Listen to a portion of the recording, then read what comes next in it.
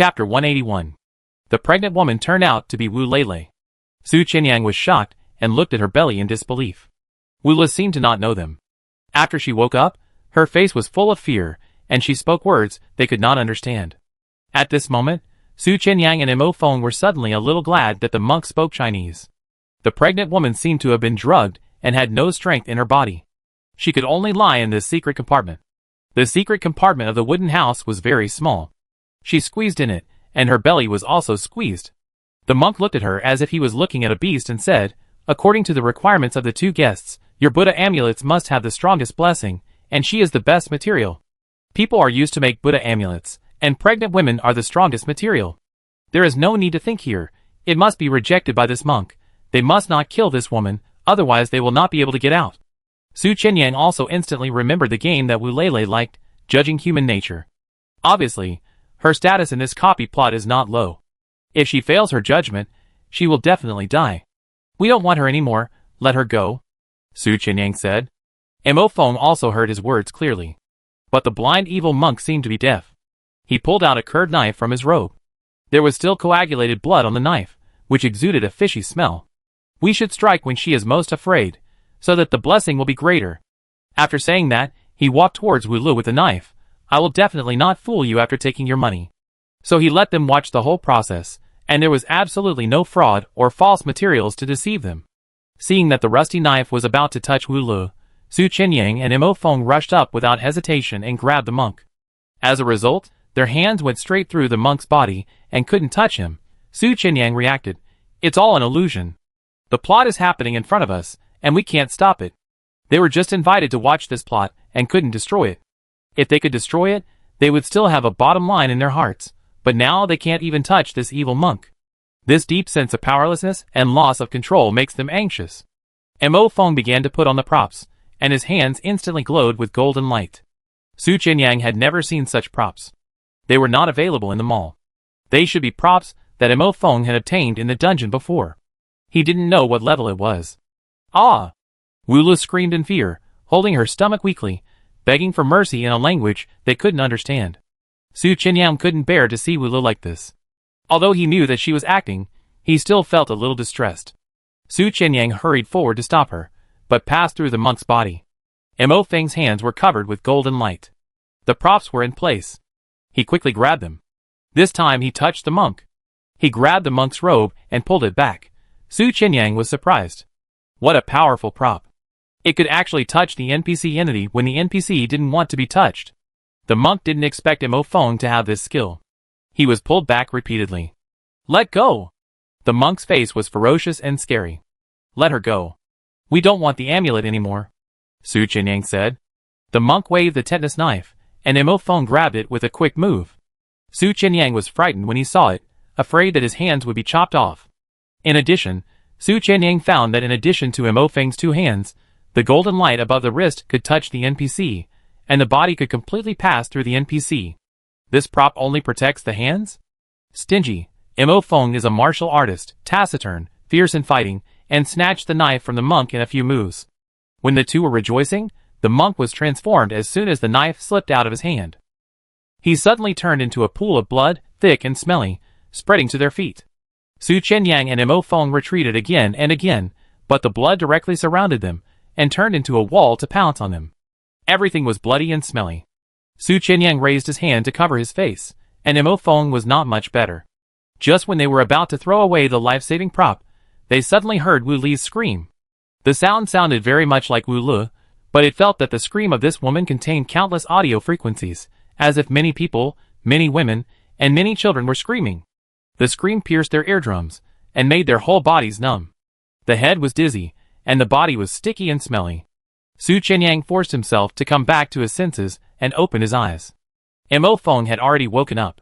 In the dim wooden house, the wooden table before his death was filled with things, bottles of corpse oil, a black pen, and a bowl of steaming blood. The two of them knelt in front of the table, with their hands clasped together, as if they were holding a ceremony. Su Qinyang struggled and found that his hands seemed to be glued together, and could not be separated. Mo Feng, don't move. The next second, they felt a slight touch on their backs.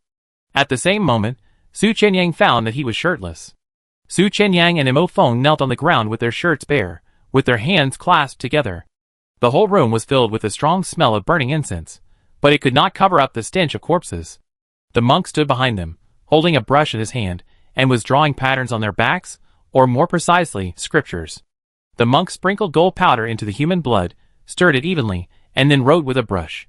The amulet is ready. You have witnessed with your own eyes that the scripture on the back of the amulet is the same as the scripture on your back. From now on, you have acknowledged the master. The monk smiled grimly, and hung the amulet on their chests.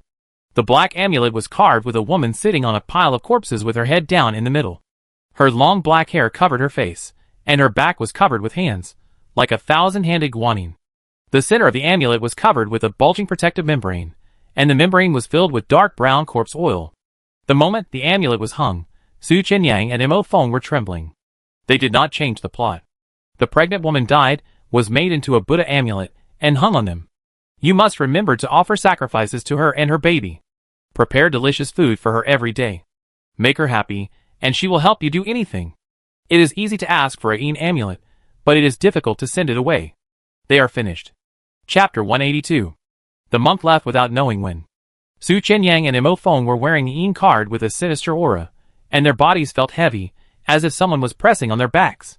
For a moment, they could not move, and their heads were also confused.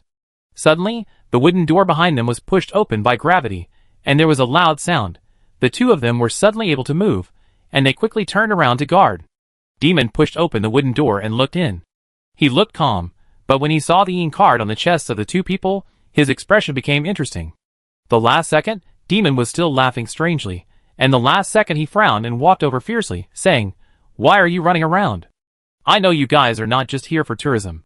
Su Qianyang and Mo Feng both had an indescribable feeling of powerlessness. Just like the feeling of a bad cold, their bodies were heavy, and their heads were a little dizzy. They looked at Demon vigilantly. "We didn't run around, and I don't know how we got here," Su Qianyang said. Demon, "Humph, everyone says the same thing. People in your country love to lie. They say they are here for tourism, but they are actually here to buy cards." Demon looked at the yin cards on their necks, and a trace of envy flashed in his eyes. They are so lucky to be entangled by her. Mo Feng took the initiative to say, "We don't want this. A monk brought it to us." Demon looked at them with contempt. "You have already recognized the master, but you are still quibbling here. Let's go. You will delay the gathering time. I hate guests like you the most." Demon turned and left.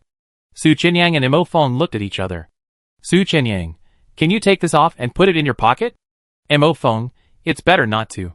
Just wear it like this. I thought they would die if they chose a dead end, but I didn't expect that they would be asked to wear an amulet. This is definitely not a good thing.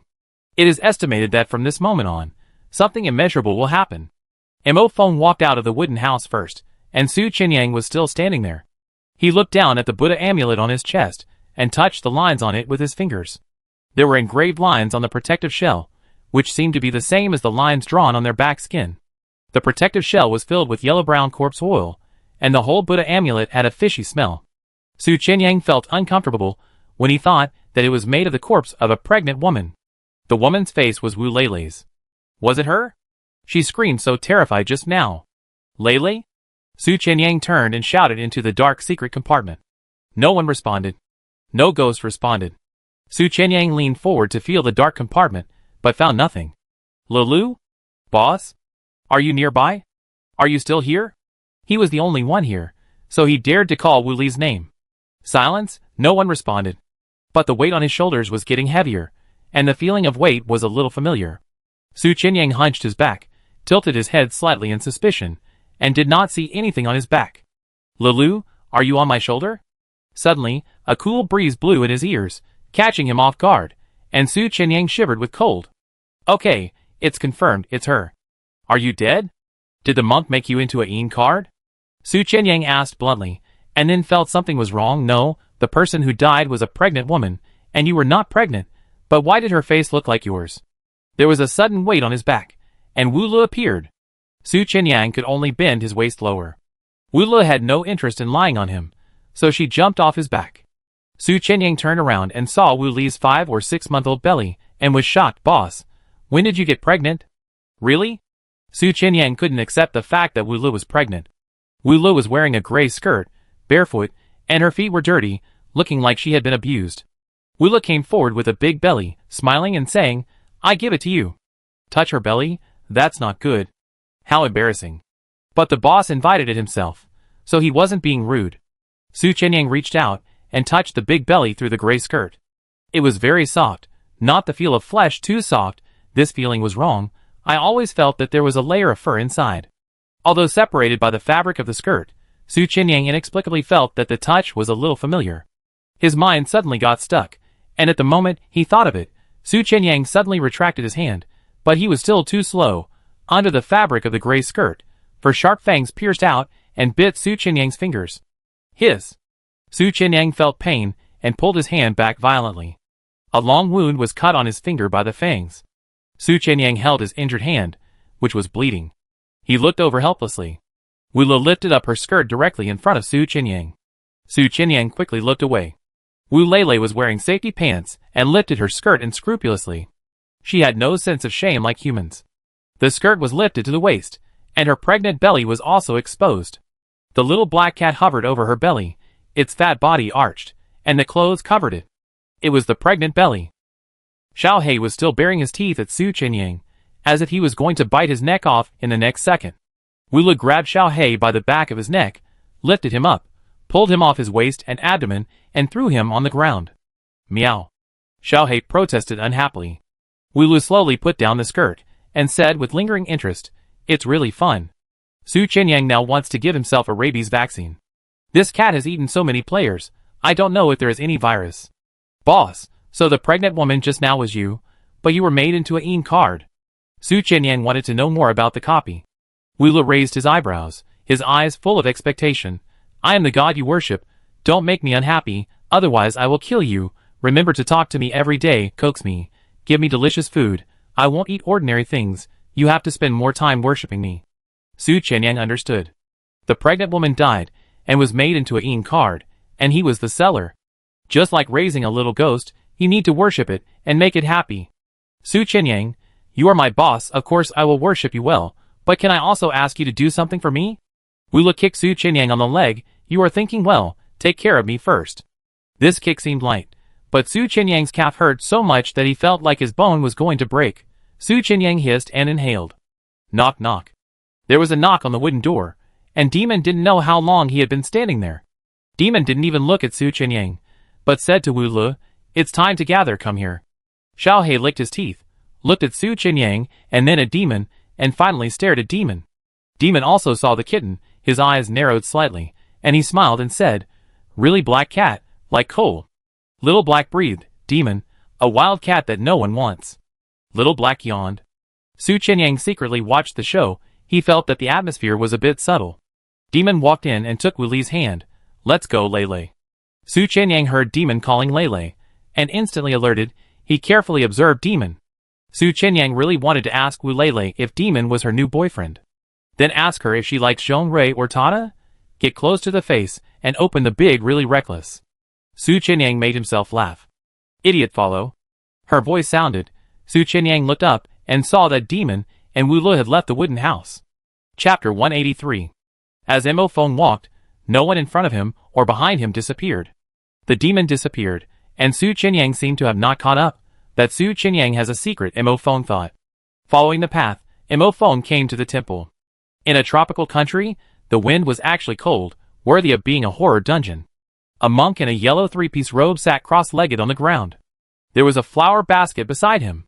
He was holding a double-petaled lotus in his hand, and folding the petals, and he was still reciting scriptures. The monk saw Mo Feng, and signaled him with his eyes, that he could kneel in front of the Buddha statue. Mo Feng looked up at the golden Buddha statue above his head. Both sides were covered with golden gauze, blocking the light. It was very dark, and he couldn't see what kind of Buddha it was. Even if he could see it clearly, Mo Feng would not kneel down. In the dungeon, don't worship the gods easily. The monk looked at him, and then saw the sign on his chest. His face suddenly became very bad, and he said something to him angrily. Mo Feng understood a little bit. They were trying to drive him away, and said they didn't welcome him. Mo Feng walked away tactfully, and went back along the path. Just as he was about to walk to the main road, he suddenly heard some subtle sounds. They were the voices of players, asking for help. Mo Feng didn't intend to meddle in other people's business, but when he listened carefully, he heard the voices of a woman and a child, and no adult males. They were all weaklings, women and children, all gathered together. Mo Feng touched the Buddha amulet on his chest, and turned to look for the direction of the sound. In the woods, in a dilapidated wooden house, 2 men in slippers and shorts, who were tanned by the sun, were dragging a woman in, and in the house, there were children crying. "Help! Help! Please let us go!" In the dungeon, the weirdness is scary, and this kind of NPC's rude kidnapping is also frightening.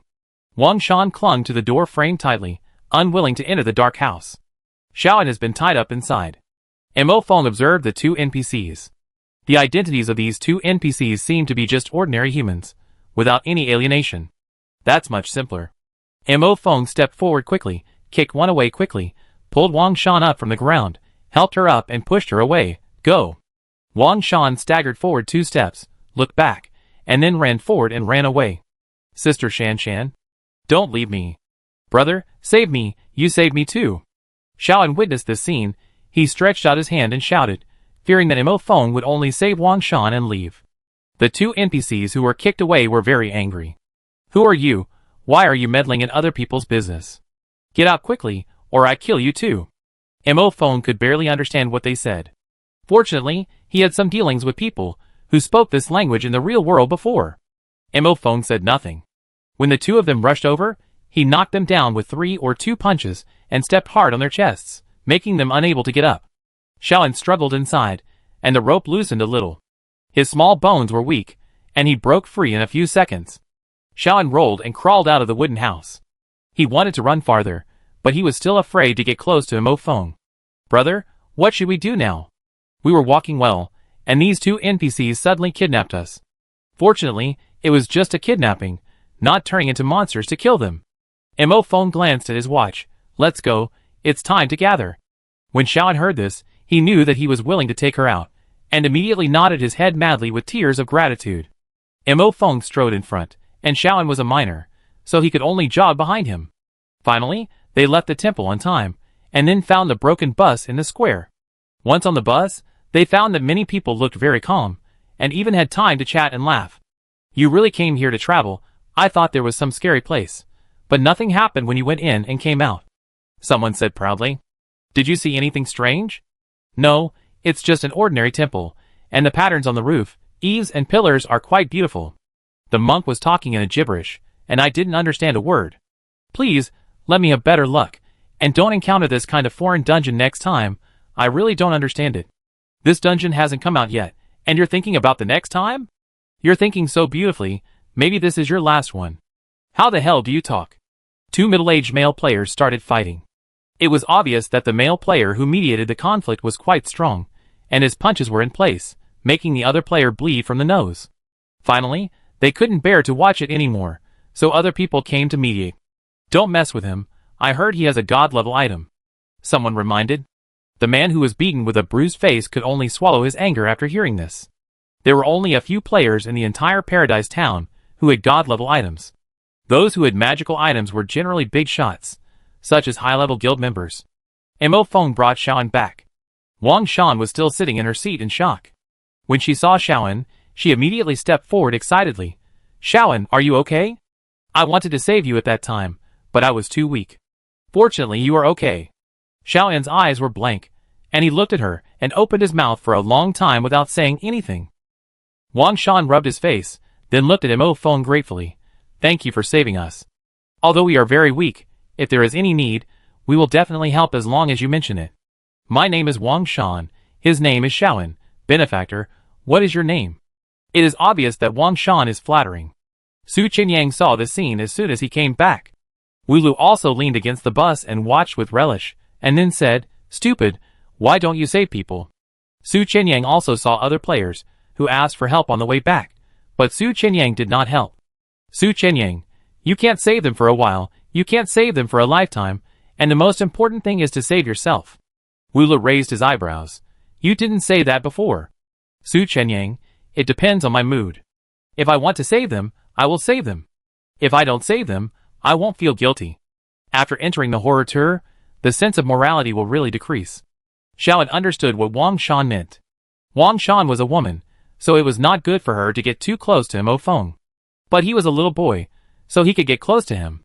Xiaoying grabbed Mo Feng's clothes and called him, "Brother, thank you for saving me. I will be your little brother from now on. I can do anything you ask me to do." Wu Lu, he is very good at sucking up to others. Su Qianyang touched his nose. Why did he feel that he was being implied? Why do you have a Buddha amulet on your neck? Someone noticed the Yin amulet on Mo Feng's chest, and walked forward curiously. Chapter 184. The man's words attracted the attention of the entire carriage, and everyone's eyes were on the Buddha amulet on Mo Feng's chest. Someone stepped forward and stretched out his hand to touch it. Mo Feng immediately blocked it, and said in a cold voice, "Personal property, no touching." The other party was a little angry. This person was the one who had just fought with someone, and was said to have a god-level prop. His name was Zheng Baheo. The name was also very loud, and well known in the player's circle. However, Mo Feng was a person who turned a deaf ear to the outside world, and had never heard of Zheng Baheo. Su Qianyang was even more so. He was immersed in the dungeon every day, and had not stayed in Paradise Town for many days. Except for the dead Guoyao, he didn't know many people at all. Zheng Baheo had just beaten a player, and no one dared to provoke him. Now he was very proud. As a result, Mo Feng said no touching and directly swept his face. Zheng Baheo said with disdain, "I didn't see you carrying this thing before we set off this morning. You got it from the temple, right? You dare to hang the ghost thing in the dungeon around your neck. I'm saving you, don't you understand?" Zheng Baheo was too fierce. Wang Shan pulled Xiaoan away from them. Zheng Baheo noticed the movement of the woman and the child. He had long noticed the scene of Mo Feng being surrounded by people thanking him. What's so great about saving a woman and a child? Seeing his arrogance, Zheng Baheo was very unhappy with this man. "You brought this ghost thing from the temple on the bus. What if it harms all of us?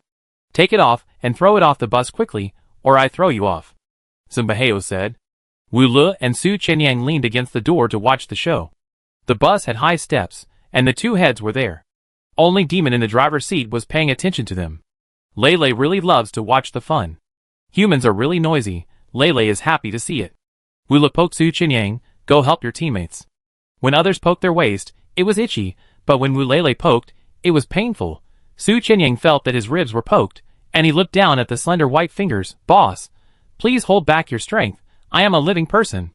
Please hold back, otherwise I will pierce you." "Okay." Su Qianyang whispered. "He is not my teammate, we just live in the same room. To be more precise, they have no money to pay the single room difference fee, so they can only share a room." Wu Lu, "He is better than you.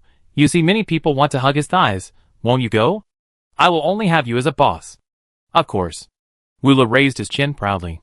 Su Qianyang was happy. Is Lele so satisfied with his little brother? Su Qianyang always heard her call him a fool, and he thought she was very dissatisfied with him. Mo Feng was unmoved. He touched his Buddha amulet and said, "This is my most important thing. I can't throw it away." After saying that, he looked up at the other party, his cold expression full of provocation. Obviously, Mo Feng is also a man of blood. Everyone in the car was watching the excitement. Zheng Baheo didn't want to lose face, so he took out the prop knife and stabbed it directly. This is an intermediate prop, not an ordinary knife. It can cut iron like mud and easily cut a person from head to toe. Some people knew Zheng Baheo's prop and immediately left their sight. I thought he would be bloody on the spot. Unexpectedly, it fell into a dead silence. Mo Feng caught the blade with his bare hands. To be precise, his hands were attached with golden light, and he easily grasped the prop knife that could cut iron like mud. Zheng Baheo was stunned, and stood there in a daze. "Your hand." Mo Feng grabbed the prop, raised his long leg and kicked Zheng Baheo in the stomach. The kick was very powerful, and he kicked him 3 or 4 meters away and hit the chair behind him. Cough cough crack. Zheng Baheo almost couldn't catch his breath, and he was crawling on the ground. Su Qianyang looked at Mo Feng's hand shining.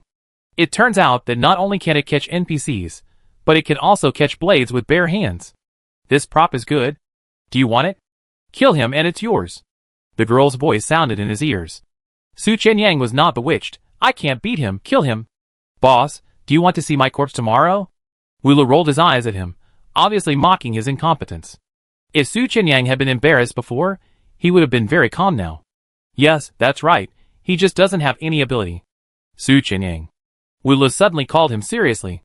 Su Qianyang immediately lowered his head and listened. That knife must be very fast at cutting meat. Wu Le had expressed it very clearly. Su Qianyang understood. The farce in the car stopped. Obviously, everyone knew that Mo Feng was very strong. Maybe he was the strongest player among this group of players. Some people wanted to cling to Mo Feng's thighs, so they started to smooth things over. The boss must have a reason to bring this Buddha amulet.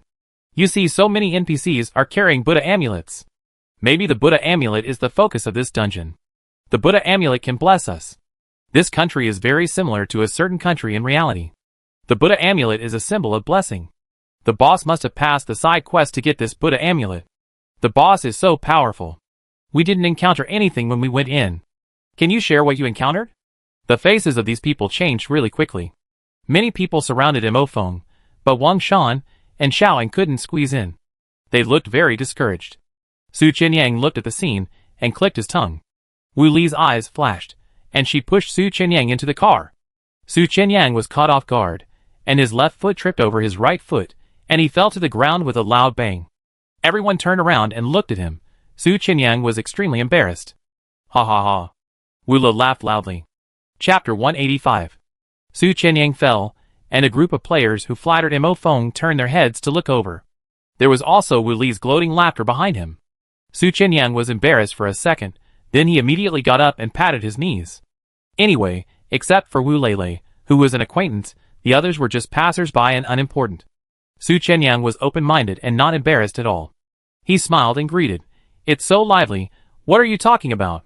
Su Qianyang was not embarrassed, but it was the turn of others to be embarrassed. They were busy flattering and hugging thighs. The atmosphere was just right, but Su Qianyang fell into the car and interrupted it. Now everyone's expression was very subtle.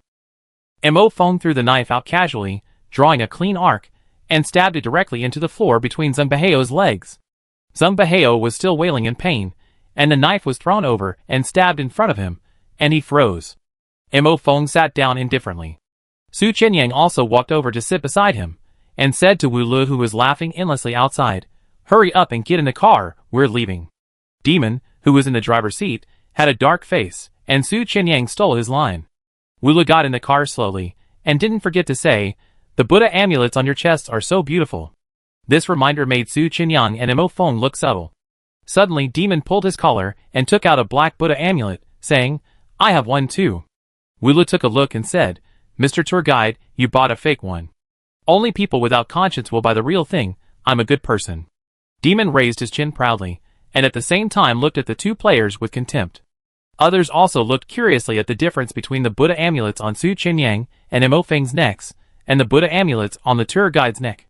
The Buddha amulet on Demon's neck had no protective film, nor was there any black oil stain. So it was just an ordinary Buddha amulet, unlike theirs with human lives inside. Su Qianyang held the Buddha amulet and thought deeply. They had hit a dead end at that time. They spent the whole day wandering around this town, in the temple in the morning, at the seafood restaurant at noon, and on a cruise in the afternoon.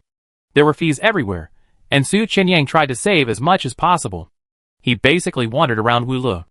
Mo Feng was originally alone, and because of what happened in the car today, he was always surrounded by some players. Although Mo Feng didn't have any expression, Su Qianyang could see that he was impatient. "Wu Le, don't you want this feeling of being pursued by others? It's too annoying. It's better for me to pursue you." Su Qianyang spoke so nicely. "You are so sweet. Have you ever been in a relationship?" Wu Le was curious. When asked this, Su Qianyang was very innocent and said, "No, but I had a crush on a female classmate who sat next to me in the 6th grade of elementary school. Later, we went to different junior high schools." "Didn't you have a crush on a female classmate in junior high school?" "I had a male classmate in junior high school and high school, and I even had a fight with one of them. I didn't know you would fight with others. I thought you were a sunny and obedient child." Wu Le and Su Qianyang chatted. Demon was staring at them from a distance, while sucking on a popsicle. Demon's gaze was too strong for Su Qianyang to ignore. Su Qianyang lowered his head and asked, "Does Demon want to kill me?" "So you know?" Wu Le looked like he was not stupid. "Then why are you following me like a tail?" "It's normal for a younger brother to follow a boss." Su Qianyang shamelessly asked, "Why does he want to kill me?" "I didn't offend the tour guide. I went to the toilet when he asked me to go to the toilet and came back when he asked me to. It's just that I didn't buy enough things at the shopping center. He didn't get the kickback and he was resentful?" The tour groups in this horror dungeon are just like the cheap tour groups in reality. The place where we had lunch today was a shopping place. Some players gritted their teeth and bought a lot of things to please Demon.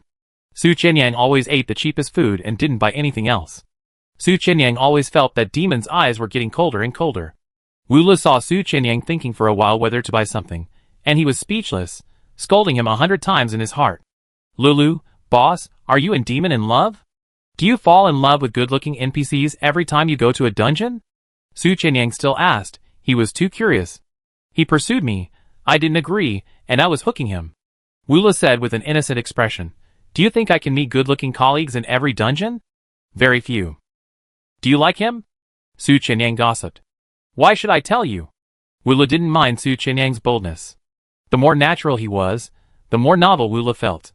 After all, she had never experienced that there were humans who were not afraid of her and chatted with her. This feeling was very good. But this did not mean that she would not kill the other party. Wula always acted on her own. She was still chatting and laughing in the last second, and she might take out the other party's heart in the next second. Su Qianyang said, You must like it. You all live in the same room. If you don't live in his room, I have nowhere to go at night. Wula told the truth. She was not a tourist, and she didn't have her own room at all. Su Qianyang couldn't bear her pitiful words, and immediately said, You can live in my place at night. 2 men, 1 me? Does Mo Feng know that you invited a girl to live in your room? I won't sleep on the sofa. Su Qianyang felt that Wulu was scolding him for being stupid again, and his eyes were scolding him. Even though he was in a horror dungeon, Su Qianyang was in a very good mood, and he didn't even hide the difference between him and Wulu. Some players were curious, and some NPCs were resentful. At night, the shabby bus returned to the hotel. It was the same hotel as last night. Demon said that he would leave this town tomorrow. As soon as they got off the bus, the players returned to their rooms one after another. Wulu was also pulled back to the room by Demon. The moment the door closed, Demon asked with interest, Do you like your human? Is he more interesting than me? Stupid people are fun and interesting, and your face is the best. Wulu has always been outspoken. Being praised for being good-looking, Demon saw appreciation in her eyes. She was admiring his face. The depression of the whole day was dispelled. Demon approached and asked, Did you know him before? How could the omnipotent goddess know a human like an ant? She is their god. The gap is too big, that human is not worthy of chatting and laughing with her. Even he could only look up to her. Wulu did not answer Demon, but just lay on the bed in a daze, thinking about the game for a while. Demon's mind was a little turbid. He blurted out, It would be great if we knew each other before. Wulu looked at him. Maybe. Maybe they were colleagues, but he forgot, and she never remembered the weirdness in the dungeon. The night was getting later and later. No players died during the day, and at night, many players were highly nervous. The death rate today is still 0. Who will be the unlucky one? When Mo Feng came out of the shower, he found that Su Qianyang was gone. Su Qianyang was very close to that NPC today, and Mo Feng wanted to get some information from him, but unfortunately, he was gone. Mo Feng reached out and picked up the Buddha amulet on the table, thought for a while, and put the fruits he bought during the day on the table, with the Buddha amulet standing in the middle. I don't know if you like to eat custard apples, they are very sweet. Girls should like sweets, right? Mo Feng said. The Buddha amulet did not change. Mo Feng poured another glass of water in front of the Buddha amulet. If it's too sweet, drink some water. Suddenly, a gloomy woman's voice sounded. I like to drink milk. Grim and sharp. Mo Feng quickly turned around. His hands were covered with gold. It was a prop. There was nothing behind him, and he touched around with his hands with golden light, but there was nothing. Mo Feng tried to have a conversation. Tell me what you like to eat and drink. I will definitely meet your requirements. Okay, what about you? What do you need me to do for you? I don't need you to do anything for me. I just need you to be happy. Mo Feng had a short haircut, a cold expression, and said this in a cold tone, which was very inconsistent. Suddenly, the sugar apple on the table flew up and fell to the ground. The flesh was smashed, and the fruit fragrance was overflowing, which smelled very sweet. The water on the table was also splashed directly at Mo Feng, and Mo Feng didn't dodge, and was splashed in the face. Mo Feng wiped his face calmly and asked, Did I make you unhappy? You are not sincere in offering to me. I can't feel your sincerity. Mo Feng, I am sincere. This is my first time offering. Maybe I didn't do it well. Please don't be angry. The answer to him was silence. Mo Feng tried to say some nice words again, but there was no sound responding to him. That thing left. Mo Feng could only hang the amulet back on his neck. It seemed that he didn't do it well, or was this idea wrong? Only by worshipping the ghost in the amulet well can there be a way to survive, and a chance to get rid of it. Zheng Beihao was beaten by Mo Feng, and his whole body was in pain. He fell asleep on the bed. He was relatively rich, and lived in a single room. This was also convenient for Su Qinyang. Su Qinyang used a hairpin to pry the lock and walked in slowly. The prop knife was put into the player's personal space by Zheng Beihao, and he had to be forced to hand it over. It was going to be evil. Lei, I want that knife. Su Qinyang exhaled lightly, took the nylon rope and quickly tied Zheng Beihao up. Zheng Beihao was awakened, and the next second he was knocked dizzy by a heavy punch. A cold knife was pressed against his neck, and Su Qinyang said viciously, "Either I cut your neck or hand over the prop." Chapter 186. I'm so hungry, I want to eat, I'm so hungry. The amulet kept calling. The woman's voice sounded scary, strange and familiar. But Su Qinyang knew who the other person was intuitively. It was because he didn't know who the other person was, and knew what the other person wanted him to do that he looked solemn. Su Qinyang tightened the knife in his hand, his eyes were heavy, and he hesitated to act. The woman's voice changed from faint to sharp screams. Give me something to eat. I'm so hungry. My baby is hungry. She was shouting. Su Qinyang's eardrums hurt, his heart beat, and his chest was stuffy.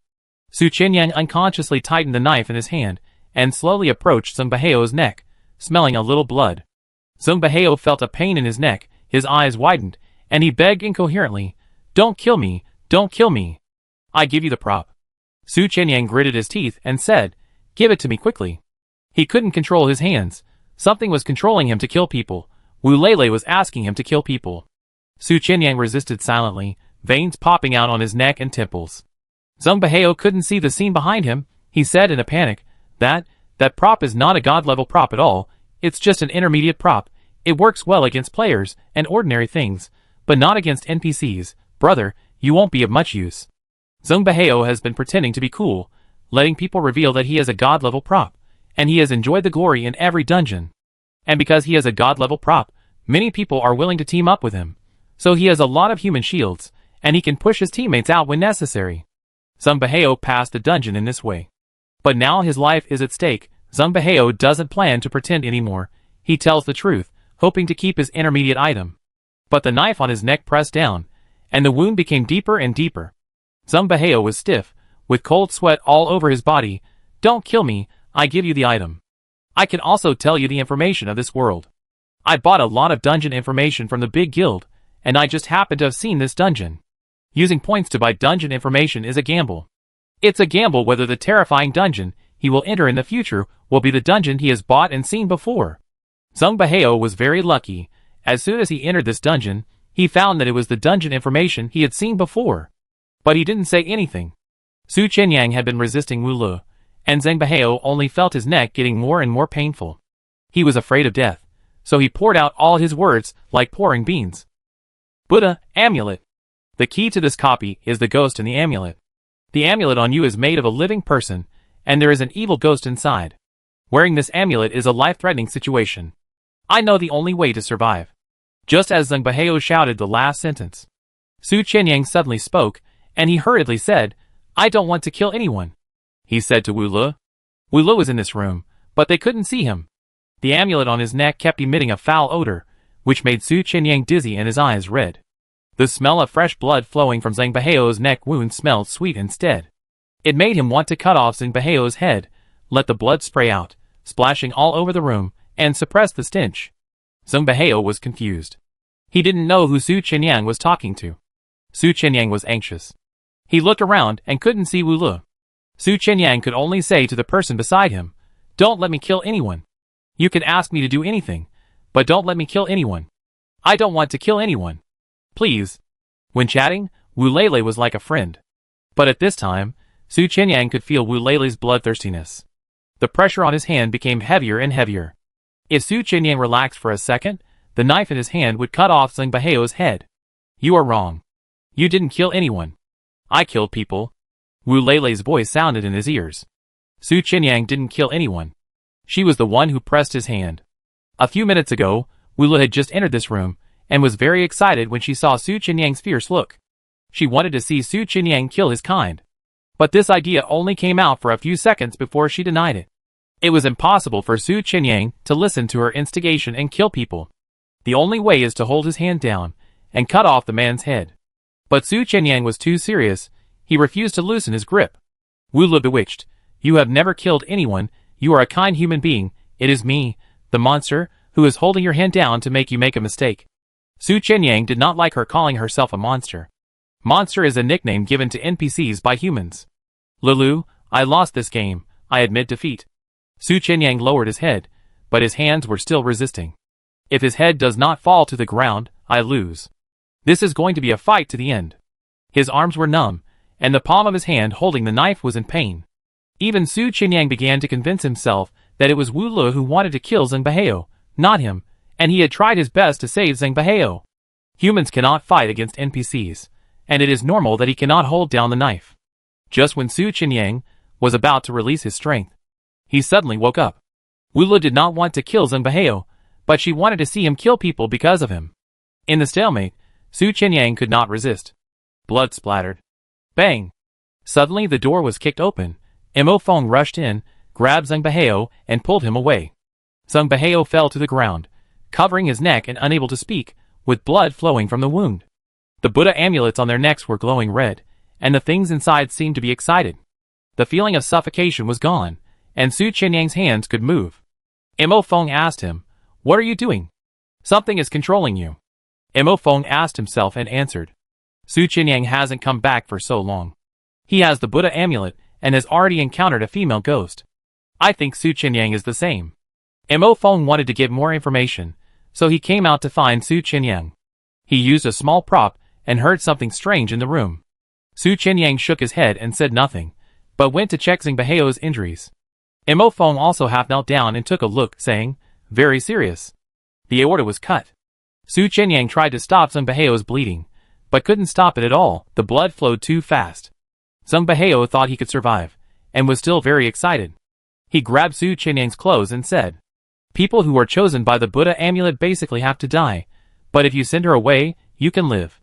You must do whatever the Buddha amulet tells you to do. You are puppets and minions of the monster." "Say less," Su Qinyang said coldly. "Is there anyone who doesn't pay attention to the plot of the dungeon?" Mo Feng glanced at Su Qinyang and said, "He's dead. They couldn't find a hospital, and they couldn't save him." Just a few seconds after Mo Feng finished speaking, Zheng Baihao fainted, bleeding more and more, and his breathing slowly stopped. Su Qinyang's hands were covered with blood. He stared at his hands for 2 seconds, and finally stood up tiredly. "Let's go. Go back to the room and sleep." As soon as Su Qinyang returned to the room, he rushed into the bathroom to wash his hands. The blood didn't coagulate, and it fell off with water, and it was washed clean quickly. Su Qinyang climbed onto his bed and fell asleep. He was very tired today. He had to get up at 5 o'clock tomorrow to gather, so he went to bed early and got up early. Mo Feng went to the bathroom to wash clothes and dry them. He was traveling on a budget, so he only brought 2 sets of clothes. If he didn't wash them, he would have nothing to wear the day after tomorrow. After Mo Feng hung up the clothes, he sat down and said, "The Buddha amulet kills people with your hands?" He knew Su Qinyang was still asleep. After a few seconds, Su Qinyang answered him, "She wanted to see me kill people." "Does that thing like to see humans fall?" Su Qinyang covered his face with the quilt. "No, it was she who wanted to see him fall, not anyone else." Mo Feng didn't mind sharing his information. "I offered her fruits, and she smashed them. She doesn't like sweet things. She said she likes to drink milk." "Then let's buy milk to offer her tomorrow." Su Qinyang turned over and said, "Go to sleep." Mo Feng didn't continue talking to him. He stayed up for half the night. Night silence. Suddenly, Su Qinyang felt his hands were wet and hot. He thought his hands were sweating in the quilt, so he took them out and pressed them on the quilt to dry. As a result, his palms became more and more wet, with a lot of water and a little sticky. Su Qinyang woke up instantly. The lights in the room were on, but he didn't see Mo Feng sitting there to keep watch. The most important thing was that his hands were full of blood. It dripped on the quilt, a bloody red piece, and the fishy and sweet smell was pungent. Su Qinyang lifted the quilt and got out of bed to wash in the bathroom. No matter how he washed his hands, the transparent and clean water flowed through his hands and turned bright red, and he couldn't wash it clean. Su Qinyang scrubbed hard, and suddenly a figure appeared in the mirror, and he looked up suddenly. It was Zheng Baihao. He had blood on his face and said, "You make friends with monsters. You help monsters kill people. You and her are in the same group. You are very happy that you have been recognized by monsters. You are different from ordinary players like us. You can survive because you are special. You killed me. I am your token of allegiance in the monster camp. She must like you very much. You killed me. You killed me." The man's angry voice, he slapped the mirror, as if it was about to rush out from inside. Su Qianyang stared at the scene blankly. His palms were full of blood under the faucet. Su Qianyang closed his eyes slowly. Zumbaheo's voice was still in his ears, but as his heart slowly calmed down, everything slowly returned to silence. "Su Qianyang, I didn't do anything wrong, and I don't think I'm special. Lele, you can kill me at any time. I've always been very clear about this." On the side of the sink, on the cold stone slab, Wula sat on it with his legs swinging, with an excited smile on his face. Su Qianyang felt someone was beside him, slowly opened his eyes, and was not surprised to see her. Su Qianyang was a little tired, but still squeezed out a smile. "Lele, aren't you going to get off work yet? Demon has been waiting for you in the room." Wula blinked. "As long as humans are still alive in this copy, I can go off work. Alas, hundreds of hours of non-stop work is really stressful." Su Qianyang suggested, "You can slack off." Wulu, "No, we also have KPIs." Su Qianyang, "One person has died today. Isn't that enough to achieve your KPI today?" "Not enough." Su Qianyang's expression deepened slightly. Lele was not joking, which proved that things tonight were not over yet. "Su Qianyang, what's wrong with you?" Mo Feng's voice sounded outside the door. Su Qianyang was about to stop him from coming in, but Wula disappeared. Su Qianyang opened the door and went out, saying, "It's okay, I had a nightmare." Mo Feng looked at his washed white hands, and the cold brother rarely spoke to comfort him. "It wasn't you," Su Qianyang said firmly. "Of course, Zumbaheo was not killed by me. I have always known it, and never doubted it." Mo Feng saw his expression, and knew that he didn't need to talk nonsense to enlighten him. "Mo Feng, you keep watch. I'm tired. I take a nap." "Su Qianyang, don't sleep. I'm staying at this hotel again today. There must be something wrong with this hotel." "Mo Feng, I checked. There was a fire in this hotel before." Su Qianyang, "Well, don't sleep yet." Mo Feng immediately understood that Su Qianyang must have got some information from somewhere. Something will happen tonight. The two sat in front of the table.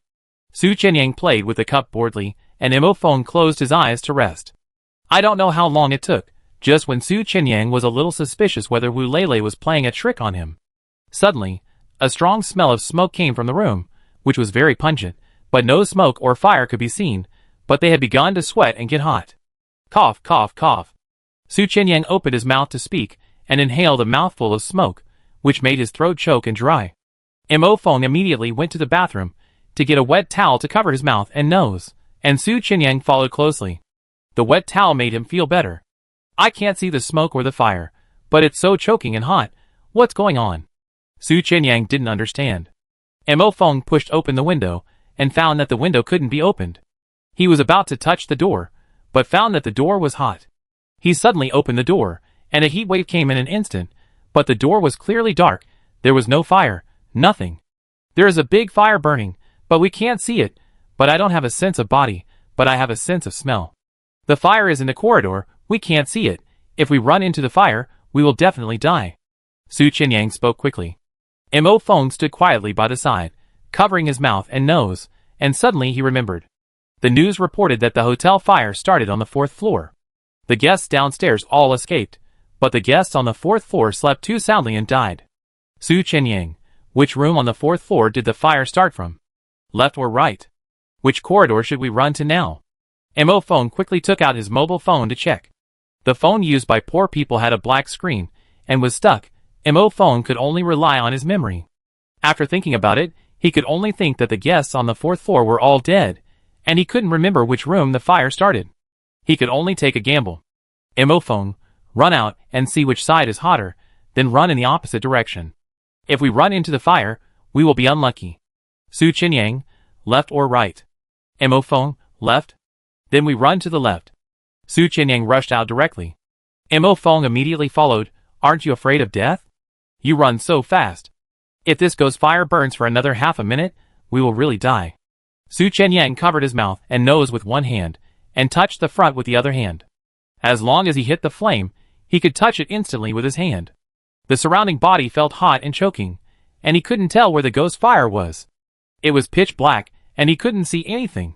Just when he ran to the stairs, Su Qianyang thought victory was just around the corner, but his fingertips suddenly hurt. He was burned by the invisible fire. He quickly retracted his hand, turned around and said to Mo Feng, "You chose the wrong way.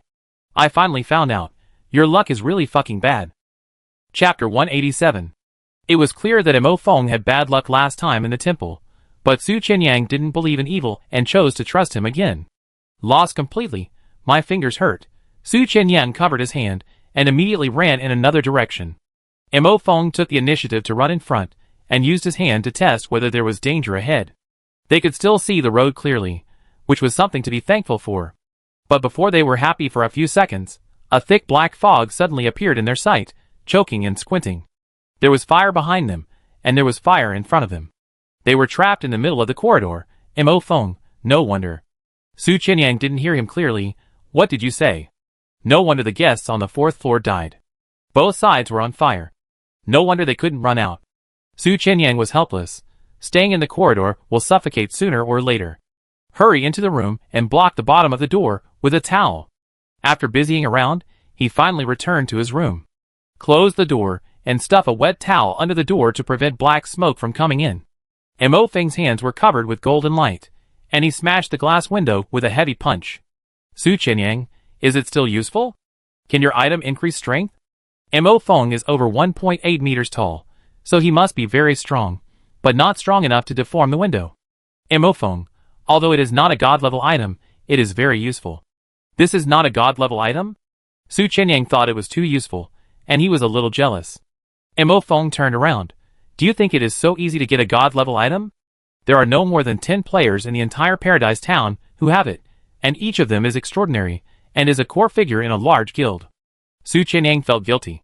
He had a god-level item that was quite useful, but it had no physical attack. He was just a small fry, not a big shot.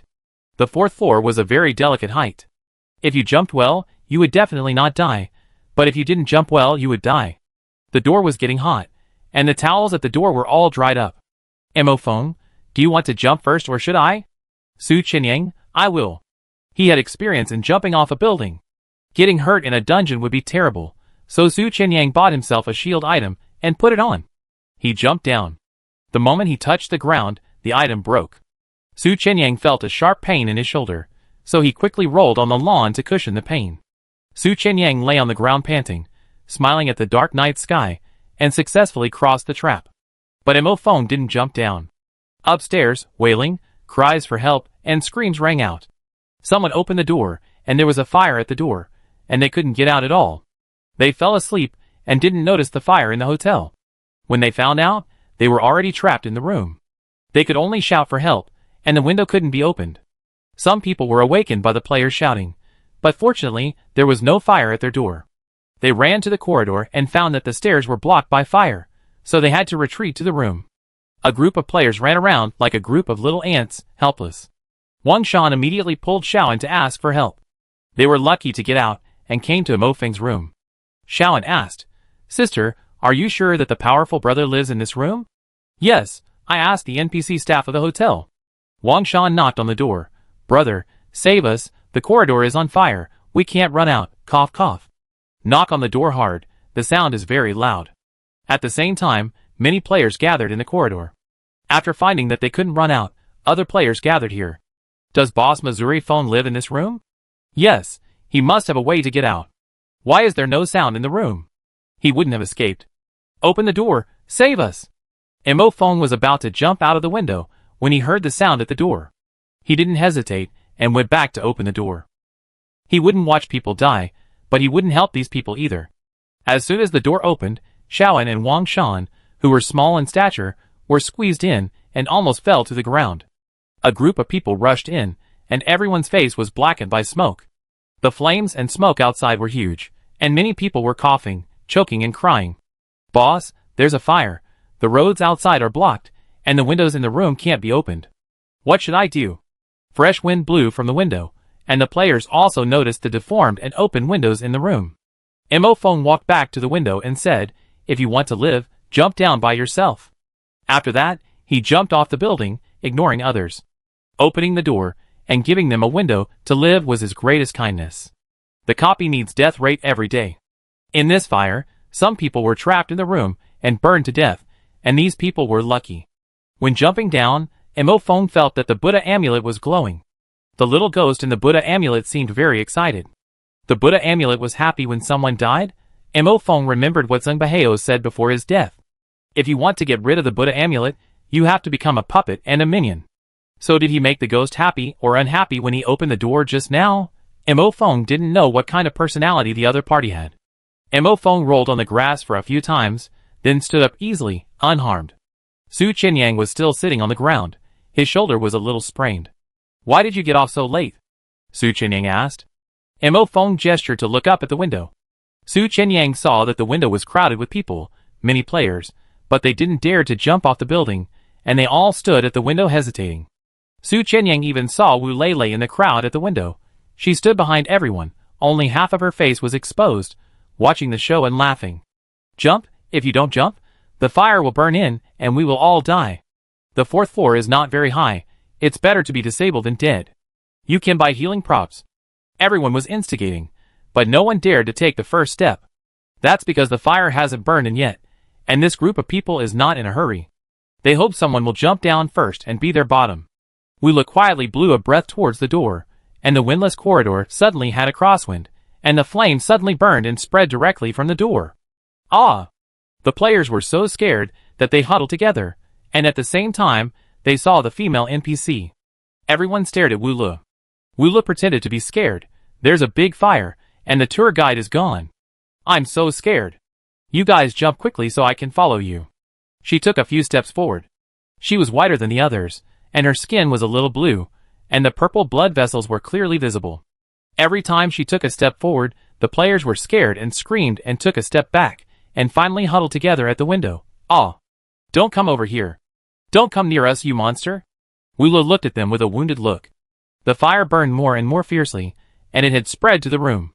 The heat wave burned people's skin, and the smoke made it hard to open their eyes. Emophone also noticed the NPC. He immediately looked at Su Qinyang, and found that Su Qinyang was also looking at her. Emophone walked to Su Qinyang and squatted down, saying lightly, "What is she going to do?" "I don't know." Su Qinyang shook his head. Wu Lei has always been unsystematic in doing things. No one knows what she will do in the next second. He tilted his head and said, "You ask me, why do you think I know something?" Emophone looked at him deeply. "You seem to be very familiar with her." "How can a human be very familiar with an NPC? You are closer to her. Try to get close to the NPC, maybe you can get some information." Su Qinyang raised his eyebrows. Emophone frowned. "So what information did you get?" Although the two of them were not allied, they worked together, and could barely be considered allies. Su Qinyang naturally would not hide anything from Emophone. He said, "She likes the tour guide Demon because Demon is good looking." Emophone was speechless. What kind of information is this? Although it is useless, it is also information. As they talked, they observed the situation at the window. The fire spread to the room, and coupled with Wu Li's intimidation, some players had already climbed onto the windowsill. But the player was not ready to jump down, and suddenly someone behind him reached out and pushed him down. A male player fell from the 4th floor. Without adjusting his landing posture, he fell to the ground with a bang. His head was broken and his body was convulsing on the spot. It was obvious that he would not survive. Others who climbed onto the windowsill were terrified. "Push it down. There are people cushioning below, so you won't get hurt." They even put people on the windowsill and dragged them down. Disabled men like Zhang Feng were the first to be pushed down, and he couldn't resist at all. Then, they looked for women and children, who were easy to bully. Wang Shan was so scared that she even pulled Xiaoan to run towards Wu Lu. She was also afraid of NPCs, but now, human players were more terrifying than NPCs. Wang Shan hid behind Wu Lu and trembled. Xiaoan's mind was blank. He grabbed Wang Shan's clothes and looked at Wu Lu in front of him in horror. "Fuck." Seeing this, other players immediately gave up the 2 meat cushions. "I think these few people below are enough. Try to jump farther, and you can jump onto the lawn, which is better than jumping onto the concrete ground." Su Qinyang and Emophone on the lawn witnessed this scene of cannibalism. The Buddha amulet has been emitting red light. It must be excited. Emophone lowered his head and said, "It likes this kind of drama." Yes, she has always loved watching this kind of plot. Su Qianyang silently responded to Mo Feng's words in her heart. Sister, I'm so scared, she. Xiaoan grabbed Wang Shan's clothes tightly and whispered, will she suddenly turn into a monster? Wang Shan patted the back of the boy's hand. Don't be afraid. Wula slowly turned her head back, and her neck turned at a certain angle, feeling that it would break at any time. A group of people were queuing up to jump off the building over there, and she stared at them dimly. This scene made people's scalps numb, and their hearts explode. Wang Shan, what are you looking at us for? Aren't you two going to jump over? Wula asked with a smile. As soon as Wang Shan opened her mouth to speak, she was choked by the smoke and started coughing. People over there jumped down one after another, and there was no one at the window. There were only 2 players, and a monster left in the whole room. There were wailing sounds coming from the bottom of the building, and someone must have been injured. Wang Shan pulled Xiaoan and gritted her teeth, and rushed to the window. Just when they were about to touch the window, Wula suddenly appeared in front of them. The 2 of them quickly stopped their steps, otherwise they would have bumped into Wula. She suddenly blocked their way. The atmosphere became tense. Ahem. You first? We won't fight with you, you first, ahem. Wang Shan said, covering her mouth and nose. Wang Shan's brain turned quickly. This NPC said that she was very scared. What if there was a fire? It proved that the NPC also wanted to escape. Wang Shan pulled Xiaoan back a step, leaving the window position for Wu Lu. As long as this monster jumped down, they would be fine if they jumped with him. But the fire was almost reaching them, and Wu Lu was still standing at the window without moving. The fire is coming, why don't you jump? Wang Shan was desperate. Xiaoan cried in fear, but dared not speak. Wu Lu looked at the 2 desperate people, and then downstairs, with a calm expression, but said weakly, the 4th floor is so high, I dare not jump, what should I do? Wang Shan, it's okay, you see they are fine after jumping down, there are people cushioning them below.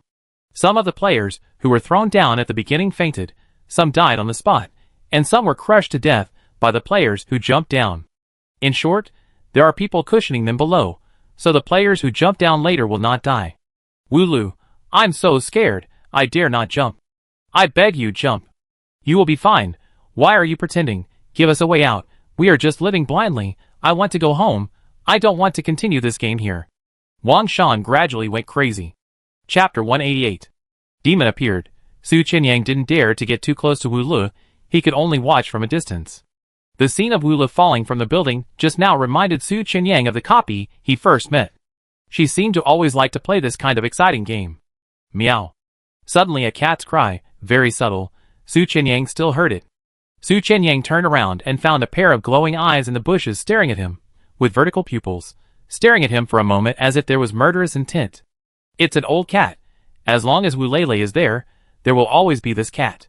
Mo Feng also heard the cat's cry, but when he looked over, he only saw a cat's tail disappearing in the dark bushes. Black cat? Mo Feng asked. Su Qianyang, well, a wild cat. There were heavy casualties over there, and the hotel's NPC finally came and started to put out the fire.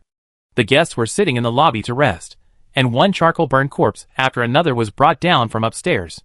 On the stretcher, the body was not covered with a white cloth, and the black limbs were exposed. Mo Feng walked closer to take a look, and then retreated. Su Qianyang saw a demon holding Wu Li's hand, and the 2 were talking in the corner. Wu Li's eyes were bit with laughter.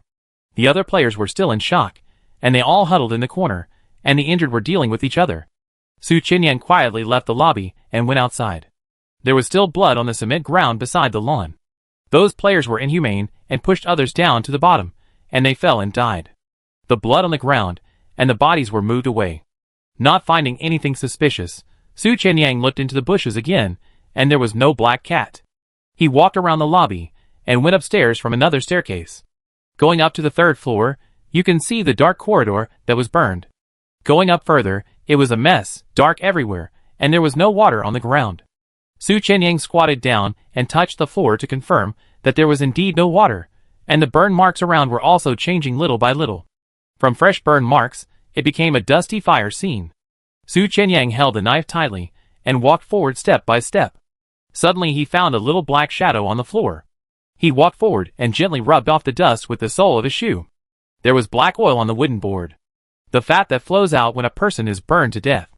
Mo Feng's voice came from behind. Su Qianyang was startled and turned around to ask, but isn't this amount a little less?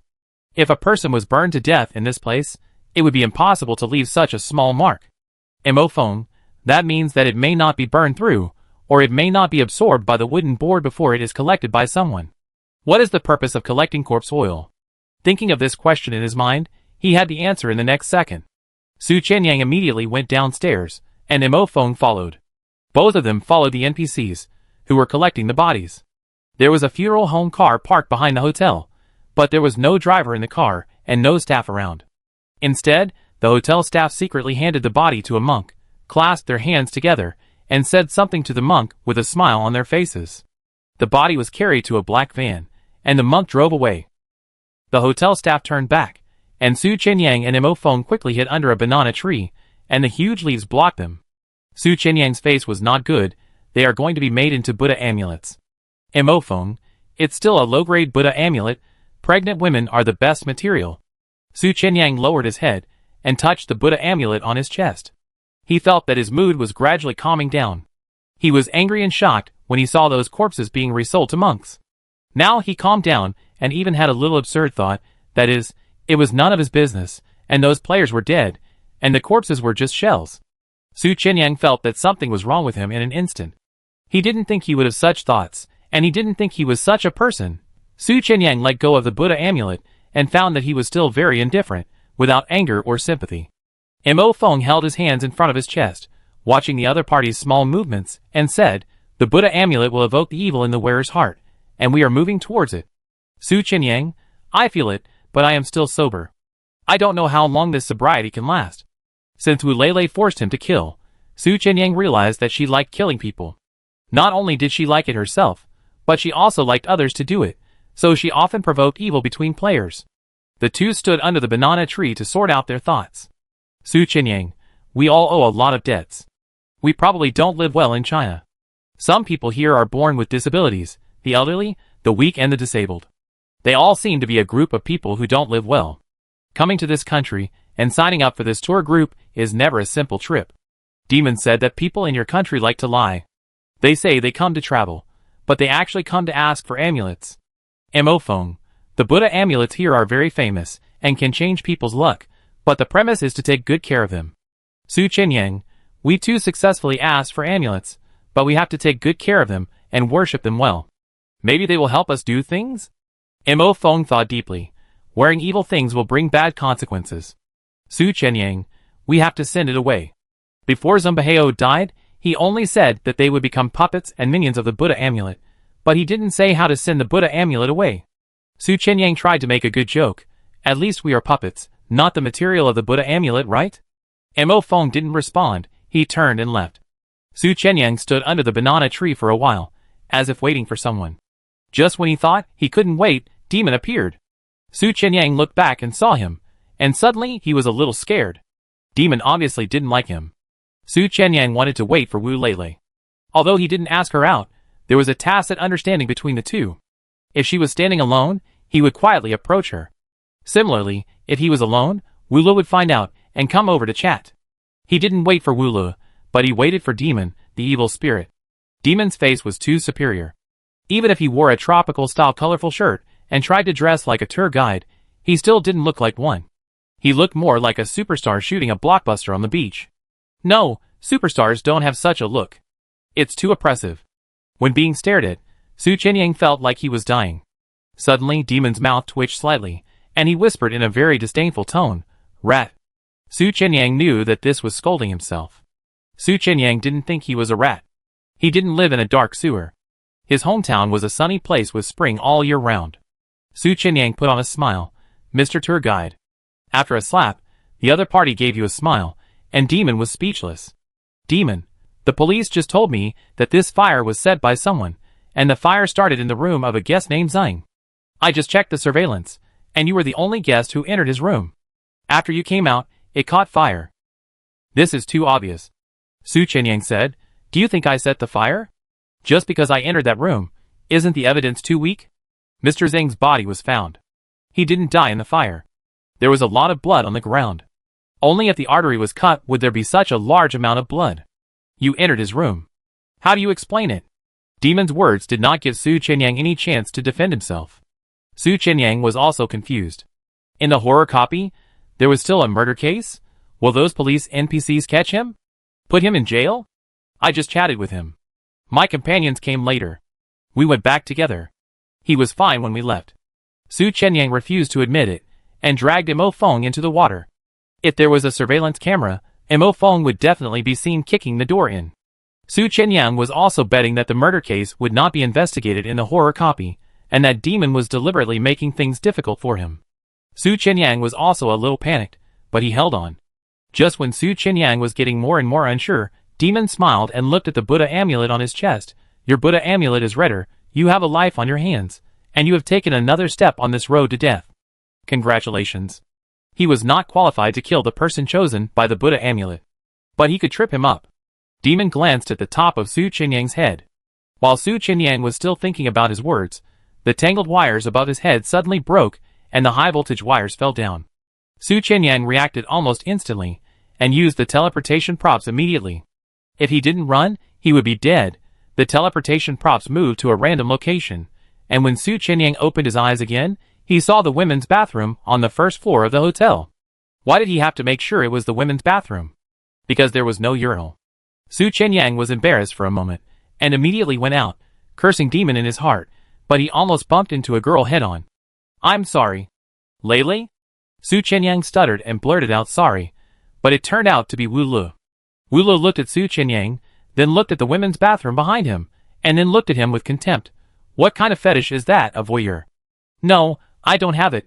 Listen to my explanation. It was Demon who wanted to kill me, and I used the props to get here. Su Chenyang had a bitter face, and he felt more and more wronged as he spoke, and that expression was full of I want to complain.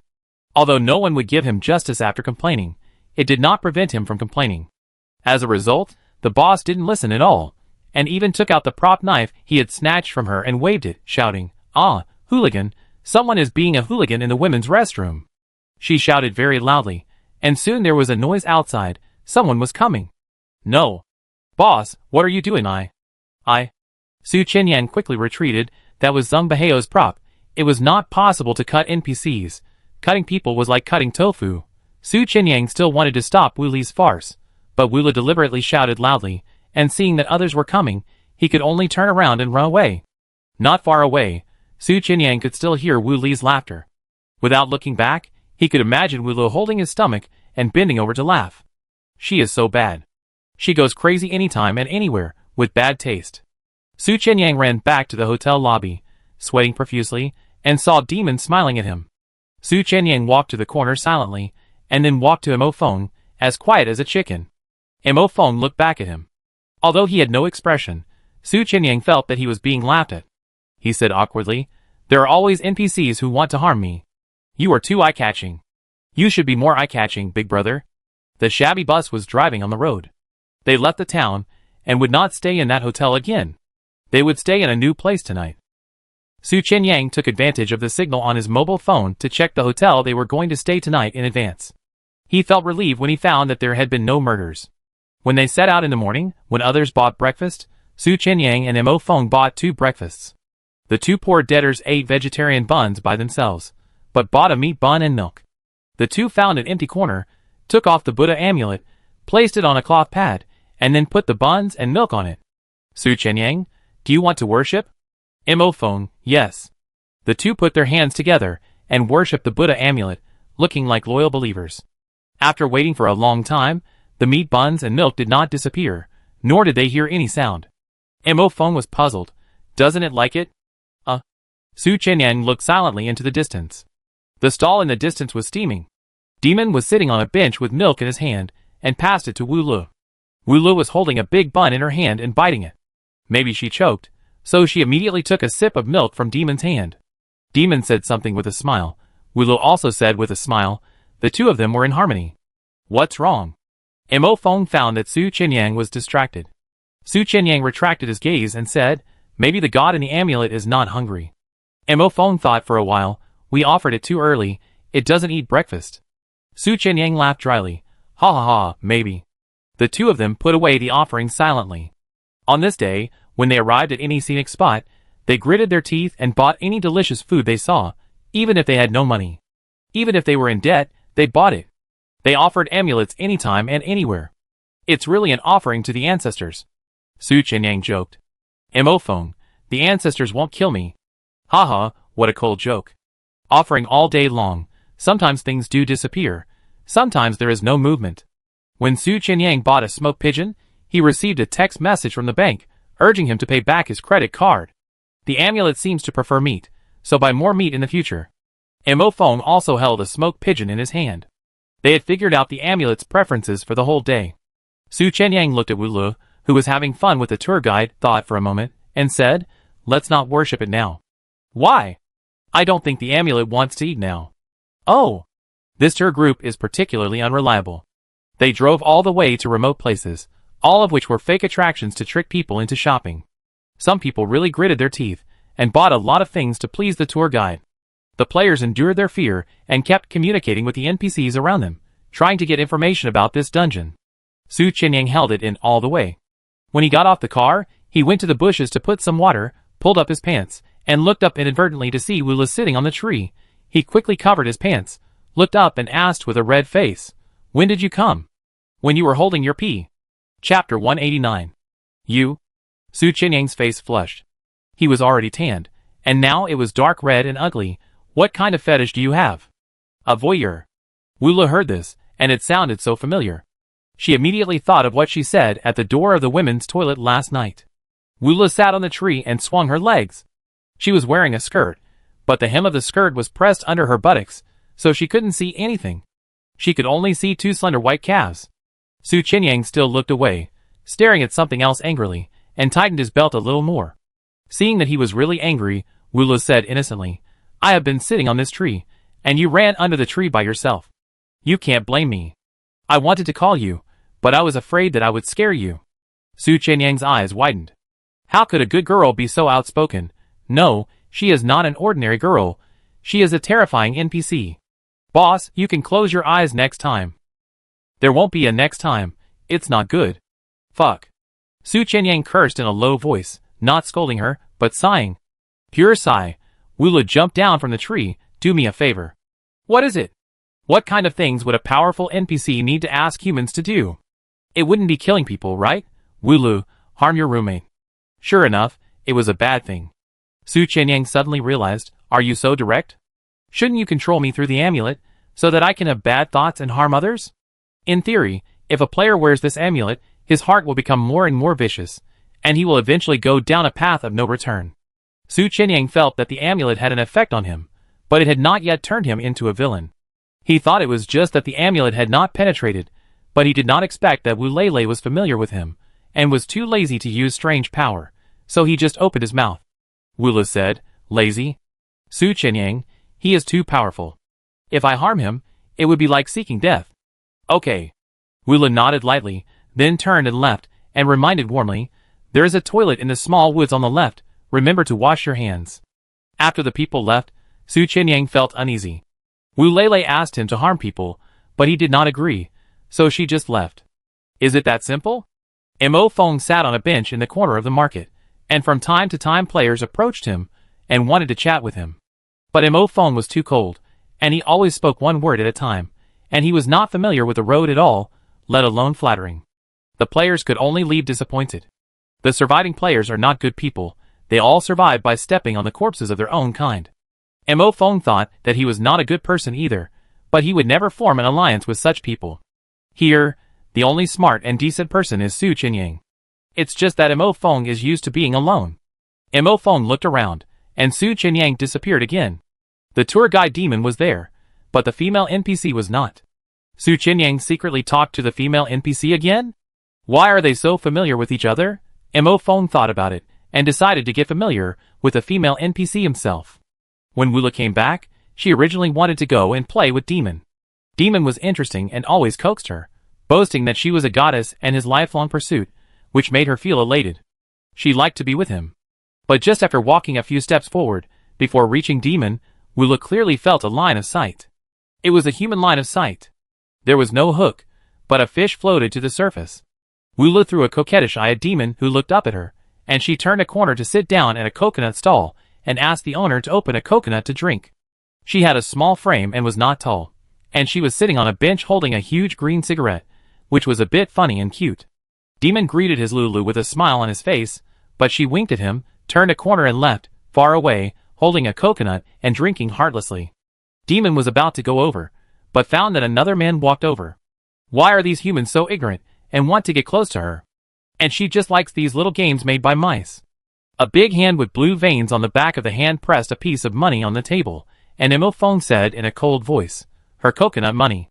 He saw that she had not paid yet.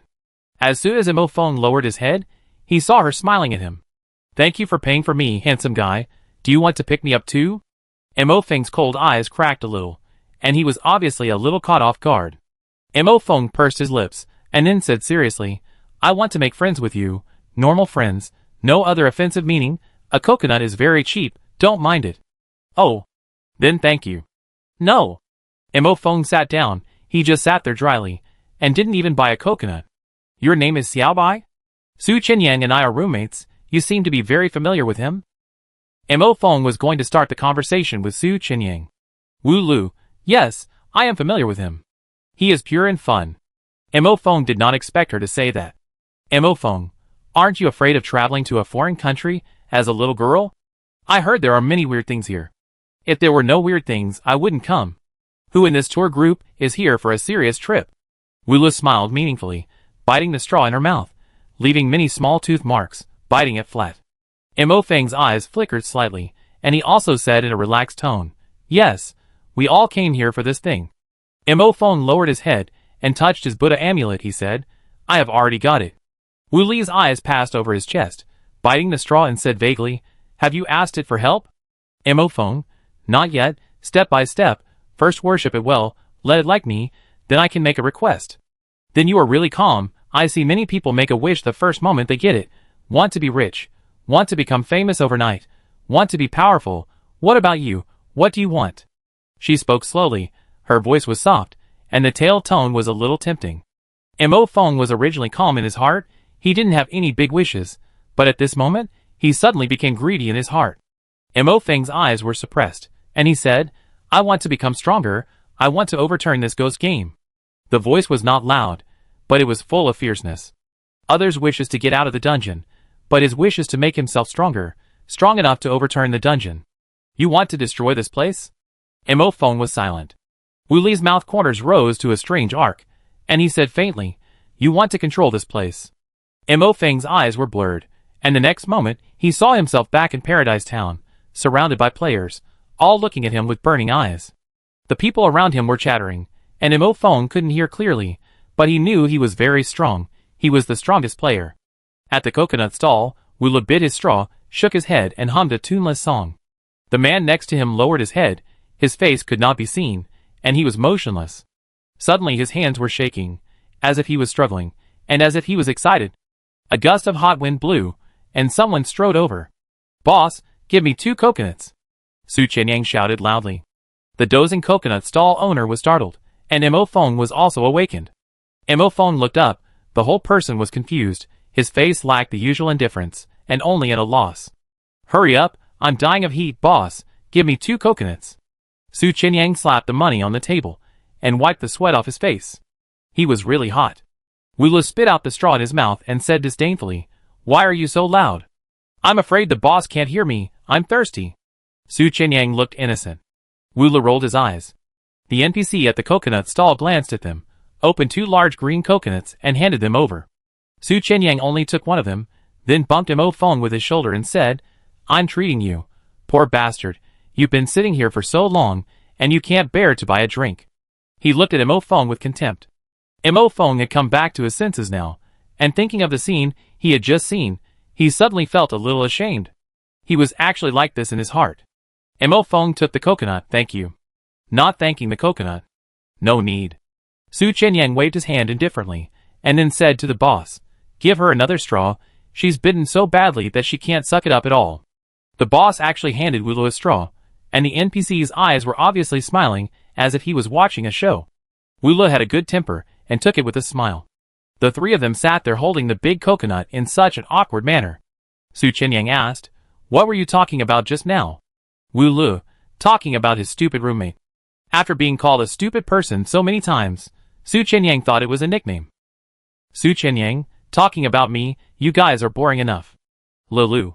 A pleasant voice came, with a little resentment, and the three of them looked up at the same time and saw Demon with his arms folded and wearing a straw hat not far away.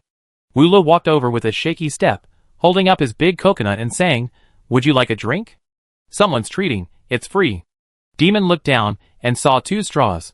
One was full of teeth marks and was very flat, and the other was new. He lowered his head and opened his thin lips slightly, gently holding the straw full of teeth marks.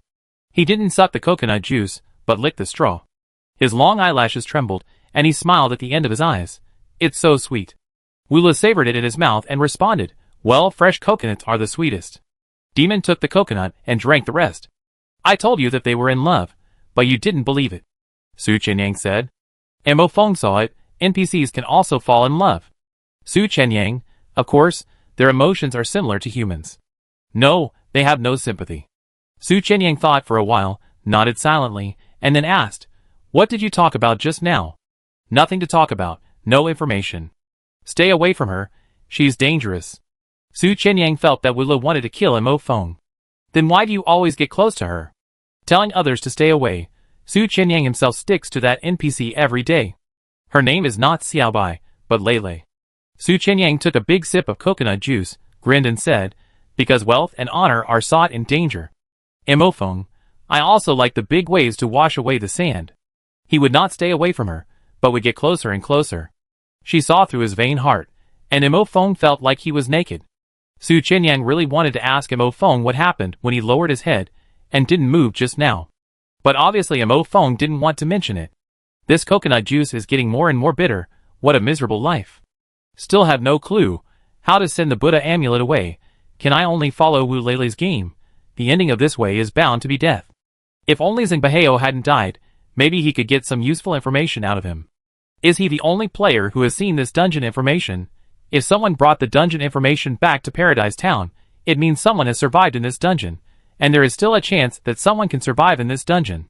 With this thought, Su Qianyang instantly regained his spirits. "Let's go, it seems like we need to gather together."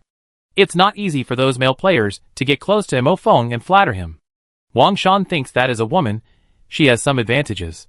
Wang Shan specially bought a beautiful beach dress, a suspender style, white, with a yellow flower on her head, without makeup, and her expression is pitiful enough. She was about to go find Mo Feng, but was stopped by the little boy. Xiaoan pulled her to a corner. "Don't go over there. Don't get close to Mo Feng," and the guy called Su Qianyang. Xiaoan said very seriously and fearfully. Wang Shan didn't understand. "Why? It's obvious that following them will give you a better chance of survival. Why don't you get close to them?" Xiaoan was a little anxious, hesitated for a long time, looked around and saw that there was no one around, and finally gritted his teeth and said it. "My uncle is from the S Guild. I followed him, and read a lot of dungeon information. Coincidentally, I have seen this dungeon before." Wang Shan's eyes widened instantly. Her eyes were full of excitement. She grabbed Xiaoan's hand. "You know this dungeon. You know the conditions for passing the level. Why are you telling me now? Tell me quickly." "In this dungeon, players must not wear Buddha amulets, which are made of human life and flesh. Once you wear a Buddha amulet, you will become a puppet of evil spirits, which means you can never leave the dungeon. They have become the minions of the terrifying NPCs, helping the NPCs to harm people, so you can't get close to them, or you will become their tribute to the Buddha amulets." Wang Shan's face turned pale instantly. "Xiaoan, they are no longer players, but NPCs' subordinates. They will harm us, stay away from them." "Then how do we get out of the dungeon?" "Xiaoan, don't wear the amulet, stay safe and follow the tour group. When the tour group ends, take the plane back to China, and you can get out of the dungeon." Wang Shan was completely relieved when she heard this, and suddenly felt very fortunate that she didn't wear the amulet. Xiaoan patted her sweaty hands, and said in a childish voice, "Sister, don't be afraid, we will definitely get out alive." "Yeah, I believe it too. Other players haven't come back yet. Only Su Qianyang and Mo Feng were in the car, and they came back early. The two sat in the first row, and their long legs could barely stretch straight.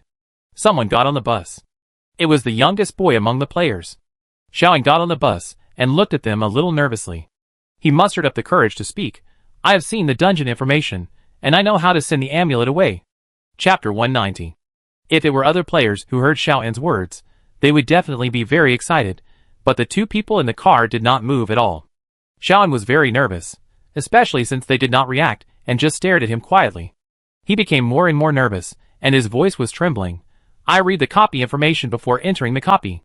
You are wearing the Buddha amulet, and it is very dangerous now. 1 foot has stepped into the gate of hell. I did not lie to you.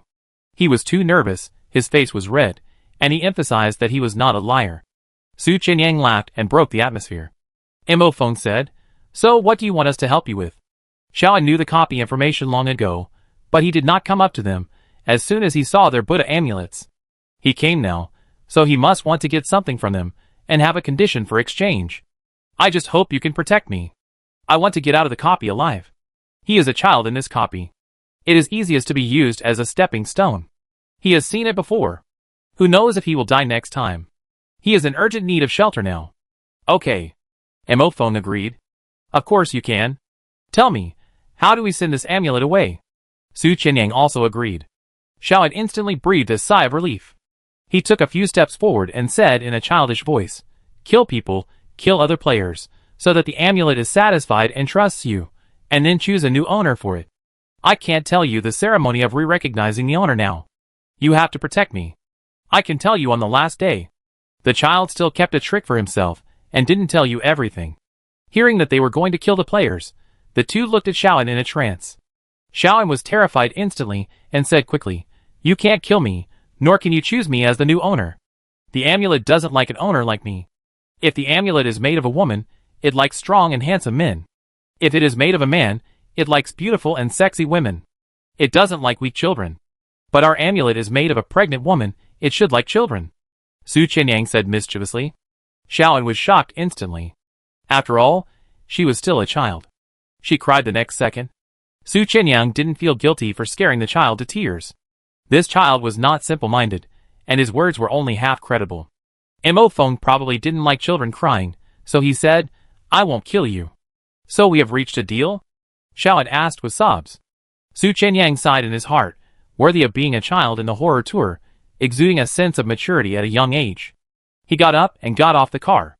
As soon as he got off, he saw Lula playing with a black cat on the lawn. Su Qianyang walked over and asked, "Why don't you talk to the tour guide about love, but play with wild cats here alone?" The little black cat looked at him unhappily, and spoke in a hoarse and unpleasant voice, "You are looking for death." Su Qianyang's expression froze instantly. This cat is really not simple. He squatted down. "Boss, it's so scary, I'm scared." Wu Lele touched the slippery cat fur, comforted the kitten, and ignored him completely. Su Qianyang reached out to touch the little black cat, but Wula didn't stop him. He was honest after his hand was broken. Sure enough, the little black cat showed its sharp claws and grabbed over. Su Qianyang didn't hide. At the moment when the claws fell, a thick black and red ancient book appeared in his palm. The cover had many golden lines, which looked very mysterious. The cat's claws scratched the cover of the book. Su Qianyang was shocked, and he quickly pulled it away, stood up and stepped back. Wula looked at the incident and immediately recognized what the book was. It was Confession. Confession is a god-level item, which can be used 3 times in a single copy. Players or NPCs can trigger it by touching the Confession book, and the book will show the players or NPCs recognition and reflection of wrong behavior. The little black cat showed its claws and stared at him dangerously. The cover was damaged, which was the first time this happened. This was a god-level item. Su Qianyang couldn't care too much and quickly opened the Confession book to check. "Damn human, I'm going to kill you." The little black cat went crazy. But Wula didn't expect that Wula would suddenly kick the flying little black cat away, and then dodge and snatch the Confession book from Su Qianyang's hand. Su Qianyang was stunned. "Lulu." Wula stepped back with the book in his arms, a little excited. "Stupid, you did a good job. In fact, I'm also curious about what Xiaohei is." She lowered her head and opened it to check. Chapter 191. Su Qianyang knew that he almost died just now. The black cat was murderous, and really wanted to kill him. Wu Li's sudden action caught not only Su Qianyang by surprise, but also the little black cat. The little black cat was kicked into the bushes. Now it was the best opportunity to kill Su Qianyang, but it had no intention of caring about it. At this moment, the black cat's fluffy face was full of panic. It shouted in a hoarse voice, "Wu Li, you are not allowed to look." The more it said so, the more interested Wu Li became. The little black cat pounced on it, and Wu Lu dodged quickly. Two black shadows, one big and one small, flashed very fast, and Su Qinyang could not see them clearly with his naked eyes. But Su Qinyang's focus now is that the confession book will not only have the information of the little black cat, but also Wu Li's. Because she touched the book, the confession book can only be used 3 times in a single copy, and it has been used twice now. Although he has always wanted to use the confession book to test Wu Lu, he does not have the courage. Now it is purely accidental. Su Qinyang was afraid that Wu Lu would see her message and suddenly get angry and tear up the confession, so he hurriedly chased after her. "Boss, give me back the props." Wu Lu was the type that the more people chased her and called her, the more excited she became and the faster she ran. But she didn't run far. She was just playing with a cat and a person on the lawn. Su Qinyang was afraid that others would look over, but he found that there seemed to be a barrier in the sky around him. It was brighter outside, but the lawn was darker. Even someone passed by them, and didn't notice anything unusual about the lawn. Su Qinyang understood that this place had been blocked by Wu Lu alone, and others couldn't see or hear it clearly. Su Qinyang shouted even more without caring, "Boss, give me back the confession book, don't tear it up. I still rely on it to pass the dungeon." The confession book is really useful. He used it to test NPCs in previous dungeons. In this dungeon, Su Qinyang thought about using the confession book to test Demon and Wu Lu, but because the two were too aggressive, Su Qinyang didn't dare to act. Wu Lu ran around up and down, teasing them for a while. Finally, she suddenly stopped and even rushed back. Xiao Hei's tail instantly stood up, turned around and jumped, but still couldn't escape. Wu Lu stepped on Xiao Hei's neck and stepped it into the grass. Half of his face was covered with grass and mud. "Meow! Let go! Let me go, you stepped on me, you stepped on the kitten!" It was furious. Its cry was really unpleasant. Su Qinyang wanted to cover his ears when he heard it. Although he knew that others couldn't hear it, he couldn't help but look in the direction of the bus. At this glance, many players have returned to the bus. Su Qinyang quickly checked his watch. It was time to gather. He should rush back to the bus now, not waste time here. But his props were still in Wu Li's hands. "Lulu." Wu Lu held the confession in one hand and pointed at Su Qinyang, who was approaching with one hand. "Don't move." Su Qinyang stopped where he was. Wu Lu smiled expectantly. "Let me see, a god-level prop, this used to be Tada's stuff. I've only seen it a few times." After several copies, seeing the stuff of a former colleague, this feeling is really subtle. No, this thing belongs to Su Qinyang now. Tada gave it to Su Qinyang. Wu Lu saw herself as soon as she opened it. Wu Lu, evil ghosts, evil gods, innocent girls were killed and made into Buddha amulets. She was full of resentment, and had gone through several generations of masters. She had brought countless glory and wealth to her masters, but every master died strangely, and her death was tragic. She would not let go of anyone who asked for a Buddha amulet. They killed me, made a Buddha amulet with my flesh and blood, and hoped that I would bless the buyer. It's ridiculous. I can give you whatever you want, my master. My believers, my slaves, my nourishment. All the above are her dark thoughts, and there is even an explanation of how she killed people wearing Buddha amulets. It's all cognition, without any repentance or reflection. A whole page is her crazy idea of killing, mocking humans. And hatred for monks. There will be killing only when there is buying and selling. People who ask for amulets are the source of evil, and those evil monks are even more so. Wu Lei calmly read it, and raised her eyebrows. It's my ID card. Except for the ID card information, there is no other information. She touched the confession book on purpose. The confession book became a god-level prop in the hands of humans. She thought it would be different. It would be very powerful. It could detect that she already had self-awareness, and even detect her true thoughts, and even what kind of person she was. Wu Lei knew that she was a little different from other weirdos.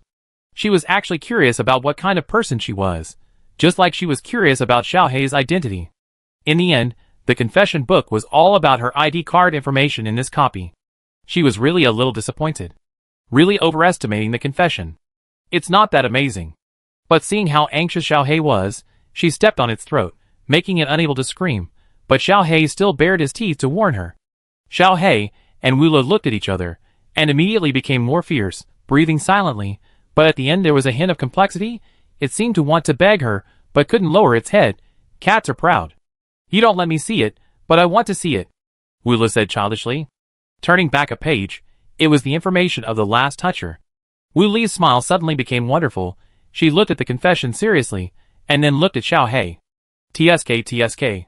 Ghost Cat Dungeon Supervisor, Observer, responsible for supervising the progress of the dungeon, observing the changes in the dungeon, and the messenger who always circulates in the dungeon. So boring. Human ants, disgusting creatures. Why? Why do you do this? You all left and abandoned the kitten. The kitten is very lonely. I shouldn't have bared my teeth, shouldn't have panted, sorry. This game is not fun at all.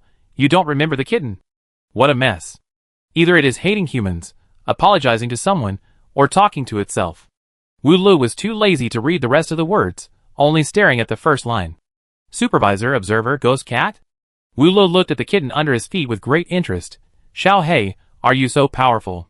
Hearing what she said, Xiao Hei's fur stood up. It couldn't get away from her feet, so it turned its head to the soil and buried its face in it. Is it standing up, shy? Or is it angry that its identity has been discovered? You sound so powerful. How come you are being stepped on by me, Lord Supervisor? Wu Lu joked, with a dim look in his eyes. I am just a small NPC in the dungeon, and I am your supervisor. All of us are your observation objects. You should be stronger than us. Why are you being stepped on by me? She became more and more powerful, and Xiao Hei was deformed by being stepped on. Su Qianyang didn't dare to speak. He could feel the dangerous aura on Wu Lu. At the same time, he also heard the identity of this little black cat. Supervisor, Observer. The dungeon game turns out to be supervised and observed by someone, and he is actually a black cat. Then who made the sound, dungeon plot, and dungeon prompts that the players heard when they entered the dungeon? It was the black cat. It was the man behind the scenes. Supervision, observation. Why does it sound like there is someone with a higher status behind the scenes? For example, the operator? The leader? Ding! Suddenly, the tourist bus honked the horn, which is what Demon does every time before departure. Su Qianyang turned around and saw the door of the bus closing. There were many players on the bus. At the beginning of the dungeon, the whole bus was full. Now, half of the people on the bus were gone. Demon closed the door, started the car, glanced at the empty co-pilot, and then looked at the lawn outside the window. He could see it. She was busy. And Demon was going to follow the plot, and now it was time to leave for the next attraction. The car started and drove away. Mo Feng looked at the empty seat next to him with a serious face. He saw Su Qianyang get off the bus and walk towards the NPC who was playing with the cat on the lawn. Su Qianyang was talking to that Lele, but the next second, he disappeared and the lawn was empty. Until all the players returned to the bus and Demon said they were leaving, Su Qianyang did not come back. Mo Feng now accepted that Su Qianyang was dead. He thought he could survive to the end, at least to the last day. Unexpectedly, the accident came so quickly. Mo Feng was not sad, but only sighed and puzzled. How did Su Qianyang die? Did that Lele kill him? Su Qianyang was also anxious when he saw the bus leaving. Lele, the tour bus is gone. What should we do? Give me the confession. Let's chase it quickly, otherwise we can't catch up with the main group. He was anxious, but he still spoke in a tone that we are friends, and we can't fall behind. Wu Lu closed the confession, and smiled with her head tilted. Su Qianyang was frightened by her smile. What's wrong? If you don't come back on time, Demon can kill you. Wu Lu threw the confession out. Su Qianyang caught it immediately, and when he looked up, he saw Wu Lu picked up the half-dead cat on the ground and disappeared. He was left alone. After playing all day, they were still on their way to the next hotel at night. The players in the car didn't dare to sleep because no one had died today. I don't know who will be the lucky one. Demon drove very smoothly tonight, without taking the S-line, without sudden brakes, and even without deliberately hitting the car on the road. He drove very smoothly, abnormally, but drove very fast, racing the whole way. From the speed of the car, you can feel Demon's anxiety. He seems to be in a hurry to get to the next hotel. Boss, why do I feel that something is wrong with the tour guide? Someone quietly sat down next to Mo Feng. Mo Feng did not respond. Boss, why didn't your roommate get on the bus? I remember seeing him at the floating market. He was fine at that time. Mo Feng, I don't know. Hey, he is a little smart, but he is a young man and has no experience. If it weren't for you, he would have died on the first day. The man flattered Mo Feng. Mo Feng was impatient and said coldly, the tour guide got off the seat casually while driving. Do you think the tour guide likes tourists like you? The other party choked instantly and looked at Demon, who was racing with some fear. The other party went back silently in fear. Xiaoan looked absent-mindedly at the scenery outside the window that was quickly receding. Wang Shan called him several times, but he didn't hear it. Finally, he couldn't help shaking the child's shoulder. Xiaoan, what's wrong with you? What are you thinking about so seriously? Nothing, just scared. Xiaoan hugged Wang Shan's arm and said. Wang Shan comforted him. Don't be afraid, you know the dungeon information, but the others don't know it at all. We already have an advantage. Yeah. Did you see that guy just now? He went to curry favor with Mo Feng. He definitely didn't know that Mo Feng would kill players while wearing a Buddha amulet. The two of them spoke in a low voice. They sat in the last row of the car. The others sat forward, a distance away from them, so they couldn't hear them talking. The shabby bus always made a lot of noise when driving, which further covered up their conversation. After an hour of racing, they arrived at the new hotel. Demon didn't even check in the tourists. He took a room card and went upstairs, leaving a message saying the meeting time was tomorrow. He was so anxious, as if someone was waiting for him in the room. The players had to check in by themselves. There were only 10 players, so the check-in was very fast. But some people couldn't help but complain. A tour guide like this would definitely be complained 100 times in real life. He wouldn't even be able to find a job with this attitude. I think Demon's face is impossible to be a tour guide in real life, and it's more likely to be a gigolo. Mo Feng turned his head and looked at the male player. The male player thought he was very humorous and was still laughing, but when Mo Feng looked at him seriously, he put away his smile. Boss Missouri, why are you looking at me? Did I say something wrong? It's not taboo, but trouble comes from the mouth. Mo Feng was too lazy to stay with these idiots, so he went upstairs. His bony hand held the black rune card to open the door. Ding! He pushed the door open. The room was empty. Demon was a little confused. He went to the bathroom with a heavy look in his eyes. He stared at the mirror for a while, and gradually disappointment flashed in his eyes. You are so biased. I am also a believer. He is the most devout believer. Those humans approached her with dirty intentions, and they were not devout believers at all. But she always loved to find them. Demon walked into the shower area dejectedly, took off his colorful shirt, revealing his white thin skin, and turned on the shower with his pants on. His black hair was instantly wet. Demon closed his eyes, and the water flow spread all over his body. His pants were wet and stuck to his body. The concave and convex curves were large, and the lines were clear. The bathroom was steaming hot, and the glass door became hazy. A figure with black hair and a white dress flashed in the haze.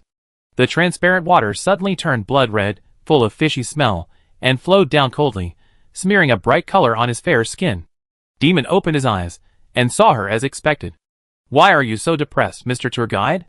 Are you sad because of me? The shower sprayed blood, and Demon and Wulu were all stained red. Chapter 192. Demon and Wulu were all blood red, staring at each other. The showerhead kept spraying bright red liquid, but there was no fishy smell, but a sweet fragrance. Demon lowered her head and showed an unruly smile. So you also care if I am sad? She only had those humans in her eyes, and didn't look at him at all. Demon reached out and touched the hair in front of her forehead, revealing her forehead, with bright red liquid on her face, which matched her fair skin and stimulated Wu Li's vision. Wu Lu was depressed. Why was Demon so stingy? He was so easy to get angry. To manage the relationship with colleagues, Wu Lu was in a good mood now, and she was willing to coax Demon. Demon, I know you are my most loyal believer, you love me the most, and you will protect me. Wu Lu said nicely. Demon was soaked, his black shorts were tightly attached to his body, his entire abdomen and chest were bloody, and the liquid flowed down, outlining the texture of his muscles. He bent down slightly, almost completely covering Wu Lu, with a huge size difference. Demon usually likes to stand crookedly, and this frontal bending, the momentum that comes to her nose is very overwhelming. He is holding an ID card, which is not worth mentioning in front of her. This temperament does not match his ID card at all. Wu Lu didn't understand why, but looking at this face, she felt it was natural. The ID card of the tour guide is not intimidating, but his face is intimidating her. Demon bent down and lowered his head with an intimidating momentum, but his eyes were full of possessiveness, and he said slowly, I will kill those humans. Oh! Wu Lu replied calmly. Demon raised his eyebrows slightly and whispered with thin lips, I thought you would say of course, or, they are your prey, I can't kill them. Wu Lu frowned slightly, looked up in confusion and said, Do you need my approval to kill humans? Those humans should be hunted by us, they are also your prey, and most importantly, What does it have to do with me whether you are stupid or not? Her attitude towards demons' killing of humans is just one word. Oh! She saw her talking and laughing with humans with her own eyes. The joy in her eyes, and the smile at the corners of her mouth were so real. And at this moment, the indifference was also real. If someone else came, they would definitely feel that they couldn't see through Lulu. But Demon just felt excited, he liked her like this. Demon reached out and gently took Wuli's hand, and kissed the back of her hand covered with blood. Lulu. Wulu deliberately lowered the back of her hand. Demon's eyes paused for a second. His mouth curled up and his body bent down further. The back of Wuli's hand was parallel to her chest, and Demon also bent his waist to the lowest, kissing the back of her hand. The tall tour guide was now shorter than her, and Wulu was happy. But the next moment, there was a stinging pain on the back of her hand, and he bit her. Demon bit her flesh, grinding it with his teeth, and looked up at her with a hint of provocation or seduction. From this angle, his eyelashes were so long. Wulu had no choice but to say, "Let go." Wash together. Demon didn't let go, and his words were a little vague. She didn't answer, but the next second the blood turned into clear hot water, and the cold bathroom suddenly became foggy, becoming thicker and thicker, covering the glass, and only two figures could be seen faintly inside, and he reached out to take off her skirt. Mo Feng thought Su Qianyang was dead. Because he didn't get back to the car, didn't go back to the hotel with them, and didn't come back at night, he was basically sentenced to death. But in the early morning, someone suddenly knocked on the door. Mo Feng opened the door and saw Su Qianyang, who was in a mess. He was covered in wounds, and one of his arms was hanging down, which should be broken. Mo Feng frowned. What happened? Su Qianyang panted, shook his head silently, and went into the room. He immediately went to the bathroom to treat the wound. Mo Feng was not in a hurry, and waited for him to come out and talk. Su Qianyang took care of himself, and changed his clothes. Finally, he didn't look so embarrassed. Su Qianyang, I didn't get on the bus in time, and was left behind. Mo Feng, how did you get back? Su Qianyang touched his wet hair, forced out a pretentious smile, and said something miserable. I spent all my points, exchanged countless teleportation props, and with a pair of legs, I only ran a marathon. It was past 4 in the morning, and he came back before the next day's gathering. Teleportation props can reduce the distance, but they can also teleport to the wrong place. Only a few teleportation props don't work, but if you use all the teleportation props, plus a leg, and a good sense of direction, there is indeed a possibility of returning. Mo Feng admired Su Qianyang a little. Should I say you are lucky or capable? Su Qianyang collapsed on the bed. Each half, if it were you, you would definitely teleport farther and farther. Ha ha ha, after all, you are a loser. Why are you still pulling and stepping on him? Mo Feng was speechless and ignored him. The room was quiet. Su Qianyang's eyelids could no longer hold up, and he started snoring the next second. He was too tired. He didn't usually snore. He was almost exhausted to death at night. When the teleportation place was getting farther and farther away, he was desperate. He really thought he would die. Fortunately, he didn't die. It felt like he had only slept for 5 minutes, when he was kicked awake by Mo Feng. Get up, we have to go downstairs together. Mo Feng said, and opened the door, and went out. This brother has always been this cold and indifferent, but today Su Qianyang felt that he was particularly cold and indifferent. Still holding a grudge. The door was not closed yet. Su Qianyang staggered to the bathroom, and splashed his face with cold water to wake up. When he looked up, he saw a rotten face in the mirror, with eyeballs hanging on the face, half of the face rotten with a hole, bloody and blurred. Su Qianyang's pupil shrank instantly, but he didn't scream or retreat. Boss. His heart was pounding, and he forced a smile at the mirror. The mirror suddenly shattered. A gray hand stretched out from it, and a black head came out. Su Qianyang even reached out to hold the person's hand, and helped him out. You are getting bolder and bolder. Wulu looked up, revealing a gray and delicate face. Su Qianyang, the boss has trained me well. How can you be so sure it's me? What if it's someone else? With your amulet, will any other female ghost dare to come to me? Yeah, quite smart. You'd better call me a fool. I'm not used to hearing you praise me. The two of them had a calm conversation, and seemed to have completely forgotten that she almost killed him last night. Su Qianyang looked at the time, and saw that it was running out.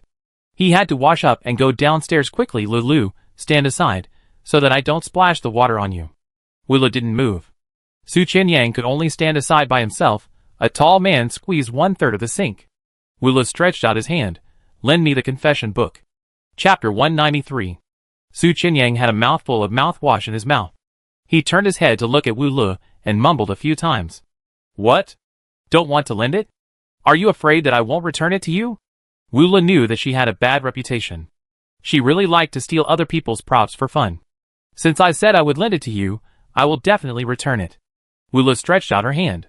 He spit out the water in his mouth, and a confession appeared out of thin air in his hand. Are you going to test Demon? Su Qinyang handed it over and asked.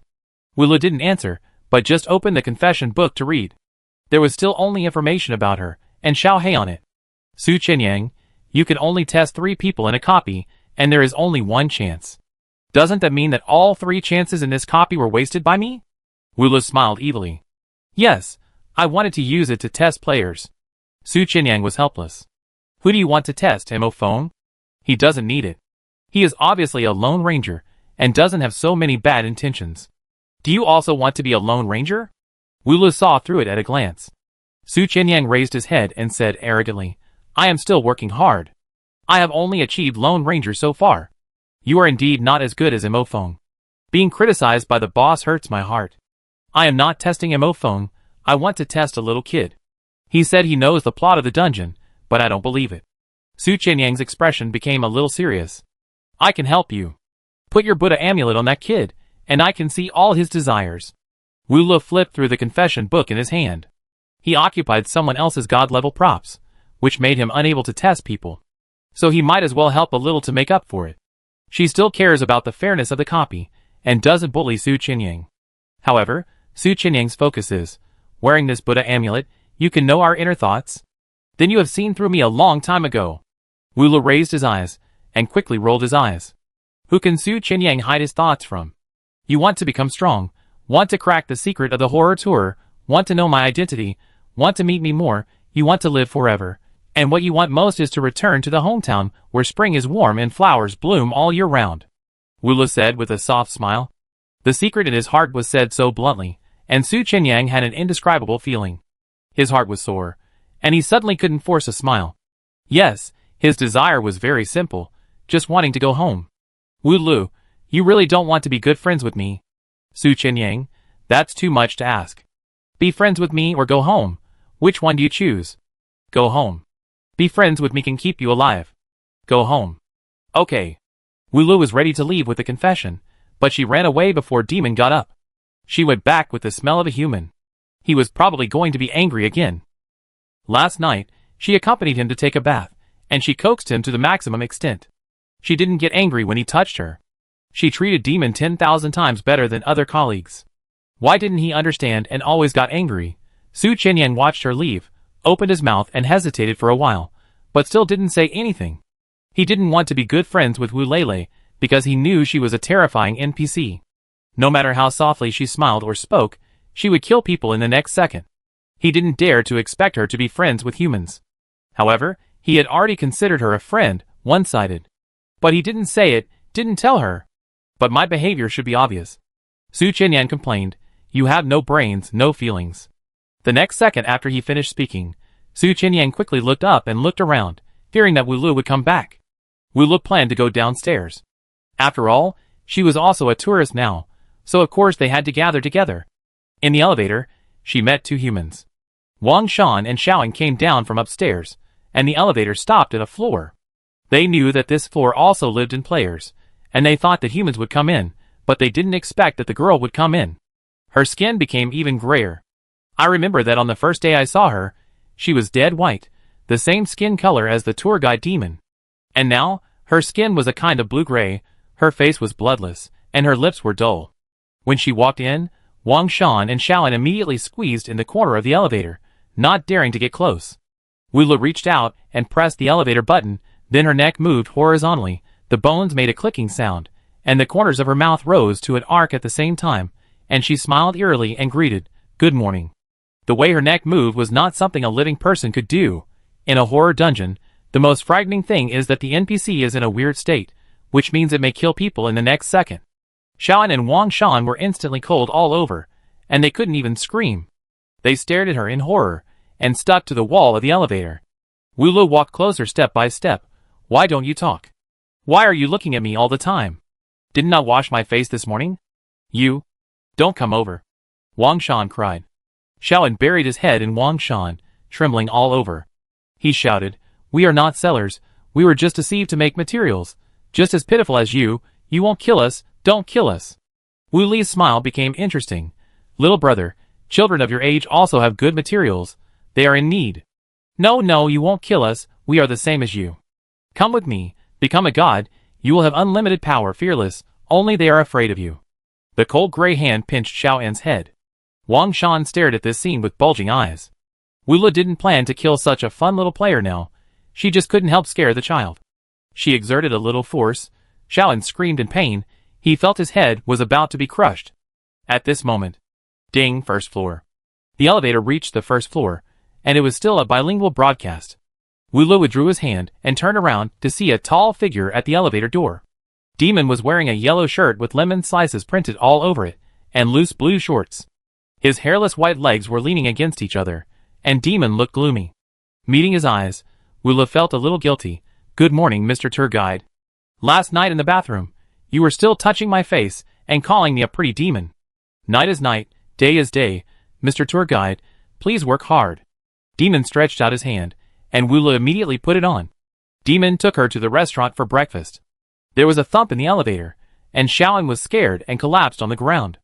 Wang Shan was still in shock, and tremblingly pulled Xiaoan out. The two found a corner, and there was a huge banana potted plant in the hotel lobby. The two hid under the banana tree. "What did you just say to her, Xiaoan? Is there anything else you haven't told me?" Wang Shan wanted to get to the bottom of it. After all, the more information you know, the greater the chance of survival. Xiaoan thought about it and said it. This tour group is not a simple tour group. Half of the people are in debt or in poor health, and they go abroad to ask for cards to change their luck, make a lot of money, and get better. Xiaoan pointed at himself and the other party. And half of the people are like us, who were deceived to go abroad. We were selected as materials for cards from the beginning. We will disappear during the tour, so we are more likely to die. Cards, the most favored materials are children, women, and pregnant women. This vulnerable group, the oppressed group, has a heavier energy. Wang Shan's face turned pale. So we were dragged into the hut. If it weren't for that MO phone, we would have died the next day. Xiaoan, yes, before the real Buddha amulet appeared in the copy, we could easily die, but now there are players carrying Buddha amulets. We can fish in troubled waters. That woman. Wang Shan looked towards the restaurant. She died a long time ago. She has been made into a Buddha amulet. She will kill those who want to ask for Buddha amulets, and players with Buddha amulets will not survive. We have a great advantage. Xiaoan took Wang Shan's hand. Sister Shanshan, don't be afraid. There are only 2 days left. It will be soon. We will definitely survive. It seems to comfort Wang Shan, but in fact it is also comforting himself. Mo Feng has a black sticker on the oracle behind his left ear, and the sticker keeps coming out of the conversation. It is a conversation between Xiaoan and Wang Shan. Player Mo Feng uses the prop eavesdropping device. Chapter 194. Mo Feng wore a bug prop, and a small piece of paper was stuck behind his ear, which was not noticeable because it was covered by the oracle.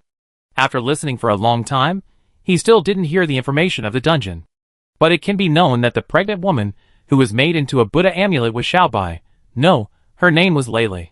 Suddenly, there was a chill on his ear, like an ice cube stuck to him, and Mo Feng trembled all over. Caught a figure beside him, Mo Feng quickly stepped back, and then looked at her vigilantly. Wu Li stared at the small piece of paper in his hand, and asked curiously, "Is this thing fun?" Mo Feng touched his ear, and the prop was torn. Wu Li studied the small piece of paper, and then tried to stick it on his ear, and immediately heard the voices of 2 people talking under the banana tree in the distance, which was very clear, as if someone was lying on his ear and talking. Wu Li had seen this kind of thing before. She had also seen bugs in the modern society dungeon. But it was not as good as this one, and it was too clear to hear. It was another prop from a player, and Wu Li took it for himself. She also scolded him. It's rude to eavesdrop on other people's conversations. Mo Feng was speechless, but it was a rare opportunity, so he tried to get close to her.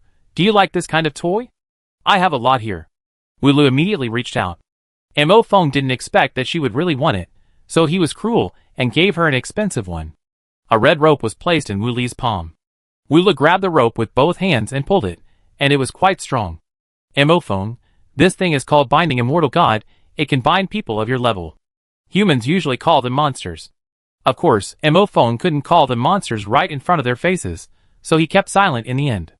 Wu Lu, can it tie up a weirdo of my level? Yes. It turns out that they call themselves weirdos, which is quite appropriate.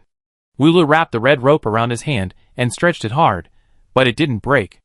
Mo Feng explained, for a level like you, the service life is only half an hour. For players, if no one unties it, it will never be untied again. Thank you. Wu Lu accepted it. Demon was still waiting for her in the restaurant, so she turned around and left. As a result, just after taking 2 steps, Mo Feng caught up and blocked her way. Wu Lu was puzzled. Goddess? What do you want me, a believer, to do for you? I will be your most loyal believer. People like Mo Feng are really not suitable to say such words. He seems to be approaching her in a false manner, and then he can draw his knife to kill her at any time. Mo Feng said again, I will be your most loyal believer. Wu Lu then looked Mo Feng up and down, and suddenly laughed out loud. Her laughter attracted the attention of many people, and players and NPCs all looked over here. Mo Feng looked solemn, in a dilemma. Wu Lu laughed until tears came out, looked up and asked, Did you miss a word? Mo Feng, what? Please, let me out of the dungeon. Wu Lu imitated his cold expression, but the words she said were mean. She was making fun of him. Mo Feng immediately thought of Su Qinyang's expression when he mocked him for being a hapless guy last night. The micro-expressions were very similar, and he always felt that one imitated the other. When Su Qinyang came down, he saw Mo Feng being bullied by Wu Lu. Su Qinyang whistled and went to the restaurant with his hands in his pockets, not planning to join in the fun. Don't go over there at this time, maybe he will be bullied too. Su Qinyang went to the tour guide to sign in, ticked a box in the booklet, and then went into the restaurant to eat. As a result, he turned around and met Demon, who was holding a glass of juice, red tomato juice. Seeing Demon, Su Qinyang was a little scared. After all, he didn't come back yesterday, and Demon could kill him. And Demon didn't like him anyway. Su Qinyang didn't say hello, turned around and ran away. It didn't matter if he didn't eat this free breakfast. As a result, he didn't run far before he bumped into a waiter NPC, who deliberately bumped into him. The other party was holding a knife and fork in his hand. It was completely murder. Su Qinyang was knocked to the ground, and he rolled under the table without hesitation, kicked the stool out, and blocked the NPC. There was a loud bang, someone screamed in fear, and the restaurant became chaotic in an instant. Su Qinyang was about to stand up, and suddenly saw a pot of hot soup on the table fall. He didn't believe it was such a coincidence. Someone wants to harm him. He doesn't have any points to redeem items now, so he has to rely on his luck. A pot of hot soup was spilled. Su Qinyang hugged his head and rolled over, but his legs were still poured on, the hot steam was still smoking, he groaned in pain, his right calf was all red, and he felt that his flesh was about to be lost. Su Qinyang didn't dare to hesitate for a moment, limped up, and hurried out of the restaurant. Run to Mo Feng and Wu Lu. The people who were watching Mo Feng and Wu Lu were now completely attracted by the movement in the restaurant. Su Qinyang ran out in a panic shouting, Someone wants to kill me, help! His legs were numb and painful, and he tried to run to the lobby. Wu Lu looked up and saw Su Qinyang's appearance, which was really miserable. A few dozen meters away, through the crowd, she saw Demon holding tomato juice and smiling. The moment Wu Lu looked over, Demon looked at her, and he opened his mouth and said silently, It's quite fun. He seemed to understand Wu Li's fun of playing games. Playing with humans. If he really wanted to kill Su Qinyang immediately, he would have no chance to run out of the restaurant. This was just a bad trick on a defenseless little mouse. If the little mouse was too useless, it would die. If it didn't die, then just peel off a layer of skin and torture it slowly next time. His skin fell together. Someone saw Su Qinyang's wound clearly, and took a breath. Su Qinyang's legs were numb, his adrenaline was surging, and he could no longer feel the pain.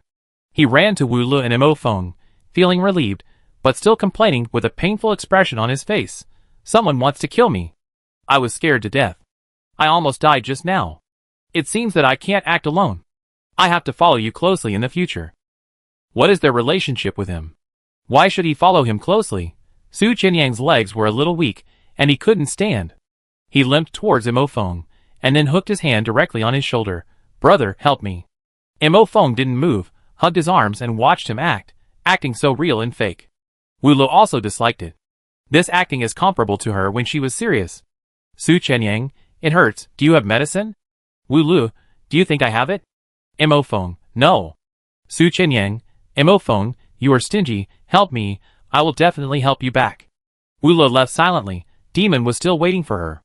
As soon as Wula left, Su Qianyang immediately leaned against Emophone and whispered, what she wants is not for us to be loyal believers, but revenge. Emophong's heart sank. That monk. Su Qianyang nodded. In fact, they should have thought of this answer from the beginning. But they have been struggling with the consequences of wearing amulets, why other players don't have amulets, and various speculations. The most straightforward answer is at the beginning. Su Qianyang, revenge for her, find the rest of her body, and bury her properly. But we have the recognition pattern written on our backs. Can we really get rid of her? Hasn't the Shaoan seen the copy information? The two looked at the little boy in the distance. Chapter 195. As soon as Wula sat down, Demon raised his hands and said innocently, I didn't kill him. I saw it. Wula took a sip of the juice. It's a bit sour. That's because I squeezed lemonade into it. Demon raised his hand to signal the waiter to send 2 sugar powders over, and then seasoned it in front of Wula. Drink it. It's sweet now. Wula didn't drink it. She asked in confusion. You were in a good mood when you came out of the bathroom last night. Why are you unhappy now? Demon gestured to the distant. The rat sitting in the lobby. It's natural for the tour guide to be in a bad mood when seeing these careless tourists. Quibbling. I really want to get through these 2 days quickly, so that I can be alone with you. I don't belong to you. But I can belong to you. Demon stretched out his hand. I feel like something is missing from my skin. Wula asked knowingly. What? Demon, your name. The lines written on the backs of Su Qianyang and Emophone are Wuli's names, an ancient text. Wula didn't say anything. She had coaxed Demon last night, and didn't want to coax him today. Today was just an ordinary colleague relationship. I checked and found that we will return to the town where we stayed on the first day on the last day, and we will travel freely on that day. Emophone held his phone and flipped through it all night, and finally found the route of their tour group in an online post. At the same time, he also found many messages in that online post. Emophone, there is obviously nothing wrong with this tour route, but there are always tourists who go missing, and those who come back make a fortune. I heard that the richest man in a certain province signed up for this tour. Emophone generously told Su Qianyang all the information he had heard from Shaoan and Wang Shan today. Su Qianyang, half of the people in this group came voluntarily for the amulets, and the other half were deceived to be the material for the amulets. Emophone, we are buyers, and it is right to bring the amulets. We just need to send it away to make a copy. Su Qianyang, and Shaoan and the others are the material. As long as they survive, they can make a copy. Emophone, the monk is still in the temple, but we have the amulets, so it will probably be difficult to find him. Then we need bait. Emophone, that Lele is a Buddha amulet, and what does Demon do? Su Qianyang, a pure tour guide. Emophone was a little skeptical. But think about it, if Demon had another identity, he would definitely kill a lot. He seems to be very restricted. Demon has not killed as many people as Lele. I don't believe it either. A person with such a face and such temperament is just a tour guide NPC. NPC shouldn't make such a cool face. It gives people an illusion. Su Qianyang complained. Are you jealous of his good looks? Suddenly a female voice sounded from behind them. The lights in the room became dim, and the 2 people sitting on the edge of the bed felt a chill on their backs. Emophone ejected and retreated, and Su Qianyang turned back calmly. You have some professional ethics. You shouldn't eavesdrop at this time. Su Qianyang felt that Wulu was getting more and more impolite. How could an NPC appear at this time? And appear in a normal appearance? Shouldn't she wait until they fell asleep, and then crawl and covered in blood and kill them in the dark? Just appeared out of nowhere in their room, wearing a nightgown, with long black hair, sitting on a chair in the corner and looking at them with a smile. Emophone listened to the familiar conversation between Su Qianyang and her. Although he had doubts in his heart, he inexplicably felt a sense of security. Emophone tried to blend into this atmosphere. The cool and handsome guy with the short hair said dryly, Good evening. Su Qianyang looked back at Emophone in shock. What are you doing?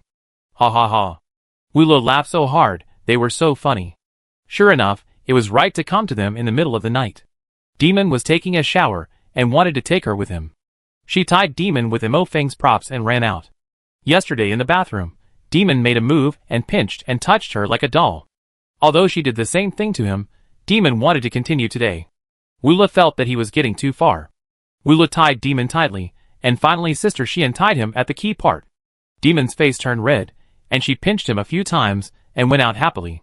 She had no other place to go, and as soon as she went out, she thought of coming to Su Qinyang. The tour group will end in 2 days. Su Qinyang will either die or go out. I don't know when I will see him next time. Wula didn't know what her emotion was called. She only knew that she was still not satisfied with teasing Su Qinyang. Don't laugh. Why are you looking for us in the middle of the night to kill us? Su Qinyang asked, and then said, then your image is not right. Wula smiled and lifted her hair. No matter how scary it is, it can't scare you. Why should I bother? Su Qinyang knew from her tone that she was in a good mood and should be fine. Su Qinyang pulled Mo Feng over and said, Lulu, are you satisfied with the bamboo rice we offered today?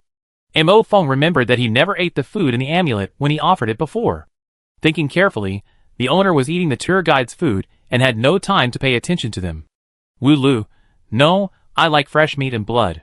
Cut a piece for me to eat right now. Chapter 196. Wu Li's smile faded, her eyes turned blood red, and she licked the corner of her mouth gently with her tongue. I'm hungry. Su Qinyang's heart skipped a beat. Oh no, she's really playing. Mo Feng originally thought the atmosphere was okay, but now, he suddenly woke up and was angry. What happened to him? He just approached the NPC like Su Qinyang. He forgot the cruelty of the NPC for a second. Su Qinyang's attitude towards her seemed ridiculous to Mo Feng. How could a human being be so close to a terrifying NPC, a monster? He was also affected by this atmosphere, and said good evening to the NPC. Mo Feng couldn't believe that it was him who did such a stupid thing. Mo Feng took out the prop in his hand in an instant, and threw it to Wu Lu before Su Qinyang could react. Wu Lu didn't dodge, something fell on her, and her whole body stiffened instantly. Wu Lu watched her skin turn into stone inch by inch. Su Qinyang was shocked. He didn't expect this to happen. He turned around and asked Mo Feng, what props did you use? Medusa will turn into a stone man when hit by the props. The effect lasts for 3 days, which is just enough for us to get out of the dungeon without being disturbed by her. Mo Feng said coldly. While talking, Wu Li's neck and below had turned into stone, but there was no panic on her face, but a very curious expression. When Su Qinyang heard the power of this prop, he knew it was very expensive, and he definitely couldn't afford it. Looking at Wu Lu who was about to turn into stone, Su Qinyang felt complicated. Will she feel uncomfortable like this? Su Qinyang asked. Mo Feng frowned. Why do you care about her so much? Because he is my younger brother, he is in the same group with me. Wu Lu had only one mouth left to say, and finally interrupted. She turned into a stone man, sitting on a chair, very dignified. Wu Li's last words were meant to embarrass Su Qinyang, but Su Qinyang was not embarrassed at all. Instead, he walked forward and touched the stone and looked around. Mo Feng was left standing a few meters away, looking at Su Qinyang thoughtfully. Don't try to make friends with a monster, she will kill you. Mo Feng said. Su Qinyang turned around. I know. Wu Lu just asked them for flesh and blood, and Su Qinyang's first reaction was to cut a piece for her. Anyway, she would not die, as long as she could return to the paradise town with a breath. A piece of flesh and blood is nothing to meet the requirements of the Buddha amulet. Su Qinyang had a cowardly idea, but Mo Feng was much bolder and threw the props directly. I don't know if she will be angry. When she can move, we will be out. Mo Feng was very calm and said, hide her, the tour guide is here. The tour guide is her lover. Although the tour guide is not a big boss, his strength should not be underestimated. Su Qinyang picked up the stone statue of Wu Lu and put it in the closet. When he stood up, facing the big eyes of the stone, he felt a little guilty. Mo Feng didn't come over, so Su Qinyang whispered, Boss, it was Mo Feng who did it. I didn't have time to stop him. I'm sorry for wronging you. Don't worry, I will definitely avenge you and cut the monk into pieces. After saying that, he closed the closet. The moment the closet was closed, the stone man's eyes blinked, and the stone pattern on his face broke a little bit. Wu Lu stretched in the closet, and the black-bellied thing at her feet rubbed against her. Wu Lu kicked the black cat with his foot, and the black cat's tail immediately wrapped around his calf. The next second, the people and cats in the cabinet disappeared. On the lawn, the wind was strong at night, and the surrounding trees were rustling. Wu Lu sat on the ground, and a little black cat was sleeping on the nightgown between his legs. Xiao He yawned with his mouth full of sharp teeth. Why don't you kill them? Xiao He asked in a hoarse voice. Didn't you hear that they want to avenge me? Wu Lu touched its soft fur. You can let Demon avenge you. He is much stronger than humans. Humans are so smelly, I don't like them. Xiao He wrinkled his nose. Wu Lu suddenly lifted the back of its neck. You can unlock human props, Lord Supervisor, You are very powerful. Being called supervisor, Xiao Hei's eyes were guilty for a moment, and it seemed that it didn't like this title. You can obviously avoid human props. Why don't you hide? Because I saw you standing behind them. I know you won't let me, the boss, be locked up, otherwise they will have an easy time on the last day without me. Xiao Hei was furious, mad, and so angry that he couldn't speak. Ever since Wu Lin knew Xiao Hei's identity, she didn't work hard, didn't follow the plot properly, always followed her heart, and tried to see if Xiao Hei would supervise and interfere with her behavior. She flirted with Demon while walking around with humans at will. She could obviously avoid Mo Feng's props, but she didn't. In human terms, she was playing badly. She was deliberately destroying the plot of the copy. It felt like she would destroy the entire copy at any time and tear everything here apart. Is it because I am different from other weirds that you follow me, supervise the copy I am in, and observe my behavior? This is what Wula thinks. Xiao Hei is the copy supervisor, and he does not allow the copy to have huge deviations. And she was the biggest deviation, so it followed her and observed her. It was not a good feeling to have a greater power above this copy. Wula felt that there was an invisible hand controlling him, and he could not escape from these copy games. Just like those humans could not escape from the copies, there was no difference. Xiao Hei, who am I, you know, right? Wula put it down. Xiao Hei's eyes flickered twice, and finally it chose to put down its high tail, and the whole cat lay limply on her legs. Meow. Lei, don't think about it. Don't destroy the progress of the copy. I follow you just to follow you, not to supervise you, meow. Meow meow, it rubbed the palm of its hand. Chapter 197. Wula rarely showed such complex emotions. This time, it was Xiao Hei's identity that stimulated her. But she was easy to coax, even easier than Demon. The little black cat gave in, rubbed her palm, and said some nice words, climbed on her and meowed. Soon Wuli's hand was skillfully stroking the cat, and she didn't ask any more questions. Because it was useless to ask. Wula lay back and collapsed on the grass. Xiao Hei lay on her belly, with his tail erect and shaking high. Suddenly, the tip of his tail stood upright and stopped shaking. Xiao Hei slowly raised his head and looked at the hotel opposite. This direction was the balcony, on the 4th floor, where a shirtless man stood. In the dark night, even if he was so far away and his face was blurred, you could still see the superiority of his face shape. He was shirtless, and his shoulder width was perfectly proportioned. Oh! That human said that the prop time was only half an hour, and it seemed that half an hour was almost over. Wula suddenly remembered, then pushed the black cat away and turned over. Xiao Hei rolled on the grass and looked up again. Wula was gone, and the person on the balcony was gone too. In the room with warm orange light, Wula didn't open the door, but walked through the wall directly and strode towards the bathroom. As soon as she stepped in, there were glass fragments all over the floor. Wula was not surprised because she broke them before she went out. The glass partition separating the wet and dry areas in the bathroom was broken, leaving only the door frame, and a person was tied to the door frame, with his upper body naked. The binding was very artistic, and the knot was tied in a key part. The white body and the red rope were very suitable. Demon heard the movement, his eyelashes trembled, and he raised his eyes. The affair is back. You are so rude. Wula checked her knot and found that it was a little loose, but there was no other problem. That human said that this rope can only tie us up for half an hour. The half hour has passed. Why haven't you untied it yet? Wula curiously pulled the rope. If she pulled a little, the ropes on her body would tighten, and the knots would also tighten. His Demon took a breath, breathing rapidly, and he said, "Be gentle, it will hurt. Isn't the pain of monsters fun? Don't you feel good?" Wula wondered. Demon knew her habit. He immediately smiled and whispered, "You are more focused, it feels good." Huh? Wula really wanted to laugh, but she always felt that it would destroy the atmosphere. The scope of beauty could not be destroyed, so she could only curl her lips. Wula pulled the rope again and said, "So you can't untie it. You're not as good as me. Here you're the best. I can't compare to you at all." Wuli's chin unconsciously raised a little. "Help me untie it. This bathroom can't be used for washing. Let's go to another place. We're not lovers." Wula refused. "The trip isn't over yet. We're just temporary lovers. Have you forgotten? You want to regret it?" So what Lula said was a lie. "Do you often lie like this?" Demon said with a smile, but there was always a sense of grievance in the ending tone, as if he was a victim. There were broken glass all over the floor. He was tied to the frame, half wet and half dry. He was indeed a victim. Wula grabbed the rope with both hands and pulled it. The rope broke instantly, and then she turned and walked out. Demon followed with a broken red rope, smiling, with a triumphant smile on his face. Suddenly Wula turned around, and Demon instantly became lonely, staring at her with deep eyes. Wula held his forehead and shook his head twice. Change rooms, go to sleep. Okay. Wula continued to walk, and the next second she flew into the air, and was held in someone's arms. Demon held her and strode out. Were you pretending to be pitiful just now? I was tied up by you for half an hour, and I watched you go find someone else. I could only stay there and wait. Am I not pitiful?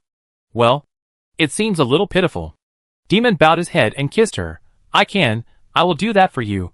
Why do you have to choose those humans? They are not sincere. I am. Always leave some room for humans to survive. The game must have rules. Wula softly lay on his chest, leaning on his front shoulder. You are not a person who likes to abide by the rules. Wuli's eyelashes trembled, and he smiled and stopped talking. Su Qinyang didn't sleep all night. He kept staring at the cabinet, unable to make up his mind. He always respected the bottom line of following Wula and leaving a breath to get out of the dungeon. But Mo Feng's move disrupted his rhythm. Wula is a vengeful person. Mo Feng is going to be unlucky. And if he failed to stop him, he would definitely be unlucky. As Mo Feng said, this item has a 3-day validity period, and this dungeon only has 2 days and 1 night left. In the end, even if they succeed in getting out of the dungeon, or die in the dungeon, Wula will not appear. She is sealed. But Su Qinyang was panicked and always felt that something unexpected would happen. Aren't you going to bed yet? In the twin bedroom, Mo Feng's voice came from the left bed. Su Qinyang exhaled heavily. You sleep. Why do you care about me? Even if he didn't fall asleep, he didn't turn over or make any sound, and his breathing was deliberately controlled. Mo Feng could still detect it. He was really sensitive. Mo Feng stood up. What are you afraid of? Su Qinyang turned over and turned his back to him, afraid of everything, afraid of death. You shouldn't pour your feelings into a monster. Even if your background is to make a copy, you are too much. Oh! But it's okay for you to do this. There are many ways to survive, and yours is also a good way. Thank you for the compliment. I'm sleepy, buddy, stop arguing. Su Qinyang yawned. Mo Feng glanced at him, turned his gaze to the cabinet, and finally lay back. The room was silent for a long time, so long that Mo Feng fell asleep. Suddenly there was a noise in the room, and Mo Feng immediately opened his eyes, and prepared for battle. As the darkness in front of him turned to light, he saw Su Qinyang striding towards the cabinet, and trying to open it. What are you doing? Mo Feng stopped, halfway through his question. The other party opened the cabinet, and it was empty. Mo Feng quickly got out of bed, and walked to the cabinet, staring at it with dark eyes, and even reached in to touch it, and it was really gone. Looking back, he found that Su Qinyang's expression was not surprised.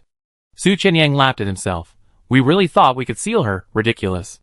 Mo Feng's face was very ugly, as if his faith collapsed, impossible, although this is not a god-level prop, but it is written in the manual that it can trap the biggest boss in the dungeon. This prop is to trap the boss, reduce the difficulty of the dungeon, and allow players to use it purely for decryption without interference from big monsters. Su Qinyang's face was distorted, and his flesh was in pain. This prop sounded extremely expensive, extremely expensive. He silently patted Mo Feng's shoulder. My condolences. Wu Lei is not an ordinary boss. Every failure makes you wiser. Chapter 198. Su Qinyang looked at the points and lost props with a painful face. Mo Feng was just unbelievable. How could the props fail?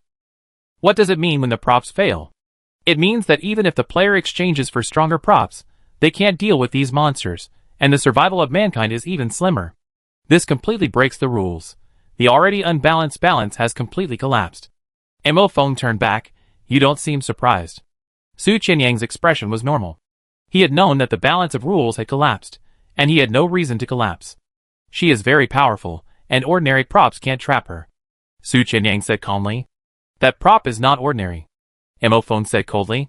This copy has no fierce fighting and no terrifying decryption, but Mo Feng felt threatened from beginning to end, so he endured until the last 2 days, and used the petrification props. It was under control, but now it's out of control. Su Qinyang, follow our plan, it's okay. From the beginning, Su Qinyang didn't think he could control her. If Lei Lei wanted to kill us, she would have killed us long ago. She has actually been keeping us alive. She may not kill us until the last moment, but we will definitely be useful to her before the last moment. Su Qinyang said calmly.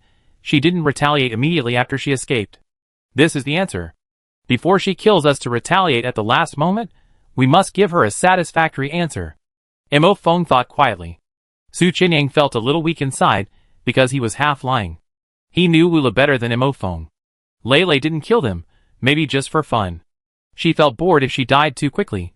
The remaining little possibility is what he said to Mo Feng. Su Qinyang didn't want Mo Feng to keep pursuing the reasons outside the rules of Wulu, because there was no way to pursue it. The focus now is that they have to continue according to the plan. We will arrive at Loli Town tomorrow, and we will go directly to the temple on our own. Mo Feng said. Su Qinyang thought for a while, and said cruelly, "Bring the bait." Mo Feng didn't object. On the last day of the tour group, they returned to the town where they stayed on the first night, which was also the town where the hotel caught fire, and visited the strange temple. Originally thought that they could return to Loli Town smoothly, but unexpectedly there was an accident on the way. Car accident. Very tragic. The body of the tourist bus was directly broken, and the cab fell off the cliff. Demon and Wula both got off. Su Qinyang and Mo Feng jumped out of the car with great effort and fell on the edge of the road. The road was full of brake scratches and debris. The back half of the tour bus did not fall, but it was deformed beyond recognition. Players who were unable to dodge in time had their limbs scattered all over the ground, and the smell of oil and blood filled the air. There was also a bright knife on the ground. Su Qinyang recognized it as Zhang Baheo's prop, the knife that Wulu had snatched away for him to play with. "Why did you lose it? Don't you like playing anymore?" Su Qinyang silently picked up the knife and pinned it to his lower back. Su Qinyang and Mo Feng checked and dragged those who were still breathing to the side of the road. One male player had a broken leg, the kind that was torn off in the physical sense, and he was bleeding heavily. Su Qinyang had tried his best to stop the bleeding for him, but he still died soon. Mo Feng carried Shaoan and Wang Shan out. Su Qinyang, are they dead? Mo Feng, alive. The two were very small, and they probably crawled under the seats before being hit. The bus body and seats protected them from damage. Except for some scrapes and scratches, the rest of their bodies were intact. They looked just fainted. They sat on the side of the road to rest. Mo Feng searched with his mobile phone and looked at the distance on the map. It's still a few hundred kilometers. They deliberately don't let us go back to Liri Town, so we won't be able to catch the flight back to China tomorrow. Only by taking that flight can we get out of the dungeon. Su Qinyang looked down the cliff, and it was all thick fog, and he couldn't see anything clearly. Demon and Lei must not be dead. They just left us behind? Why do I feel like they went to do something else? Mo Feng got up and walked towards the path without saying a word. Su Qinyang turned around. What are you going to do?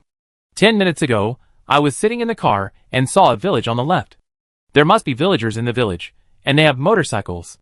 This copy has many NPCs, and these NPCs are just like ordinary people.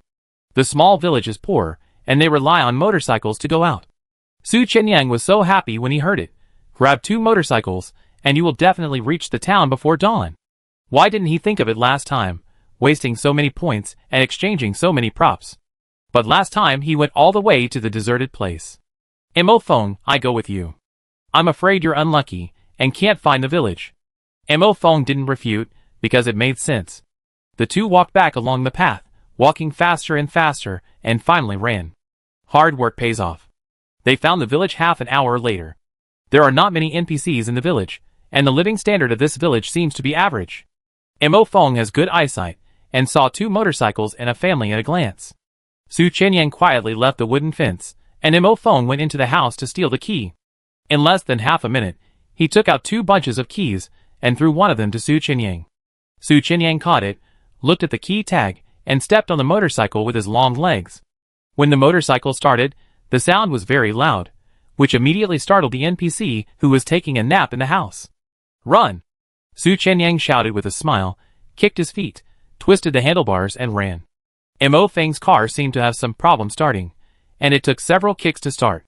That scene was as funny as it could be, and Su Qinyang laughed at Mo Feng all the way. Boss Missouri Feng, being funny is really a talent. The way you ride a motorcycle with a short haircut and a cold face is ha-ha.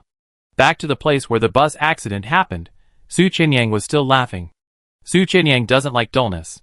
He will laugh at any funny thing, of course, on the premise that he knows Mo Feng won't be angry. Mo Feng will only be speechless to him and ignore him. Su Qinyang laughed too loudly and woke up Shaoan and Wang Shan. The two looked at the miserable situation in the middle of the road, then looked at Su Qianyang and Mo Feng, and the two motorcycles. They knew what was going on instantly. Mo Feng was checking his motorcycle. Su Qianyang sat astride the motorcycle, wearing a black helmet, with a pair of long legs stepping on the ground, steady and stable, obviously ready to set off. Xiaoan immediately ran over. "Brother, take me with you. I have seen the copy information. I can tell you everything." At this time, he didn't care about Wang Shan anymore. Xiaoan knew that Su Qianyang was easy to talk to, so he hugged Su Qianyang's legs and said, "I can get out of the dungeon as soon as I get on the plane, but you two can't, because you have recognized the Buddha amulet as your master. I know how to remove it. Take me with you. Tell me how to remove it." Su Qianyang didn't waste time talking to him, and directly stretched out his hand to pinch Xiaoan's cheek, pinching his cheek flesh white. It hurt so much that Xiaoan cried. At this moment, he suddenly realized that Su Qianyang was not easy to talk to. Su Qianyang's fingers were a little stronger, and he said viciously, "It's more convenient to throw you off the cliff. No, don't leave me, it's skin cutting. Cut off all the skin with runes on your back. Only in this way can you completely remove the ties with the Buddha amulet." It seems that he really read the dungeon information. Su Qianyang did not let go of his cheek, but said sinisterly, "Tell me all the information, otherwise you will die now. Killing people feels good. I haven't killed anyone for a long time." Xiaoan wanted to take him with him, and he would tell him slowly. But now, he was completely scared. He trembled and recited all the information he had read, completely. Su Qianyang let go of the child, and the child collapsed on the ground.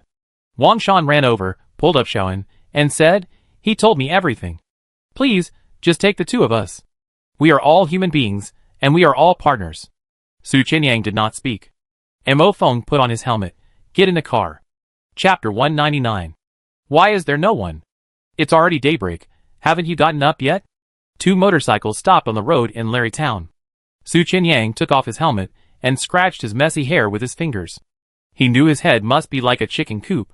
Mo Feng stepped on the ground with his long legs, pushed up the glass of his helmet, and looked around. The road was gray, and the houses in the town had not changed, but there was no one living there. They rode motorcycles all night, and arrived in the town in the morning. The last time they passed by the town at this time, there were still many residents traveling, but now it seemed like an empty town, like a ghost town. The people behind the two of them poked their heads out. Xiaoan was wearing Mo Feng's clothes. Her cheeks were red and swollen. Ordinary NPCs have disappeared, and the real danger has come. Mo Feng turned around. "What do you mean?" "Xiaoan, all NPCs with levels will go on a killing spree, killing players indiscriminately. Before, players died because they violated the NPC's taboos, but now, they will kill players indiscriminately. NPCs with levels refer to demon, that girl and monks?" Wang Shan was sitting in Su Qianyang's car. Su Qianyang drove very fast, and she even hugged Su Qianyang's waist. Now, as soon as it stopped, Wang Shan let go immediately. After all, she didn't forget what Su Qianyang looked like when he interrogated Xiaoan. This guy is not a good person. Wang Shan followed them with Xiaoan, trying to reduce her presence, but worried that she would be abandoned if she was useless. "Xiaoan, yes, they have no rules and taboos now, and they will kill us if they want to. You're dead." Su Qianyang smiled, turned the key, and drove directly towards the temple. Wang Shan was so scared that she quickly grabbed his clothes. Mo Feng followed immediately. Mo Feng didn't dare to turn off the engine at all, because it was difficult to start once it was turned off, and he even asked Su Qianyang to kick it. Several people came to the temple gate. There was no one in the market at the temple gate. They parked the car at the door, and Mo Feng went in first. As soon as they stepped over the threshold, they smelled the smell of burning incense and the fragrance of lotus. Wang Shan pulled Xiaoan, and the two of them walked very slowly, as if they were not going to keep up.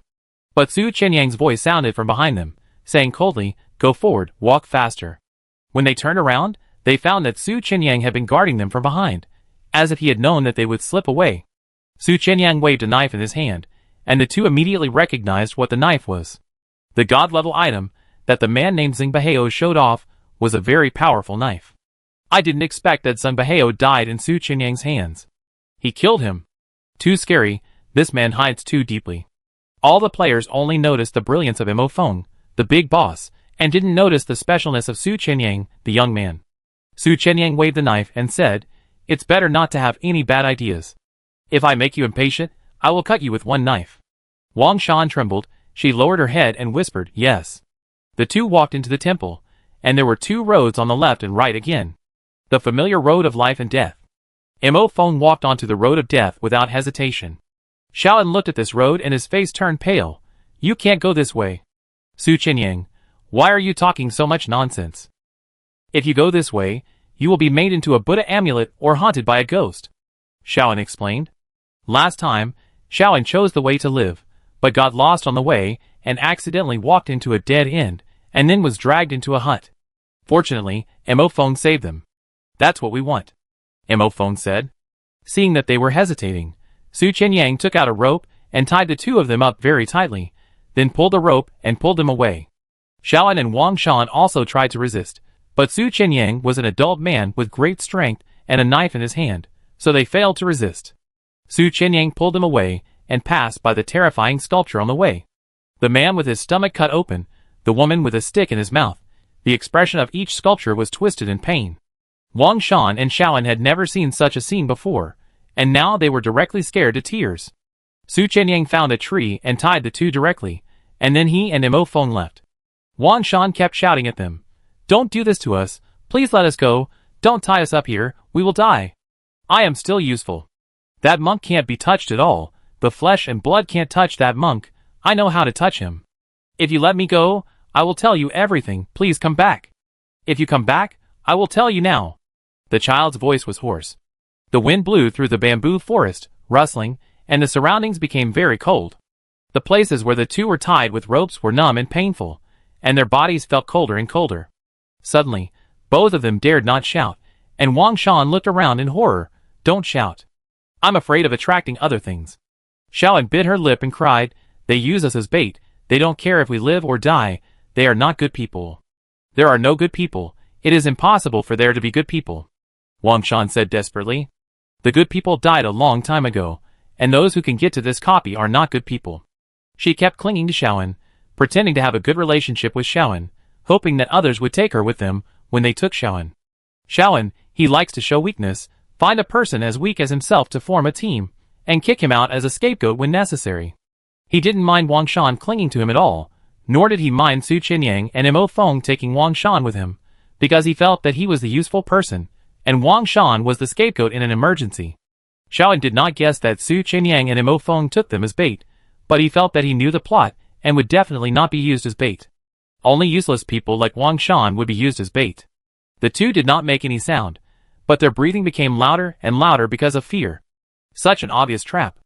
The monk still appeared, wearing a red robe, hunched over, exuding a corpse-like stench. He walked over step by step. Wang Shan and Shaolin screamed and called for help, but Su Qinyang and Mo Feng never showed up. They were dragged into the wooden house in the forest by the monks, which was dark and smelly inside, and stuffed into an iron cage like animals. The monk was sharpening a dirty knife and reciting some scriptures. When the knife was almost sharpened, the monk turned around and smiled proudly. "Among this group of people, I like you two the most, good materials, but Demon didn't kill you, is he afraid that I will get the advantage?" Wang Shan didn't understand. Shaolin knew, however, that the bodies of dead players would be collected by this monk.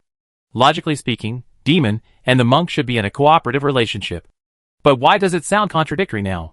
Good materials are delivered to my door, I have to thank those two young men. The monk was satisfied and anxious, holding a knife to open the iron cage and reaching out to grab people.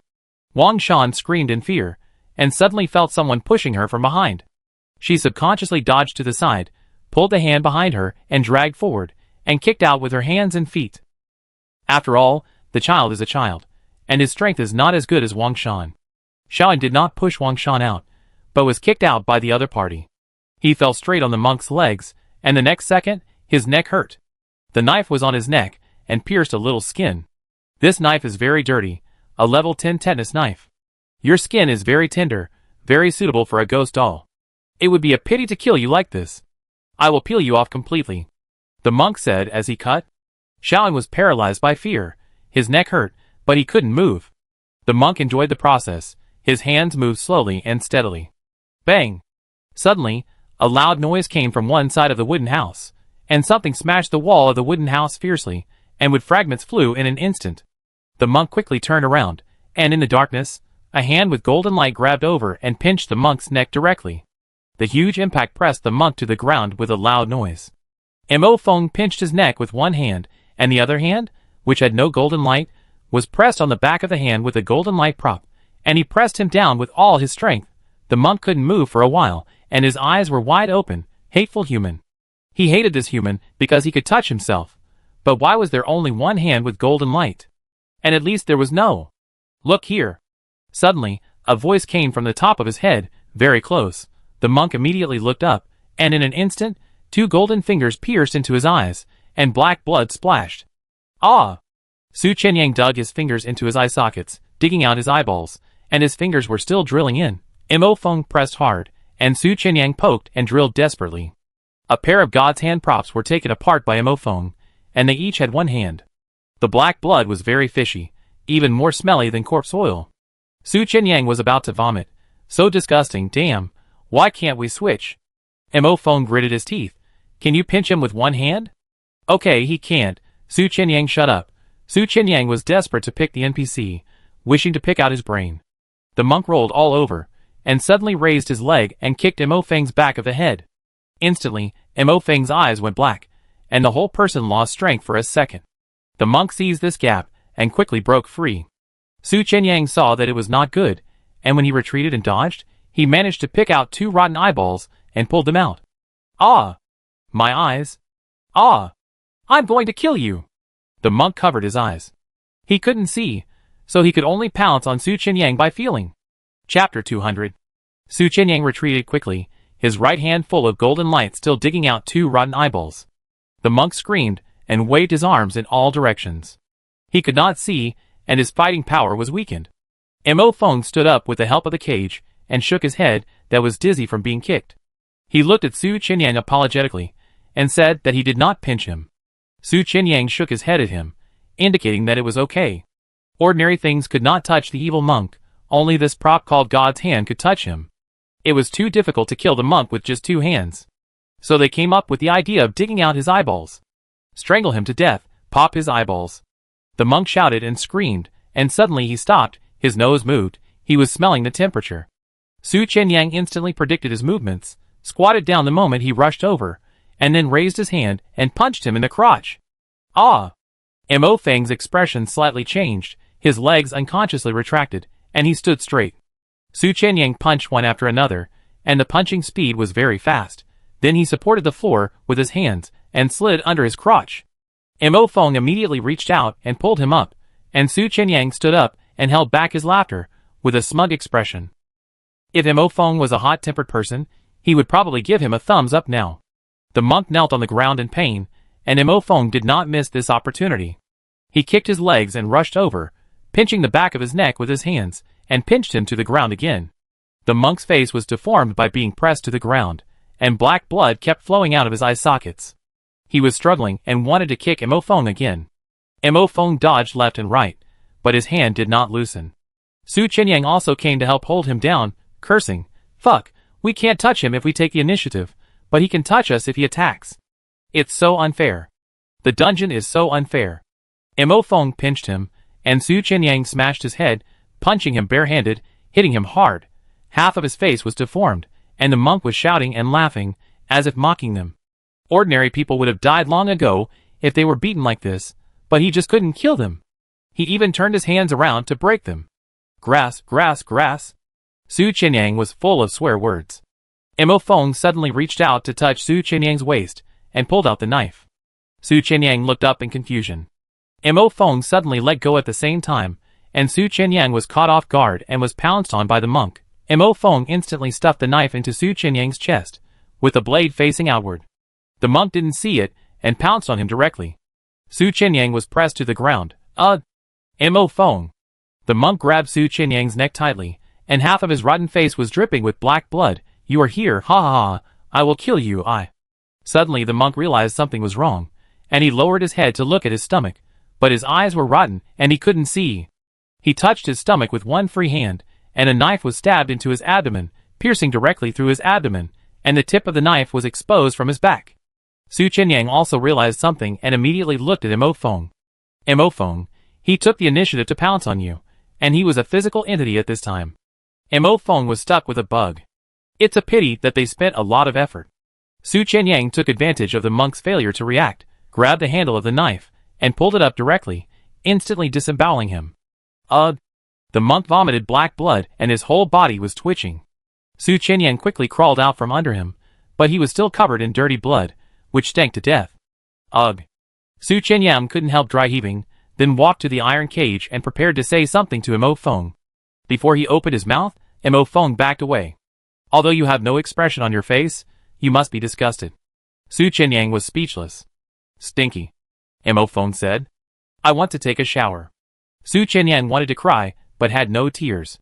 After the fierce fight just now, Shaoan and Wang Shan both huddled in the iron cage. The two people who were originally pushing each other were scared and hugged each other. Now that they were safe, they immediately let go of each other. It can be seen that they were both embarrassed. Su Chenyang patted the iron cage. Come out. The two came out trembling, neither of them spoke. They left the cabin, walked through the woods full of scary sculptures, and finally came to the temple hall. The temple's offering table was filled with red drinks, and some flowers made of double lotus flowers. They walked around the offering table and the hall, but didn't see any monks. There won't be only one evil monk in the whole temple, right? There won't be any decent monks? Su Chenyang complained. Mo Feng, let's find her first. Su Chenyang looked down at the Buddha amulet, touched it with his hand, and nodded. Let's go to the back. This temple is very large. There is a water lily pond around the back. Today is cloudy, and the water lilies are all in bloom, white and pink, and quite beautiful. The air is full of flower fragrance, and Su Chenyang feels that he doesn't stink that much. But the further you go, the lighter the flower fragrance becomes, replaced by a stench of corpses. Shaoan and Wang Shan followed behind like sick chickens, keeping their distance.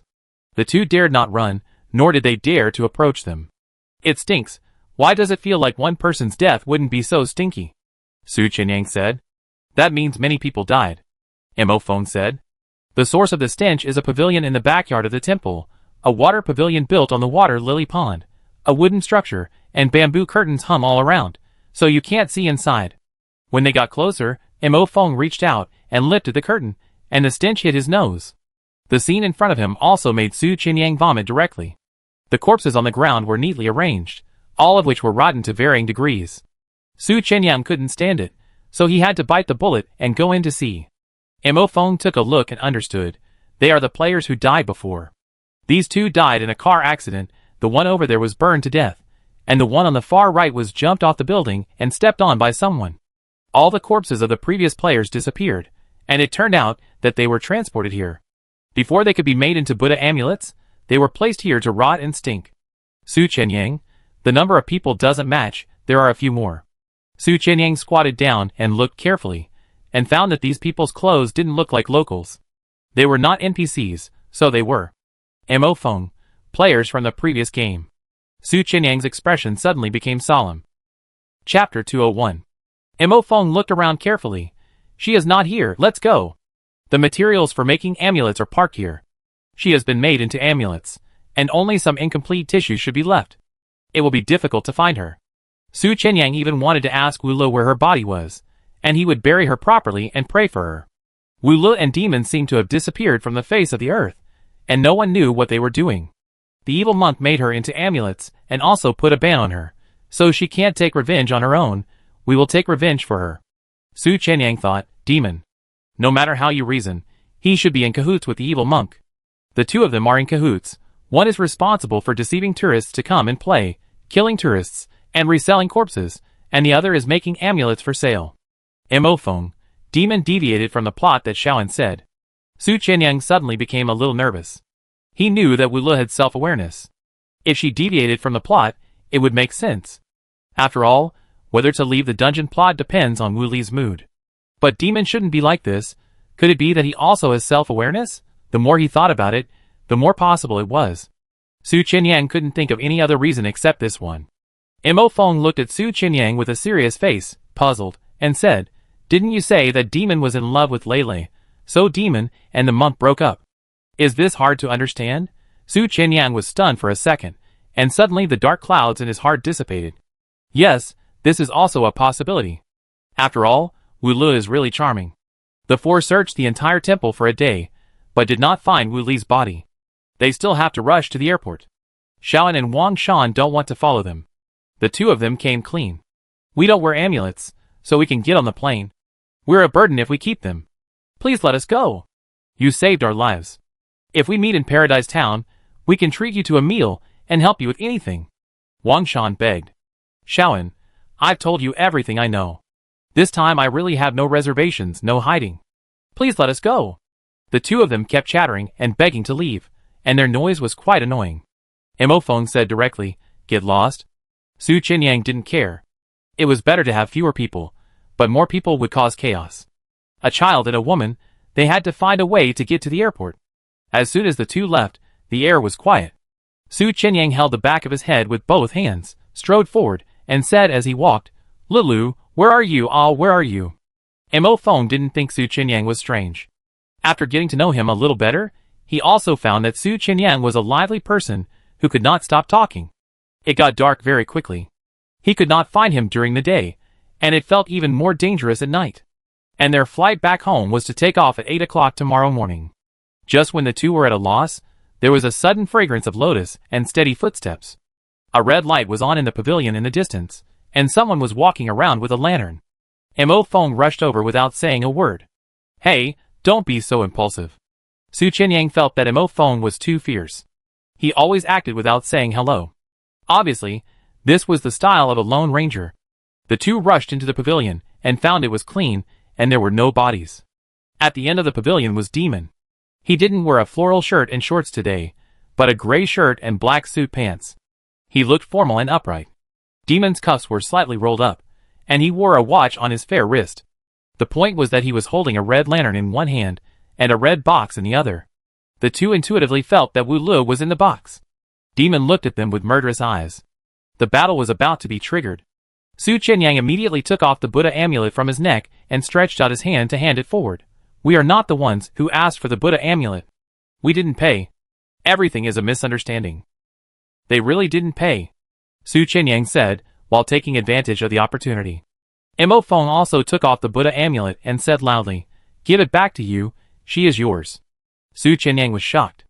If the occasion did not allow it, he would have patted Mo Feng on the shoulder and asked, How could you say that? The cold wind blew, and the two Buddha amulets floated up in an instant, floating straight towards Demon. The Buddha amulet floated beside Demon, and the red box was also shaking. It seems that they don't need to bury it. They can't take Demon's job. Now all we need is... Su Qinyang held the knife in his hand, and his whole body was shaking. He was also afraid of pain. Demon saw his fear and smiled disdainfully. Go on, don't you know what to do? Do you need my help? He helped? That wouldn't be peeling a piece of skin, but tearing them apart directly. After getting the other party's words, Su Qinyang was not so scared. We will unbind, we will get out immediately, and we will never disturb you, Su Qinyang said with a smile, and his hands quickly took off his clothes and took off his shirt. Su Qinyang's face was tanned, but the skin below his neck was still quite white. He stood up straight with some muscle lines on his upper body. Mo Feng took off his clothes slowly, his eyes always watching Demon vigilantly. Su Qinyang turned around with the knife in his hand and tried several times, but couldn't do it. Mo Feng, come on, I can't see it. Su Qinyang bit his sleeve in his mouth as he handed the knife to his side. Mo Feng took the prop knife and cut iron like mud. He also cut people very quickly. A fast knife would hurt more quickly. The tip of the knife was against the skin. Mo Feng was hesitating. Su Qinyang, hurry up, what are you thinking about? Mo Feng turned his head to look at the person in the distance and said lightly, He is not going to let me go. Even if they cut off the skin and terminated the relationship with the Buddha amulet, Demon would kill them. But if they didn't cut it, they couldn't get out of the copy. Dead end. Chapter 202. If they cut off their skin now, they will lose blood, and more importantly, they will lose their fighting power. Mo Feng felt that Demon would not let them go, and they must not lose their fighting power. So, before everyone reacted, Mo Feng quickly swung his hand and used the prop. Player Mo Feng used the prop. Medusa Demon stiffened instantly, and his limbs began to petrify, slowly moving towards his torso. Demon was not surprised, but stared at his body with curiosity. The weirdos are always curious about the props of players. Because in their eyes, humans are as small as ants. Coming into their world, and becoming their playthings is a one-sided massacre. Who is protecting humans? Humans have mysterious powers that can compete with the weirdos. Demon has seen human props before, but he doesn't take many of them seriously. And this time, Demon found that he really couldn't move the props. Demon suddenly regretted it in the last second of petrification. He should have killed them directly just now. Now, there is no chance. Demon was completely petrified. Su Qianyang ran over and took the red box from his hand. He opened it and saw a bloody mess inside. He held the red box and quickly moved away from Demon, fearing that he would suddenly move. As the box moved, the two Buddha amulets also floated and followed Su Qianyang. This made it even more certain that Wu Lu was in the box. Let's go, find a beautiful place to bury him. We have to do it as soon as possible. Su Qianyang looked up and saw Mo Feng took out a huge hammer. Su Qianyang knew that this item was just a basic item, an ordinary hammer. You want to smash him? Yes, if he unlocks the item, we're done for. It's safest to smash it. Mo Feng no longer believed in his own item. Medusa can petrify NPCs for 3 days, but it failed on Lele last time. This time he wanted to kill this sign. Mo Feng raised the hammer and smashed it hard at Demon, and cracks appeared on the body of the corpse in an instant. Hammer after hammer. Mo Feng smashed the stone man into pieces, and it collapsed. Mo Feng was relieved. Let's go. The two of them left with the red box and the amulet. In the pavilion, the cool breeze blew the bamboo curtains, and a girl in a red dress appeared. She walked to the broken stone. You were careless. Wu Lu squatted down and touched the stone. It's okay, I put you together, glue it together, and you wake up soon. Wu Lu spent an hour to put Demon together. Then he took out a black and red book out of thin air, and placed his petrified fingers on the book. You can be trapped by human props. You shouldn't be a very powerful weird. Wu Lu muttered, actually, I have the answer in my heart, but I always want to test you, because I feel that you are a little special. Especially beautiful, ha ha. She made herself laugh. She is a complete appearance association, only looking at the face and the figure, and nothing else. Extremely beautiful, especially attractive. It seems that there is nothing else special, but it seems that there is a little special. Are you a special existence? The soft voice is like a tongue twister. After a second, Wu Lu slowly turned the third page and saw red words slowly appearing on it. Wu Li's expression changed from curiosity to indifference. I thought he had a hidden identity like Xiao He. Demon, the demon tour guide. Cruel by nature, illegal business, serial killer, criminal who resells corpses. Atheist. Atheist? Then why do you always say that you are my believer and worship me, better than those two humans? The demon she knew was a little different from the demon written in the confession. The confession is broken? Wu Lu shook the book. It was very useful when it was in Tada's hands, but why did it stop working after being with Su Qianyang for a while? Nothing can be photographed. I don't even know that I have self-awareness, and demon doesn't match it. Is this a god-level prop? Ah! It hurts. Su Qianyang was biting his sleeve at first, but it didn't work at all, so he had to scream. Mo Feng's hands were steady and fast. He cut off a piece of bloody skin, and the runes on the flesh were flashing. Mo Feng put the piece of skin into the red box, and wiped the blood off his hands. Su Qianyang's face was pale, and his lower lip was bitten. Mo Feng, give me the knife, I help you. Su Qianyang said with a bit of contempt. Mo Feng looked at him with a little contempt. I do it myself. He disliked Su Qianyang's unsteady hands. If he cut slowly, he would be the one in pain. Mo Feng reached behind his back, holding the knife in one hand, and pulling the skin on the back of his neck with the other hand, and cut down without blinking. He couldn't see behind him, but the knife was still so fierce. This was at least an intermediate tool, which could cut iron like mud. Su Qianyang was afraid that Mo Feng would stab him to death with one force.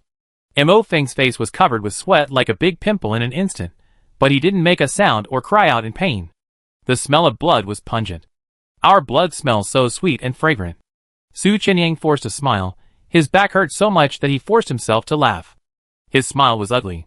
Mo Feng put the 2 pieces of flesh into the red box, and then put the Buddha amulet into it. Mo Feng exchanged the points for medicine bandages, and the two of them quickly treated the wounds on their backs, and then left the temple. After leaving the temple, they found that one of the motorcycles they parked had been ridden away. It should be Wang Shan and Shaoan. Su Qianyang said nothing, turned around silently to find a new one, and sure enough, he was lucky and found a new motorcycle a few hundred meters away. The two rode the motorcycle to the airport, and on the road they came across a beautiful meadow full of flowers, a big tree, and a working river in the distance. Let's bury him here. Su Qianyang thought Wu Lu would like it. Chapter 203. There are no villages around this lawn, so it will be quiet if we bury it here, Su Qianyang said while digging a hole. The two of them held brand new military shovels in their hands, which were props that Mo Feng had taken out. He seemed to have a lot of primary props. Most of the tools in real life are primary props, but primary props can also be divided into cheap and expensive ones. For example, paper and pen, flashlight, backpack, these props are relatively cheap. And sledgehammers and big knives are much more expensive. Military shovels, which can dig holes, can be used as weapons, and can also be used as a pan to fry eggs, are even more expensive. There are also tools with special properties, which are intermediate props. For example, the knife in Su Qianyang's hand, Zheng Baiheo's knife, will never break, will not deform, and can cut iron like mud. This is something that ordinary knives cannot do. In martial arts novels, it is definitely a magic weapon, but in the Infinite Horror copy, it is only an intermediate prop, and a relatively low-end intermediate prop. Zheng Baiheo claimed that this knife could kill NPCs. After all, many NPCs have strong healing abilities. He also said that this knife would not heal after injuring NPCs, making others misunderstand that this is a god-level item. Su Qianyang has seen real god-level items like this, the copy of the nunnery, Pei Lin's scimitar. It is a scimitar for close combat, and a long-handled sickle for long-range attacks, which can cut iron like mud, easily kill ordinary NPCs, and is also a powerful auxiliary for dealing with high-level NPCs. The scars it leaves will not heal. Su Qianyang even suspected that Zheng Baiheo had seen Pei Lin's weapon, and whether he and Pei Lin had been in the same copy, so he vaguely applied the functions of other people's weapons to his own intermediate items. The two dug a deep pit, put the red box and the Buddha amulet in it, and covered it with soil. After doing this, the bandages on their backs were soaked red with blood. Hiss, it hurts so much, I'm sweating, it doesn't feel good. Su Qianyang's lips were pale, obviously a sign of excessive blood loss. When he stood up, his eyes went dark, and he almost fell down. Mo Feng's face was also pale, but he looked okay. Let's go! Mo Feng put away the two military shovels, took out the motorcycle keys, and started the car at once this time. He quietly breathed a sigh of relief. People won't always be unlucky. Unless it's Mo Feng. The fog was thick, and they lost their direction. They couldn't even see each other because of the distance of dozens of meters. Su Qianyang rode behind, and when he couldn't see Mo Feng anymore, he immediately turned the throttle to the bottom, trying to catch up quickly. But he drove at the highest speed, but still didn't catch up with Mo Feng. This is too strange. According to Mo Feng's rigorous style, when he can't see himself behind him, he should slow down and wait for him. If he doesn't catch up, he should stop and pull over. Does he not want to go to the airport with me? Mo Feng is a lone ranger. But after all, we have experienced life and death together, so he won't give up on me like this, right? Su Qianyang rode hard while doubting. In the thick fog, his eyes were highly mobilized, paying attention to the movements around him and the road ahead. Mo Feng did slow down, but Su Qianyang still didn't catch up, so he stopped and pulled over, but still didn't wait for Su Qianyang. Mo Feng knew that the other party was likely in trouble. Mo Feng turned back to check, but still couldn't find Su Qianyang, so he continued to go to the airport. Thick fog can easily make people lose their direction. Mo Feng took out a compass and took every step carefully. Su Qianyang was in trouble, and Mo Feng felt a little sorry. Mo Feng didn't know that it was not Su Qianyang who was in trouble, but himself. It was not until dawn that he still hadn't arrived at the airport that Mo Feng realized that he was stopped by something. The evil monk was dead, and Demon was also smashed by him. Now there was only Lalu. I have buried you well, why don't you let me go? You broke the rules of the game like this.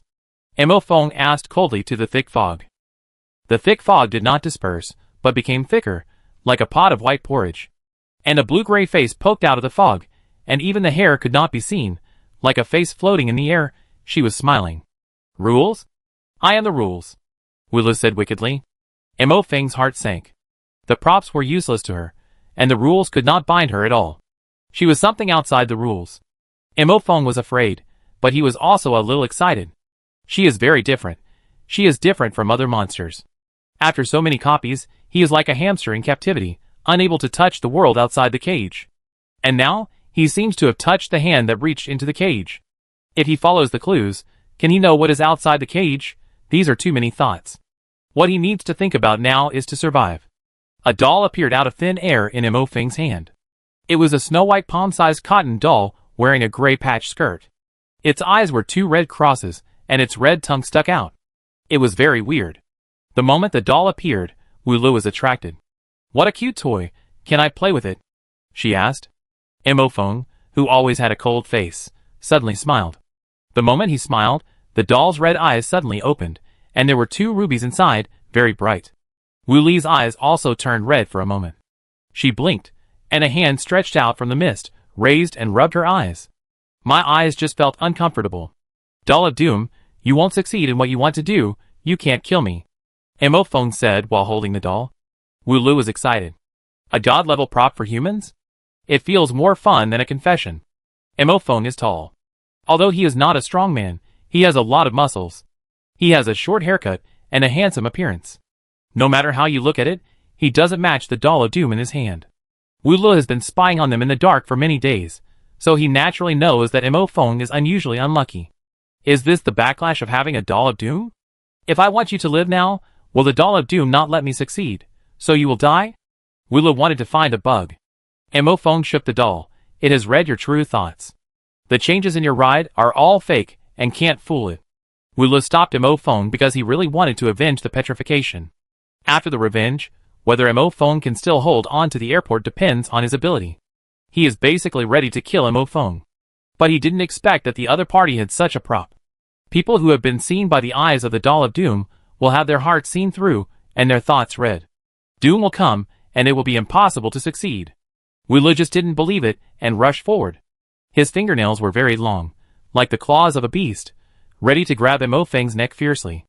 As a result, suddenly, the big tree on the side of the road fell down, and the thick trunk hit Wulu directly. Wulu disappeared instantly, and the thick fog around him was also smashed by the big tree. Emofeng looked around clearly, and found that he had been standing still. Emofeng was about to leave on his bike, and saw Wulu behind him again. "Emofeng, don't bother, the bad luck will be stronger and stronger, maybe your red box will be accidentally dug out by someone." Being dug out? It's a really good prop, but it doesn't match your temperament. Next time we meet, give it to me to play with. It should be my toy. Wulu left after leaving this sentence. But this sentence directly hooked Emofeng into a fish. What do you mean? I won't enter this copy again. There will be no next time we meet. What do you mean by next time we meet? Come out. Emofeng was helpless and furious, with a lot of doubts in his stomach, but no one answered them. In the end, he could only touch the bad luck doll and put it away. He got this prop in a puppet master copy. He was the only one who survived the copy, and he also got this god-level prop. But he didn't have time to be happy, and all kinds of bad luck and bad luck followed. Fortunately, these bad lucks were minor bad lucks, and people would be fine once they got used to bad luck. Emofeng would not use the doll of bad luck unless necessary, because every time he touched it, he felt that he would become more unlucky.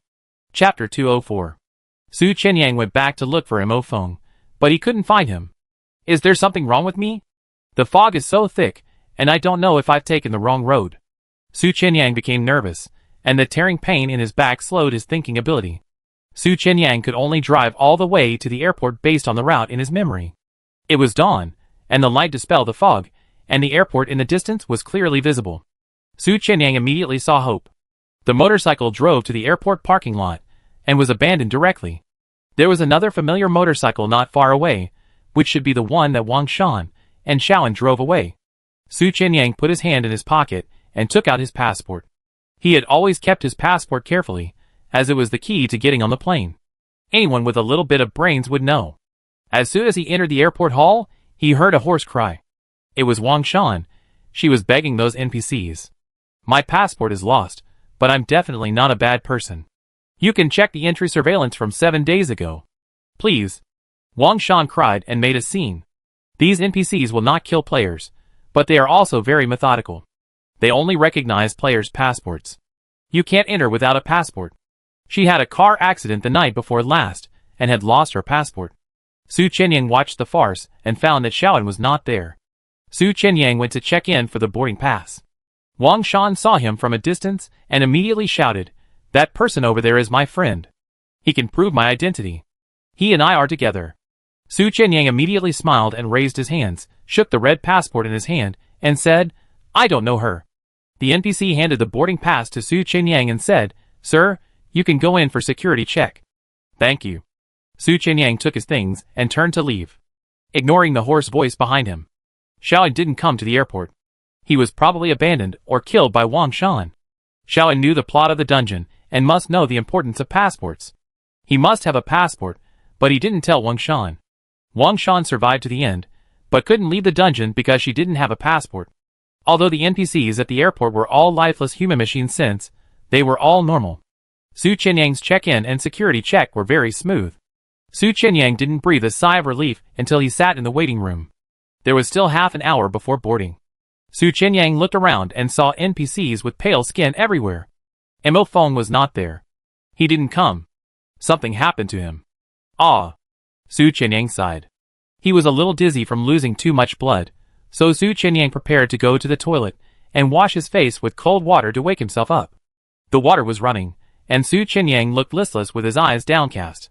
He pulled up his pants, went to the sink, and splashed a handful of water on his face.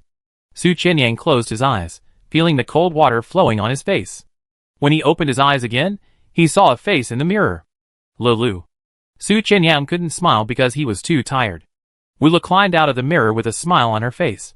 Congratulations, I cleared the level again. Su Qianyang was very happy to hear this, which meant that he was no longer in any danger. Boss, which dungeon will you appear in next time? Su Qianyang hoped to get some information from her, so that he could recognize her in the future dungeons at the first time. Although the player copy is randomly matched, what if it is matched? I don't know, it's wherever you open your eyes. Wula shook his head and took out a confession book out of thin air. Here, I give it back to you. Su Qianyang was a little surprised and didn't catch it in time. Wula raised his eyebrows. What's the expression? Give it back to you, take it quickly. Oh. Su Qianyang quickly reached out to take it, and then searched his personal space. Actually, I thought you wouldn't give it back to me, and I was ready to be snatched away by you. Wula gritted his teeth. Am I such a dishonest person? Am I such a domineering person? It's almost the same, haha. Su Qianyang didn't dare to say anything, only said, You used this to test demon, are you satisfied with the result? The confession book is broken. It can't be broken, it's that demon has nothing special. No, he is very special. What's special? It's especially good looking. Su Qianyang was speechless. Are you here to return my book? Su Qianyang asked. More or less. Wulu said calmly. Su Qianyang smiled immediately. You are here to see me off, right? I knew that the boss couldn't bear to part with me. Then can you not be so cruel to me next time we meet? It really hurts to peel my skin. Just let Mo Feng wear the amulet. I will worship you even if I don't wear it. Wula looked down on him. Does Mo Feng know that you are stabbing him in the back? He doesn't know. Suddenly, the small broadcast at the boarding gate outside sounded, and the plane began to board. No more, boss, I'm leaving. I look forward to seeing you next time. Su Qianyang waved his hand and strode away. There were not many NPCs queuing at the boarding gate, so Su Qianyang immediately followed suit. Beep, beep, beep. The sound of ticket checking kept coming from the front. Finally, it was Su Qianyang's turn, and Su Qianyang excitedly booked the plane ticket. Beep, welcome aboard. Su Qianyang was completely relaxed, but he couldn't help looking back. When he looked back, he found two people standing at the end of the line. It was Mo Feng and Wu Lele. Su Qianyang was puzzled and couldn't help standing in the aisle and looking out. Mo Feng tried hard and finally caught up with the boarding, but as soon as he got in the line, someone stood behind him. Mo Feng looked back and saw Wu Le, who smiled at him. Mo Feng found that she had no hostility. You want to follow us? Mo Feng asked calmly with his head down. Is it not possible? Okay. Mo Feng successfully checked the ticket, and Su Qianyang waved to him. Both of them stood in the aisle and looked at Wu Le. She has a ticket, Mo Feng said. Su Qianyang said nothing. Wu Le successfully checked the ticket and said with a smile, Let's go. The three of them got on the plane together. Their seats were actually together. Mo Feng sat by the window, Su Qianyang sat in the middle, and Wu Le sat in the aisle. Su Qianyang was a little excited sitting in the middle. He couldn't help looking at Wu Le. Although he didn't say anything, Wu Le had already read what he wanted to say in his bright eyes.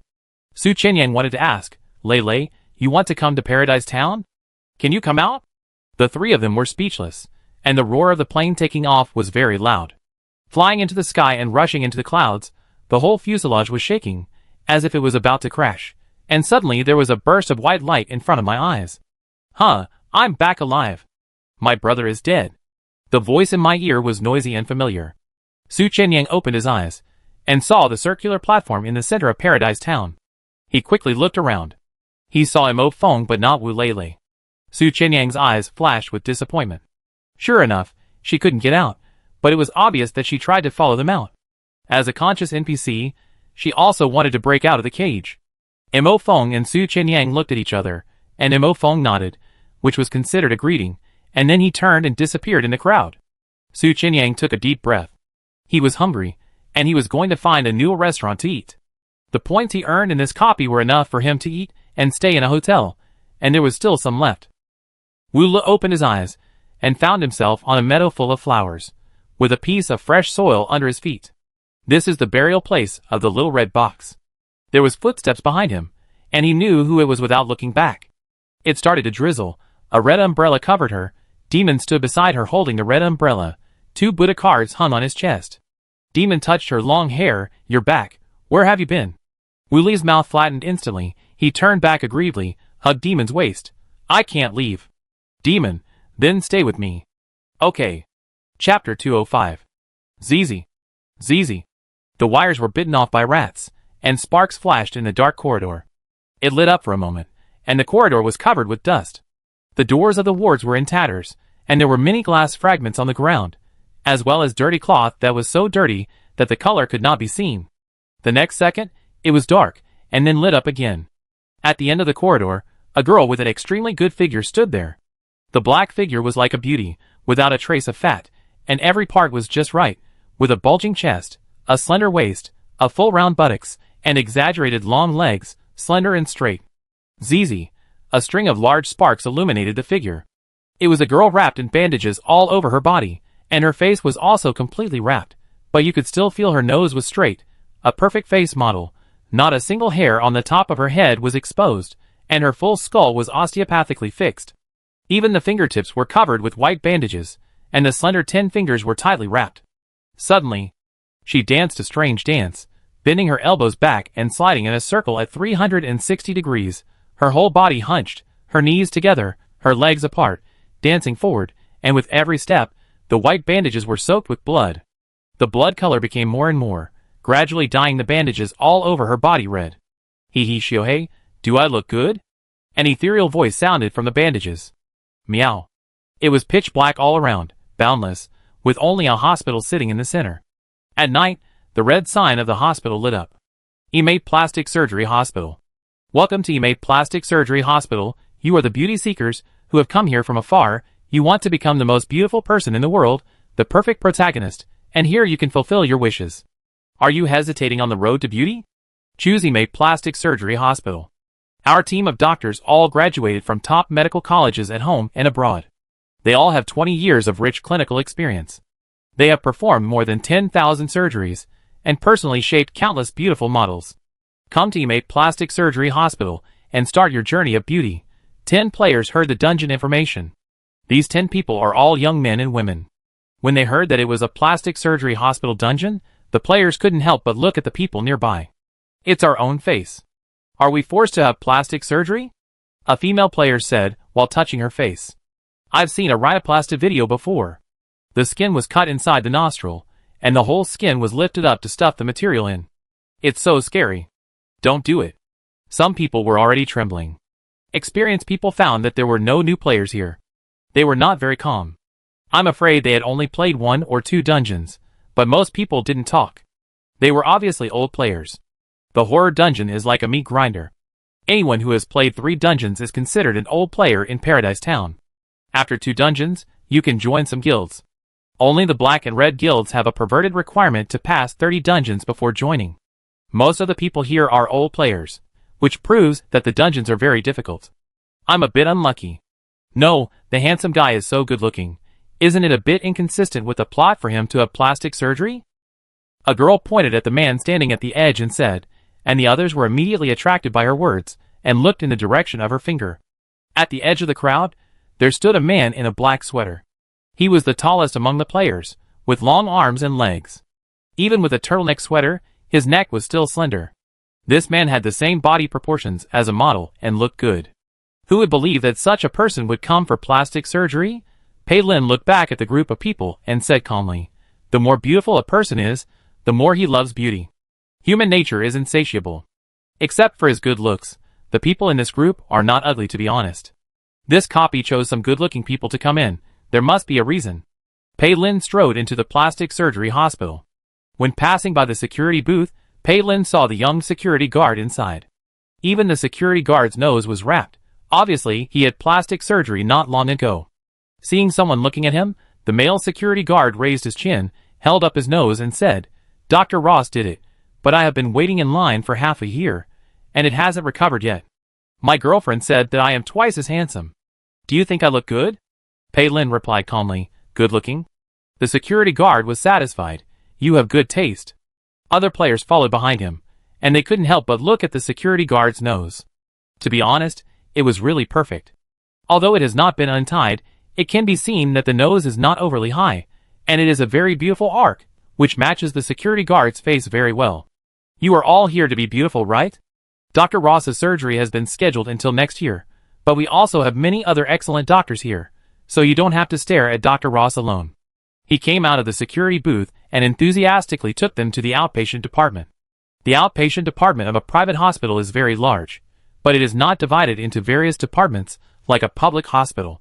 You can see a long guide table when you enter the door, and a beautiful female nurse in work clothes is standing inside.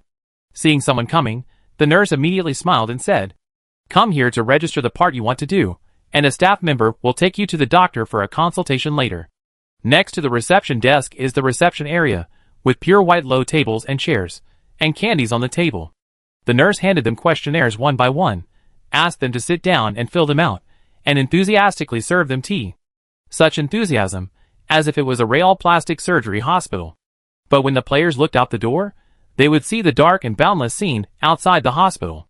Pei Lin observed the nurse's face, which had undergone full face surgery, with a standard oval face, double eyelids, a high nose, and smiling lips. When talking to them, the nurse's lips always kept a smile at that angle. It looked good at first, but if you looked at it for a little longer, you would feel scared. But after blinking again, looking at this face again, you would feel that it was a perfect face. Dr. Ross. The security guard kept mentioning this person, who was a key NPC. Pei Lin directly filled in Ross, as the attending physician of his choice. The nurse happened to pass by and saw it. She immediately bent down and said, "Sorry, Dr. Ross's surgery is full. I came here to see Dr. Ross. Others say I'm perfect, but I don't think I'm good looking enough. I hope Dr. Ross can give me some suggestions." Pei Lin put down the pen directly, and didn't fill in the part he wanted to move. Other players racked their brains. Someone whispered, "Fill in double eyelids. This operation is the smallest, and the risk is not big. I've seen a lot of news about people dying from liposuction in plastic surgery hospitals. This is a horror dungeon. Something will definitely happen in this hospital. It must not do major surgery." Makes sense. Which doctor do you want to fill in? Ross? What if that's the big boss, and we face him directly after filling in? Chapter 206. After all the players have filled out the information form, different nurses will take them to different departments for face-to-face consultations. The players were taken away one by one, leaving Pei Lin sitting in the sofa area. NPCs kept serving him tea, but no one took him away. Pei Lin was not surprised. The doctor named Ross was so famous, he must not have time to see patients now, so he should be in the operating room. After all, famous plastic surgeons perform more than a dozen operations a day. Pei Lin stood up, and the beautiful nurse came over immediately. "Sorry, sir, Dr. Ross is still in the operating room, and I'm sorry to have kept you waiting. How long will I have to wait?" 2 more hours. "Yes." Pei Lin sat down, but as soon as the nurse left, he stood up and quickly turned into the corridor. The nurse looked up and saw that there was no one in the sofa area.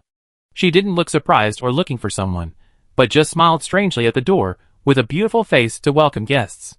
Ordinary hospitals smell of disinfectant, but the corridors of this plastic surgery hospital smell of air freshener.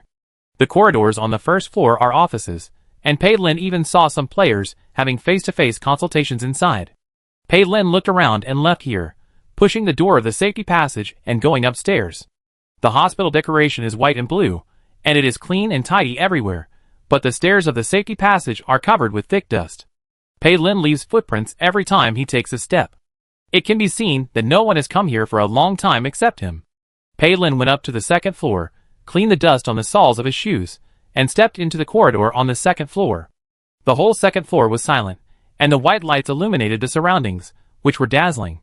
Pei Lin looked at the sign on the door, and found that this was the ward area, and there was also a place for postoperative observation. Pei Lin looked around the entire building one by one. The hospital is a U-shaped building, and the entire corridor forms a closed loop. Although there are only 4 floors, one corridor is wide and deep. Except for the main door on the first floor, Pei Lin did not find any other exits. The second floor is the ward, the third floor is the operating room, and the fourth floor has a locked safety passage, so you can't go up. The elevator can only reach the third floor, and the fourth floor requires an elevator card. The fourth floor is a secret place. Pei Lin went downstairs from the safety passage, touching his pocket, and looked down, and suddenly found 2 sets of footprints on the stairs. One set is a size 43 sports shoe, which is his, and the other set. It is estimated to be size 36, female, and it is the shoe print of ordinary canvas shoes. There are several female players, but they are all on the first floor for face-to-face consultations. The dust in this corridor has not been walked by NPCs for many years. As soon as he came in, footprints appeared. Pei Lin quietly took out the dagger, put his fingers in his pocket, put the knife against his wrist and the side of his trousers, and went downstairs with a calm expression. Suddenly, there was a little movement behind him. Pei Lin grabbed the handrail of the stairs with one hand, supported himself with one hand, and turned directly to the other side of the stairs. Looking up, he saw a girl in a white dress standing where he had just stood.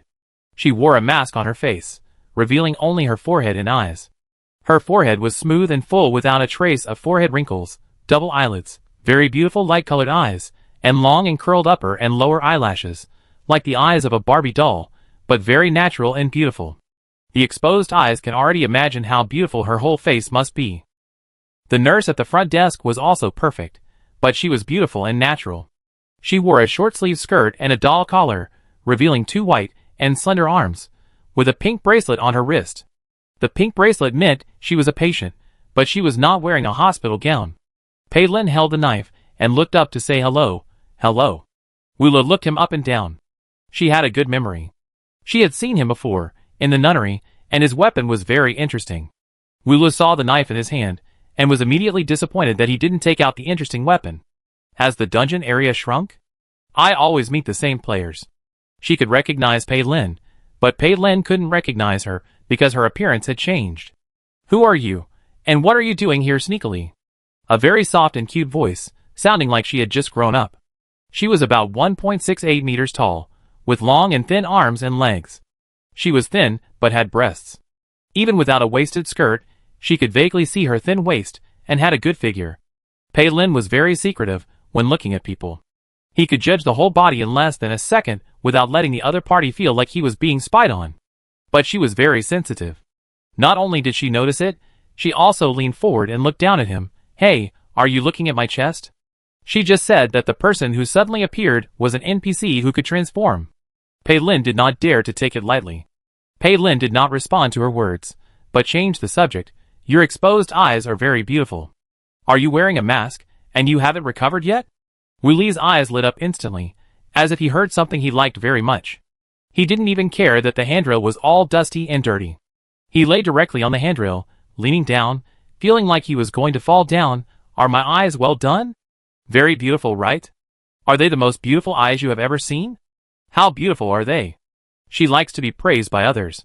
Pei Lin put away the knife, pretending to be attracted by her, took a step forward, and couldn't help raising his hand to touch her, but he didn't dare to touch her. He smiled and said slowly, "One look will make my heart beat. Your eyes are so beautiful that people can't leave them." Wu Lo laughed even more happily, with a twinkle in her eyes. Pei Lin's hand wandered around her face, as if he wanted to touch her eyes. Wu Lo closed her eyes and said, "Dr. Ross did it to me. He said the same thing as you. He said it while touching my eyes."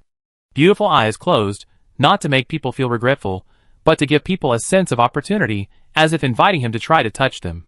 The slender fingers stopped at the moment they were about to touch the eyelids. Pei Lin woke up.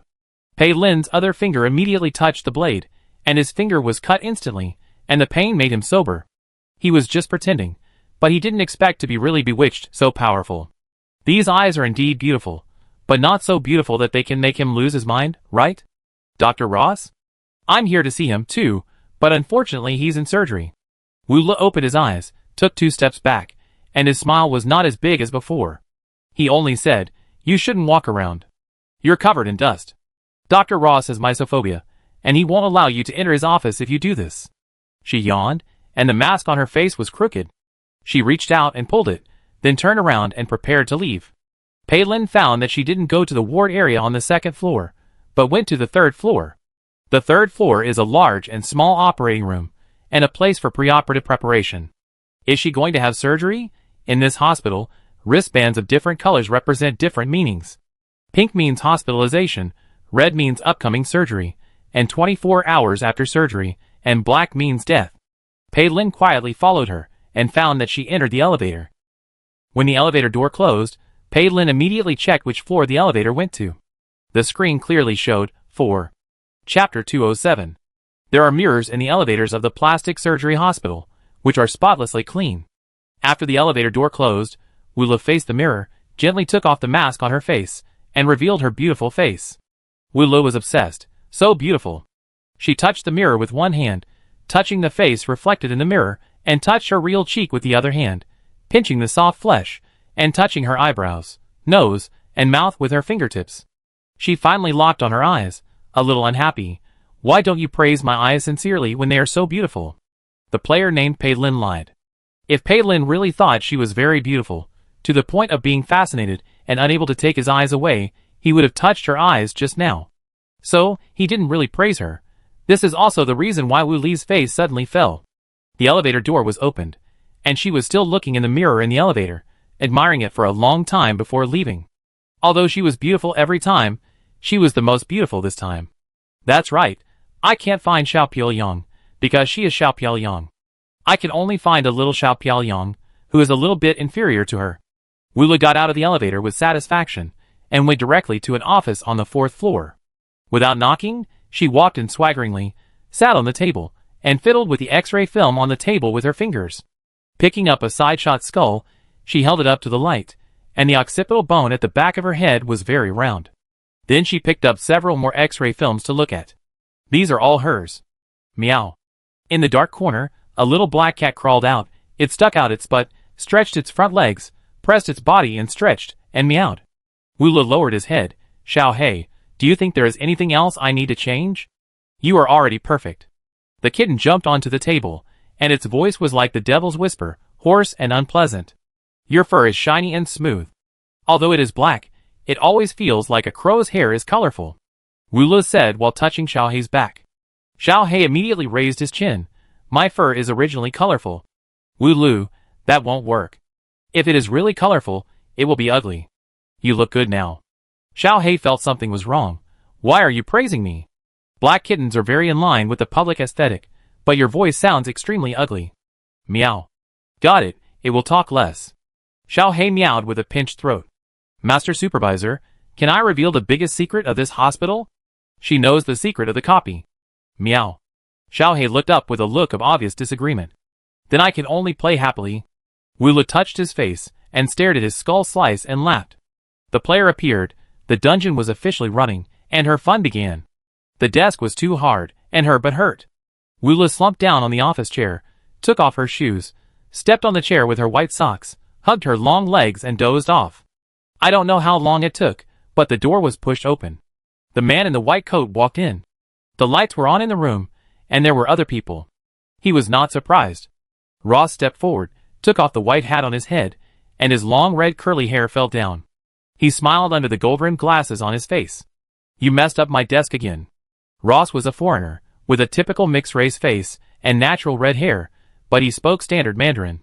I just watched a few movies, what's wrong with it? Wula retorted. Ross arranged the things on the table and placed the files in the corners in a straight line, not allowing any mess. Your obsessive-compulsive disorder is getting worse. Wula complained to him. Ross raised his eyes, and his eyes under the glasses were full of judgment. That's why I can create such a perfect you. That's right, she was created by him from head to toe, and even some of her hair growth shapes were planted by him personally. He made her more beautiful than himself. Only Ross could describe a man as beautiful. This time she didn't refute. Wula pulled his curly red hair with his hand, reddish-brown, natural, very beautiful. She liked his hair very much, pinching the end of the hair and playing with it in circles with her fingers. Ross stood for several hours to perform the operation and was a little tired. He wanted to sit down, so he reached out to pick her up from the chair and sit and hold her. But when he reached out, he found the dust on her white skirt. Looking more carefully, her palms and fingers were all dusty. "You went out?" "To the stairwell."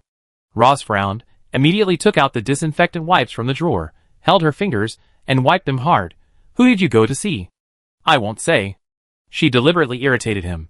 "To see the dean?" "No, the dean wouldn't go to the stairwell, but a human?" "Did you kill someone?" "Am I so bad that I kill people right away?" The disinfectant wipes were very cold, and Ross wiped her fingers clean. Ross even changed her dress, but Wula didn't move, letting him do whatever he wanted. "Sometimes I really feel like your doll, the beautiful doll you made yourself. You bought my clothes and shoes, and you combed my hair," she said. Ross was very satisfied. "Isn't it good? Isn't this our agreement? You have become very beautiful now." She loves beauty, and wants to become the most beautiful woman in the world, so she found Ross. Ross helped her realize her wish for free, on the condition that she would stay with him forever. This is their agreement. They are not lovers, but the ties and ambiguities between them can never be cleared. Pei Lin returned to the first floor and waited for a long time, and finally the nurse came. "Mr. Pei, Dr. Ross has finished the operation and will come soon. I will take you to his consultation room first," said the nurse. Pei Lin nodded, "Yes." Walk to the end of the corridor on the first floor, turn a corner, and there is a large office at the end. The sign on the door says consultation room, and Ross's photo and personal profile are hung below. A foreigner with a high nose bridge, deep eyes, and long red hair tied in a ponytail, beautiful, but not feminine at all. Pei Lin went in, there was no one inside, so he sat on the sofa and waited. After a while, someone pushed the door open and came in. When he looked up, he saw Ross. His hair was a little wet, as if he had just taken a shower. "I thought he was the only one who came in, but I didn't expect there was another figure following him." Wula poked his head out from behind Ross, wearing a mask on his face, with a pair of beautiful eyes smiling, and greeted Pei Lin. "We meet again." Chapter 208. Two NPCs came at once, and they were obviously not simple NPCs. Pei Lin was alert, and greeted them with a polite smile. The girl was smiling, while the mixed-race doctor in front of her had a cold face. The man's red hair was still a little wet, probably because he had just washed his hair, but had not dried it completely. He strode to the table and sat down, holding a pen, and said, "Sit down." Pei Lin sat down on the chair opposite him. There was a mirror on the table, which should be used for face-to-face consultation. Wula stood beside Ross, and reached out to take the mirror to play with herself. She was admiring her exposed eyebrows. Ross glanced at Pei Lin's face. "What are you not satisfied with about yourself?" "Pei Lin, I don't know, but I just feel that it is not perfect enough, so I want to ask the doctor, where do you think I need to change?" Pei Lin looks good. If she dresses a little more fashionably, she can be a star. I really can't see where she needs plastic surgery. Without even looking at his face, Ross commented directly, "You have double eyelids, too much fat on your upper eyelids, and the tail of your eyes is a little swollen. You need to remove some subcutaneous fat. You look fierce when you don't have any expression. The reason is your eyebrows and nose. The root of your nose should be lower." Wula looked up and looked at Pei Lin's face as Ross said. It was true. Pei Lin is good-looking, but looks fierce when he has no expression. The tail of his inner eyelids is a little swollen, pressing on his eyes, and looks very sharp. But if he really had plastic surgery as Ross said, Pei Lin's face might become delicate, but he would also lose half of his characteristics. Players need to stay in the hospital and discover the secrets here. They can't leave, otherwise they can't pass the dungeon. And staying in the hospital means having plastic surgery? Pei Lin looked very hesitant. Wula pushed the mirror directly in front of him and said softly, "Look, Dr. Ross is right. Your eyes are really ugly. Do you think my eyes are beautiful?" Dr. Ross's technique is very good. This tone was innocent, and she was full of pride when she praised her own eyes. Wula was tired of standing, so she leaned slightly on the side of Ross's chair back and said to Ross with her head down, "Isn't your surgery scheduled very far? Can you add him?" Ross opened his work calendar and said lightly, "Next month, there is a surgery that is missed. He can be added, but if he doesn't want to, we can only find other doctors." Wula blinked and looked up at Pei Lin. "What do you think? This is an important NPC, and he must be found to do it. And obviously, These two NPCs sang the same tune, and they deliberately guided him to find Ross for plastic surgery. Fortune is sought in danger. Pei Lin, next month is fine. I'm only considering eye surgery. I need to think about the rest. Rose didn't force it. He took out a list and wrote on it with a pen in a sloppy handwriting that no one else could recognize. Finally, he pushed it in front of Pei Lin. Sign. Pei Lin picked up the black pen next to him and stopped when he was about to sign. He asked, "The surgery will be next month. To be honest, I'm a little short of surgery money. Does the hospital still need a nurse? Can I?"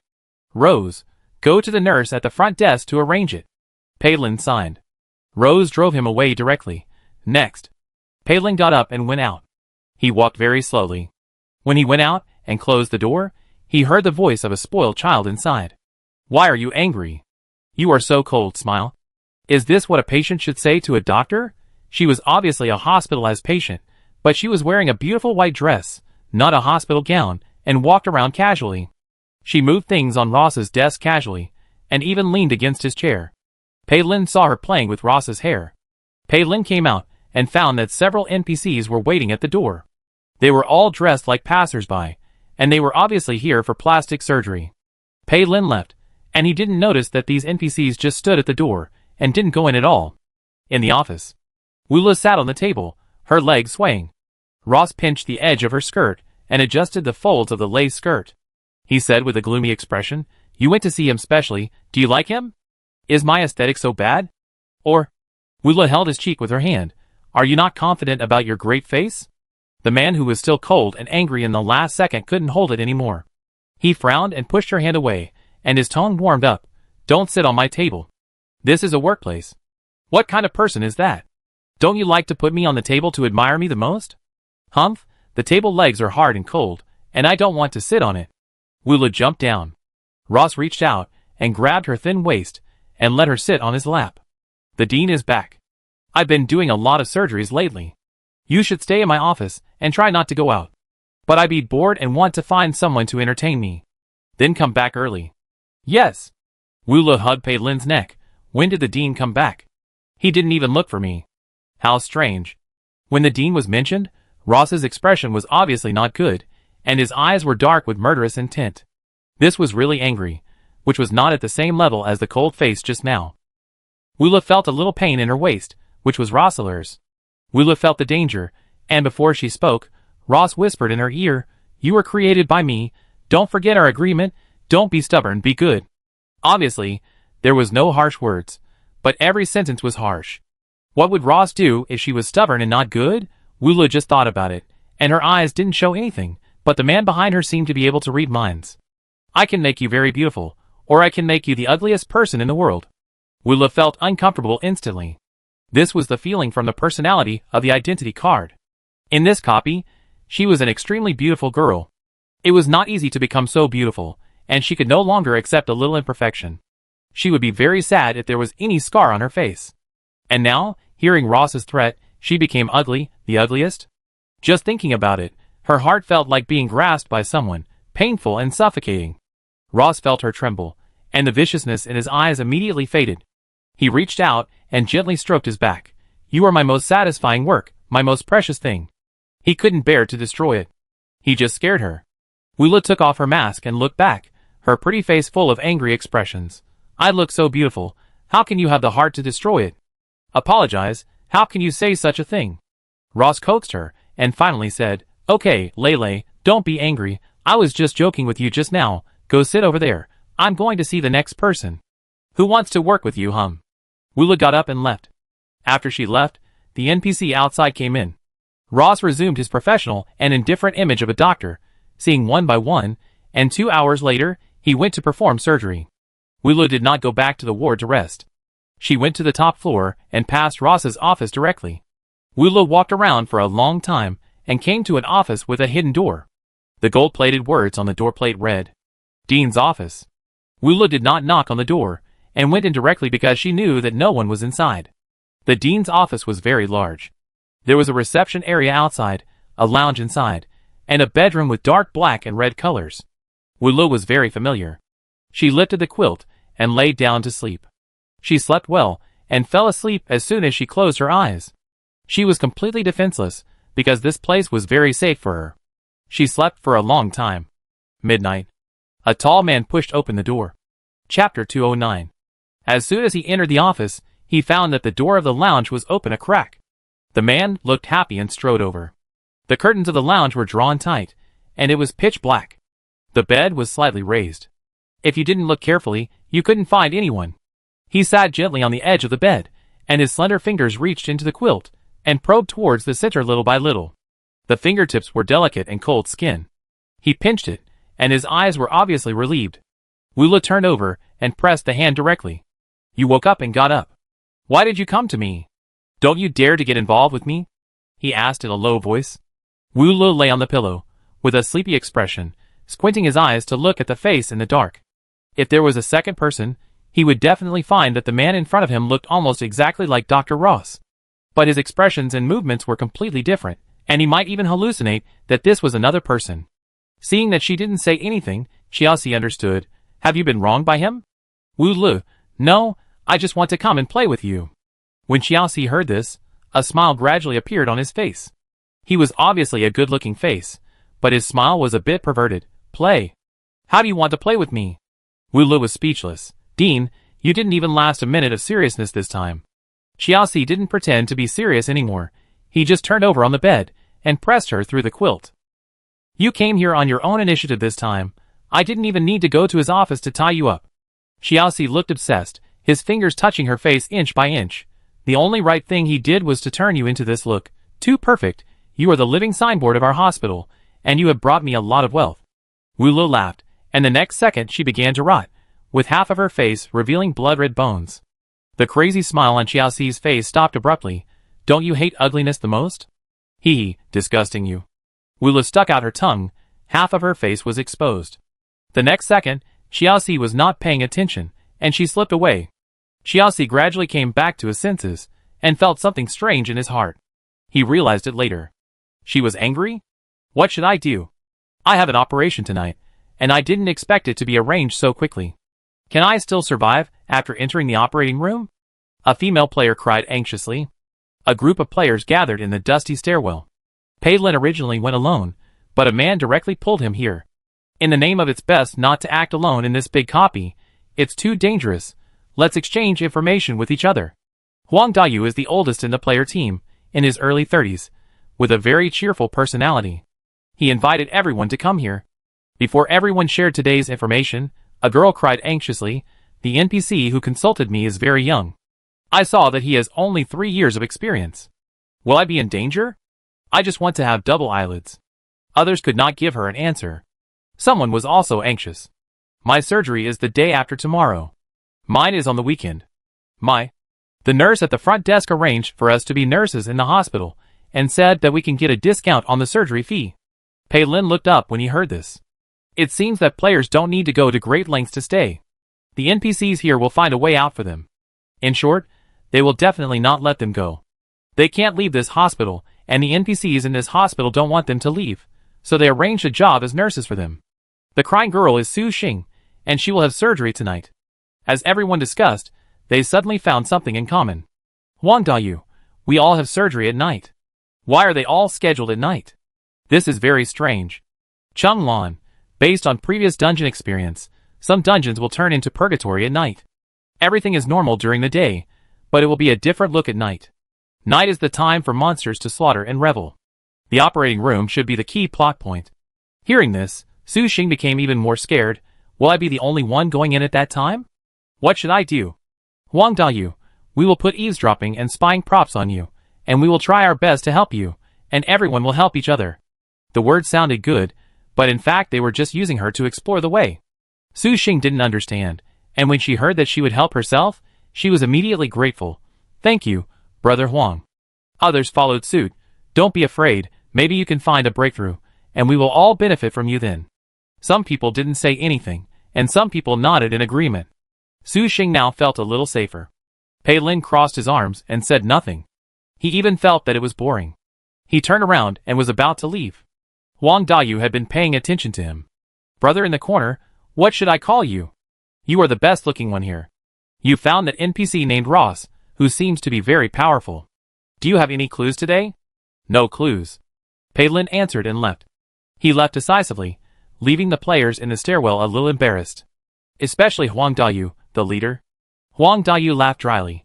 Young people are crazy and like to be alone, but this kind of large copy is really not suitable for one person to walk. It is too dangerous. There is a lot of information in a large copy. It is too slow for one person to collect it. A group of people can collect it quickly. But among a group of people, some people are destined to become consumables for the copy. Older players understand this. From the conversation in the stairwell, Huang Dayu already roughly knows which people are more difficult to deal with, and which are more simple. For example, the girl named Su Xing, this is her second copy. Xing, don't worry, we will protect you when the time comes. You are bold to ask those NPCs. If you call me Huang brother, you are my sister, and I will definitely be responsible for your personal safety. Tonight, the player was still plotting, and didn't notice that a human skin was coiled on the handrail of the stairs at the corner above his head. That's right, a human skin was coiled on the handrail, boneless, pale, and two black eyes staring at the people below. When the player left, the human skin slowly coiled along the handrail, and climbed to the 4th floor. It was always dark and empty outside the hospital. This copy was like an isolated model. There are no roads, no buildings, only a hospital standing in the center of endless darkness, like an isolated island. The hospital is shaped like a mouth, with a garden in the middle, and nurses are helping patients walk. The garden in the middle is bright during the day, but it is pitch black at night. After nightfall, except for the lights in the building, the garden in the center is pitch black, and it is even darker outside. The more you look at it, the more creepy it is. Meow! Suddenly, a shrill cat cry sounded, like the cry of an abused baby, tragic and terrifying. The player was horrified. The ward area on the 2nd floor.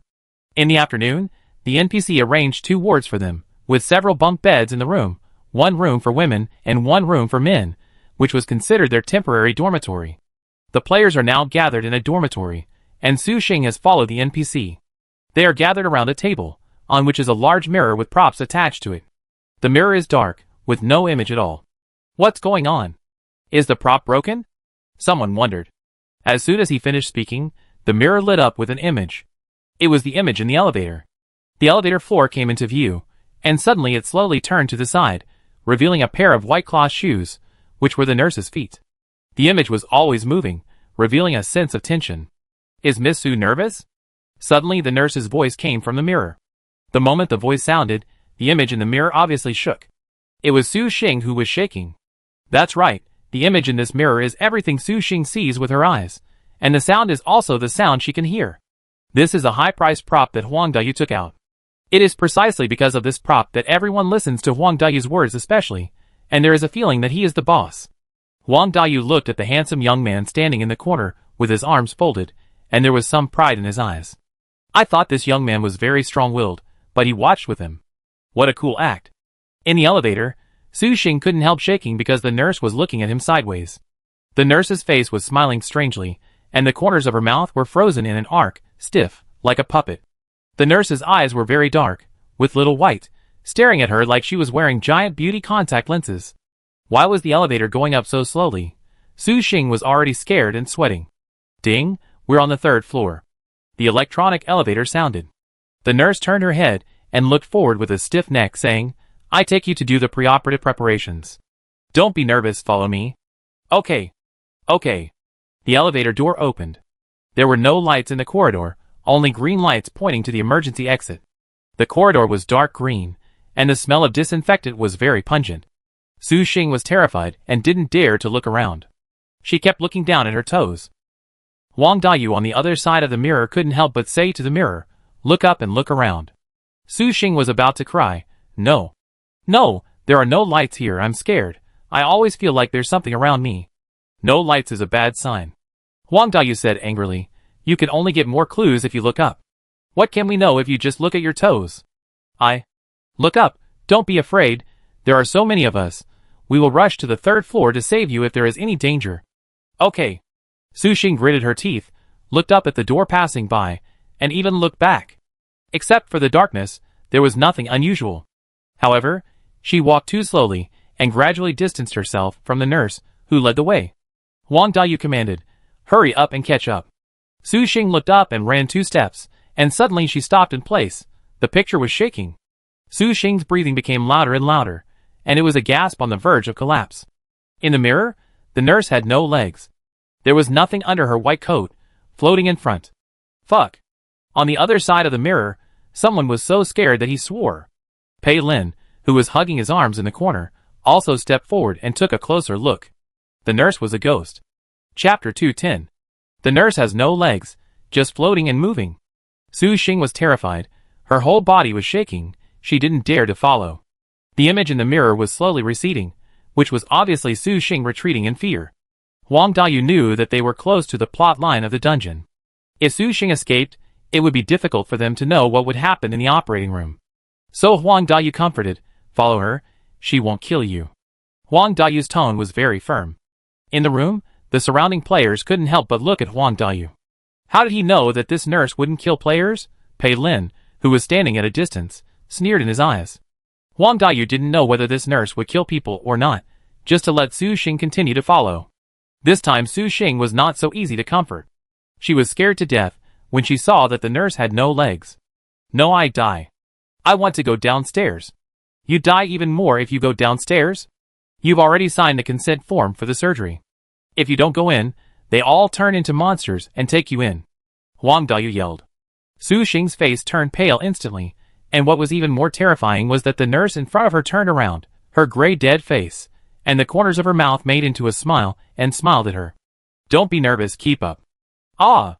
Su Xing couldn't control herself, screamed, and then turned and ran. What can you do if you don't run when you encounter monsters in the dungeon? Not everyone has the courage to fight NPCs alone and follow the rhythm of NPCs. At least she didn't have the courage.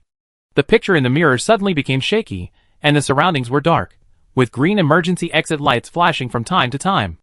Obviously, it wasn't far from the elevator, but Su Xing kept running forward, even turning a corner, and didn't see the elevator or the corridor. What happened? Where did the elevator go? "The elevator is clearly here," Su Xing cried, patting the wall. Behind her was a floating white figure, and the nurse's laughter came. "What's wrong with you? Where are you going?" Su Xing could only hold onto the wall, and continued to run away with weak legs. The corridor became deep, long and dark. "Help! Help! Come and save me! Save me!" Su Xing shouted. The people in the room couldn't sit still. Chun Lan stood up. "Let's go upstairs and take a look. She will die like this." Two players hesitated, while most players sat still. Huang Daju was a little annoyed. "She won't kill you if you run. You just need to follow her to the operating room." Su Xing, calm down and follow her to the operating room. Others also felt that what Huang Daju said made sense. "Why are you running around yelling? You only irritate the NPCs. Follow her to the operating room. The elevator is gone. You can't run away." Su Xing couldn't hear what they were saying with her mind in a mess. She could only hear the nurse's ghost-like laughter.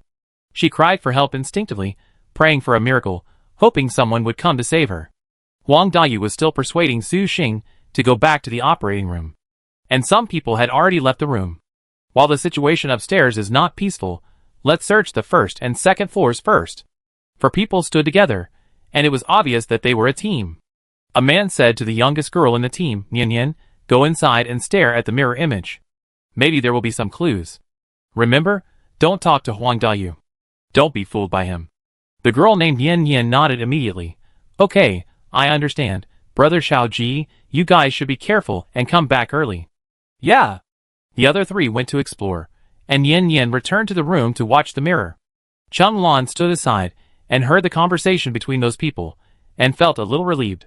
Sure enough, everyone is not a fool, and not everyone listens to Huang Daju. Huang Daju enjoys the respect of others and thinks he is the boss, but in fact, others are just following him to fish in troubled waters and get clues. Chun Lan walked around the second floor and did not find the stairwell or the elevator. The building is in the shape of a mouth, and the entire corridor forms a closed loop. Chun Lan directly met the three-person team. Xiaoji stepped forward. "Are you alone?" Chun Lan nodded. "I've walked around. There are no stairs or elevators." Xiaoji said, "This floor is very quiet. The doors of each ward are locked, and we dare not push the door rashly." The other two people in the three-person team, Chung Feng and Li Qiao, shook their heads. Chung Feng said, "Why don't we go back? We may find clues by staring at the mirror. I am not at ease with Yin Yin staying with other players alone." Xiao Ji, Chung Feng, you go back to accompany Nian Nian, Chia, and I will continue to see if we can go up and down the stairs. Chung Feng went back. Chun Lan also followed the two men. Chun Lan was wearing a very light blue sportswear, holding a long knife in her hand, obviously ready to fight at any time. There are many female players, who are solitary and full of fighting power. So Xiao Ji and Li Qiyo are not surprised. Three people walked together. Passing by a corridor, they found a glass that had been pried open and a rope was attached to it. Xiao Ji grabbed the rope and looked out. It was indeed connected to the window on the 3rd floor. He pulled it hard. Li Qiyu smiled. Someone climbed up quietly. There was no elevator or stairs. In fact, they looked at the glass window and thought about prying the window and climbing up. But for the sake of caution, they didn't dare to climb easily and wanted to observe more. Unexpectedly, there were already players who were faster. I thought everyone else would squat in front of the mirror to look for clues, but I didn't expect there would be such a powerful action-oriented person. Li Qiyu asked, Xiao Ji, shall we go up? Xiao Ji thought about it and nodded. Chun Lan immediately came over, take me with you. The three climbed up along the rope left by the predecessors. The 3rd floor was dark, and the green emergency exit indicator light was dim. As soon as they came up, they smelled a pungent smell of disinfectant, and the temperature dropped by more than 10 degrees, like entering a freezer. Be careful. On the 3rd floor, Pei Lin walked around the corridor for half a circle, but he didn't hear Su Xing's cry for help. Has she been dragged into the operating room? And the mirror downstairs has already gone black. Su Xing may have fainted, or she may have died. In the dark, Pei Lin's footsteps were very light, and his long legs slowly approached the operating room at the end of the corridor. The lights in the operating room were on, and the white-gray light was very obvious. The closer he got, the more he could smell the disinfectant, mixed with the smell of blood. Pei Lin walked to the door, and couldn't see anything inside. He was about to be disappointed, but a white shadow flashed behind him, and Pei Lin quickly turned around and kicked it. He kicked something soft, and he kicked it hard, but the other party didn't scream in pain, and didn't even move.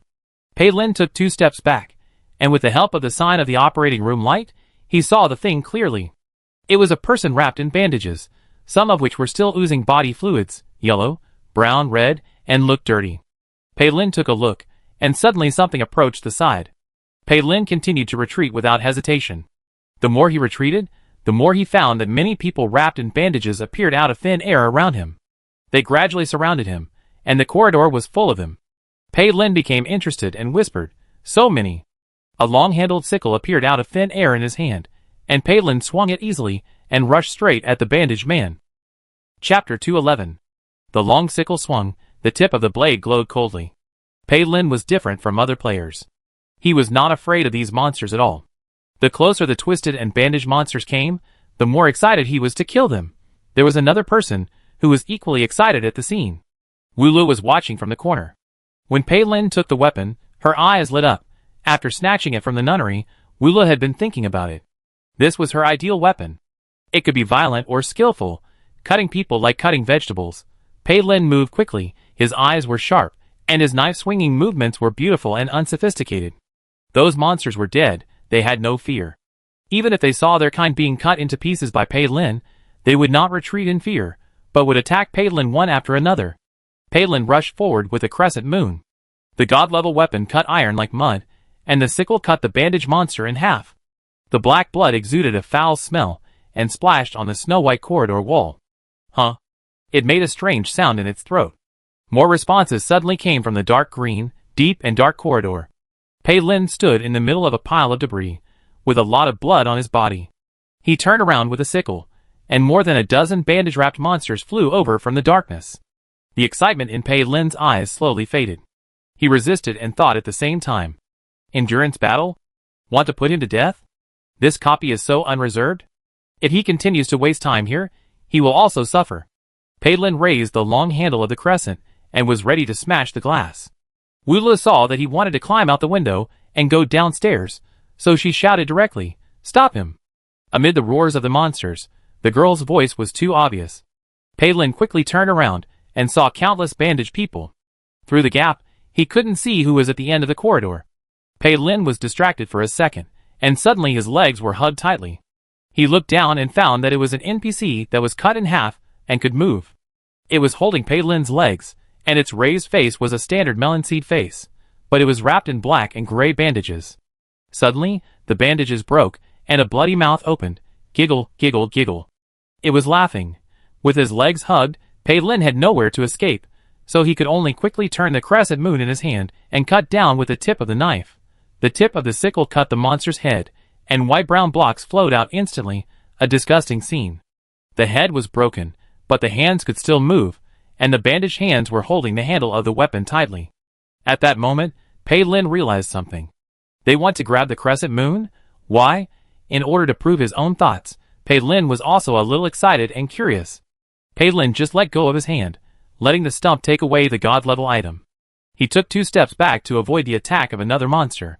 Pei Lin was ready to fight with his bare hands, but the monsters in the corridor suddenly began to retreat. The moment they touched the darkness, their movement speed was as smooth as water dripping into sand. When Pei Lin chased after them, everything was gone. The crescent moon was lost. He still wanted to fish. This fish bit the fishing rod and left. Pei Lin was caught off guard and laughed out of anger. What? Pei Lin looked at the dark corridor with a smile on his face. His most beautiful features looked a little eerie in the darkness. Suddenly, footsteps were heard behind him, or several footsteps. Pei Lin turned back calmly. The 3 of them, and Pei Lin looked at each other in bewilderment. Xiao Ji, Li Qiao, Cheng Lan, they found themselves in a maze as soon as they came up. This U-shaped corridor was always going in circles, so they wouldn't have noticed that it was a maze. But the 3 of them had gone around twice, but they couldn't get to Su Xing's operating room. The operation couldn't disappear out of thin air. And they didn't encounter the player who tied a rope to the window before them. Didn't they guess that the player might have been killed? The 3 of them didn't believe in evil, so they went around in the forward direction and the reverse direction. Suddenly they heard movement in front, and Xiao Ji and Li Qiao, the 2 men, immediately ran in front, and Cheng Lan followed closely. Turning the corner, a foul smell came from the dark green corridor, like the smell of rotting fat. Further ahead, they saw Pei Lin. They remembered Pei Lin. After all, Pei Lin was the best-looking player in their group.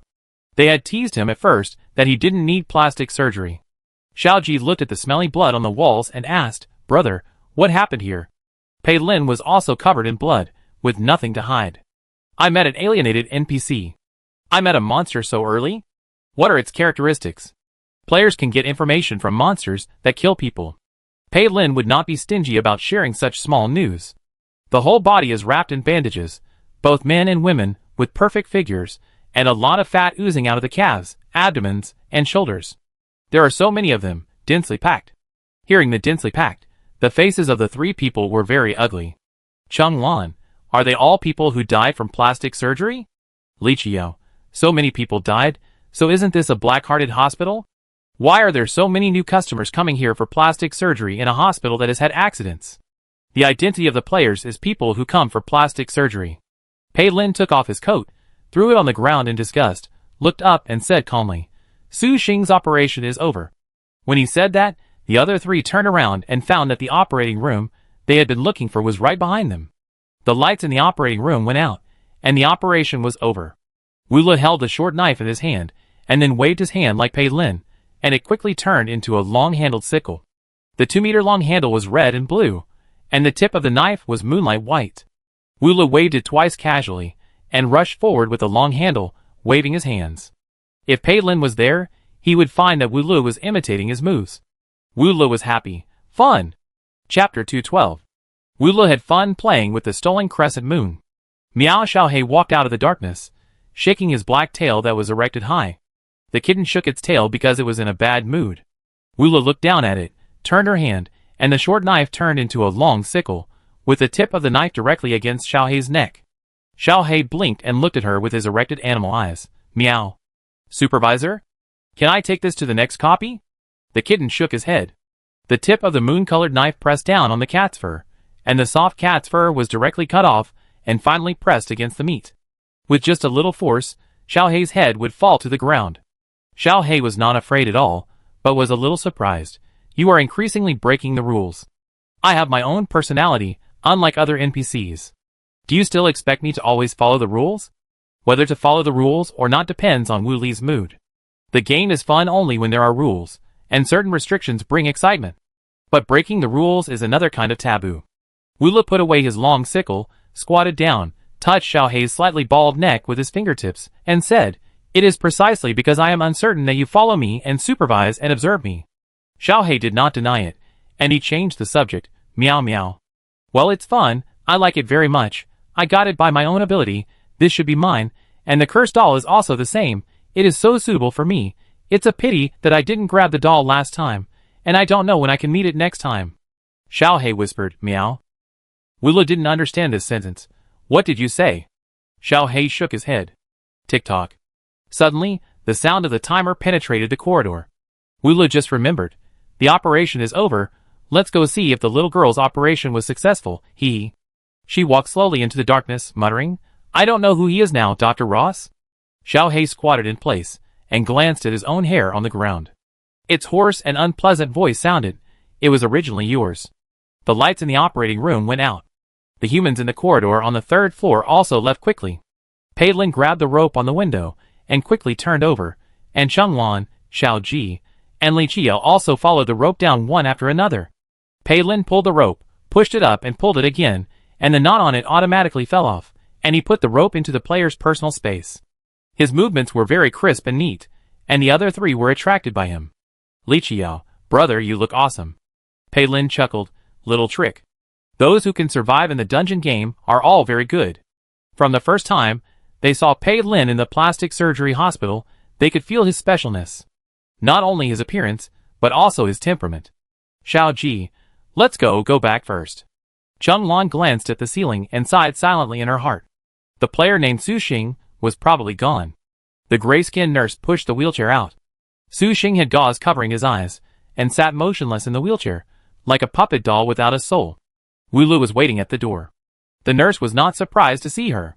Wulu stopped them, bent down to look at them for a few times, and then reached out to lift the gauze with a rough movement. "Nurse, be careful, don't pull the thread." Wuli's innocent face, "I'm very light." The nurse looked at her face, and instantly felt that she was innocent. Su Xing closed her eyes, and had not woken up yet. With her eyes closed, it was hard to tell whether the double eyelid surgery was successful or not. Wuli's expression moved slightly, and Su Xing opened her eyes instantly. Her eyes were lifeless. The eyes that should have been single eyelids with some swollen eyelids are now perfect double eyelids, not big double eyelids, but natural double eyelids, and the eyes look much bigger. Dr. Guo's skills have improved again. Wula praised. "Nurse, yes, but it's nothing compared to the eyes that Dr. Ross did for you." Wula touched the end of her eyes with her fingers. "Of course, Dr. Ross is the best." After the examination, Wula left. Su Xing closed her eyes again, her eyebrows twitched slightly, and she was about to wake up. The nurse sent her back to the ward on the second floor. Because she was a patient who had just undergone surgery, Su Xing did not live with other players. She had a separate ward. The other players had been watching in the dark, and were shocked to see the nurse bring Su Xing back. "He's still alive?"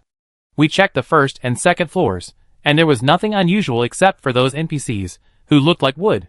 "Did you spend the first night safely?" The nurse left. "Hurry up. Let's go see Su Xing," Huang Dayu said, but he didn't walk in front, but took out his prop mirror. There was a picture in the mirror, and the picture was black for a while, and then it was a white ward for a while, which should be Su Xing blinking. Huang Dayu made sure that the picture in the mirror was only the white ward, and there was nothing strange, so he took a step. A group of people came to Su Xing's ward.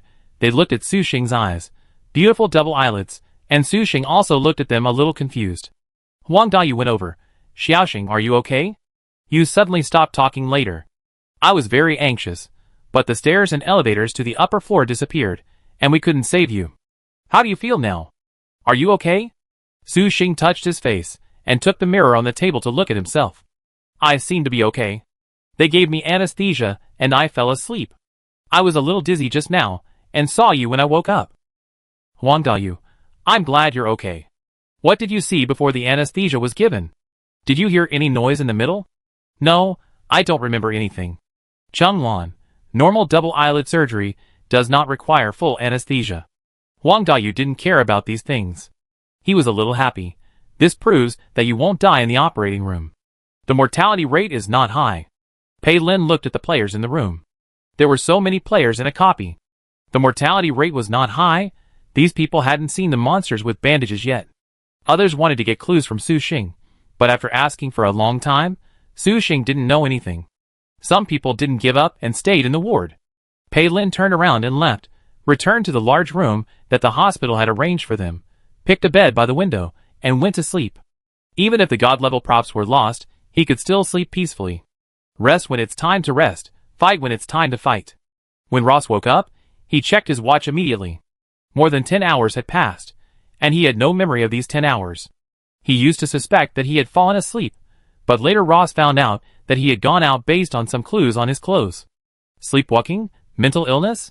Ross didn't care. He only cared about whether it would delay his surgery, and whether it would delay him from making Lele more beautiful.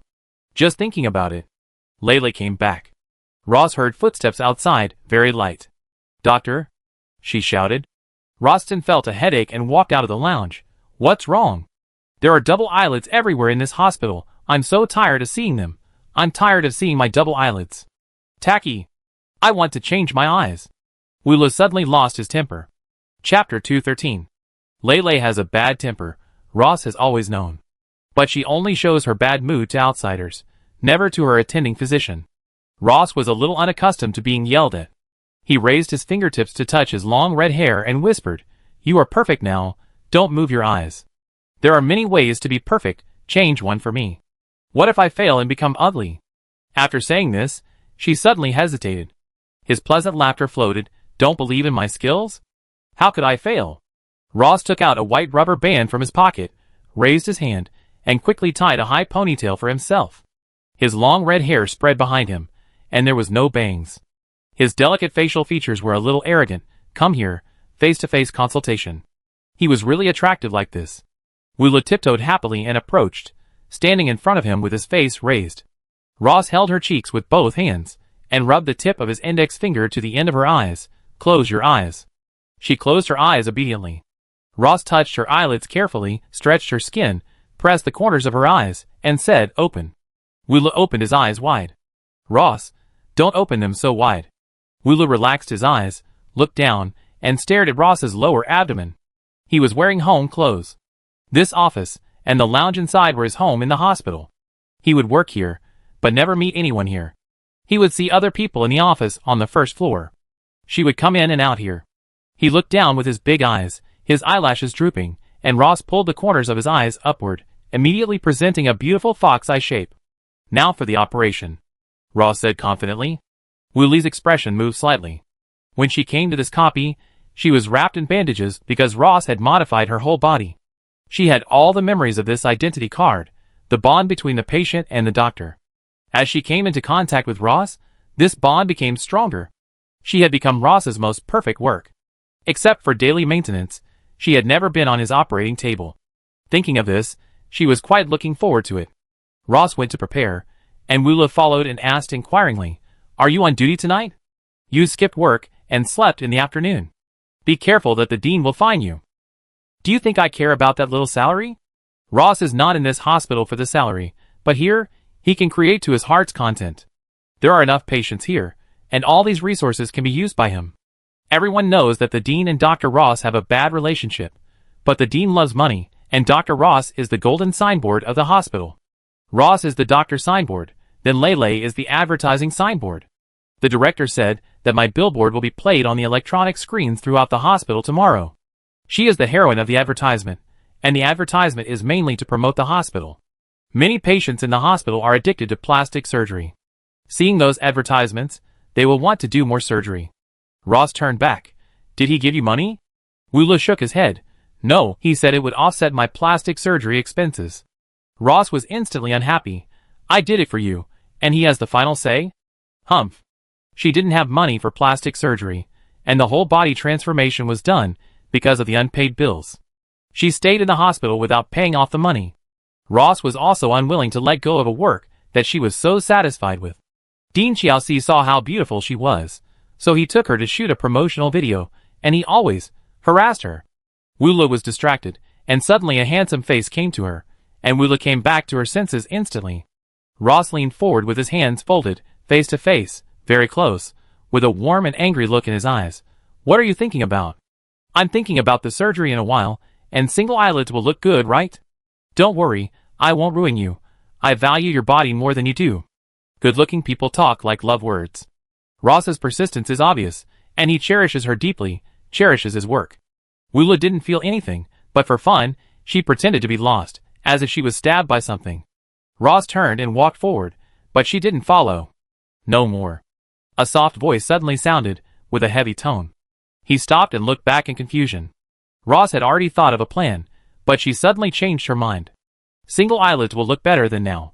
You can rest assured that there will be no scars left, because I can replace the human skin with yours. I don't want to do it anymore. Wula looked up. Double eyelids look good. Good night, doctor. She disappeared instantly. Ross didn't even reach out to hold her. What's wrong? Other players returned to the assigned rooms one after another. Su Xing was afraid to sleep alone in the ward, so she begged and asked a few people to accompany her. This was a 3-bed ward, and the other 2 beds were empty. Chung Lan and Zhu Ninian stayed to accompany her. Chung Feng was worried about Zhu Ninian, so he followed. The 2 girls slept in 1 bed each. Chung Feng sat on the chair to mediate. Not long after the anesthetic wore off, Su Xing's eyelids throbbed a little, her head felt dizzy, and she fell asleep quickly. The other 3 people didn't dare to sleep on the first night, but the hospital was too quiet, and the lights in the room were dim. After a while, they all fell asleep. Silence? The hospital was as quiet as if there were no living people. Only this ward and the room, where the players lived on the other side, had dim lights. The corridor was a bright green light emitted by the emergency exit sign, like a ghost fire. Everyone fell asleep. Huang Dayu's prop mirror was placed next to the pillow. He was snoring and didn't notice that there was already a picture in the mirror. Su Xing's eyelids were getting more and more painful, and she woke up directly. There was a light in the room, and she looked around and saw that everything was white. She turned her head and saw Chung Lan sleeping next to her, and she felt a little relieved. It hurt so much. Why does my eyelid hurt so much? Su Xing raised her hand in pain and wanted to touch her eyes, but thinking that her hands were dirty, she lifted the quilt and got out of bed. There was a small toilet in the 3-person ward. She was going to wash her hands in the toilet and look in the mirror to see if her eyelids were bleeding. She pushed open the toilet door, but before she went in, she was shocked. Because there was a woman in a hospital gown standing in front of the toilet sink. The woman was standing in front of the mirror washing her face in a blue and white striped hospital gown. The sound of water splashing was very loud, and she was rubbing her face with both hands. Su Xing froze in place. The 3 people behind her should be able to hear such a loud sound of water. Help! Help! This woman who suddenly appeared was not a player, but an NPC, a monster. There was no movement behind her, but her trembling voice attracted the woman's attention. The woman wiped the water off her face, turned around, and asked in a slow and dull tone, "What did you say?" "Ah!" Her face was so scary. The tip of her nose was broken, the prosthesis was sticking out, and pus and blood were still flowing. Smile City smiled stiffly at Su Xing. The woman's face suddenly became hideous. "What are you shouting? Am I scary? Am I good-looking? I just had my nose done last week. Isn't it good-looking? Speak." She suddenly rushed over. Su Xing was spread on the ground, and the face that failed plastic surgery and rotted was close at hand. The woman even pinched her throat, suffocating and painful. Su Xing couldn't make a sound. Her mouth opened and closed, silently asking for help. "Do you think I'm ugly? Am I not good-looking? Why do you have this expression? Your eyes are so beautiful. Can you give them to me?" The woman screamed so loudly that the people lying on the 2 beds a few meters away from the toilet door, and the man sitting on the chair did not wake up. Su Xing was desperate. A person stood beside Huang Dayu's bed. Pei Lin bent down slightly, and looked at the mirror beside his pillow. It was a rotting woman's face, with prosthetic cartilage sticking out of her nose. The mirror had no sound, only images. Pei Lin knew lip reading. "Why did you come to this hospital? And you're doing surgery here. They're all liars here. Look at my face. I'm ruined. I'm ruined by them. You're also a medical liar. You must be one too." This is what the woman shouted. The image in the mirror suddenly darkened. Pei Lin went out quickly. 10 seconds later, Pei Lin kicked the door of the ward open with a loud bang. Chung Lan was instantly awakened, and sat up with a knife in hand, facing Pei Lin, who rushed in. Pei Lin went straight to the toilet, pushed the door, and saw only the unconscious Su Xing. Zhu Ninian and Chung Feng also woke up. Chung Feng comforted Zhu Ninian. "It's okay, don't be afraid." Zhu Ninian was not very scared, but looked out. "Where is Su Xing?" "Here." Pei Lin came out of the toilet with Su Xing in his arms, and put him back on the bed. Chung Lan hurried forward to check. There were pinch marks on his neck, tears on his face. It seems that he was quite frightened. She encountered a terrifying thing in the toilet. But the three people in the same room didn't know. How do you know that something happened here? Chung Lan was puzzled. Pei Lin said, Wang Dayu's mirror. Chung Lan was careful. Then why did you come alone? Even if the others didn't dare to break in, they should be crowded outside now. Pei Lin, they all slept as soundly as you, and only I saw it. Everyone was asleep, only Pei Lin was still alert. Suddenly a little ashamed. Chung Lan finished the examination. She just fainted from suffocation. Her life is not in danger. Chung Feng, what did you see in the mirror? Pei Lin stood at the door of the toilet and looked in the mirror. A woman who had a failed plastic surgery. She said that this hospital was full of liars, medical fraud, and ruined her face. Xu Nianyan, is it a ghost? The NPCs in the dungeon are also different from humans and ghosts. Those nurses are humans, and the woman who failed plastic surgery should be a ghost. Chung Feng, definitely she came and went without a trace. Shu, Pei Lin suddenly laughed, and the others were instantly attracted to him. Xu Nianyan, what are you laughing at? Pei Lin, the point is whether the NPC is a human or a ghost. You got the wrong point. Having said that, the other party is obviously not someone who hides things. Chung Lan immediately seized the opportunity and asked in a good manner, what should the focus be? The focus is that the disfigured woman hates this hospital. She is not in the same group as the nurses and doctors here. There are two camps of NPCs. One camp is the doctors and nurses, and the other camp is the NPCs who are disfigured and hate this hospital. Pei Lin, the copy system has never said what we should do to leave this copy. That is, we have to explore and discover the secrets of this copy. The more NPC camps there are, the easier it is to get information from them. Pei Lin stopped talking nonsense. Pei Lin took some cold water in his hand, walked directly to Su Xing, and sprinkled the water on the lower half of her face, without touching her double eyelids. Su Xing trembled and gradually woke up after being stimulated by the cold water. Pei Lin bent down and smiled evilly. Ms. Su Xing, please help me, don't be afraid, I will keep you safe. Su Xing hadn't woken up yet, and looked at Pei Lin in a daze. If I'm not mistaken, you've had surgery, and you become a ghost-attracting physique. So bring some bait. Huang Dayu used Su Xing to explore the plot, regardless of her life or death. And Pei Lin is a person who does what he says. He directly gave Su Xing a substitute doll prop. If Su Xing's life is threatened, she can use the prop to let Pei Lin and her instantly switch positions, and she will be safe, and Pei Lin will. Pei Lin also gave her a teleportation prop, double insurance. Su Xing agreed. The others lay on the bed sleep, and their postures remained the same as before. Pei Lin hid. Su Xing went to the bathroom. She pushed the door tremblingly, and there was no one in the bathroom. Su Xing's heart was hanging. There's nothing, should I go in? No one responded. Su Xing had a shadow, and forced herself to tremble and go into the bathroom. She looked in the mirror, and saw only her frightened pale face, and a little red and swollen eyelids. After double eyelid surgery, the distance between her eyebrows and eyes became narrower, and her brow bones were more prominent, making the upper half of her face much more delicate. Su Xing stared at her face, not daring to look anywhere else. She was shaking all the time, so she turned on the faucet and washed her hands with cold water to calm down. The water was very cold, like ice water. As she washed, the water suddenly became thick and warm. Su Xing looked down and found that the faucet was flowing with red blood. Her hands were covered in blood. Hey! She made a short sound and couldn't say anything. Her left shoulder sank and hurt a little. Something was placed on his shoulder. In the mirror, a long and delicate face was placed on Su Xing's shoulder. The other person's chin was a little pointed, and it hurt when pressed. The cold fingers touched Su Xing's face. We both have double eyelids. Whose eyes are better? Yours or mine? The voice was nice, but extremely creepy. Su Xing felt like she was in an ice cellar, and her mind was blank. Chapter 214. Wanted to play tricks on humans, but ended up being played tricks by humans. Wula had seen the props used by humans, and she even knew what the props were called. The person she was hugging suddenly turned into a man, which was really presumptuous. Wula felt that she was taken advantage of. She was so beautiful, she didn't want to stick to people who were so much uglier than her. She didn't wear a mask on her face, but Pei Lin recognized her as the girl in the stairwell through her eyes. She was indeed a ghost. To be able to appear here, she must be an NPC with a plot. She was a beauty seeker. Wula let go of her hand and stepped back immediately, with disgust on her face. Seeing this, Pei Lin's voice, that was about to come out, was stuck in his throat.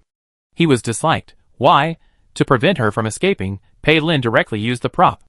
A red light rope suddenly locked Wu Li's wrist. Wu Li took 2 steps back, and the rope would also extend.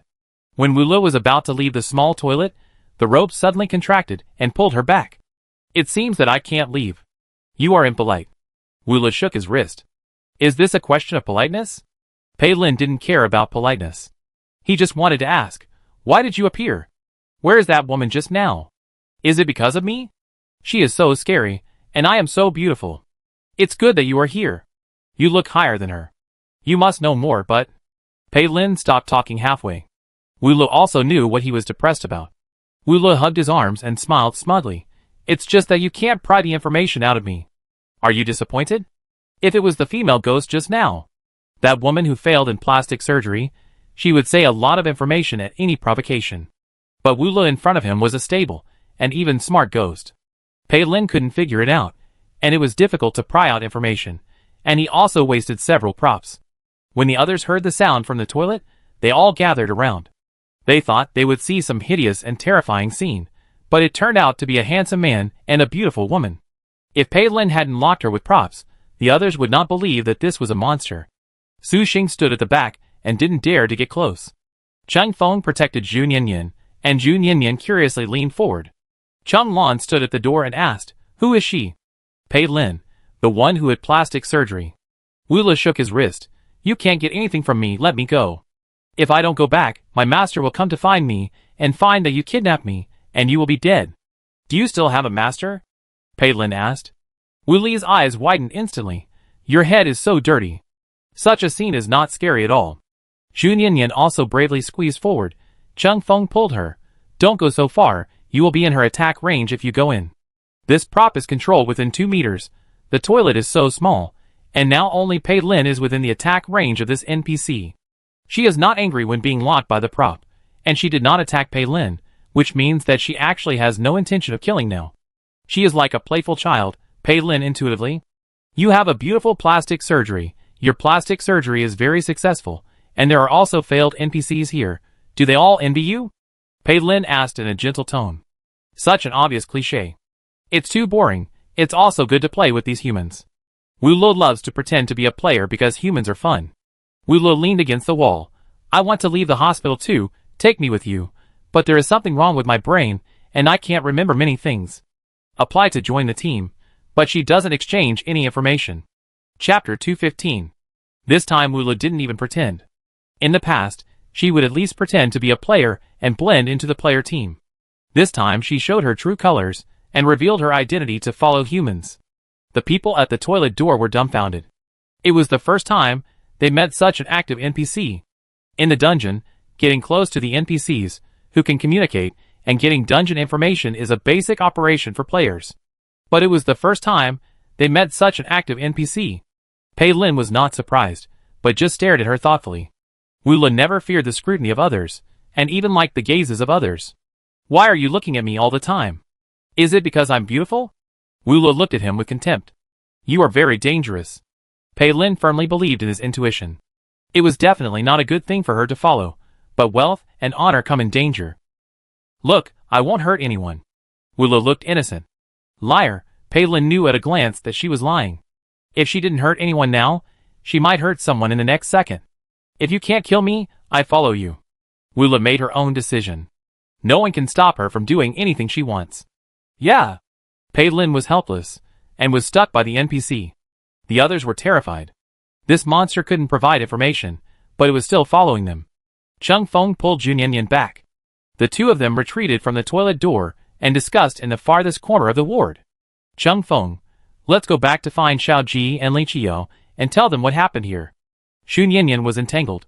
Should we follow the guy named Pei Lin? Cheng Feng, find Xiao Ji, he is our captain, he will make the decision. Zhu Nianyan, I suggest to follow him. Pei Lin is much better than Huang Dayu. The most important thing is that he doesn't drag others down with him. He keeps his word. Pei Lin gave the right to use his 2 props to Su Xing. They witnessed it with their own eyes. Cheng Feng was a little angry. How long have you been in contact with him? Do you think he is a good person? Can you not be so naive?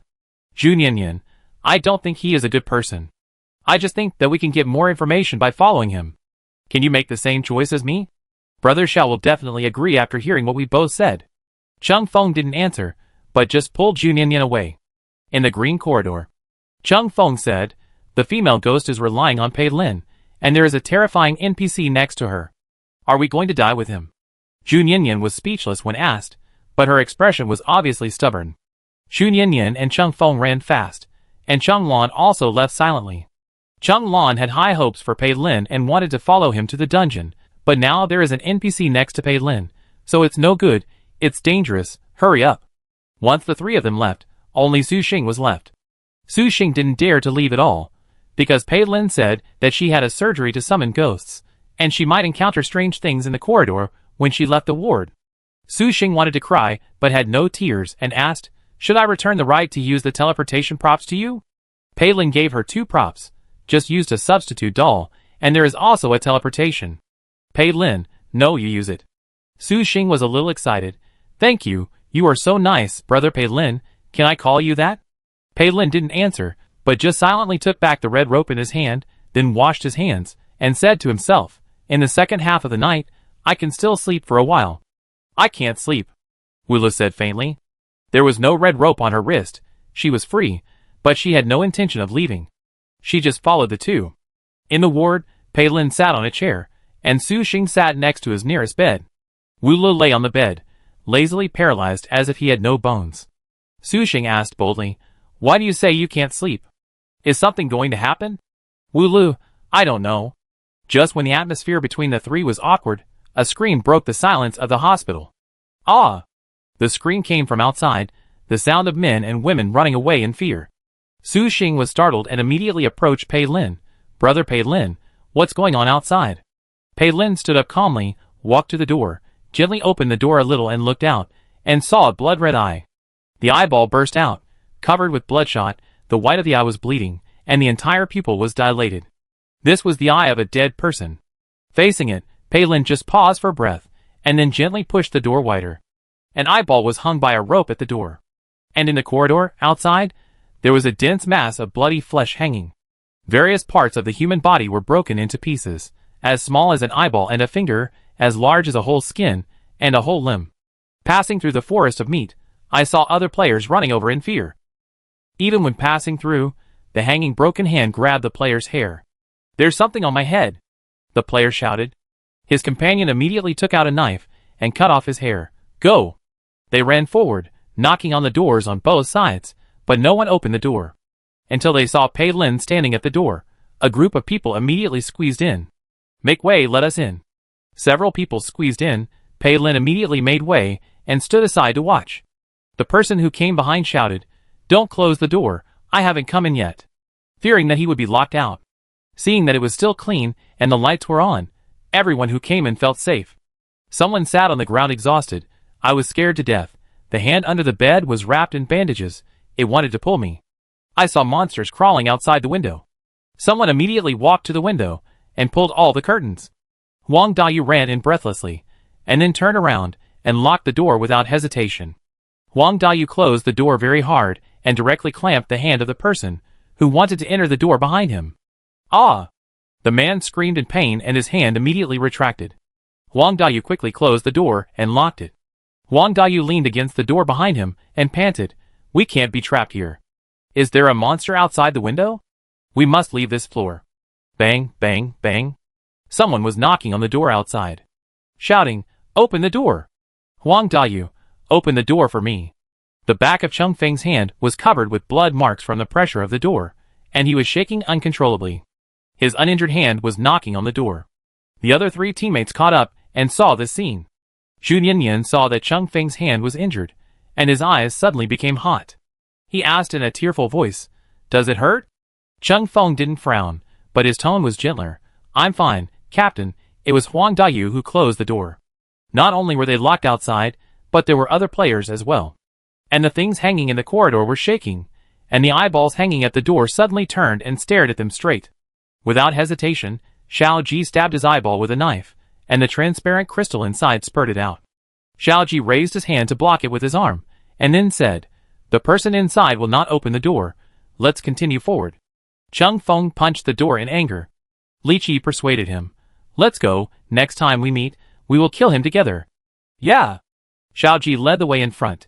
Chung Feng pulled Zhu Niannian to follow, and Li Qi covered the rear. Other players did not make the same choice as them.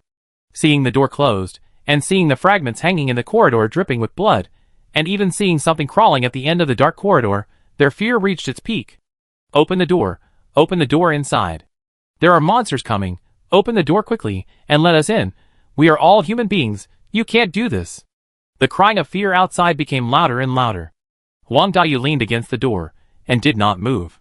The other people in the room, who were still in shock at complicated expressions.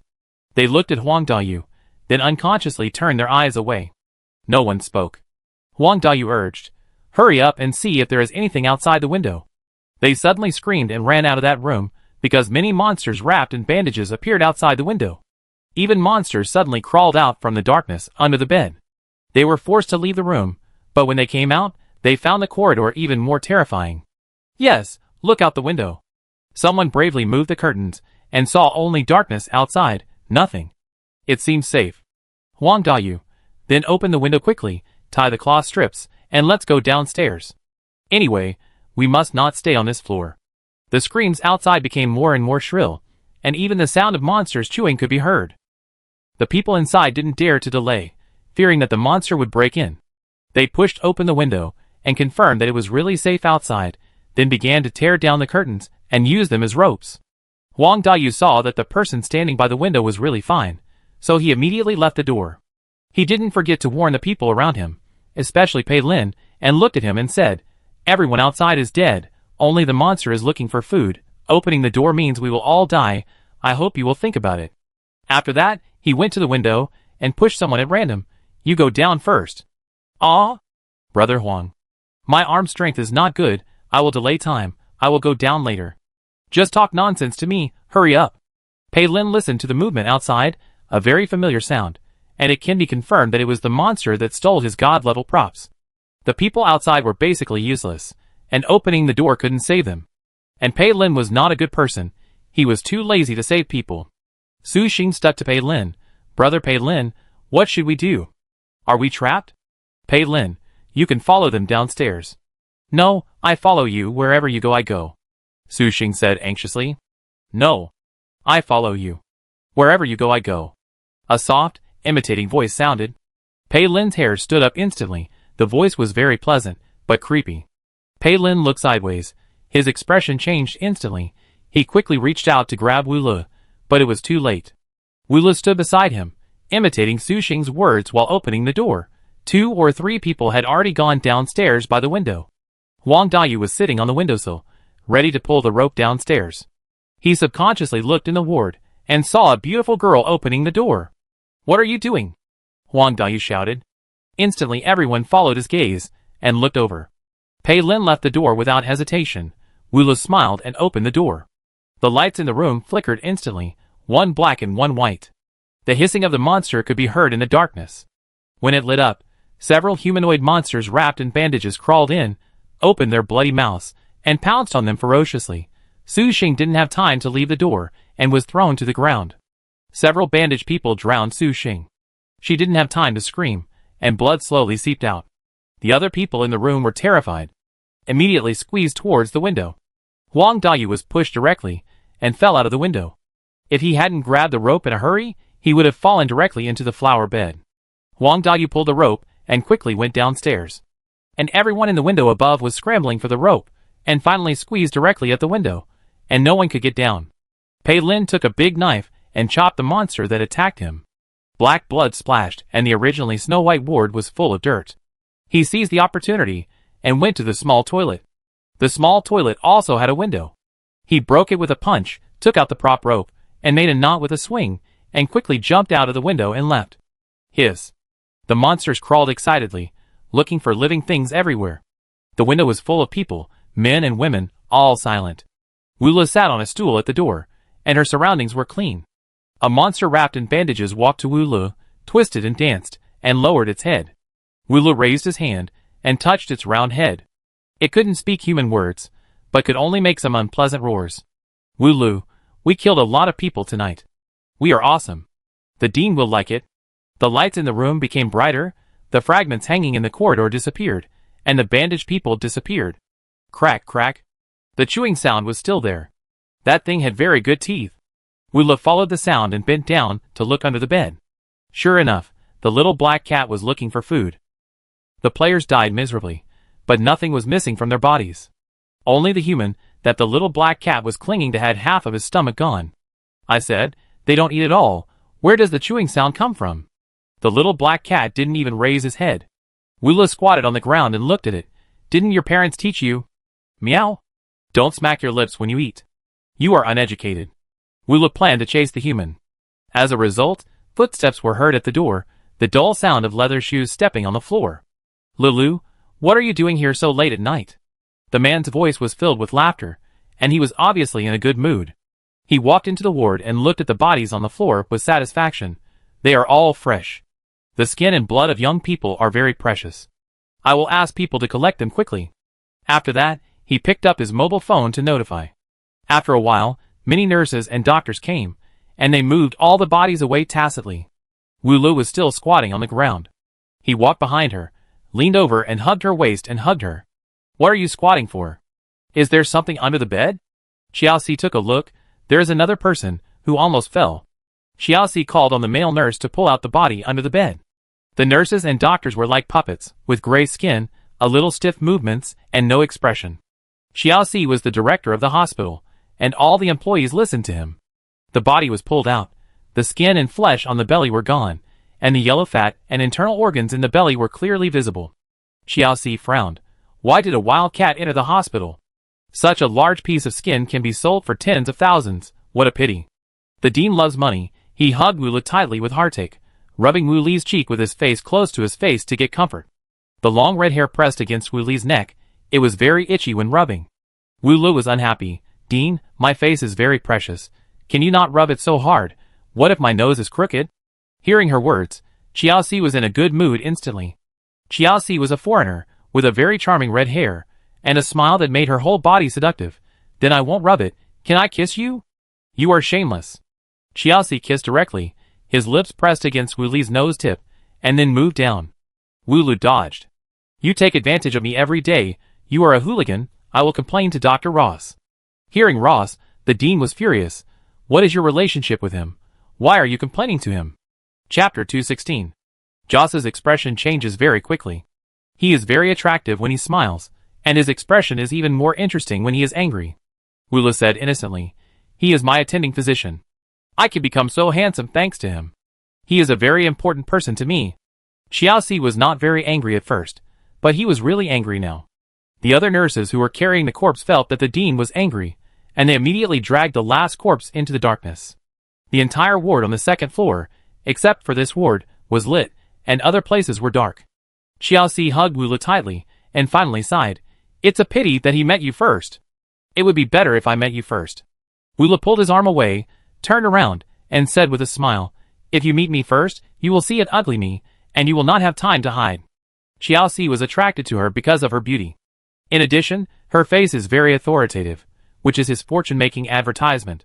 Am I such a superficial person? Joss touched her cheek. I like you no matter what you look like. You're lying. Wula wanted to sneak away, but the dean grabbed her arm and pulled her away. It's late. Staying up late will make you ugly. Go to my office and have a beauty sleep, he said in a nice way. Joss's long legs walked very fast, and his leather shoes made a sound on the floor. He was wearing a gray suit, a very dull color, but his long fiery red hair made him look bright. Just like Ross, he always wore a white coat, which looked very monotonous, but his long fiery red hair was gorgeous and eye-catching. With delicate mixed blood facial features, he looked good in any clothes. Wula couldn't keep up with his pace, so she floated on the spot, with her feet off the ground, and followed him. Dean, we monsters don't need to sleep. I want to go out and play. I go and make money for you. I saw the surveillance before I came. Xiaoxi said faintly. There can't be surveillance in the ward toilet, right? This hospital is too black-hearted. The word black-hearted is too shallow to describe this hospital. This is a complete hell of sin. You hugged that human. It's unfair. Do you like that human? He's not good-looking. He can have plastic surgery. If he has plastic surgery, he die. It's just right to accompany you when I die, right? The dean is unreasonable and speaks harshly. Xiaoxi pulled her into the elevator, took out the elevator card for the top floor, and swiped the card to go upstairs. Back to the dean's office, he said, "You stay in my office tonight." Wu Le heard the subtext. "What about you?" "Of course, I have business to discuss." So much skin and blood is a big deal. The black-hearted demon dean, the terrifying boss, Xiaoxi has a job every day. Only Wu Le took an ID card for an idle person. Xiaoxi left. Wu Le lay on the bed for a while, and when the rustling sounds in the darkness around her disappeared, she quickly stood up, took out a long sickle, broke the glass of the office with one stick, and jumped out of the window. Instantly, the alarm in the dean's office sounded, deafening, and the red alarm lights on the wall flashed wildly. Xiaoxi also received the news, and his expression was stunned. She is so disobedient? No one can control her. Hee. Wu Le jumped off the building happily, and shattered in the flower bed in the center of the hospital. The sound was very loud. If an ordinary person fell like this, he would definitely collapse. She crawled on all fours, following the gaps between the grass and trees, crossed the entire central garden, opened the window, and climbed into the first floor. The first floor was brightly lit. There was a large clock hanging on the wall, and the clock showed the time was midnight. The players who had just escaped from the window were still in shock after reaching this floor. When they saw that it was bright everywhere, they breathed a sigh of relief. In the dungeon, the most frightening thing is darkness. In the corridor, the door of each office was opened a crack, and it was pitch black inside. And on the rows of stools waiting at the door, there was a blue folder at this time. "Brother Huang, is that a clue?" a man asked Huang Dayu. Huang Dayu came down with a cloth strip, and his hands were worn out. He glanced at it irritably and said, "Go and get it." "Okay." He brought back several blue folders. Huang Dayu took one and opened it.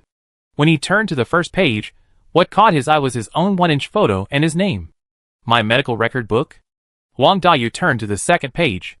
The beauty seeker felt inferior because of his square face, and asked for a bone-cutting surgery. He passed the hospital experience and entered the operating room at 2 p.m. on X month X. The surgery failed, and the rescue was ineffective due to heavy bleeding. Huang Dayu was sweating profusely when he saw this line of words. He turned to the third page and immediately covered the document with trembling. "Brother Huang, why do you look so bad? What did you see?" Huang Dayu said angrily, "Open the others and have a look." The male player immediately turned to another book, opened it, and saw his own photo, and immediately said in surprise, "Hey, what a coincidence, I got my own right away. When did I get a medical record book?" Huang Dayu grabbed it and read it. On the second page, the beauty seeker was not satisfied with his height, and chose to have his legs broken to increase his height. His legs became seriously infected, and he died after the operation. When the male player saw those words, he was immediately scared and sweated. "I'm dead? My legs are fine. How can this medical record say that I'm dead?" Huang Dayu immediately turned to the third page. The third page was a color photo of a naked male corpse, with both thighs rotting, bones in the rotten flesh, and steel nails driven into the body all exposed. There was also a magnified photo of the wound details in the lower corner. "My legs." The male player instantly touched his thighs, and was terrified. His legs were still intact, but he felt a moment of pain. Huang Dayu did not give up, and grabbed the medical records of several people next to him. Sure enough, everyone died on the operating table, and there were death photos on them. Huang Dayu reopened the third page of his medical record. The skin on the lower half of his face was separated and lifted up, covering his eyes. The lower half of his face was bloody, the bones on both sides disappeared, and the neck was full of blood. Huang Dayu couldn't accept it. Suddenly, there was a sound of glass breaking above his head, and the others were startled. Turning back, he saw Pei Lin landing easily. Pei Lin patted the non-existent dust on his body, as if he didn't see them. He looked around, then picked up a medical record and flipped through it with a calm expression. It was originally a blank medical record. Whoever opens it will become his medical record. Huang Dayu had guessed it, and he asked Pei Lin, "It says that you are dead too, right?" Pei Lin was very calm. "Yes." "Huang Dayu, aren't you afraid at all? We will all die. This is the prophecy book." Pei Lin didn't take it seriously, and didn't talk to him, but took the medical record book into a dark office. Others were confused. Huang Dayu chose to follow. As a result, the office door suddenly closed just after they touched it. "What's going on?" others asked. "Huang Dayu, Only one person can go in. What are you going to do in there? It's pitch black inside. What if there are monsters? Huang Daju didn't know either, so he could only wait. See if Pei Lin can come out? Chapter 217. All the players who came to the first floor received their own medical records. This is a death notice. Each of them will die in the hospital, and the way they die is different. When encountering such a situation in the dungeon, many people can't hold their minds. If we don't open this medical record, will this ending not be opened? How can we change it? What should we do now? Huang Daju leaned on the door to eavesdrop, and others also came over. Why is there no movement inside? Is Pei Lin dead? He just went in like this. Did he get any clues? Someone went to check other offices. Each office had a crack in the door, and it was pitch black inside. Through the crack in the door, I stared hard and looked inside, but I couldn't see anything. Should we go in too? Isn't it too risky to follow Pei Lin in without knowing anything?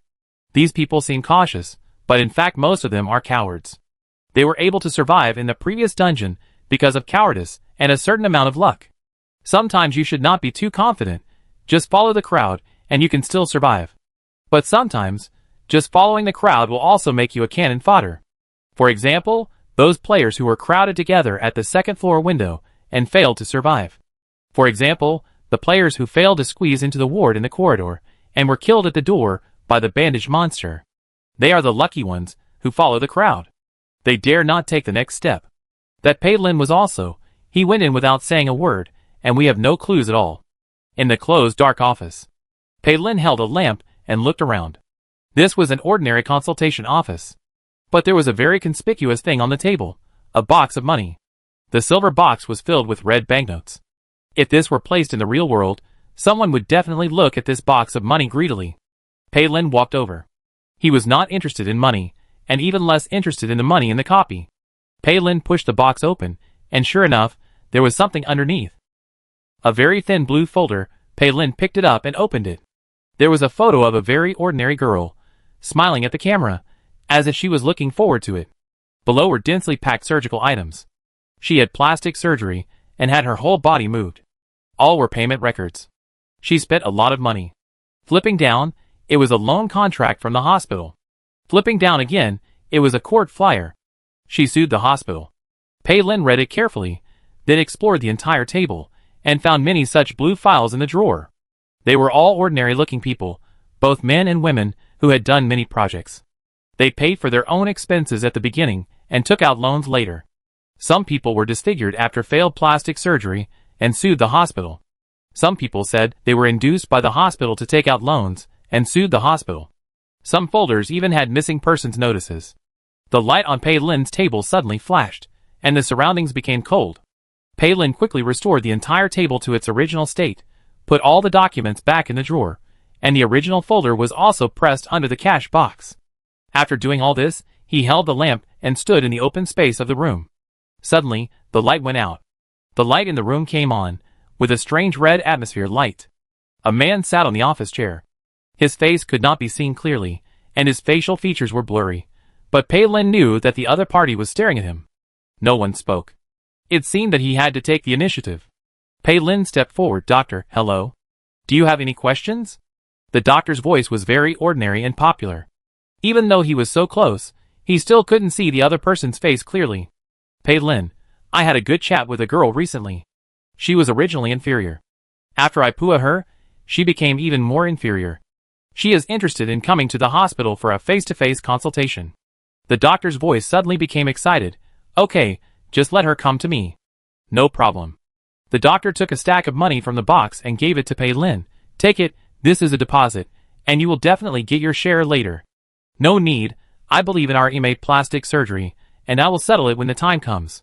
Pei Lin just shook hands with him, and then said, "I'm leaving first?" "You go." Pei Lin turned around and left.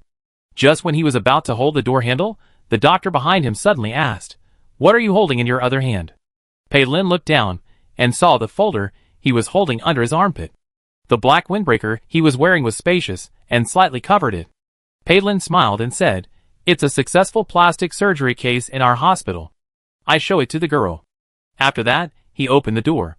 The door handle can be twisted. Pei Lin went out quickly. As a result, he almost bumped into Huang Daju when he came out. Pei Lin was speechless, Get out of the way. Others saw hope when they saw him come out intact. Wang Dayu, what's the situation inside? Are there monsters inside? What did you see? Did you hear anything? In the copy, you have to be shameless and thick-skinned. As long as you open your mouth, what if you can get the answer? Pei Lin held his own documents, smiled mysteriously, and said, "Go in, no one will die." Really? Wang Dayu was a little unconvinced. Pei Lin showed himself. "Look, I'm fine, aren't I?" Pei Lin didn't want to waste time with him, so he walked away with big steps. When he reached the corner of the corridor, he quickly opened his folder. Sure enough, it had changed. Originally, he was a beauty seeker who came to a plastic surgery hospital for plastic surgery, but eventually died on the operating table due to heavy bleeding. And now, Pei Lin's identity column only has 2 words: medical fraud. Chapter 218. Pei Lin turned around and saw the girl floating in the air, a head taller than him. He didn't know how long she had been floating. She was there when he unfolded the document just now. Wu Lu looked at him with a smirk while floating in the air. "You are a bad guy. You killed many people. They will seek revenge on you." As a medical agent, he is destined to be the target of revenge by many NPCs. Especially the NPCs on the paper list. Now they are all killed by him. They will definitely seek revenge on him. Wu Lu wanted to see Pei Lin panic, but he was not afraid at all. Pei Lin smiled and touched his pocket, and showed himself. "I didn't take the hospital's money. I'm not a medical agent. There is a transfer record. The transfer record is the transfer record of the medical agent, not mine. My name is Pei Lin. I am a policeman, undercover to investigate a plastic surgery hospital. My undercover identity is a medical agent." He is so good at talking nonsense. He thinks fast and has great acting skills. But Wu Lu has a god's perspective. She knows he is lying. "Keep making it up. It's actually very dangerous to tell you my true identity. I don't know if you are from the hospital. I subconsciously prefer to believe that you are a victim. You have had a successful plastic surgery, but you haven't left the hospital yet. Have you been exploited and bullied by the hospital? Tell me what you think of. I will help you. I am a good person," Pei Lin said seriously. Wu Lu floated left and right and raised his eyebrows. Pei Lin immediately understood. "How did you die? Who killed you?"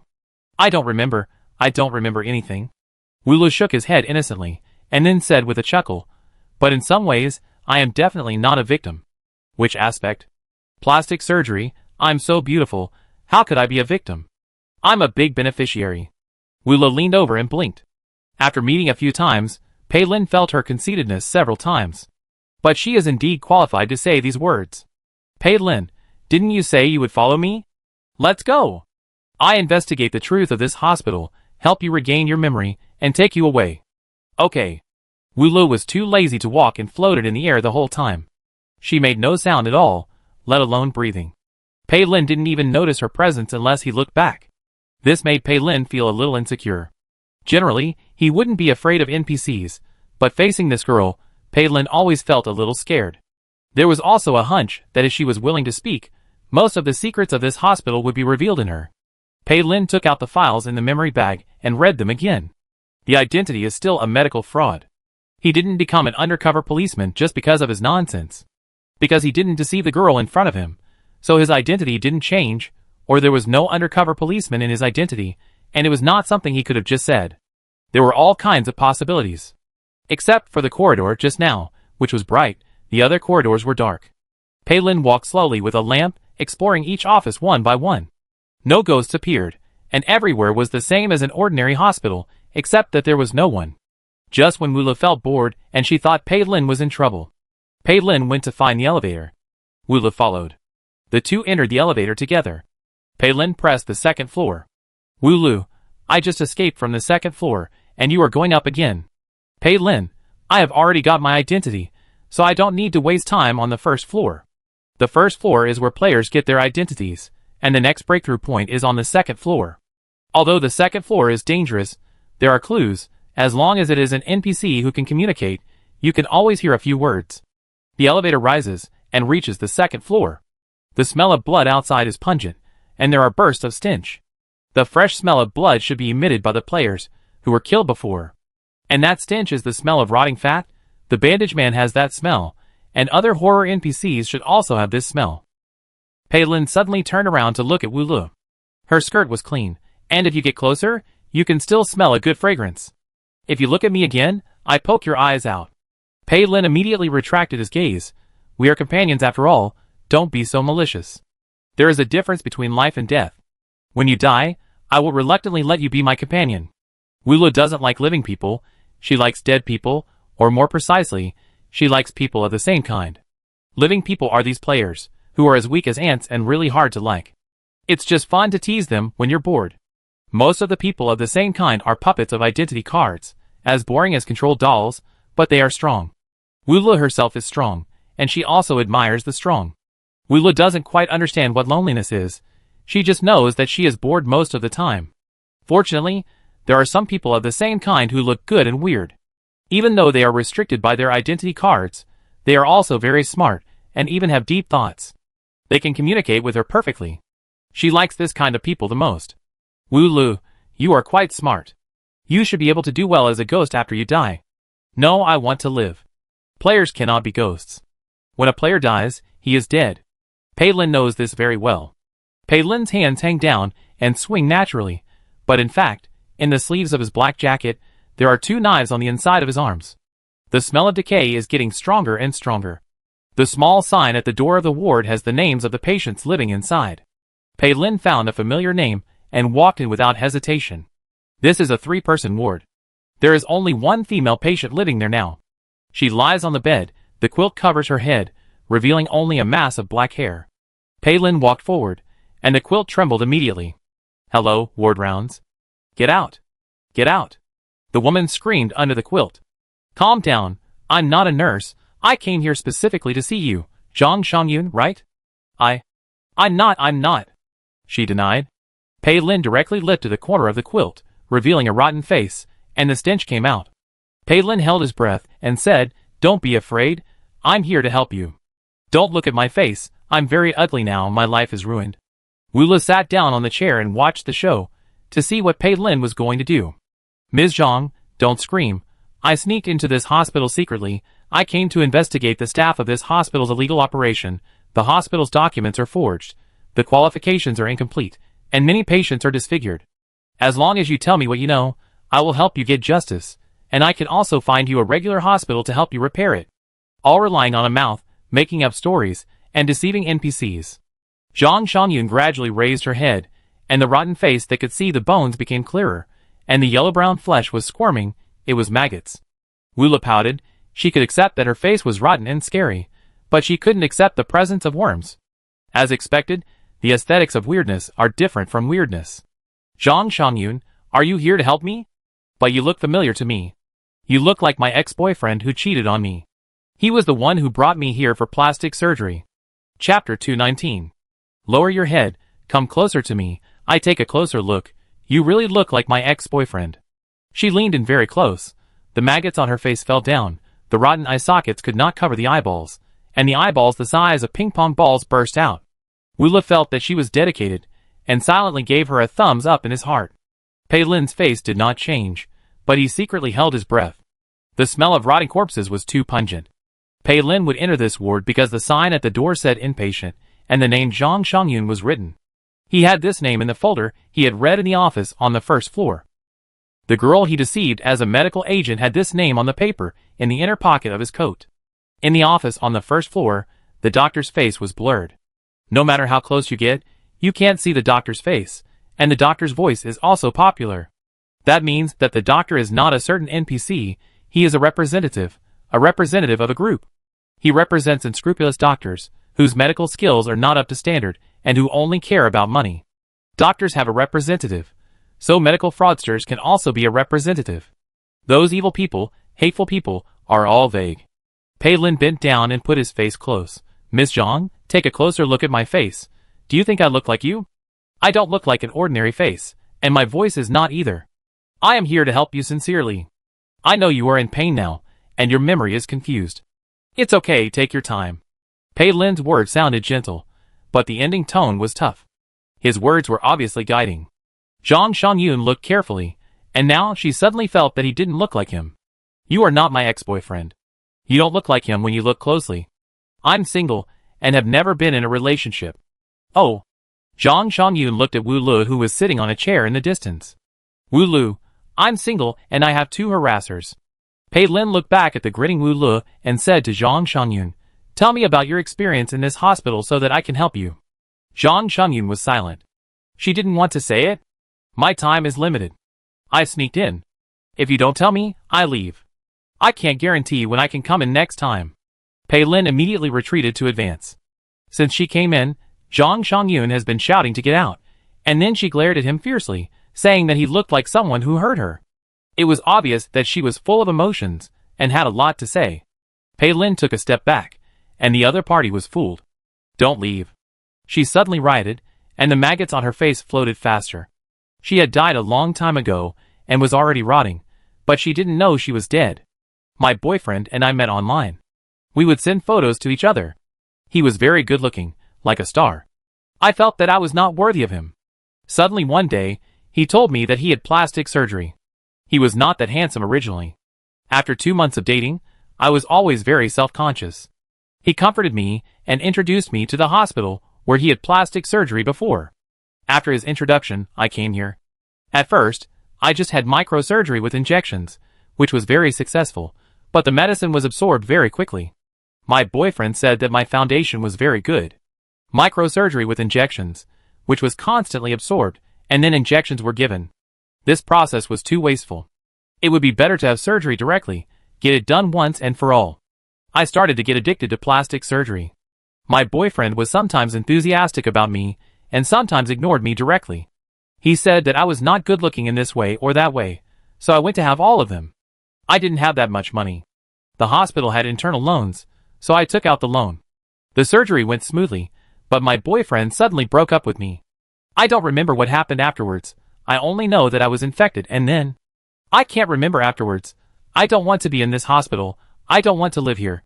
Zhang Shangyun suddenly started to scream, especially disgusted with this place. With a scream, all the maggots in the rotten meat crawled out. Pei Lin was close, and the maggots flew directly to him. Pei Lin quickly took off his coat and threw the maggots out, and ran out with his coat. Why are you running? Are you afraid of me? You look like him. You look like my boyfriend. Don't run. You're the one who hurt me. Pei Lin didn't expect that she would treat him as her boyfriend again. And in the riot, he had no chance to fool her. In the corridor, Zhang Shangyun. The speed of movement was very fast, and she caught up with Pei Lin in the blink of an eye. Pei Lin slashed out with 2 knives, cutting off her arm. A piece of her arm fell to the ground and moved, and she grabbed his ankle directly. Unkillable? It should be that some resentment must be resolved before she can be eliminated. In the dungeon, I am most afraid of this kind of unkillable monster. Pei Lin can only use props and leave this level first. The man disappeared in an instant, and Zhang Shangyun grabbed nothing with both hands. She was stunned on the spot. She turned her head, and saw the reflection on the window glass, and saw her face clearly. Tick tick. A dark brown and somewhat sticky liquid dripped onto the floor. With light footsteps, Wulu walked up, picked up the broken arm on the ground and handed it to her. Don't cry. Zhang Shangyun turned her head stiffly. Am I ugly? You are so beautiful. Wulu smiled, and his skin turned blue-gray and dull in an instant. Reddish-brown, purple, and even black patches slowly appeared on his face. They were corpse spots, followed by layers of frost. Zhang Shangyun was stunned. Your body is in the freezer? Are you cold? Wu Lu, I've seen your photos before plastic surgery. You're very cute. I wish you a successful revenge. Zhang Shangyun was stunned. Thank you. I can't even remember what I look like. Chapter 220. The frost on Wu Li's face was very thick, and then it slowly melted, and there was a pool of water under her feet. Her skin became even uglier, colorful, and the flesh under her skin was rotten. Zhang Shangyun understood. The power supply of the ice storage was cut off, and finally you. It didn't rot. Someone took me away. Where are you now? Pei Lin thought Zhang Shangyun didn't know she was dead, and thought she was an NPC trapped in the past memory. But in fact, it was not at all. Every NPC here knew clearly that she was dead and remembered every detail. My body is here, but you don't seem to have a body. Your body is gone? Willa didn't answer. Zhang Shangyun saw that she didn't want to talk about this, so she didn't ask any more. Zhang Shangyun's sad mood was swept away, and the maggots on the ground crawled back on her body. When she left, she said to Wu Lu, I also wish you a successful revenge. Wu Lu was the only one left in the dark corridor. Wu Lu tilted his head and thought, But I don't have any enemies. She committed suicide? She had such a successful plastic surgery, and was so beautiful. She was reluctant to grow old and change a little. The best way to stay beautiful is to die at the most beautiful time. Her thoughts are different from ordinary people. She is a beauty-loving madman. She can't die without wounds, so she committed suicide with drugs and lay herself in the freezer. The hateful thing is that the freezer was out of power. Although her body was saved in the end, it became very ugly. Her body was too ugly, so she didn't want to play with it, a ghost floating around. From other people's perspectives, Ross and Joss are both demons. From her perspective, both of them helped her. Ross gave her the most beautiful appearance, and Joss took her away when she was about to rot, and helped her preserve her body. It was dawn. The whole hospital became like an ordinary hospital again. But half of the players were missing. The players gathered together, many of them were in a mess and still in shock. The people who followed Huang Dayu were all dead. Chung Lan saw Huang Dayu enter the room alone, and immediately understood what was going on. Xu Nianyan looked at them, and said with some sobs, "Are there only 6 of us?" Chung Lan, Huang Dayu. Then, there was their team of 4, Xiao Ji, Li Qiao, and Xu Nianyan. "Huang Dayu, I didn't see you guys last night. Where did you go?" Chung Feng raised his hand, and there were purple bruises on the back of his hand. "Do you look familiar?" Huang Dayu didn't understand. "What did you say?" "You pinched my hand last night, and locked us out of the door, so of course you didn't see us." The scene of last night flashed through Huang Dayu's mind, and when he looked up, he met the eyes of 3 tall men again. There were many of them, so Huang Dayu immediately gave in. "I didn't mean it. I thought it was a monster that was prying at the door." "You are fooling a fool." Chung Feng pouted, and kicked him in the chest. Huang Dayu was kicked to the ground immediately. He wanted to continue to quibble, but Chung Feng immediately stepped on his stomach, bent down, and punched him hard on the head, knocking him dizzy. Li Qiao stepped forward, squatted down and touched Huang Dayu, and finally felt the paper in his trouser pocket. Li Qiao opened it, and handed it to Xiao Ji. Xiao Ji took a look. "Nurse, quite clever. Everyone will get a document. Their initial identity is that of a person who comes for plastic surgery, but this identity will definitely lead to death. Only by changing their identity can they survive the night. Players enter the office with folders. If they say the wrong thing and fail to establish a new identity for themselves, they will surely die. The 4 of them also have new identities, and their identities are medical equipment sales. Last night, in order to avoid the bandaged monster on the 2nd floor, they took the elevator to the 3rd floor. They came to a medical equipment room, and saw a lot of purchase records of medical equipment. Finally, they returned to the 1st floor, where no one was there. They saw the blue folder on the chair, picked it up, and saw their own death prophecy. In the dungeon, seeing the death prophecy is both unfortunate and fortunate. Unfortunately, knowing how you will die, your heart collapses. Fortunately, as long as a certain condition is broken and a chain reaction occurs, you will not end up with death. For example, changing your identity. Chung Lan was frank. She took out her own documents and showed them. "I am a new nurse applicant. Let's go through this copy together. This means cooperation." Chapter 221. No player has gone up to the 4th floor yet. The windows are all unbreakable, and only the elevator can go up. But the elevator requires an elevator card or a password. Huang Dayu has mentioned the key information. Xiao Ji asked in a deep voice, "What is the elevator password for the 4th floor?" Huang Dayu covered his stomach with a painful expression. He looked at the knife in Chung Feng's hand and said, "I can go with you to enter the password. It means not to tell." Chung Feng cut the back of his hand with a knife. "Tell it." "His. You?" Huang Dayu was so scared that he stiffened his neck. "I won't tell you. If I tell you, you will definitely kill me. I will enter the password with you. I can't be clever about this, you know." Huang Dayu also reacted and couldn't say anything. These people are not good people. As long as he is useless, they will definitely kill him. Xiao Ji patted Chung Feng on the shoulder and signaled him to put away the knife. Chung Feng was angry. Li Qiao smiled and hooked Chung Feng's neck, leaning against him, and said, "A gentleman's revenge is never too late. Now it's still useful to keep Huang Dayu." Chung Feng was like a stubborn donkey, not moving. Xiao Ji frowned. Li Qiao sighed in his heart. He looked back at Xu Nianyan, blinked and signaled. Xu Nianyan immediately stepped forward and called him softly, "Chung Feng." Chung Feng slowly put away the knife, hugged his arms and walked away, looking like he was in a bad mood, and no one wanted to pay attention to him. Huang Dayu breathed a sigh of relief and sat on the ground in embarrassment. Xiao Ji asked Chung Lan, "What ideas do you have?" Chung Lan, "The focus of this hospital is that it is an unscrupulous hospital that harms patients. The boss should be the dean. I think we should go to his office to find evidence of illegal and disorderly crimes and murders, and then post it on the internet to expose it." At the beginning of the dungeon, the broadcast did not mention what the player's mission was. Players need to discover the dungeon mission by themselves. The dungeon is basically all about evil, and most players represent justice. Chung Lan felt that her guess was almost right. Xiao Ji also agreed with this. Xu Nianyan, combined with what Pei Lin said before, the NPCs in this dungeon are divided into several factions. There are villains and victims. We can find the victims and get more information from them. Li Qia, it's too risky to break into the dean's office directly. Let's find a smaller NPC to ask for information first. Let's not go to the 4th floor first. The 4th floor is definitely the most dangerous. There is not much information, and there is no force control. Let's not go up now. Xiao Ji, the doctor named Ross. We have been hearing his name since we entered the dungeon. He is a key point. Let's find him first before finding the dean. It's dawn. The NPCs in the hospital are all active. The corridor on the 2nd floor, nurses coming and going, and patients hospitalized for plastic surgery. Knock, knock, knock. Someone knocked on the door. Chung Lan went to open the door, and a nurse with a stiff face stood at the door and said, "Why are you all here? There are many patients on the 2nd floor who need care. Go and help." In the eyes of these NPCs, they are now caregivers. But their real identities are written on the paper. Chung Lan nodded. "Okay, we be there soon." "Hurry up, be quick," the nurse said and left.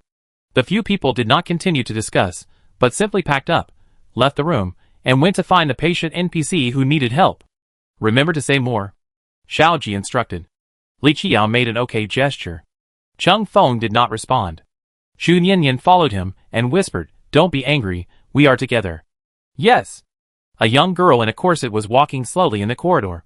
Chung Lan went over and said, "Do you need me to help you?" The girl smiled. "Okay, the doctor said I can't lie down all the time, I need to walk more. I have sucked a lot of fat from my shoulders and arms. Am I thin now?"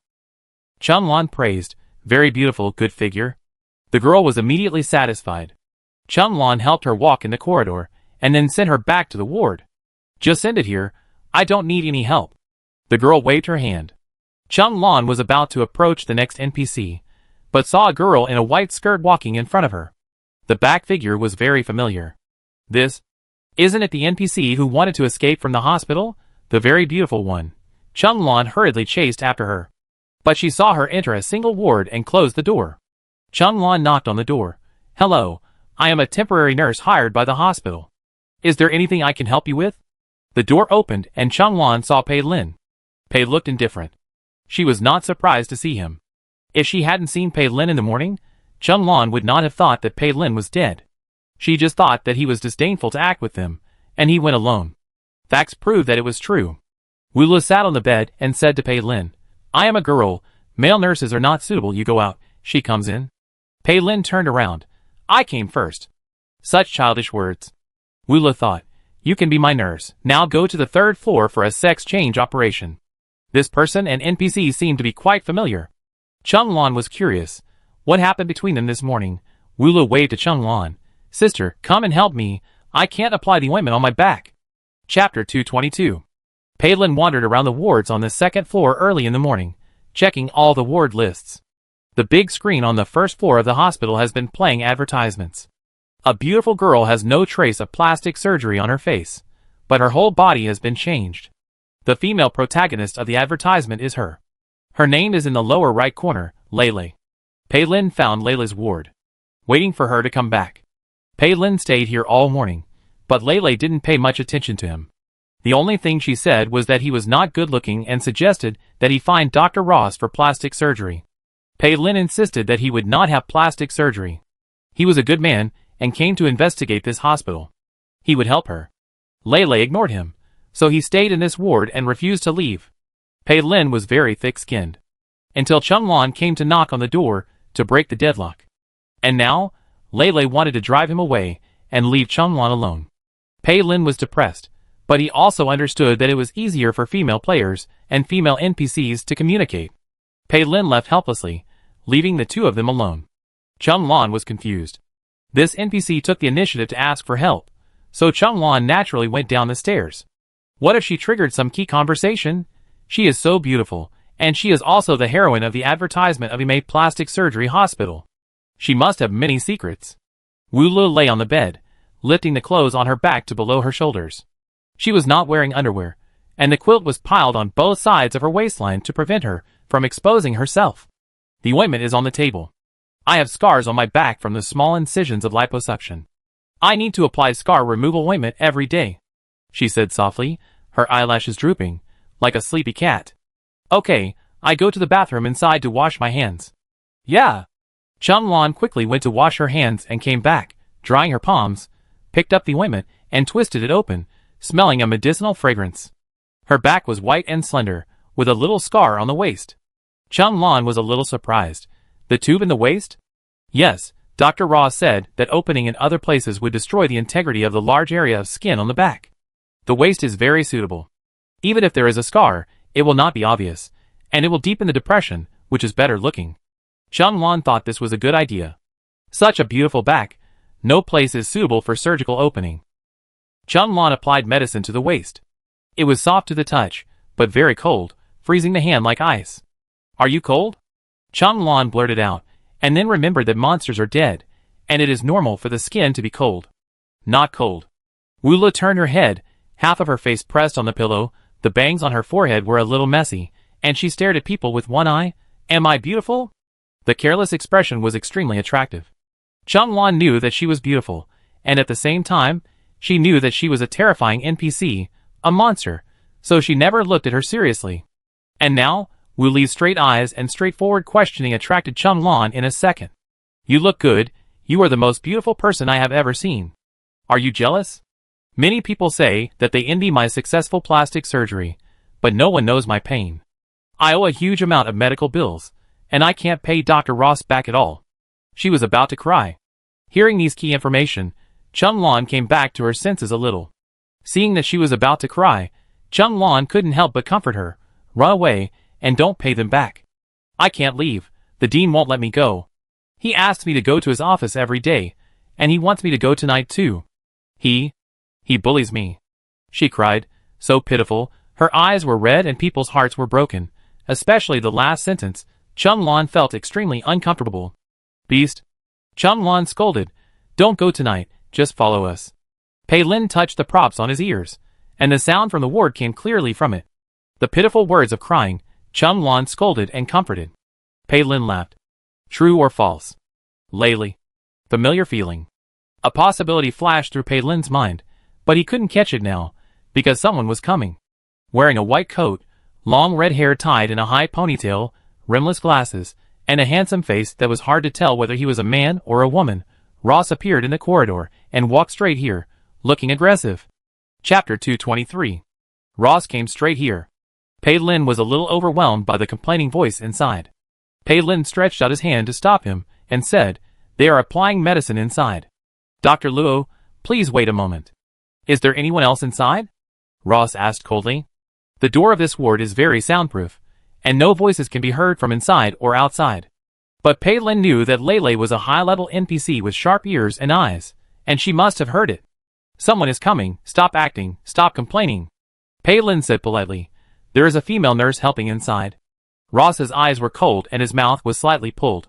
I am her attending physician. Doctors don't distinguish between men and women. The reason of applying medicine couldn't stop him. Pei Lin didn't expect to stop him, but just reminded the people inside who was coming. Pei Lin immediately made way, and Ross pushed the door in. What he saw was Wu Lu lying on her bare back motionless, and Chung Lan was applying medicine to her. Chung Lan noticed the NPC's gaze, and became a little nervous. She retracted her hand, closed the ointment cap, and said, it's done. She was about to help pull down her clothes on her back, but Ross stepped forward to stop her. Let me see how the scar is recovering, you go out. Ross didn't even look at Chung Lan, and kept staring at Wu Lu. Chung Lan left quickly. There were only 2 of them left in the ward. Ross sat by the bed, looking obviously unhappy. Didn't you say that the mattress in the ward is too hard and the smell here is bad? Are you afraid of living here alone? You were here last night? Some time ago, before these annoying humans came to the hospital, Ross would see Wu Lu sleeping next to him, when he opened his eyes in the morning. At that time, Ross would warn her seriously, patients should stay in the ward. She would say pitifully, the surgical wound on my body hurts. While getting dressed, Ross said, stay in the ward. I told you during my ward rounds that you are not allowed to come here. She began to complain about the various problems in the ward, such as the hard mattress and uncomfortable sleeping, the strong smell of disinfectant, so many patients living on the second floor, and she always felt that someone would knock on the door and break in, and the single ward was scary at night, so she didn't dare to live alone. Did she dare to do it before? Why didn't she dare to do it during this period? Ross felt her changes. Sometimes she felt like a different person, and sometimes she still felt like she was. No matter what, it was his most satisfying work.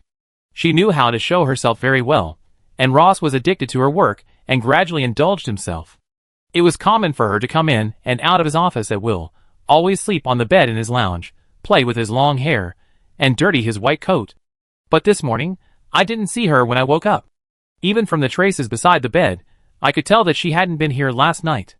The first thing Ross did was to go to the dean's office. There was no one there. The dean was not there, and neither was she. But Ross saw a few long black hairs on the bed in the lounge. They were her hair. She had slept in this bed for a short time. There was broken glass all over the floor. What happened here last night? You were here last night? Ross asked casually, but Woola felt the danger. Woola, I rested here in the second half of the night. Ross liked good kids who didn't lie. What about the first half of the night? Woola, I played, and then I was caught by the dean.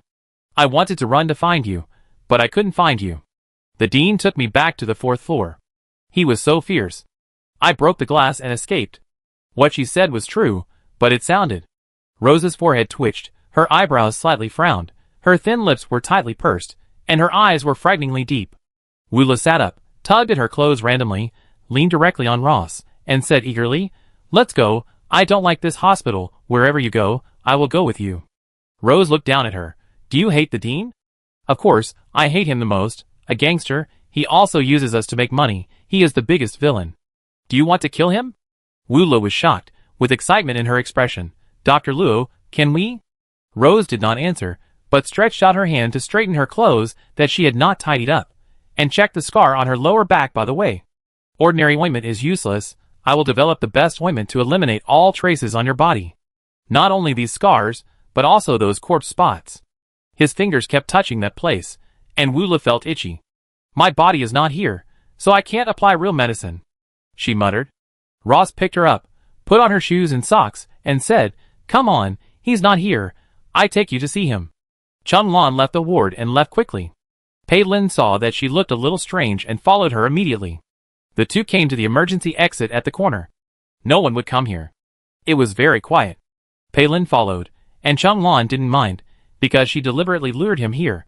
Chung Lan turned around. Mr. Pei, do you want to cooperate? Pei Lin pretended not to know what happened in the ward. What information did you get? Chung Lan was a little excited. Not only information, but also things. She took out a black card from her pocket. Pei Lin showed a puzzled expression for the first time. Chung Lan thought he didn't recognize her, so she said, the elevator on the fourth floor is stuck. Pei Lin knew and recognized her at a glance. He just wondered why she was attracted by Chung Lan. Chung Lan explained, in the ward, she said a lot to me. She was very pitiful. She didn't dare to leave because of the high medical expenses owed for plastic surgery. Many of the plastic surgeries were arranged by Ross personally, not by her own will. She was like an experimental subject on the operating table, a successful experimental subject. This is not Chung Lan's speaking style. Pei Lin, did she tell you in person?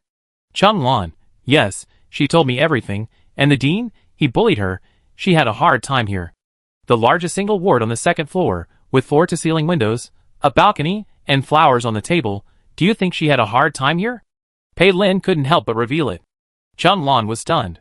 Pei Lin, you can't believe her completely just because she looks good and cries pitifully. Chung Lan then realized that the other party was either very smart and guessed what happened in the ward, or he placed props. Chung Lan was very sure that she didn't have any props on her, so the props were in the ward. She held the black card in her hand and suddenly felt hot, then this. Pei Lin, really? This elevator card is real. She didn't play tricks on anyone. Chung Lan, Wang Dayu said he saw the password for the fourth floor last time, but he didn't tell it, and it's not needed now. I come to you at 7 o'clock in the evening. Pei Lin took the initiative to say. Chung Lan was very welcome to have a big boss join. Okay, see you at the elevator entrance. 4th floor, Dean's office. Ross found the entrance to the secret room skillfully, and the bookcase opened automatically, emitting blue light from inside. Wula followed him in, full of curiosity and vigilance. Ross took her hand and walked down the steps. This was a sunken secret room, and it was not big. At a glance, a 2-meter-high glass jar was placed in the center. The glass jar was filled with light blue liquid, and a girl wrapped in bandages was floating in it. She was clean and soundless, like a baby soaked in amniotic fluid. This was her body. Wula looked at it and blinked. She closed her eyes and disappeared in an instant. The next second, the fingertips of the bandaged girl in the glass jar moved. She returned to the body. Ross comforted her. The marks on the body have been repaired a lot, but it is still not perfect. It will take some time. This liquid is warm, so hot, I want to rest here for a while. She didn't dislike her body now. Ross chuckled and patted the glass. Are you not afraid that the Dean will come back suddenly? If he comes back, I will pretend to be a corpse and then assassinate him, he. Chapter 224. Rose couldn't tell whether she was joking or serious. He tapped the glass with his fingers. Lulu, don't you think I look like Dean Joss? Ross was not testing. The girl with bandages all over her body floated, motionless and silent. Ross knew she didn't leave, but was just playing dead. Ross, I'm sick, mentally ill, I will become another person after I fall asleep, and you have seen him, but you never told me that you have something to hide from me. Gurgle. She spit out bubbles, and the light blue liquid was agitated. Ross, you hate me, hate him, why? Because you are not as pretty as me, I hate those who are uglier than me. She was very direct. Ross, I created your beauty. It is a fact that I am prettier than you. She likes a person and hates a person, all based on appearance, that's how she pays. Ross suddenly felt powerless. Ross even had a flash of thought in his mind. Why not have plastic surgery too? But his face is already perfect, and no one in the world is more skilled than him, and no one has operated on his face. After just a few seconds of deep thought, Ross came back to his senses and retracted his fingers. Is he crazy? Just because of her words, he actually wants to have plastic surgery. Ross stepped back. Those annoying humans will be eliminated soon. Don't get so close to them. Gurgle gurgle. She spit bubbles. Ross sighed. Be good, I know I have a split personality. I will stop the Dean from coming out. I will try to kill him and stop him from harassing you. You just need to stay with me in the future. I will repair your body and take you away. My flesh and blood are all damaged. How can I repair them? Wula asked fatally. Ross said calmly, replace with fresh flesh and blood. Gurgle gurgle. Ross knew that she still liked to stay in the body, so he stayed here for a while. Ross couldn't help but start to tell her, I couldn't find your body in the ice storage at the beginning. I was panicked. You are my most satisfactory work. I hope to keep you forever. Her mental illness was too serious. Pursuing the most beautiful, pursuing eternal beauty. After he made her the most beautiful, she committed suicide without hesitation. He put her in the ice storage and kept her, and her soul followed him all the time. However, one day the body in the ice storage disappeared, and Ross searched for a long time in panic. Finally found clues in the Dean's office. Found this secret room. The Dean stole the body and brought it here. Ross didn't know what happened in the middle. He only knew that the body was damaged and her flesh and blood were damaged. Although the Dean tried hard to preserve it, he couldn't eliminate the traces on it. Ross often secretly came to this secret room to check on her body. Ever since she complained that the Dean bullied him, Ross also began to pay attention to the Dean's whereabouts. Only then did he realize that he was a mental patient and had split personality. The Dean he hated was himself. Ross, Lulu, I will make him disappear, and no one will bully you in the future. No one responded to him. Ross felt that a long time had passed, and said, come out, let's go. The floating bandaged girl was motionless. Ross frowned, reached out and patted the glass, stared at the bandaged man seriously for a while, and his eyes darkened. She ran away quietly? She hates him. Just because he is not good-looking enough? Ross felt empty in his head. He liked Lele very much, not only because she was a perfect work, but also because of her actions. Every time he finished work, came out of the operating room, and returned to the office, he could see her sitting in his office chair in a daze. The empty office had a different feeling because of her. He began to look forward to every moment when he pushed the door into the office.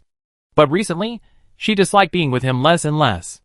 Her enthusiasm for him only lasted for a while. Ross left the dean's secret room with a lonely look. When he passed by the desk, he leaned over to open the computer and looked through it. At a glance, he saw the backup of Made Plastic Surgery's promotional advertisement. When he opened it, it was full of Lele's face-to-face shots.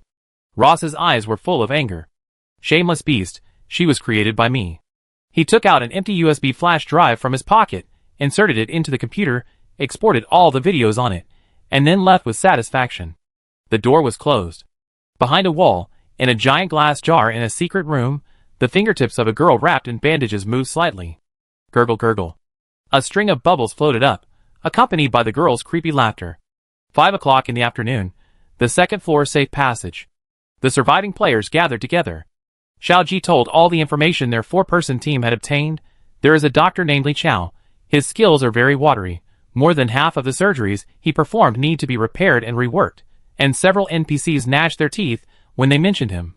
Li Chiu. Such a doctor with a bad reputation can still stay in the hospital. There are too many tricks here. Those NPCs don't dare to go to him, as if he has something on them. They are in debt, so they don't dare to make a fuss. They think that going to this Dr. Li Chao and using him to operate on him will win over the NPCs who hate him. Pei Lin didn't say much, but after the others expressed their opinions, they couldn't help but look at him. Huang Dayu, who once thought he was the boss among the players, is now in the corner and has no say. Pei Lin crossed his arms and said lightly, "Let's go." Xiaoji breathed a sigh of relief instantly. It seems that this big guy agrees with their thinking. Instead of taking the elevator, they went down to the first floor directly from the safety corridor. They didn't walk together, but passed through the corridors in front and behind, avoiding the nurses and passers-by NPCs. Came to a certain consultation office. Pei Lin stood at the door, and no one else followed, only Xiaoji stepped forward. Xiaoji was about to push the door, but Pei Lin stopped him. "Wait a minute, there are people in there for face-to-face consultation." "Okay." Xiaoji was still confused. "How do you know there are other people in there?" "Pei Lin, I heard it." Xiaoji was shocked.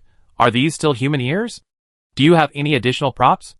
Pei Lin had no intention of pretending and said, "I entered this office with the documents last night, and I left a wiretapping prop here." Last night, he not only flipped through the documents in the desk, but also put a prop inside the drawer. It turned out that there was a prop. Xiaoji was embarrassed by his shocked reaction just now. Pei Lin leaned against the wall and said lightly, "It's always right to keep a hand. All the rooms I have entered have props installed, even in the elevator. It turns out that the boss's extraordinary insight ability comes from this. It takes a lot of props. You can't do this without a basic foundation of points." After a while, the door of the consultation room opened and an NPC walked out. Pei Lin pushed the door and entered, and Xiaoji followed him in. The male doctor in a white coat looked up. His face was blurry, and he said in a very ordinary voice, "One person comes in, and the one behind waits." Pei Lin put on a smile. "Dr. Li, have you forgotten me? We just met yesterday. This is my friend. I told him that you have good skills, so I brought him to the consultation." The secret code was instantly matched. The male doctor's face gradually became clear, and his voice became sharp. He pushed his glasses with a greedy look in his eyes, and said, "Sit down, sit down." Xiaoji sat down at the table, and Pei Lin leaned against the desk, looking very casual. "My face was changed by Dr. Li himself, and there is no whole environment at all," Pei Lin said. Li Chao immediately raised his chin. Yes, his original foundation was still very poor. "Little brother, you have a very good foundation. You can leave it to me without worry. I will definitely make you more handsome than a star." Xiaoji was amazed by Pei Lin's natural sophistication. Xiaoji coughed and tried to act well. He leaned his face over. "Then please help me take a closer look, Dr. Li. This scene has completely entered the state. Unscrupulous doctors, medical frauds, patients, good dramas." When Li Chao was seriously fooling Xiaoji, Pei Lin's hand gradually reached behind his neck, and a red line suddenly appeared, wrapped around Li Chao's neck, and suddenly tightened. Ka! Li Chao's eyes bulged out, and the whole person quickly turned into a monster with blue-gray skin and blood-red eyes. Pei Lin pulled him out of the desk with a strong pull. Xiaoji pulled out his knife and stabbed the monster several times. Each stab brought out turbid black blood, and the stench was overwhelming. Ugh! Disgusting human. Disgusting human. Pei Lin, you are practicing medicine improperly, your medical skills are poor, you practice on living people, You trick others into borrowing usurious loans for plastic surgery, and many people are disfigured. Do you admit what you did? I did it. What can you do to me? Pei Lin pulled the props hard to prevent him from running away. Xiao Ji, go and look through the drawer to see if there is a mezzanine. Xiao Ji didn't know what to look for, but he did it immediately. Xiao Ji moved quickly. There is a mezzanine. Sure enough, this drawer was just an ordinary drawer yesterday, but now there is an extra mezzanine. Pei Lin, take out the things in the interlayer. Xiao Ji pulled out the things inside. They are photos of some young people. Pei Lin, hold up the photos for me to see. Xiao Ji fanned out a stack of photos, like a deck of playing cards. Pei Lin recognized all the people in the photos with just one glance, and called out their names one by one. The last name he called out was Zhang Xiangyun. Every time Pei Lin called out a name, a rotten monster crawled out of the dark corner of the room, like a summon. The whole room was stinking, and those monsters crawled out of the darkness, with the sound of grinding teeth in their mouths. And in the front, there was a young woman wearing a hospital gown with maggots on her face, staring at this side with her popped eyes. Xiao Ji's eyes widened, his whole body was cold, and his back was instantly wet with sweat. He was frightened by this scene. If Pei Lin hadn't been there, he might have turned around and ran away. Xiao Ji, show them the photos. Pei Lin said. Xiao Ji held the photos up to the monsters. Pei Lin stared at the woman in the front. Zhang Xiangyun, look, this is your old self. You used to be very pretty, you heard it. He admitted the crime. You can take revenge now. Chapter 225. Yesterday, the doctor in this office had no face, but now he has an accurate face and identity. They found this unscrupulous doctor and made him admit his crime. The NPC who wanted revenge finally found where his enemy was. It's not that they don't have the ability to take revenge, but because they can't find Li Chao. Xiao Ji held a photo of them before plastic surgery. Each face has its own characteristics, and most of them are pretty and beautiful, but they are not confident enough when looking at the camera, and look immature and inferior. Zhang Xiangyun is the most recognizable among these people, a very cute young girl. But now she has become a severely rotten corpse, she is crying, and worms are crawling out of her eye sockets. It's you, it's always you. You chat with me online and deceive my feelings. Li Chao was distorted after being discovered. How did I deceive your feelings? I didn't do anything to you. I just chatted with you for a few words. You think so much. This unscrupulous doctor is also Zhang Xiangyun's boyfriend in an online relationship. Medical fraud doctor are the same person. The fighting power of evil spirits is strong. Zhang Xiangyun didn't want to waste words. She didn't need to tell or accuse. She just wanted revenge and tear him apart. Zhang Xiangyun rushed forward, and other victims also rushed forward. A group of evil spirits. Li Chao couldn't run away even if he wanted to, not to mention Pei Lin locked him with props. Pei Lin restrained the red rope props and retreated, leaving the battlefield for them. The scene was very bloody. Countless evil spirits gnawed Li Chao, and their long black nails pinched his flesh bit by bit, and Ling Qi was no better. Xiao Ji felt sick and uncomfortable. He pretended to be calm and walked to Pei Lin. Suddenly the red rope loosened. It was because Li Chao's body was completely rotten.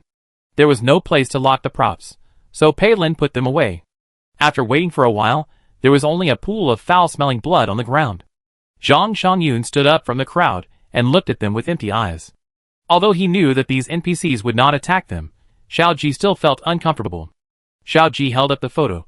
Do you want to take it away? Zhang Xiangyun moved over little by little, and every step she took, she dropped pieces of meat. She reached out and took her photo, and was about to turn around and leave. Pei Lin stopped her. Can you do me a favor? Zhang Xiangyun shook her head mechanically. She would not help him do anything. Don't think that you can get their help by helping them find their enemies. They just won't kill players now, that's all. Pei Lin, I'm not asking you to help me, I'm just asking you about someone. Have you ever seen a girl with bandages all over her body? No skin is exposed, her body proportions, even her fingertips and skull are perfect. Pei Lin's description was very accurate. Zhang Xiangyun immediately thought of that person, and she hesitated whether to say it. Another evil spirit said, It's Lele. She is the only one in this hospital who has undergone full-body plastic surgery. She has had her skin, fat and bones all done. She is the most successful and beautiful one in plastic surgery.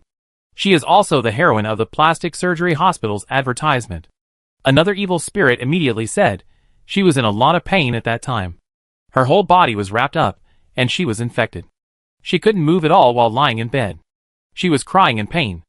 It was very pitiful. Not pitiful, she volunteered, she became what she wanted. She is too obsessed with beauty. She has a mental illness. Dr. Ross is in love with her. These evil spirits talked about it. Zhang Shangyun opened her mouth for a long time, and finally whispered, "She is dead, she owes a lot of medical bills, and even her body is in someone else's hands. Help her." Xiao Ji understood and asked, "She is the same as you, right? The person who hurt her is Ross?" Zhang Shangyun thought about it and nodded. Xiao Ji understood that Ross is another Li Chao and Lei Lei is Zhang Shangyun. This is the next task of the copy. The monsters in the house disappeared and returned to silence. Li Chao brought a group of people in, and he still had the sunglasses prop in his hand. They had seen and heard everything in the house through the mirror. This prop belongs to Huang Dayu.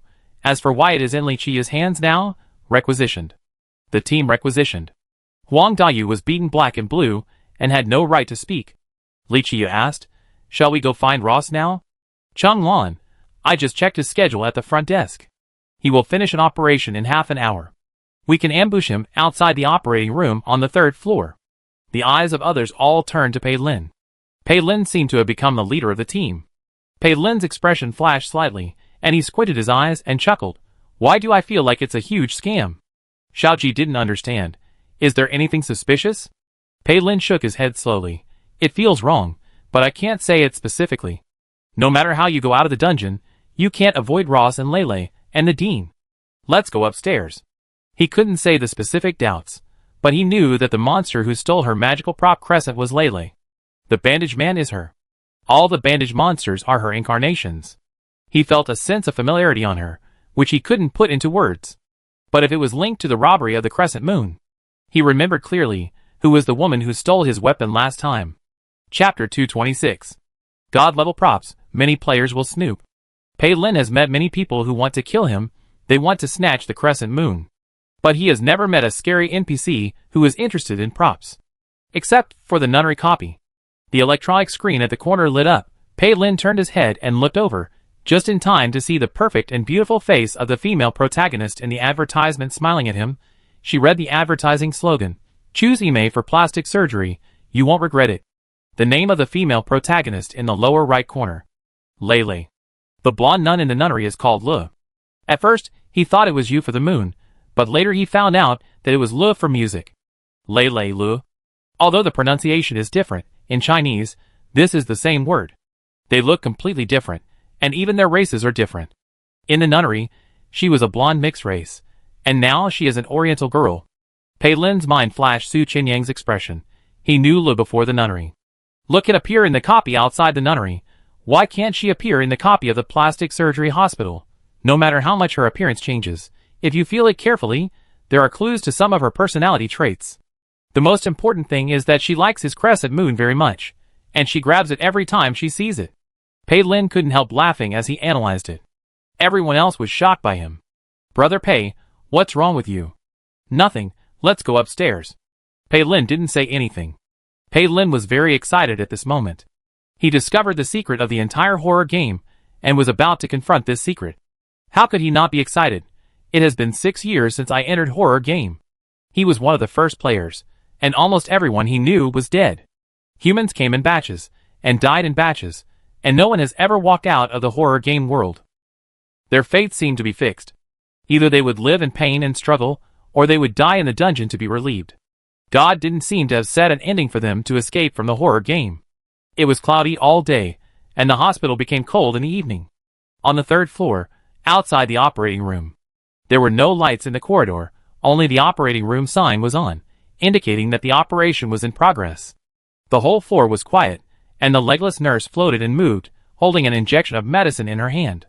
When she floated past the door of the operating room, she suddenly stopped, her head moved horizontally behind her, and her snow-white eyes stared at the dim corridor. A creepy voice asked, "Who is there?" Silence. No one responded. The nurse tilted her head and blinked her white eyes. Illusion? She turned her head upside down and didn't turn it back. Looking from a distance, there was a face on the back of her head.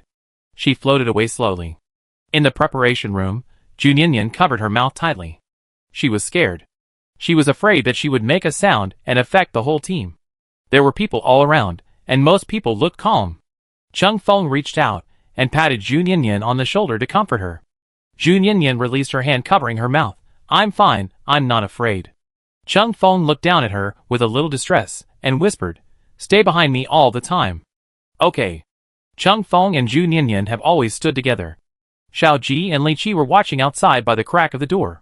Zhang Lan stared at Huang Dayu to prevent him from making trouble.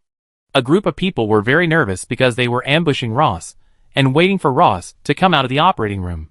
In the entire preparation room, only Pei Lin acted the most relaxed. As soon as he came in, he found a chair to sit down, hugged his arms, stretched his legs naturally, and stared blankly with his eyes drooping. Li Qiu looked back and saw him like this, and couldn't help asking, Boss, aren't you worried? Pei Lin looked up. What are you worried about?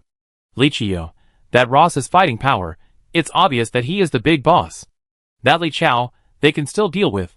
But Ross is obviously a big boss, with strong fighting power. Pei Lin, what's the use of worrying? Can we not come? If we don't come, there will be no progress. The first floor is to get the identity, the second floor is the information of Li Shangyun and the unscrupulous doctor. We helped Li Shangyun and others to get revenge. Now it's the third floor, and we can go to the fourth floor after Ross is dealt with, and the fourth floor is the dean. Chung Wan said clearly. You have to pass through each level.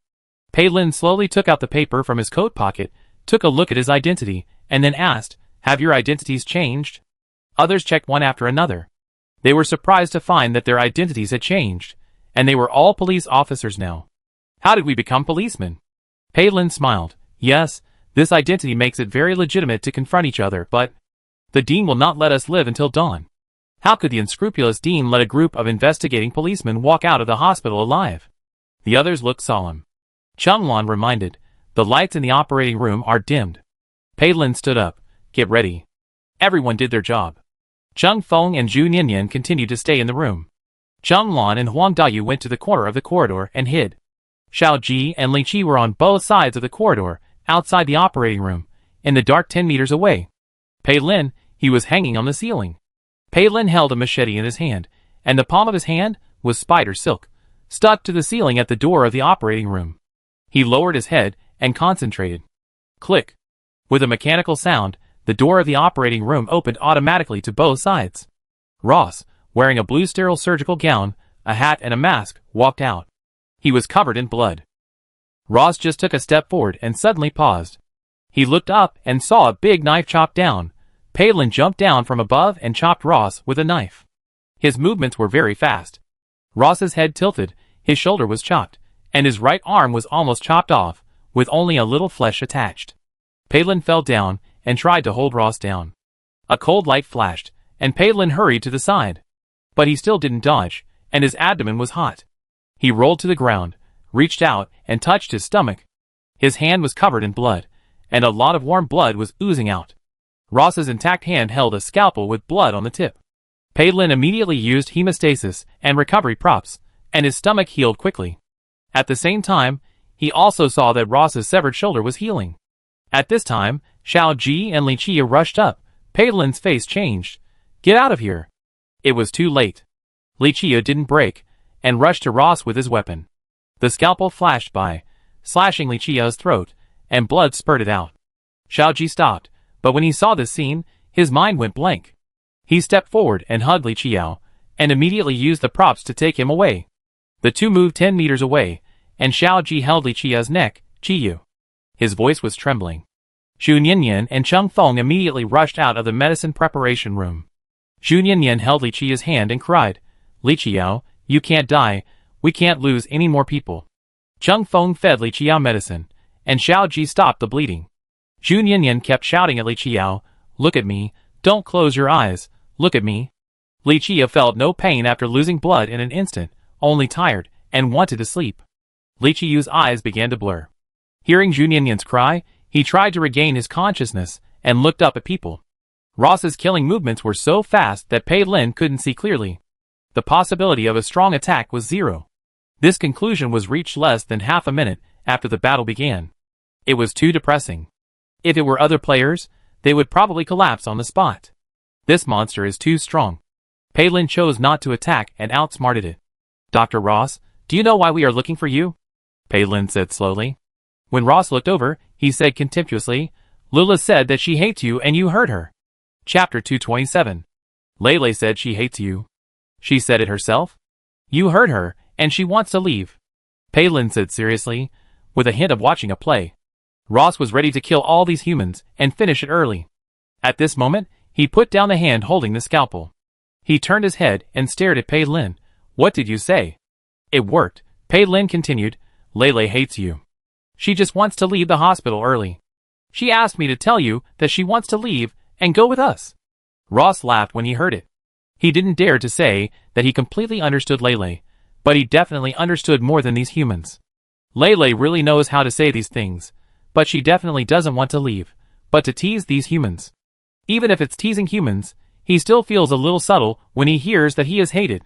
10 meters away, the spurting blood from Li Qi's neck has stopped. His face is pale, and his eyes are half drooping. Xiao Ji was bandaging him, Cheng Feng was holding Li Qiao, and Zhu Nianyan was talking in Li Qi's ear. Don't close your eyes, stay awake, we're almost through, almost, Li Qiyu. This team is very united and has deep feelings. The injury was too serious, and he almost died. The aorta was cut, and a large healing prop was smashed, and it couldn't heal completely, but fortunately the bleeding stopped. Huang Dayu was missing, he ran away. It's so dangerous, it's stupid not to run. Cheng Lan walked forward, past them, blocked a few people, and stared at the doctor.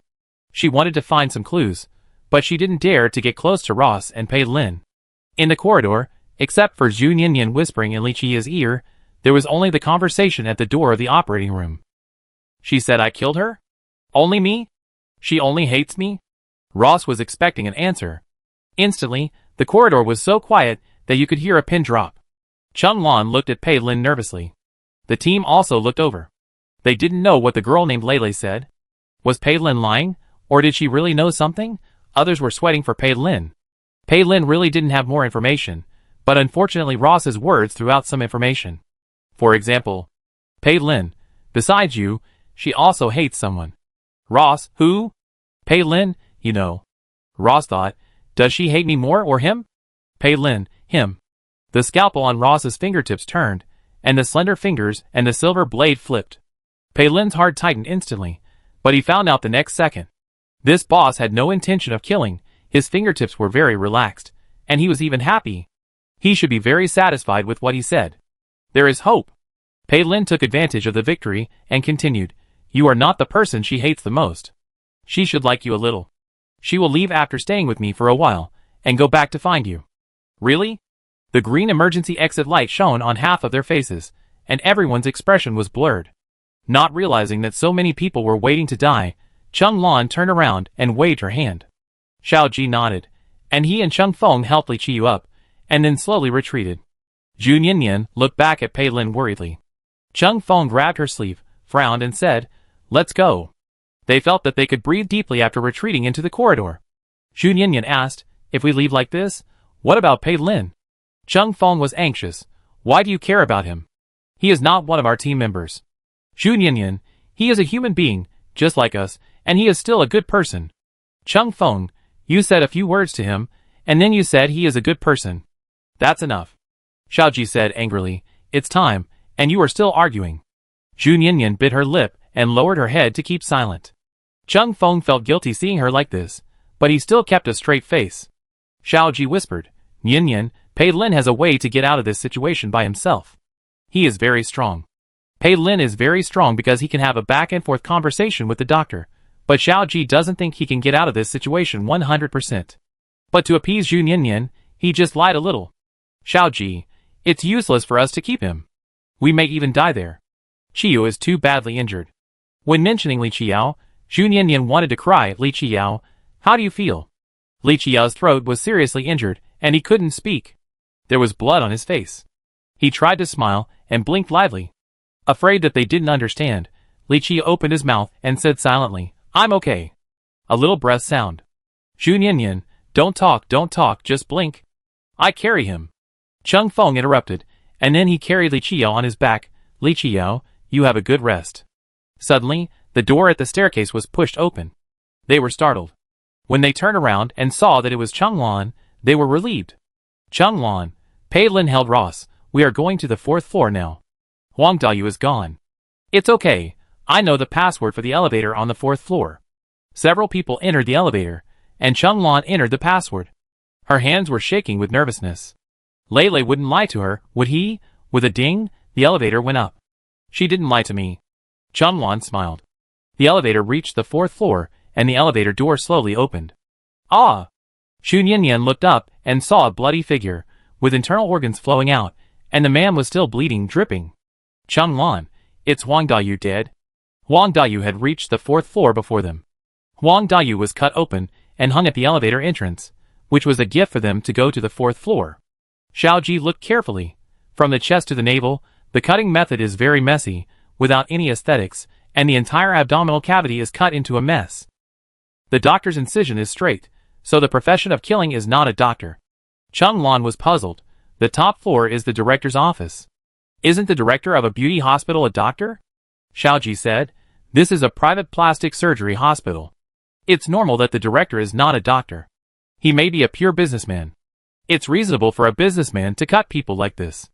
Chunglon nodded. The few people carefully bypassed the corpse and left the elevator. It was pitch black outside. This time, even the green indicator light of the emergency exit was gone. They turned on the flashlight and walked forward slowly. Xiaoji and Chunglon took the lead, Xu Niannian was in the middle, and Cheng Feng carried Li Qia at the end. Li Qi kept his head tilted to observe the back to prevent anything from behind. Meow! Suddenly, a shrill cat cry scared everyone. A black cat rushed out of the darkness and pounced on them quickly.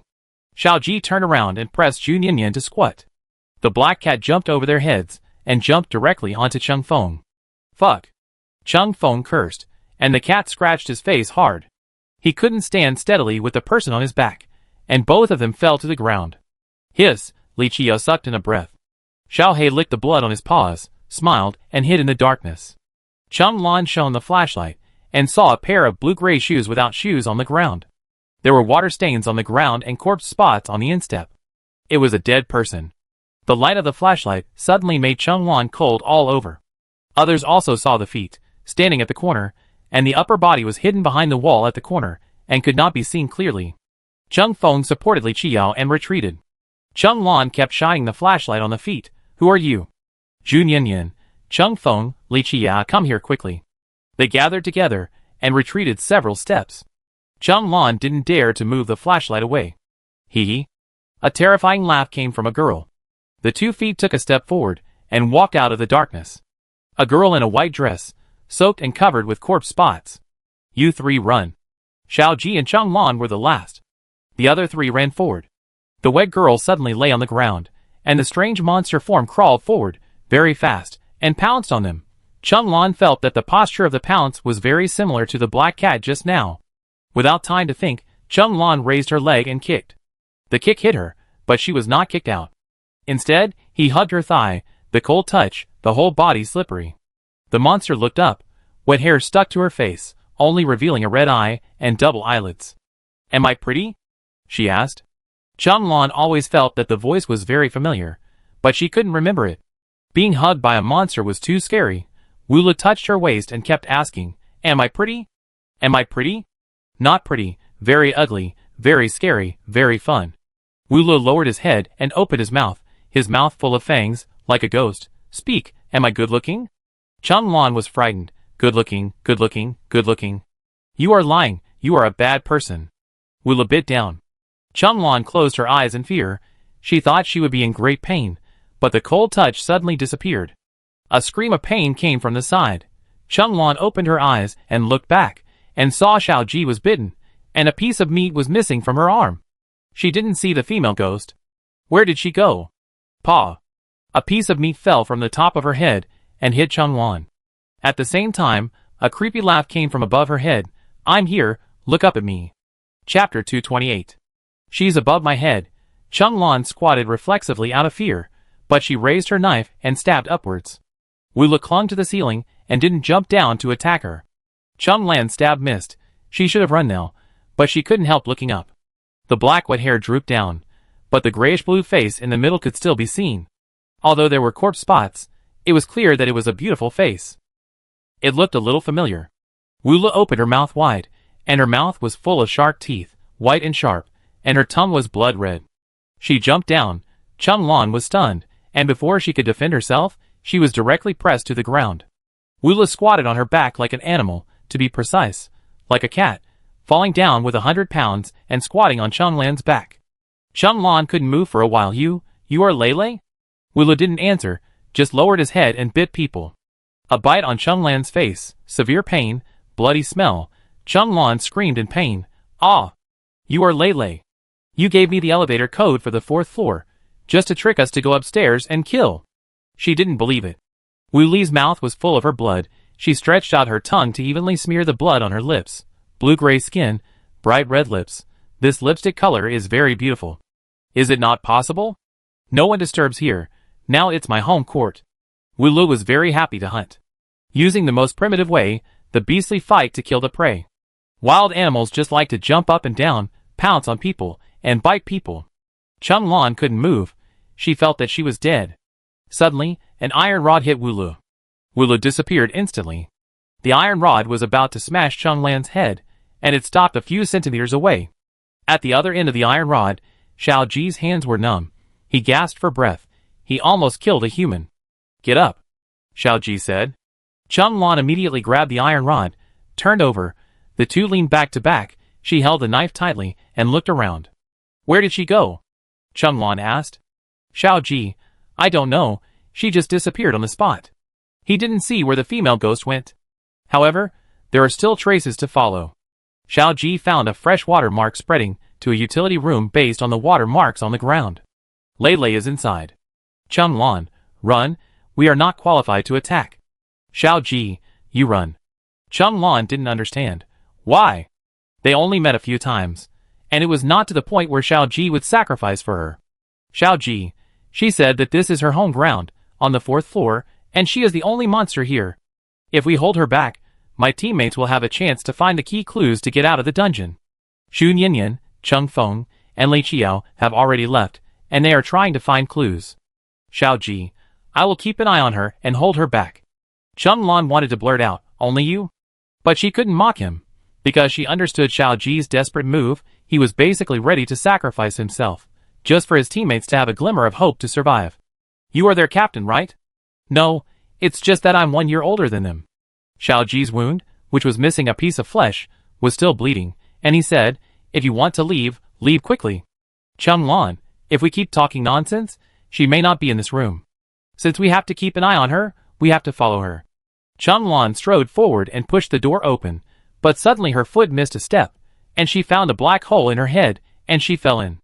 Xiao Ji then immediately tried to hold Chun Lan, but a cold and wet hand pushed his back hard, and Xiao Ji fell in. The two fell into the black hole, and the other dark place turned into a dusty floor. Wula whistled, turned her fingers, and a long-handled sickle appeared. She waved it happily. Sure enough, you stole my weapon. A smiling man's voice sounded from behind. Wula paused while turning the sickle, and her head turned horizontally and backward. She said with a liar's expression, yesterday I went out for a walk, and suddenly a dark cloud floated over my head. Guess what? Palin hugged his arms and asked with interest, did it rain? So you are so wet? Wulu, that dark cloud didn't rain. It rained a knife, such a big scimitar, almost cut my neck, and I picked it up, and it became like this. She also knew that the crescent moon has a scimitar form. Palin put away his smile and stared at her seriously. You are not an ordinary dungeon NPC. We have met in the nunnery. Lele, you have so many names. Which one is your real name? The dark corridor was only a few meters apart. The tenacity of the crescent moon still flickered in the darkness. His naturally hanging hands were actually trembling faintly, not nervous, but excited. After thinking clearly about the doubts about her, Palin had imagined many times in his mind how to ask her a sentence to get the information he wanted. I didn't expect that when he really spoke, it was such an ordinary sentence. Palin suppressed his excitement and stared at her closely. As a result, Wula had no expression and muttered with a dull face, I don't understand, I don't understand, I don't understand what you are saying. The heart floating in the air suddenly lost weight and fell to the ground. Palin had an indescribable sense of gap. This was not the reaction he wanted. Don't play dumb. Su Qianyang told me everything. Chapter 229. When Palin said Su Qianyang's name, Wula believed it without hesitation, and decided to send Su Qianyang a gift package of torn into pieces next time she saw him. Su Qinyang was the human Wula knew best, because she was only a little familiar with Su Qinyang, and she didn't know any other humans. But humans are humans after all, and weirdness is weirdness after all, and there is infinite horror in between. Wula believed that Su Qinyang and Pei Lin were the same kind of people, and humans all had a common goal, which was to escape from the horror game. So when she heard Pei Lin say that Su Qinyang had said everything, Wula believed it in a second without any doubt. But what if it was said? What about the evidence? What if there is evidence? She doesn't admit it. So what if she admitted it? Has anything changed? It's like she awakened her self-awareness a long time ago, and knew that she was different from other NPCs. But so what? She has been working as an NPC in the dungeon. In human terms, this is called working. She has been working in various dungeons. Although she is a little naughty sometimes, she is also a good and conscientious employee. Wula had a dead face and no expression. Pei Lin couldn't wait for the response he wanted. He thought he was a very calm person. In the past, he could remain calm no matter how thrilling it was. But for some reason, facing this NPC named Lele, her lack of response made him uncomfortable. Pei Lin didn't know that it was called breaking the defense. If she didn't move, he would continue to output. Pei Lin, Su Qinyang told me that she met you in several dungeons and had a deep relationship with you. You have self-awareness, which is completely different from other fixed NPCs in dungeons. You have human emotions. Wula had a dead look on his face, and his finger slowly turned the sickle. Pei Lin tried to move forward. He already had an idea, and said, Lulu, those NPCs are like unintelligent animals. You are completely different from them. Don't you want to leave? The dungeon has bound us, and it has also trapped you. He believed that she wanted to leave. With self-awareness, how could she be willing to be trapped in the dungeon to follow the plot? Wula blinked, and disappeared in the next second. Pei Lin hurriedly checked the surroundings, and suddenly heard the sound of breaking wind in his ears. Pei Lin suddenly turned to the side, and raised his hand. Swish! The sickle cut the flesh of the upper arm, and cut straight to the bone. If Pei Lin hadn't grasped the long handle with his hand, the sickle would have really cut it all down, and his arm would have been gone. Pei Lin grabbed the red handle under the sickle blade with force, and blood dripped into a line, and fell to the ground. The wet female ghost was laughing. Pei Lin, if you kill me, no one will know your secret. Aren't you lonely? You are not my partner. Why should I be lonely? I have Xiao He and Xiao Piaoliang with me, so I am never alone. Finally she spoke. It was also a response to all his previous conversations. She did not deny her identity. Pei Lin panted and sweated profusely in pain, but his expression was still calm. That was because I overestimated my own abilities, but don't you think it's exciting for humans to know where you are? Your identity and your story will spread in Paradise Town, and all the top players will look for you and hunt you. Isn't it exciting? Wu Li's squinting eyes gradually widened, and her dilated pupils gradually shrank. She was interested. The sound of her water and his blood dripping alternately became a symphony in the night. He said, I have a guild called the Black and Red Guild, which is full of players who have passed dozens of dungeons. I will pass the message to them. See you in the next dungeon? He was obviously begging for mercy, but he said it so refreshingly. Pei Lin was really thick-skinned. Her expression fully showed that his words were very effective. She really liked this kind of excitement. The feeling of being hunted. She wanted to be the terrifying boss on the bounty list of Paradise Town. She hoped that her legend would spread throughout Paradise Town. Pei Lin fantasized about it, and actually felt very much looking forward to it. If this information was really passed on, then the players would enter the next era. At present, players are still blindly passing dungeons, and the road ahead is full of fog and humans have no direction. The sickle was raised and pulled out from his bone gap, cutting through the flesh and blood, and completely pulled out. Blood splattered. Pei Lin quickly tore his coat, tore off a strip of cloth, and tied it tightly around his arm, and the splattered blood immediately shrank. He applied medicine and bandaged it skillfully. She didn't leave either, but her eyes kept turning around, as if she was thinking about something. Suddenly, Wula turned around and raised the sickle again. Su Qinyang has told you the secret. He must have told others. I don't need you to be a big speaker. Pei Lin still had the bandage in his mouth, and his eyes were colorful when he looked up. Just when Wula raised a sickle to chop off his head, Pei Lin shouted, That kid didn't say anything. Not a word. The tip of the knife stopped at the carotid artery on his side, and it would be cut if it went forward a little bit. Wula tilted his head. What? Pei Lin, you don't trust Su Qinyang? He carried you on his back, and he would protect you even if you died. He was so good to you, and you don't even have that little basic trust in him? Pei Lin wanted to ask, but looking at Wu Li's increasingly serious face, he was afraid of angering her, so he didn't say anything.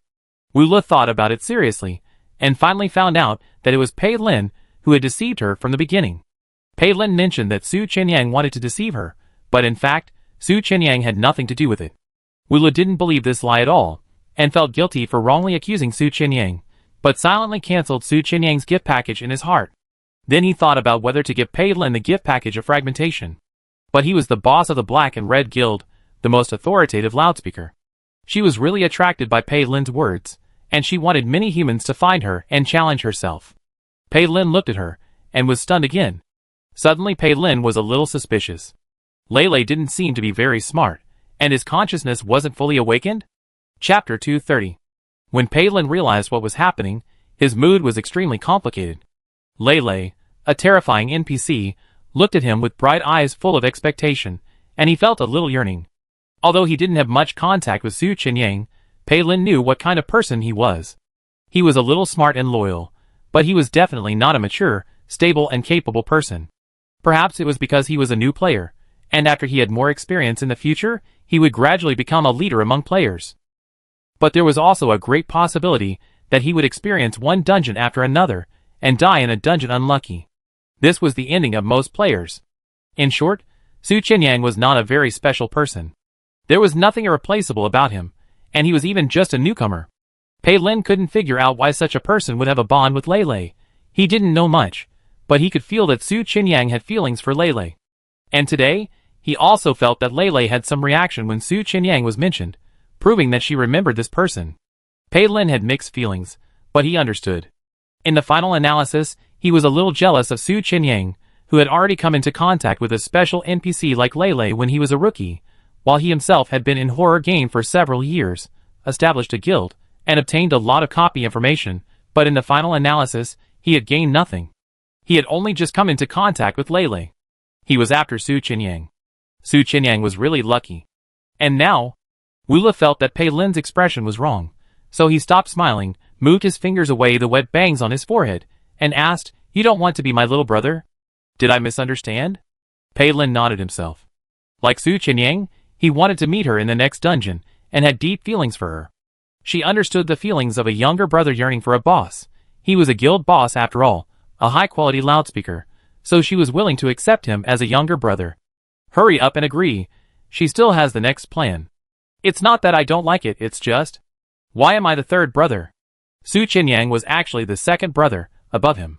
He was the mysterious boss of the Black and Red Guild, a famous figure in Paradise Town, elusive, and the owner of the god-level item Crescent Moon. He actually became a younger brother to a newcomer? Where would his face be? Pei Lin was convinced to recognize Lei as the boss. Wu Li put his hands on his waist and looked fierce. First come, first served, do you understand? Pei Lin understood that Su Qinyang met her first, and she accepted Su Qinyang as a younger brother first, and he came later, he was late. He was even more jealous. That's right, Pei Lin is jealous of Su Qinyang. Human nature is so direct. Pei Lin is very frank to accept his dark heart. Moreover, it is a godsend opportunity. If he refuses it, he will be an idiot. This is not only related to his smooth exit of this dungeon, but also to the future of players. Boss. Pei Lin shouted solemnly in a slightly deep voice. He didn't know where his windbreaker jacket was lost. Now he was wearing a high-neck beige shirt and dark overalls. He was tall, with sharp eyebrows and eyes, standing straight and calling boss. Wu Li looked up and down and said with satisfaction, "Better than Su Qinyang." Pei Lin's expression flashed instantly. He lowered his head and smiled and said, "What do you want, boss?" That's right. Wu Li looked around and made sure that Xiao He was not there. Fortunately, it was not there. Wu Li hooked his fingers. Her action is really cute. Pei Lin lowered his head even lower, leaning forward directly. Wu Li approached him and whispered, "You, just like this, and then." She said it briefly, and Pei Lin understood. Wu Li slowly backed away, tilted his head and smiled strangely. "I hope that next time I meet a player, I can hear from them about your achievements. There is no reward for helping the boss. I can't help but kill you. I was born to kill you." Pei Lin suddenly felt cold all over, and ran away without hesitation. The next second, the long sickle passed by the position he originally occupied. If he was a moment slower, his head and body would have been separated. It's really exciting. Do you also treat Su Qinyang like this? Pei Lin asked while running for his life. Wu Le, yes, this is a regular game between the younger brother and the boss. Do you like it? Chapter 231. The terrifying NPC was chasing him with his own weapon. More importantly, this NPC was his boss. This feeling was like a dream. Pei Lin used his best ability to escape. There were several utility rooms connected, and he rushed in. There were many abandoned beds, tables and chairs, and iron racks for hanging potions, which greatly blocked Wu Li's smooth swing of the crescent moon. The crescent moon could cut iron like mud and could smash obstacles in one go, but the flying objects also blocked her movements. Pei Lin jumped up and down inside, pushed down things that blocked her, broke the glass with a punch, and jumped out of the window without hesitation, disappearing into the darkness. Wu Li looked down and saw the dark central garden of the hospital. Pei Lin's movements were the fastest she had ever seen among humans, and Wu Li was very satisfied. Wu Li put away the long sickle, turned around, and a dark and furry face was facing the door. Wu Li stared back with his eyes together, cross-eyed. Xiao Hei's eyes sparkled in the dark night, and he stretched out his pink tongue to lick the tip of Wu Li's nose. Wu Li wrinkled his nose, a little disgusted. Xiao Hei said in an unpleasant voice, "Why don't you kill him? You deliberately let the human go. Wu Li, you are a kitten, you should know the fun of cats catching mice. When a cat catches a mouse, it will not catch and bite it to death, but will chase it continuously, bite it into its mouth, and let it go, then catch it again, bite it into its mouth, and let it go again, and constantly torture and play. This is the fun." Xiao Hei was a little bit unconvinced, but thinking about Lo Li's love of playing, it is not surprising that she would do this. Also, she has no position to help humans. After all, she is weird and is born in a different camp from humans. Whether she lets humans go or not, whether she kills humans or not, all depends on her mood. Xiao Hei asked, "New game?" Wu Li, "Old game, I learned it from you." Xiao Hei's black furry tail stood up. It jumped down from the windowsill, rubbed its head against Wu Li's calf, and its tail was still wrapped around her calf. Wu Li raised her foot and kicked it away, and walked out of the messy utility room. "Li Qiao, can you still hold on?" Zhu Nianyan asked Li Qiao with concern, and carefully checked the wound on his neck. The blood on the wound has coagulated. As long as there is no major involvement, there will be no problem. But after all, it was a vital injury. Zhu Nianyan was still very worried. And what the three of them were more worried about was actually Xiao Ji, who had been following but had not caught up. Xiao Ji stayed behind to cover the rear, and still faced the boss Lei on the 4th floor. What the result would be, they simply didn't dare to think about. They could only suppress the bad guesses in their hearts, and quickly solve the problem in front of them. They found the dean's office, and successfully unlocked it to enter. Zhu Nianyan helped Li Qiao sit on the sofa, while Cheng Feng was searching the room. Cheng Feng looked around but didn't find anything strange. Li Qiao was exhausted. His throat hurt when he spoke, and he could only make breathy sounds, so he chose to use sign language to signal, "You go help him." Zhu Nianyan understood and said, "Then you sit here and keep watch." Cheng Feng and Zhu Nianyan searched seriously. Although Li Qiao sat there quietly, he was always observing the surroundings carefully, and would alert the two people if there was any danger. Although Zhu Nianyan was not very strong in combat, she was a technical talent. She was the one who opened the door lock of the dean's office. Now, Cheng Feng looked around twice, and found nothing. Zhu Nianyan carefully identified the wall on the bookshelf side, and found that it was not right. Zhu Nianyan walked over and knocked gently. Cheng Feng came over. "This sound is normal, the back is not hollow." Zhu Nianyan knocked again. "It's not normal, listen carefully, this wall is very thick, the sound sounds very deceptive, but if you listen carefully, you can hear that there is space inside." Cheng Feng couldn't hear it. "Where is the switch?" Zhu Nianyan touched the wall inch by inch with his fingers. The wall with wallpaper looked the same everywhere. He touched for 10 minutes, and was still touching. It was terribly quiet outside. The whole dean's office was very cold. Li Qiao was a little depressed. Xiao Ji and Cheng Lan were late. Cheng Feng was a little impatient. "Nianyan, are you still not well?" "Not yet." Zhu Nianyan was also nervous. She was sweating in such a cold weather. Suddenly, there was a chaotic sound of fighting outside, the sound of swords breaking the wind, and the sound of chairs smashing. The sound was not far away. Cheng Feng immediately went to the door, stuck his head out to check, and saw nothing, so he quickly locked the door. Li Qiao asked, "What's going on outside?" Cheng Feng, "I can't see." Li Qiu, did Xiao Ji fight with the monster? I don't know. Cheng Feng was convinced by Li Qiu, and said to Zhu Yanyan, there are some lounges in there, let's hide there. Zhu Yanyan said nothing. Li Qiu, I think the desk is the key, help me over, I take a look at the computer. Xiao Ji was not there, and everyone had their own ideas, and no one made a final decision. Just when the atmosphere was a little subtle, Zhu Yanyan's joyful voice came. Found it. Zhu Yanyan dug his finger into a certain point on the wallpaper pattern that was exactly the same everywhere on the wall. With a crisp click, the whole wall suddenly sank, revealing a dark secret room. Zhu Yanyan, it's open. The final method to get out of the dungeon must be inside. Let's go in quickly. Zhu Yanyan took the flashlight and went in first. Cheng Feng supported Li Qiu. Slow down, let's go ahead. You take good care of Li Qiu. Zhu Yanyan strode in and shone the flashlight forward. Suddenly, a huge glass jar appeared in front of him. A man was soaking in the glass jar full of formalin. Xiao Ji. Chapter 232. The light of the flashlight was shaking. The man soaked in formalin was Xiao Ji. His skin was bloodless, and there were no scars on the exposed parts.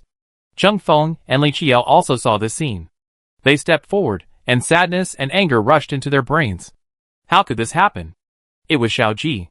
Zhu Yanyan's voice was trembling, and she couldn't help crying. It must be fake, he is not injured. There were no scars, but they were all soaked in liquid. The blood color of the skin can be confirmed to be dead. Li Qiu was very sad, and his fists were clenched tightly. Because of his excitement, the wound on his neck oozed a little blood. Cheng Feng took the flashlight and shone it to other places. At the same time, he saw another body, Cheng Lan. Fuck, how could this happen? They didn't come in, how could they die here? Cheng Feng couldn't figure it out. Zhu Yanyan cried, wiping her tears, and her blurred vision kept looking at the scene inside the glass cover. She endured the sadness and observed carefully, and suddenly she found, Xiao Ji has something in his hand. Xiao Ji's fingers were slightly curled, and when she went around to the side and back, she found that he was holding a note in his hand. Li Qi touched the glass jar. How do you open this? Zhu Yanyan, I look for it, I look for the switch. It's not that troublesome, it's just glass. Cheng Feng's eyes were red, and he punched the glass jar with a fist. He was very strong and broke a hole. The liquid instantly splashed out along the hole, and as the water decreased, Xiao Ji's floating body also fell down. Cheng Feng reached in through the hole, touched his hand, and pulled out the note inside. The touch felt cold and stiff, which made him more certain that Xiao Ji was dead. Cheng Feng unfolded the note. Li Qiu and Zhu Yanyan leaned over to read it. On it was Xiao Ji's note, which said, the dean has schizophrenia, Joss is Ross, and the evidence is in the secret room, hand it over to the real investigator. Li Qiu understood, and he said with difficulty in a whisper, this is a black-hearted plastic surgery hospital, defrauding money and killing people. If we find the evidence and hand it over to the investigator, we can get out. And the evidence is in the secret room. This is the secret room. Zhu Yanyan has been wiping tears, but her mind is still turning. She asked, who is the real investigator? Li Qiu said with a hoarse voice, one of the players. It is impossible for all players to be investigators. If the real investigator is mentioned, it means that there may be only one person. The players started with the identity of young people who came to seek beauty and plastic surgery, but in fact, one person's identity is an investigator. And this person himself does not know his identity. Later, they can change their identities through the information table. But the changed identity is only suitable for the first, second and third floors, and can be used flexibly when facing NPCs. This is the fourth floor, and their previously changed identities are invalid. Cheng Feng, doesn't that mean we could all be the investigator? Li Qiu, if the investigator dies, there will be no hope of getting out of this copy, and the monsters will automatically start a massacre. Now that we haven't been massacred, it means the investigator is still alive. Zhu Yanyan, now there are only 3 of us alive, who among us? Li Qiu, I didn't see Pei Lin's body, he might still be alive. Cheng Feng, let's find evidence first. Li Qiu's neck was bleeding more severely. He had lost too much blood and his brain was a little overloaded. A flash of inspiration came to him, but before he could catch it, his leg suddenly went limp. Qiu. Cheng Feng hurriedly grabbed him. Zhu Yanyan was worried. Brother Xiao Ji is gone, Brother Qiu, you can't get into trouble again. Sit down and rest first. I go find evidence. Cheng Feng, you protect him? Although she was crying and looked delicate and weak like a girl who needed to be protected. She was very brave in what she said and did. After saying that, Jun Yinyan walked into the secret room with a flashlight, not giving them a chance to answer. Chung Feng wanted to protect Jun Yinyan, but he was worried about the seriously injured Li Qiao, so he gritted his teeth in embarrassment. Li Qiao said weakly, "Chung Feng, you go and protect her, I'm not doing well." The injury was too serious. If he didn't go back to Paradise Town, he would really be gone. It's clearly the final push now. Chung Feng, don't talk anymore, keep your strength, it's almost done, I believe the investigator is among the three of us. That Pei Lin is facing the boss, Dr. Ross, and there is no way he can escape. Li Qiao couldn't persuade Chung Feng to leave, so he quietly conserved his strength and thought quickly in his mind. Suddenly, he thought of a possibility, and was a little collapsed for a moment. Chung Feng noticed his trembling and asked worriedly, "What's wrong with you?" Li Qiao raised his eyes, and looked at Xiao Ji's body in despair, then scanned Chung Lan's body, and said, "Do you still need to find evidence? Isn't it right in front of you?" The young man who came to Chiomei for plastic surgery died in the secret room of the dean's office. Isn't this evidence? Li Qiao couldn't figure it out. What did Xiao Ji go through? He knew that he was in the secret room recently, which proves that there are not only players' bodies here, but there are also NPC bodies, and monsters. Chung Feng ran out 2 steps in an instant, and suddenly stopped and looked back at Li Qiao. Li Qiao forced a smile. "Go find Yinyan, I know you have a crush on her." Chung Feng was very protective of Jun Yinyan. He would always watch over her, and take care of her when he entered the dungeon. Chung Feng had a bad temper, and only listened to what Jun Yinyan said. Li Qiao and Xiao Ji saw all this. Li Qiao knew he would be a hindrance, so he said, "Connect the computer outside to the internet. I will take pictures, and send them out through the internet." "Ah!" Jun Yinyan's screams came from the dark secret room. She was in danger. Chung Feng ran into the darkness without hesitation. Chapter 233. Wu Le lay on the glass, her long black hair floating in the water, and her gray face was covered with corpse spots. Jun Yinyan was frightened and screamed, trying to run, but found that she couldn't move at all. She even walked towards the glass water tank little by little, slowly sticking her face to the glass, facing the NPC inside. Wu Li's mouth was wide open, like a devil, and she said, "Do you know how they died?" Jun Yinyan cried in fear, sobbing and unable to speak a complete sentence. "Wu Li, I gave the man and woman a chance, and they returned to a month after my death, but do you know what they did? Your friend, the man, he turned off the power of the hospital." Jun Yinyan could see that Wu Li's skin condition was that she had been frozen after death, and then thawed and rotted, and her internal organs were about to rot. If the body can be frozen and preserved, it should not be artificially thawed and rotted. That would be an accident. And she said Xiao Ji turned off the power. Chung Feng was obviously only a dozen meters behind her. He must have heard her scream, but he didn't come over. Jun Yinyan realized that she was pulled into a separate space by this NPC.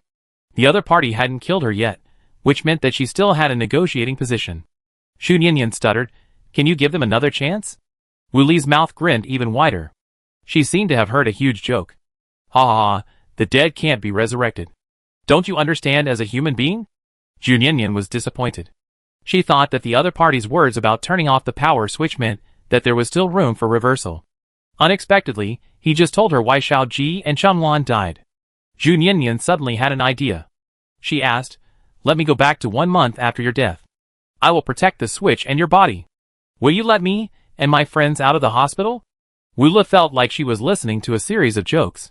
"Kid, you still want to take an open book exam?" Jun Yinyan was speechless and pale. She was very scared. She didn't know what to do. Not only could she not protect herself, but she couldn't protect her teammates either. Wu Le didn't want to talk nonsense. She put her fingers through the glass, and crawled out of it little by little. The formalin liquid inside didn't leak at all. Jun Yinyan found that her body could move, turned around and ran. In the breath, she choked on water. When she reacted, she was already soaked in water. She opened her eyes wide, and opened her mouth to ask for help, but she choked on more water, and struggled. The two completely switched positions. Wu Le stood in her previous position, looking at Jun Yinyan in the glass. Rest in peace. Chung Feng ran in, and there was only darkness. He couldn't find Jun Yinyan, and couldn't hear any sound. "Jun Yinyan! Yinyan!" he shouted, shining the flashlight around. Suddenly he heard a dull drowning sound, right behind him. He turned around and shone the flashlight. Only half a meter away, He saw Jun Yinyan suffocating and drowning in the glass. There was nothing behind him just now. Chung Feng didn't have time to think, and punched the glass jar. He had easily smashed Xiao Ji's glass jar before, but this time, there was no trace of shattering. Jun Yinyan inside saw him, but she couldn't hold on any longer, and her eyes began to blur. Yinyan, can you hear me? You insist? Chung Feng punched the glass again and again, until his fists were broken and covered with blood. He continued to punch as if he didn't feel any pain, but the glass jar didn't move at all. Chung Feng exchanged for a hammer item, but it still couldn't break it. Jun Yinyan inside didn't know when he stopped moving, his eyes half drooped, and his pupils were lifeless. Watching Jun Yinyan die in front of him, Chung Feng screamed in pain. Come out! Monster, come out! Chung Feng's eyes were bloodshot, and he shouted for revenge. He had lost his mind, and it didn't matter whether he got out of the dungeon or not. Since entering the horror game, they had no hope of getting out of the dungeon one after another. His fate was to stay in this dungeon, and die in the same dungeon, with the person he loved. Jun Yinyan was already dead, but Chung Feng didn't leave the glass jar. While smashing the glass, he waited for the monster to appear and kill him at any time. Beside the computer desk in the dean's office, Li Qiyu lay on the table, moving the mouse with his fingers, transferring the photos he had just taken to the computer, and then finding the alarm platform to send an email. His vision was a little blurry. Sent it out? Am I the investigator? If so, then when they open their eyes again, they should be back to Paradise Town. Li Qiyu fainted. His neck was bleeding. As soon as Pei Lin came in, he saw this picture. Pei Lin rushed to the computer with a USB flash drive, plugged it in immediately, and downloaded all the data in the computer into the USB flash drive. Then he unplugged it, and he was ready to leave, and looked back at Li Qiyu. Pei Lin touched the side of Li Qiyu's neck with his fingers, and it was still beating. Pei Lin pulled Li Qiyu and carried him on his back. No elevator. The third and second floors were full of monsters, and they all woke up. Pei Lin tied Li Qiyu with a rope, first hung him down from the fourth floor window, and then jumped by grabbing the rope. Arriving at the garden on the first floor, the two squatted under the window. Pei Lin looked up and saw the nurse in the corridor. The whole first floor was filled with the smell of decay. Pei Lin took out a lot of gauze and wrapped Li Qiyu's face and legs. He folded a branch as a fixing board and wrapped it with layers of gauze. The wheelchair rolled on the ground, making a slight sound. The sound of people's steps was very small. But the nurse still looked over. A man pushed a wheelchair, and a man who had plastic surgery was sitting on the wheelchair. Seeing the nurse looking at them grimly, Pei Lin took the initiative to say, "I take my friend for a walk and come back in a while." The nurse stopped him. "The hospital has a garden, don't go out casually. The tongue tree at the gate is in bloom, he wants to go see it. He had bone fracture and facial plastic surgery. It's not hot in the morning now. The sun will come out later, his face can't be exposed to the sun. There is a wild tongue tree outside the gate of Imei Plastic Surgery Hospital. It is very big and tall, and there are strings of trumpet-shaped flowers on the tree." The nurse looked at the patient in the wheelchair and hesitated a little, but did not doubt. Pei Lin made a bombshell. "I take a few photos of him, put on the hospital gate nameplate, and advertise on social media." The nurse understood the words of the medical agent and immediately agreed. "Then you come back quickly." "Okay." Pei Lin pushed Li Qiyu out of the gate directly. After leaving the hospital, he touched the hospital plaque and really took out his god-level prop crescent from it. Pei Lin smiled and looked back at the hospital, but saw a black cat staring at him from the window on the fourth floor. Lulu is the boss on the second floor. Ross is the boss on the third floor. Dean Xiaoxi is the ultimate boss on the fourth floor. But all the order was broken unconsciously. Wula became the biggest boss, and she killed players on the fourth floor. Ross was waiting for her to come back in his office. When she came back, her white dress was wet, covered with blood, and her body was broken. Ross didn't want to see her like this, so he asked, "Don't you like to look good the most? Why do you make yourself like this?" "This is what I really look like," Wula said sarcastically. Ross felt a little uncomfortable seeing her like this, and said, "The game is over, I will help you fix your body, come with me." "You can't fix it perfectly, it's meaningless." "Lulu, what's wrong with you?" Ross felt that she was particularly singing a different tune today. He had already let her go out and play, why was she still unhappy? "You made my whole body so perfect, I am very happy, I want to die at the most perfect time, that is my dream, I left a note to tell you to burn me after death. Why did you put me in the freezer? Do you know how cold it is there?" Wula questioned him. Ross was speechless. Wula grabbed his white shirt, And Dean Xiaoxi, you can hear me talking, don't try to hide. Ross's eyes flickered. It was Xiaoxi, he is here now. Wu Lu, you only have money in your eyes, and you say you like me, liar, but I don't care. Xiaoxi laughed softly. Then what do you care about? Between me and Ross, who do you like more?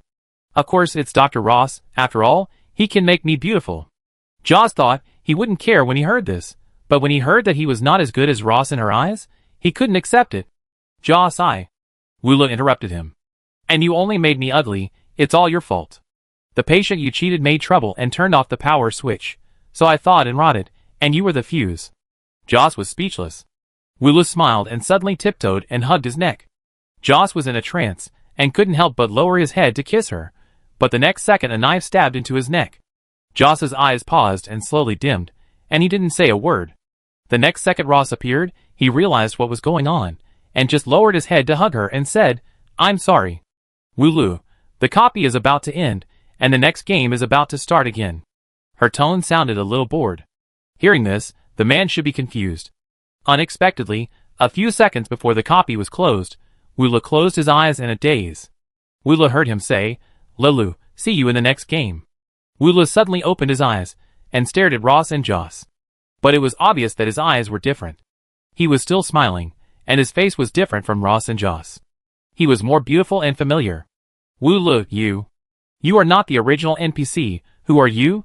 The copy is unchanged, and in the weirdness, there is another special existence besides her. The copy data is being cleared. You made plastic surgery hospital copy, the ending of your own actions is achieved. The blade seeks beauty, the skin and flesh can be changed, but the inferiority in the bones wants to use flesh and blood to entangle me, and plastic surgery needs to be cautious. Meow. Chapter 234. Su Qianyang returned to Paradise Town. His clothes were dirty, and he had no other injuries except scratches, which was considered very decent. Su Qianyang walked down the round altar. He was very hungry, and was going to find a small noodle shop to eat. Cheap noodle shops are all in relatively remote places. The center of Paradise Town was particularly lively, with players coming in and out of the dungeon. Stores selling props and dungeon information were bustling. Su Qianyang was alone wherever he went. In the bustling crowd, he seemed a little lonely. Walking into the alley, there were fewer and fewer people, and the surroundings became quiet. Su Qianyang also slowed down his pace and relaxed. He had sore muscles all over his body. This dungeon lasted for 10 days. He was in a high state of tension for 10 days, and had very little sleep. He had dark circles under his eyes, stubble, and messy hair. He looked a little embarrassed. Su Qianyang doesn't like crowds, because sometimes he always has hallucinations. The people around him are not human, they are weird. And even if they are human, they are likely to be bad people. In short, Su Qianyang feels safe when he is alone. Muscle soreness, fatigue, hunger, the easiest problem to solve at present is hunger. A new restaurant under the bridge on the east side of Paradise Town, economical and affordable, large quantity, full, sprinkled with scallion oil, it is particularly fragrant. Just thinking about it makes Su Qianyang drool. Su Qianyang unconsciously quickened his pace, and was about to walk out of the alley, and he could already see the bridge under the big tree in the distance. As a result, 2 men suddenly rushed out and blocked him. The 2 men in short sleeves, with muscles under their clothes, were obviously martial artists.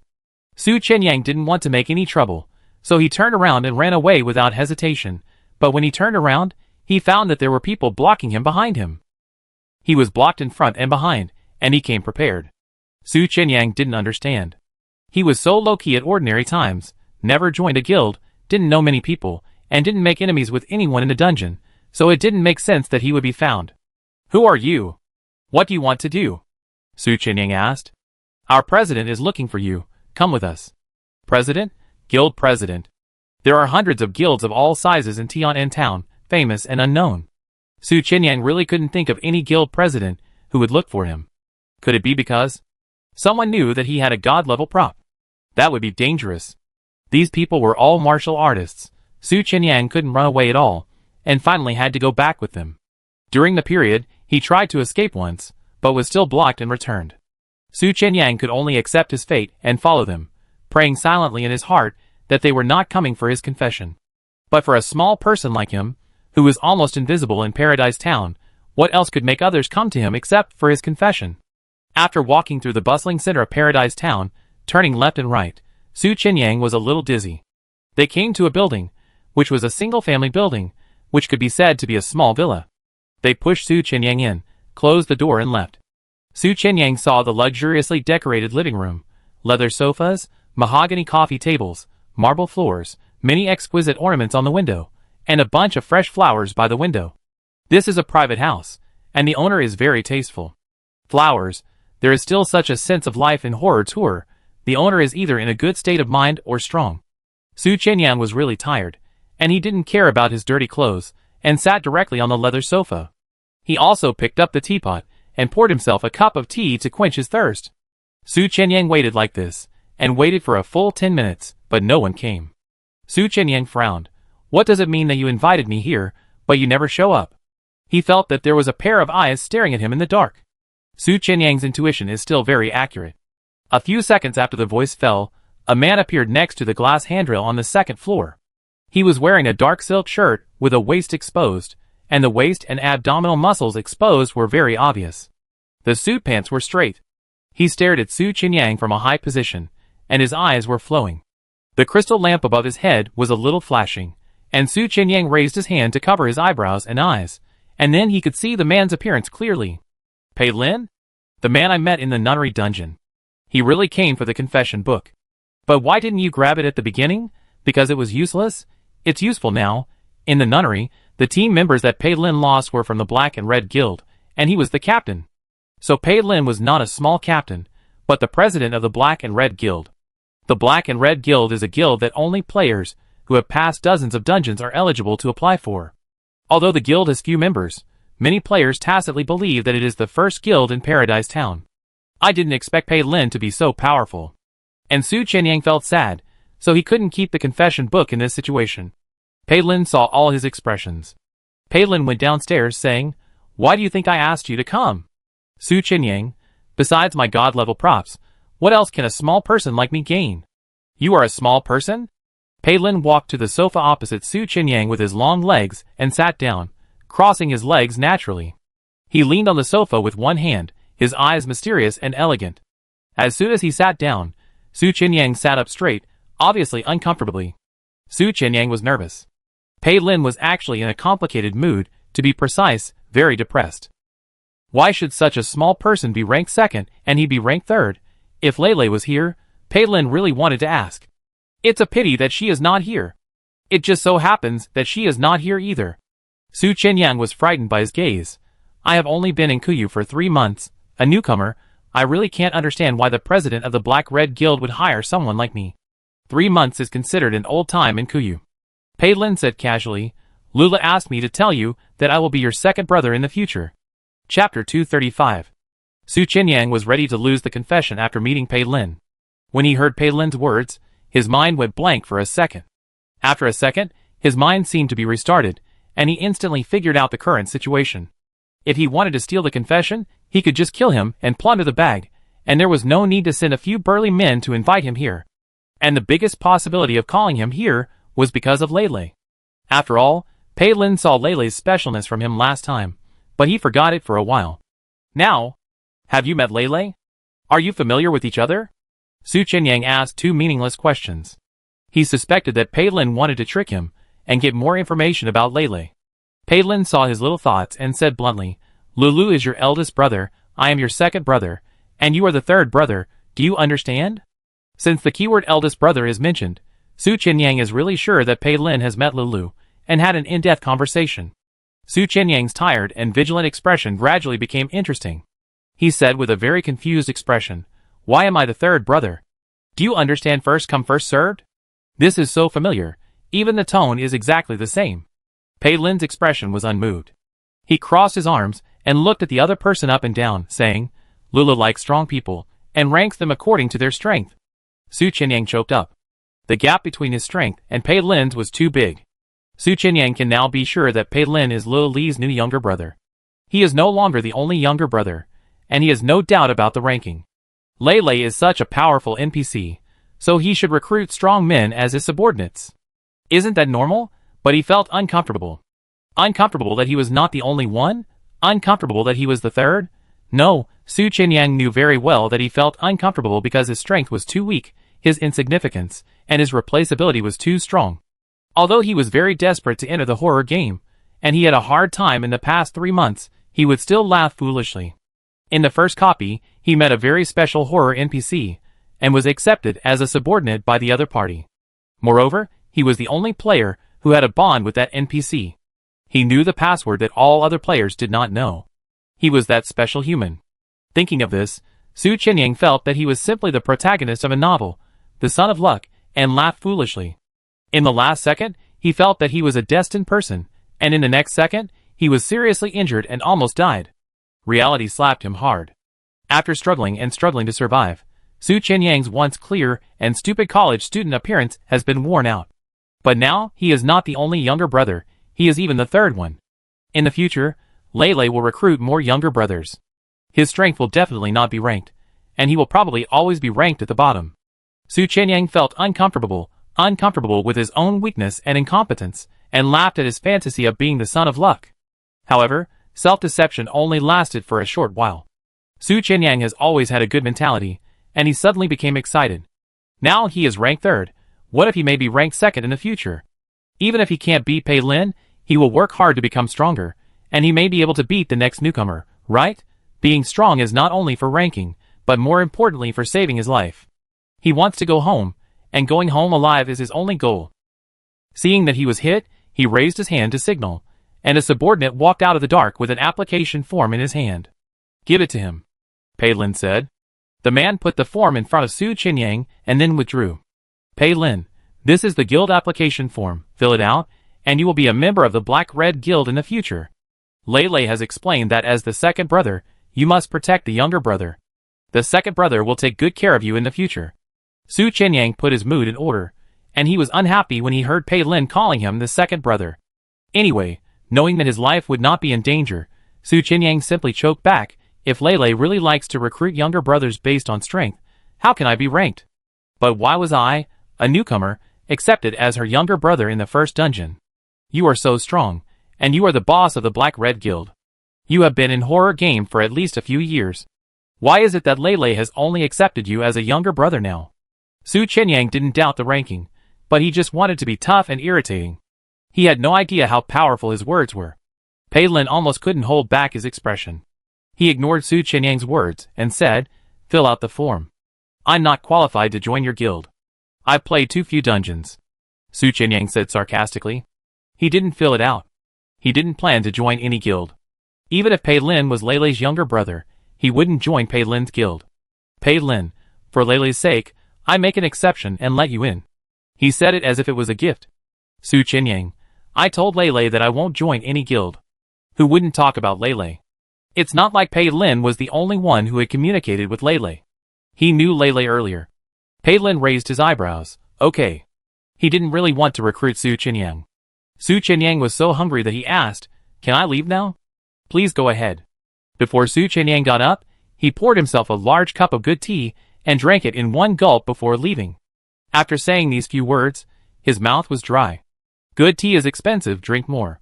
Su Qinyang left without looking back. Obviously, both of them were Wu Li's younger brothers, but their first formal conversation was so unpleasant, and both of them were obviously twisted. In the nunnery dungeon, they were obviously harmonious. Su Qinyang didn't like Pei Lin, but he couldn't tell why. After he had eaten and drunk enough in the remote restaurant under the bridge, Su Qinyang's mind became clearer. He figured out that the reason was jealousy. Jealous of Pei Lin's strength, jealous of him being the second. Why don't you care about first come first served at all? Su Qinyang's face fell, wiped his mouth and left the noodle shop. Su Qinyang didn't know that Pei Lin had a good impression of Su Qinyang in the nunnery, and now he bullied him and disliked him out of jealousy. Pei Lin was jealous that Su Qinyang met Wu Li first, and jealous that he was second. Su Qinyang wanted to become stronger and meet Lulu again. So this time he planned to rest for only one night before entering the dungeon. Back at the youth hostel, Su Qinyang paid for one night's accommodation, washed up, closed the curtains, covered himself with a quilt, and went to sleep. He woke up naturally the next day. It was already noon. He made 2 packs of instant noodles in the youth hostel, and set off after eating a full meal. Su Qinyang walked towards the central round platform of Paradise Town. When he walked to the busy street, he suddenly found that the atmosphere around him was not right. Many people gathered together to discuss. Everyone's face was nervous and a little excited. That female NPC named Lele must be the opportunity to leave the horror game. She has self-awareness. If we catch her, we can get out. Great, we finally have some clues. We kept passing the dungeon and no one knew how to get out. Now we finally know. I heard that all the major guilds have started to set up action teams to search through the dungeons to find that Lele. The latest news. Guild has just issued an announcement. As long as there is information about Lele and which dungeon she has appeared in, this information can be sold at a high price of 100 points. Su Qinyang had a tinnitus and almost thought he was hallucinating. He rubbed his face and ears and looked around again. He heard everyone keep saying the name Lele. He was dumbfounded. Su Qinyang grabbed a random person. What Lele? What are you talking about? The person who was grabbed by the collar was not angry and excitedly spread the news. The Black and Red Guild released a message early in the morning, saying that there is a self-aware NPC named Lele, who freely travels through many dungeons. She is the key to our escape. Black Red Guild? Su Qinyang almost gritted his teeth with every word. Brother, what's your expression? The passerby was surprised. Su Qinyang let go of him and ran to the single-family house yesterday. He looked like he was going to kill someone. Pei Lin announced the news about Lele to all players. What did he want to do? Let all players hunt down Lele. Is this how he acts as a younger brother? When he arrived outside the single-family house, facing the closed door, Su Qinyang shouted, Pei Lin, come out! Chapter 236. Pei Lin, come out! Pei Lin, Su Qinyang shouted angrily. The door never opened, and Su Qinyang was about to knock it down when a strange man's voice suddenly came from the balcony above his head. Why are you yelling so fiercely? Pei Lin is picking up your girlfriend? The man teased, with an expression of watching a show. Su Qinyang had never seen this man, but since he was at Pei Lin's house, he must know Pei Lin. I'm looking for Pei Lin, Su Qinyang said with a suppressed anger. Yi Ming leaned against the armrest, with a look of eating melons on his face. What do you want to find him for? Su Qinyang, business. Yi Ming, what is your relationship with Pei Lin? Su Qinyang gritted his teeth. Brother. Yi Ming raised his eyebrows. I am also his good brother. Why don't I know you? Su Qinyang was so angry that he couldn't vent. Pei Lin didn't come out, and he had no choice. This street was full of members of the Black and Red Guild. When he shouted at the door, several heads were secretly staring at him. If he dared to attack, someone would definitely come out to stop him. He couldn't beat those people from the Black and Red Guild. Just when Su Qinyang was about to leave, the door suddenly opened. Pei Lin was sweating in a short-sleeved shirt, and one hand was still wearing a boxing glove. He was just hitting a sandbag on the basement floor. The sound insulation was very good, and he couldn't hear the sound outside. Pei Lin's intuition told him that Su Qinyang would definitely come to find him today, probably at this time. So he was not surprised to see the aggressive Su Qinyang when he opened the door. As soon as he saw Pei Lin, Su Qinyang's eyes turned red with anger, and he rushed over. What are you going to do? Why did you make Lele's affairs public? Pei Lin turned calmly and went into the house. Come in. Su Qinyang followed him in. Yi Ming, who was on the balcony on the second floor, looked puzzled. He also went into the house and went downstairs. When he went downstairs, he saw Pei Lin sitting calmly and Su Qinyang standing with an angry face. Yi Ming leaned against the armrest, ready to listen to the conversation between the two, but Pei Lin said indifferently, Yi Ming, you step aside for a moment. Yi Ming looked a little surprised, raised his eyebrows and smiled, and nodded slowly. Okay. He went downstairs and went out. There were only two people left in the room, and Su Qinyang had nothing to worry about. Pei Lin, what do you mean? You actually spread Lele's story throughout the Paradise Town. Some guilds have already organized teams to catch her. Many high-level players have to enter the dungeon to find her. She is being hunted by all the players. Why do you do this? Why? Facing Su Qinyang's anger, Pei Lin's expression was extremely calm. He asked back, you knew that such a special NPC existed. Why didn't you reveal any information and didn't let the second player know? What is your selfishness? Su Qinyang was asked speechless. What is his selfishness? Su Qinyang couldn't tell. Pei Lin answered for him. You want to establish a unique bond with Lele. You want to be the most special player. You think you are the protagonist. You think you are awesome. Su Qinyang was ashamed when his thoughts were so nakedly analyzed. Su Qinyang admitted that he was like this, and even admitted that he was deformed. He didn't regard all the players as a whole camp at all. He didn't have any sense of group, so he never revealed any news about Lele. But so what? Su Qinyang didn't prove himself, but continued to ask, "Are you still Leilei's little brother? You have made her the target of public criticism now. It is conceivable what kind of bloody storm will happen in the future, and how many players will break her peace. Although Leilei is very powerful, Su Qinyang is still worried that she will be hurt. But the fact is that Leilei is extremely powerful, and no one can hurt her. The more you care, the more irrational you are, such as Su Qinyang." Pei Lin didn't talk too much with him. "Leilei asked me to do it, and spreading her news is just the first step." With the words Leilei asked him to do it, all of Su Qinyang's anger suddenly stuck in his throat, and his glaring eyes paused. The air was quiet for 3 seconds. Su Qinyang asked in a dry voice, "What is the second step?" "Pei Lin, tell all players that she is the administrator of the horror game, and she can send players out of the horror game world. The first step is to let all players know that there is such a special NPC, but it is unknown what the role of this NPC is. The second step is to directly tell all players that this NPC can let them go out of the horror game." What a shocking news, enough to make all players crazy. Su Qinyang thought and asked, "Lulu, can she really let the players out?" Pei Lin laughed sarcastically. "I don't know, she told me to do so." Pei Lin didn't know whether what Wula said was true, whether she had the ability to send the players out, or was she playing tricks on everyone, raising the valve again and again. Pei Lin saw Su Qinyang's wonderful expression, and asked without saying a word, "Don't you doubt what I said?" "Su Qinyang, this seems like something she would do, no doubt. Wula likes to pretend to be a player and tease the players. Obviously, her game has been upgraded. Wula is not satisfied with just playing tricks on the few players in the dungeon. She wants the entire Paradise Town to join her game." Wula was not afraid of players knowing his existence. He even wanted to spread the word and make himself look so amazing that more players would join the upgrade game. "Su Qinyang, she didn't let me do this because my communication was not as good as yours. As expected, you are a little brother that suits her heart." The president of the Black and Red Guild, a high-quality loudspeaker, made the whole Paradise Town boil in just one morning.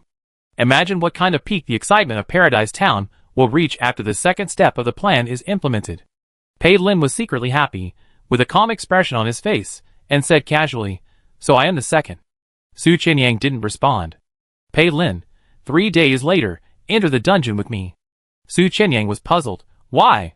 "You are too weak. If you die in the dungeon alone, I will have a hard time explaining it to Leilei in the future." In fact, Pei Lin was worried that Su Qinyang would enter the dungeon alone. If he met Leilei first, he would be exposed if he talked about the second and third place. Being ridiculed for being too weak, Pei Lin's arrogance made Su Qinyang grit his teeth secretly. Seeing Su Qinyang's face full of dissatisfaction, Pei Lin stopped provoking him, and gave him a way out. "Although Leilei only told me, you are also his younger brother. I hope you can go with me to carry out the task she gave me, and act together in the future." Outside the street, Yiming leaned against the wall and smoked. It was clearly noon, and the sky in Paradise Town was always dim. Yiming looked up at the sky. He and Pei Lin entered the horror tour together, and created the Black and Red Guild together. The Black and Red Guild has a street of industries, food and accommodation, and even hired teams to enter the dungeon to protect the employer. They made a lot of money. Yiming no longer went to the dungeon unless necessary, but Pei Lin kept going to the dungeon at a high frequency. Yiming could clearly feel that Pei Lin disdained these guild points. Pei Lin just wanted to explore the deep secrets of horror tour until his death. Yiming lowered his eyes. The look in his eyes was dark and unclear, a bit of inquiry, a bit of viciousness. Pei Lin was hiding something from him. Chapter 237. Where do you live now? After the conversation, Su Qinyang wanted to leave early. But Pei Lin stopped him. Su Qinyang said, "An youth hostel." Pei Lin frowned when he heard it.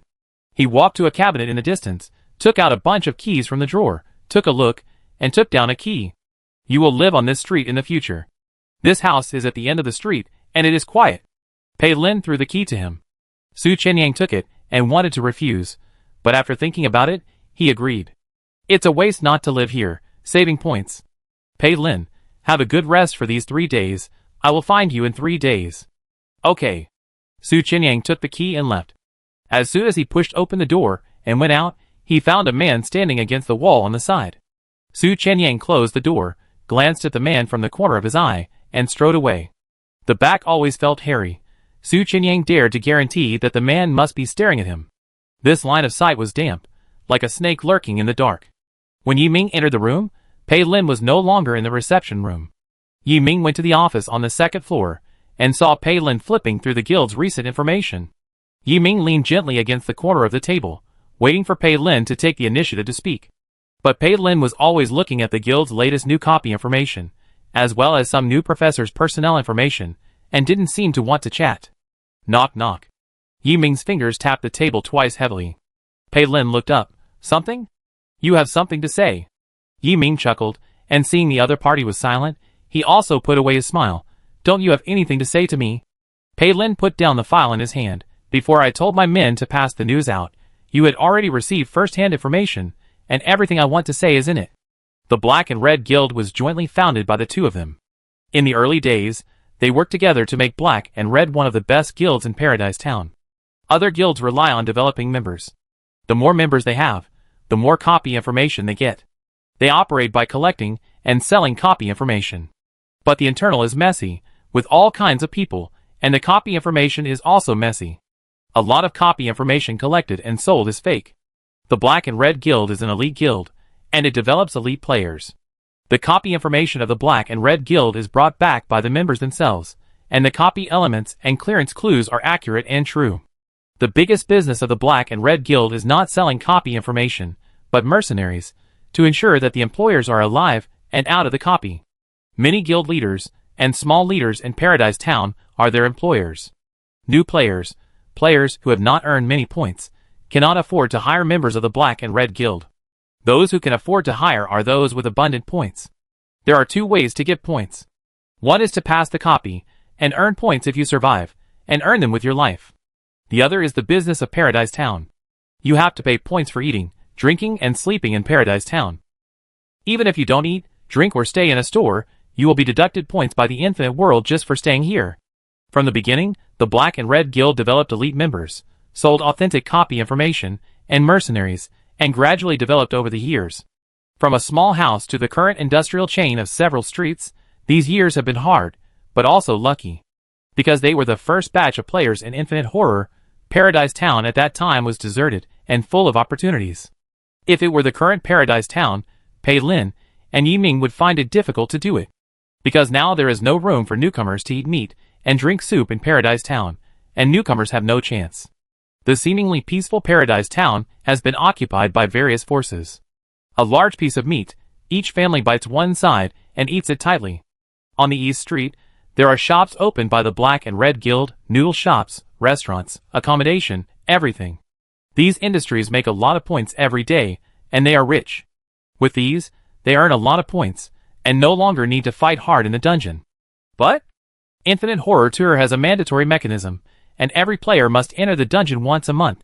After entering the dungeon, you can only stay in Paradise Town for 1 month after returning, and you will be forced to enter the dungeon when the time is up. Forced to enter, without preparation, the probability of death is very high. Most players will take the initiative to enter the dungeon a few days before being forced out of Paradise Town. The points of most players will not stay for less than a month. If they stay here, they will be deducted points by Horror Tour every day. If all the points are deducted, there is no point to exchange props, and being kicked into the dungeon is equivalent to sending yourself to death. The situation of ordinary players is very miserable.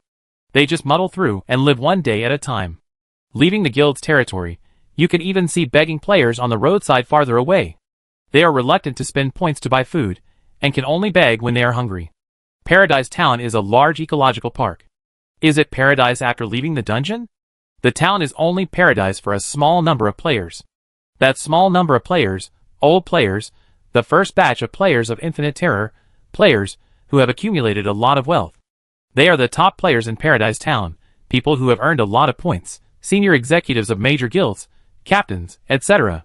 Their points are enough to stay in Paradise Town for a few years, but they cannot resist the mandatory mechanism and still have to go to the dungeon once a month. With such a position, who would be willing to risk their lives? So some people would hire the team of the Black and Red Guild. The Black and Red Guild serves those old players who have a lot of points, are forced to enter the dungeon, are not sure, and are afraid of death. Pei Lin and Yi Ming are now in a stable position, and the guild is developing very well. They can also lie down like the top leaders of other guilds, let the elite players protect themselves directly, and even let people cushion themselves in the dungeon at critical moments. After all, in this world, Human life is the least valuable. But it depends on the person. There are old players who are willing to go through the dungeon by themselves. Pei Lin is such an old player. But to be precise, Pei Lin likes to explore the dungeon. He is not afraid of death. He is more afraid that his death is meaningless. He wants to find the secret of infinite horror travel. Compared with going home, he wants to know why all this happens. Even though Pei Lin had so many points that he could stay in Paradise Town until the forced entry into the dungeon, Pei Lin did not stay there often. He went to dungeons very frequently, and on average, he went through 3 dungeons a month. The Black-Red Guild had developed very well internally, so Pei Lin did not take care of things in the past 6 months. He often went in and out of the dungeon, and most of the internal affairs were handed over to Yiming. Yiming only went to the dungeon once a month, and he went to the dungeon 2 days before the forced entry. Most of the time, he went through the dungeon by himself, and many times he led the team himself. When Pei Lin came back this time, he directly instructed his subordinates to post a notice to tell the players in Paradise Town that there was news about a special NPC Lele. Pei Lin did not say anything to Yiming, because Pei Lin knew that if he said something, his subordinates would tell Yiming. The notice outside was posted after Yiming read it. Yiming, aren't you going to talk to me about this Lele? Pei Lin, I've told you all the information I know. Yiming didn't understand. Such important information, you announced it directly to all players. Why didn't you tell me first? Then call the other guilds. Let's have a meeting and decide together. Pei Lin raised his eyebrows. Didn't you stop the notice from being posted? Pei Lin gave the order, and his subordinates told Yiming right after, and Yiming knew it but didn't stop it. Yiming had a headache expression. Although I really want to stop it, I know you have your reasons for doing things, but I think you are too hasty. Such important information, we should discuss it. We can even use this information to negotiate with other guilds. We can get a lot of benefits. Do you want to go home? Pei Lin interrupted him. He stared at Yiming very seriously and asked, do you still want to go home now? Most of the players who enter the Infinite Horror game wished to go home alive. They both had the same wish at first. Pei Lin admitted that his goal had changed. Going home was his second choice. His first choice was to figure out what was going on. He wanted to explore the deep secrets, and was not afraid of death for this. And Yiming, in the previous year, he kept shouting that he wanted to go home alive. He couldn't die. Later, Yiming worked hard with him to create the Black and Red Guild, just to stay alive, with a greater chance of staying alive. Later, Yiming seemed to have not said that he wanted to go home for a long time. The look in Yiming's eyes was very strong, and it was hard to see through. He smiled. I don't want to. He chose not to lie. Pei Lin was so smart, and the two of them were good friends who grew up together. Yiming knew that he could not hide it from him. They were born in ordinary families. Except for being good at studying, everything was ordinary. Some people were born in Rome, while they were born in a small alley in a fifth-tier small city, in an old house of more than 70 square meters. And now, Yiming is Joker, Black Joker, Black Joker. The boss of the Black and Red Guild, power, wealth, he is at the top. Having enjoyed this taste, Yiming now does not miss that ordinary world, ordinary self. The Black and Red Guild, the origin of the name is the Big King and Small King in the playing card, Black card and Red card Joker. The Red card is hidden behind the Black card, and the Big King is behind the Small King. Pei Lin is the Red card Clown, the Big King, and the Red Joker. Yiming is the Black card Clown, the Small King, and the Black Joker. All players know the Black and Red Guild, the Black and Red Joker, but no one knows their real names or what they really look like. Yiming said frankly, it's good to be a Black Joker, I like the world now. Pei Lin didn't respond, and his expression was also very calm. The silent atmosphere made Yiming a little uncomfortable. He lowered his head and said, but if I can go back, I will definitely go back. Pei Lin, we have become a little estranged recently. You don't even discuss things with me. Tell me, what did the NPC named Lele tell you, and how did you find out that she is special? Chapter 238. Yiming came here to find out about Lele. Pei Lin leaned against the chair and said in a relaxed manner, I met her in 2 copies. I recognized her in the second copy. She admitted it after the confrontation. Yiming was still shocked. We always thought that there was no connection between copies. We didn't expect that NPCs would appear in several copies. Each time, their identities, appearances and voices were different. We never noticed it. Those monsters just stared at us. It was really scary. Yeah. How did you tell that you had seen her before? There were so many players, but no one noticed the repeated NPCs, but Pei Lin did. Yi Ming was not questioning Pei Lin's ability. Pei Lin was good, but the difficulty was too high. Or was he lucky? Pei Lin, I was lucky. Yi Ming was suddenly speechless. Pei Lin sneered in his heart. He knew that he was never lucky. Lei deliberately exposed her feat. Lei deliberately let the players recognize her, at least deliberately let him recognize her. She was playing a game, not a game in the dungeon, but a game involving all players. He was a chess piece of hers, and he was only valuable now. As for Su Qinyang, Pei Lin thought about it, and felt that Su Qinyang was worthless to Lei. At least Lei did not ask Su Qinyang to do anything, but Su Qinyang knew about Lei's existence before him. Su Qinyang knew about it, and it was Lei who took the initiative to expose it. Then what was Lei's purpose? Su Qinyang did not do anything for her afterwards. Su Qinyang found Lei by himself? Impossible. So many old players couldn't find it, but he, a newcomer, found it. It must be the same as me. Lei took the initiative. But Lei took the initiative to expose herself in front of me because I needed to do something. Why did she take the initiative to expose herself to Su Qinyang, and she didn't let Su Qinyang do anything? Why? Why? The heart that finally calmed down for a while was now in turmoil again.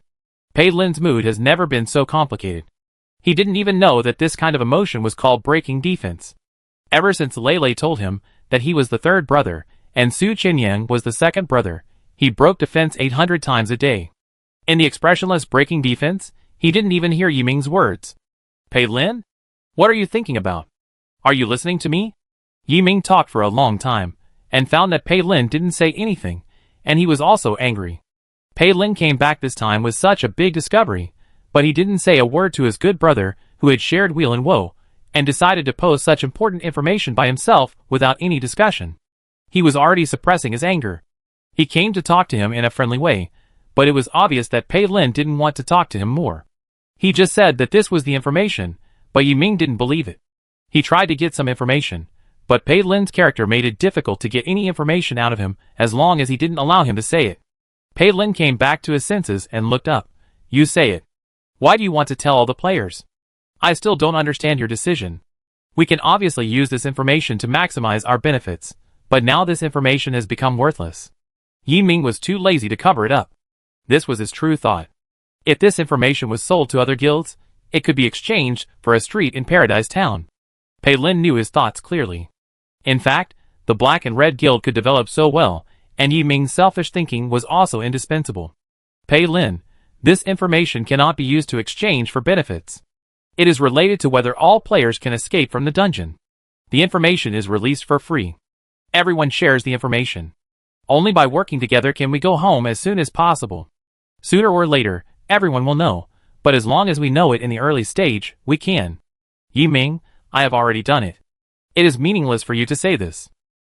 That's right. Yi Ming walked to the sofa in the distance and sat down. He took out a pack of cigarettes from his pocket, took out a cigarette, lit it, pursed his thin lips, slightly raised his chin and rolled his Adam's apple to exhale smoke rings. Pei Lin and Yi Ming grew up together. Although they had different opinions, they didn't get into a fight. He added, we thought we knew everything about Paradise Town. In fact, there are many players, many of whom we don't know. If we spread the news, maybe someone can catch Lei. Well, humans have been lost in the dungeon, and we have been stuck in the same place. Now a path has appeared in the fog. What will happen if we go forward? It's getting more and more interesting. Yi Ming puffed out smoke, and the smoke blurred his facial features, making it difficult to see his expression. For something like tobacco, some dungeon players exchanged tobacco seeds, planted their own tobacco, rolled it, and smoked it, and sold the excess to earn points. Although the process is slow, people may die in the dungeon before the tobacco leaves grow out. But it is cheaper than spending points to buy cigarettes in the mall. Points are used for survival and cannot be wasted on smoking. Most smokers quit smoking after entering the horror tour. Cigarettes in the mall are not cheap, and players will only buy them if they are stupid. Isn't it better to use points to eat and exchange props? Yi Ming cigarettes are not grown, but bought with points in the mall, and they are high-end cigarettes. One pack can be exchanged for the price of a prop. As a black joker, he is a points tycoon and can smoke any cigarettes he wants. Yi Ming saw him looking at the cigarette in his hand and smiled. I forgot that I can't smoke in the study. Sorry. Pei Lin knew that he did it on purpose, and was expressing his dissatisfaction. Pei Lin, open the window. Okay. Yi Ming put out the cigarette, went to open the window, and then opened his hands to fan the wind outward. Su Qianyang found the house at the end, looked at the house number corresponding to the key label in his hand, and made sure he was in the right place. He took the key and tried to open the door, and it opened easily. Pushing the door in, all the furniture was covered with white cloth, the floor was spotless, and it was a large and empty new house. Last night, he was squeezed into a multi-person room in a youth hostel with a small bed of 1.2 meters, but today he lives in a single-family house. Am I going to live a good life by relying on Lele? Su Qianyang said to himself, with a silly smile. Chapter 239. Su Qianyang visited the house. It was well furnished and clean, but it was too big. It was empty for him to live alone. Su Qianyang chose the master bedroom on the first floor.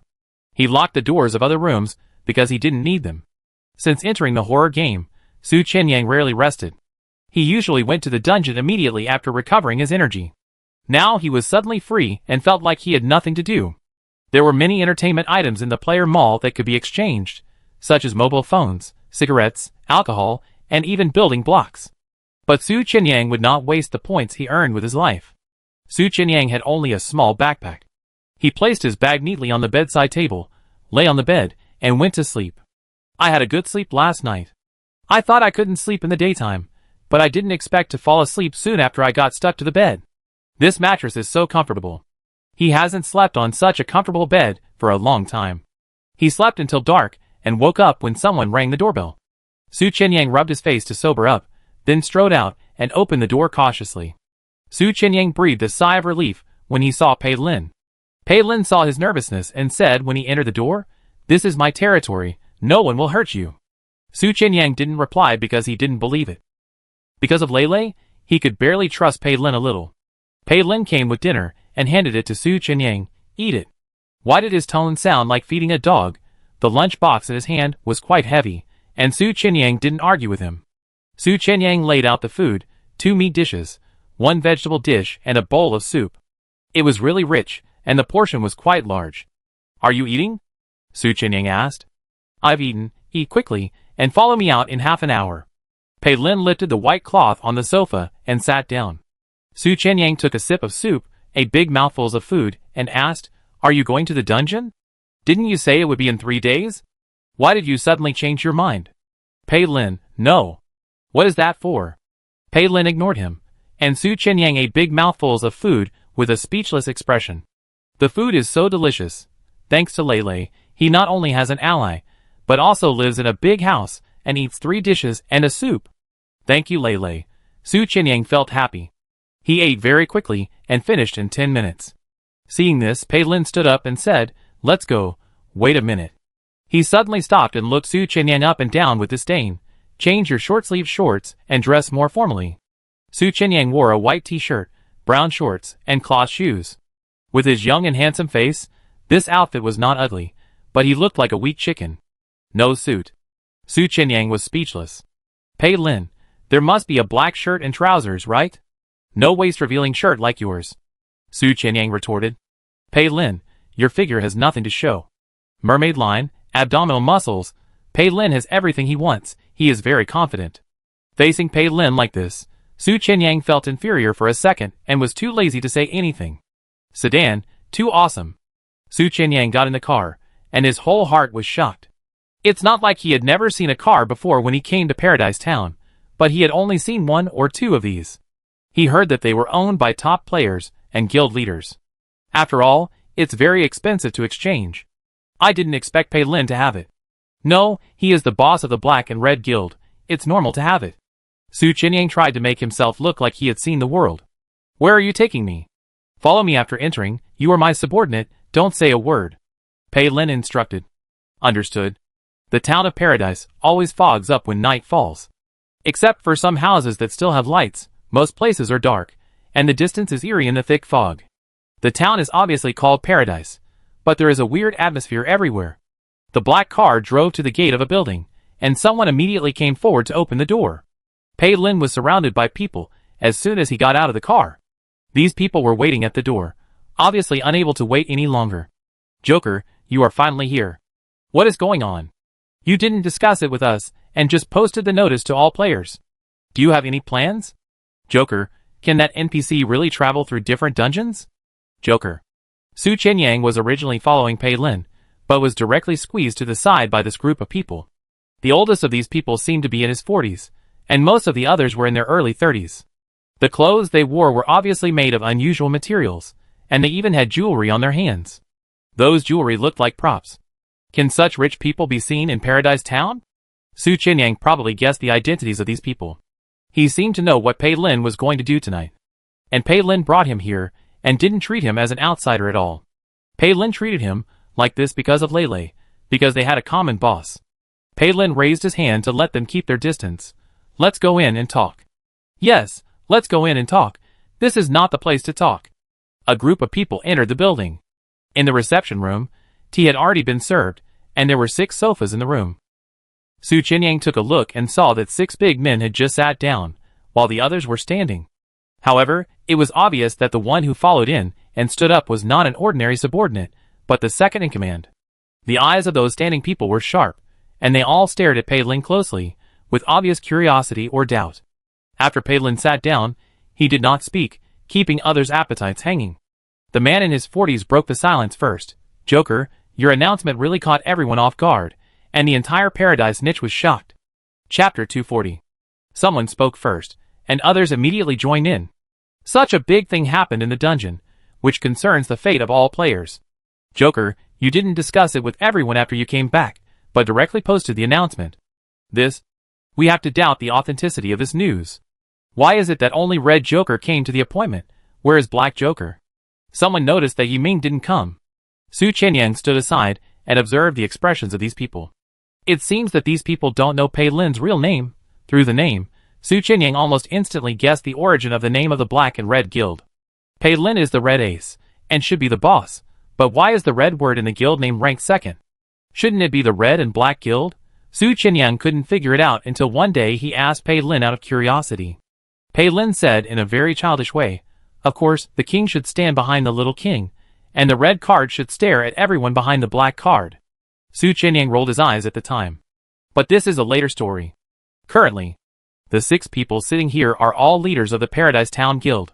Pei Lin, Black and Red Guild, the man in his 40s is President S, the President of S Guild, and the others are the presidents of Guangming Guild, Rongshan Guild, Xingjie Guild, and Jinggui Guild.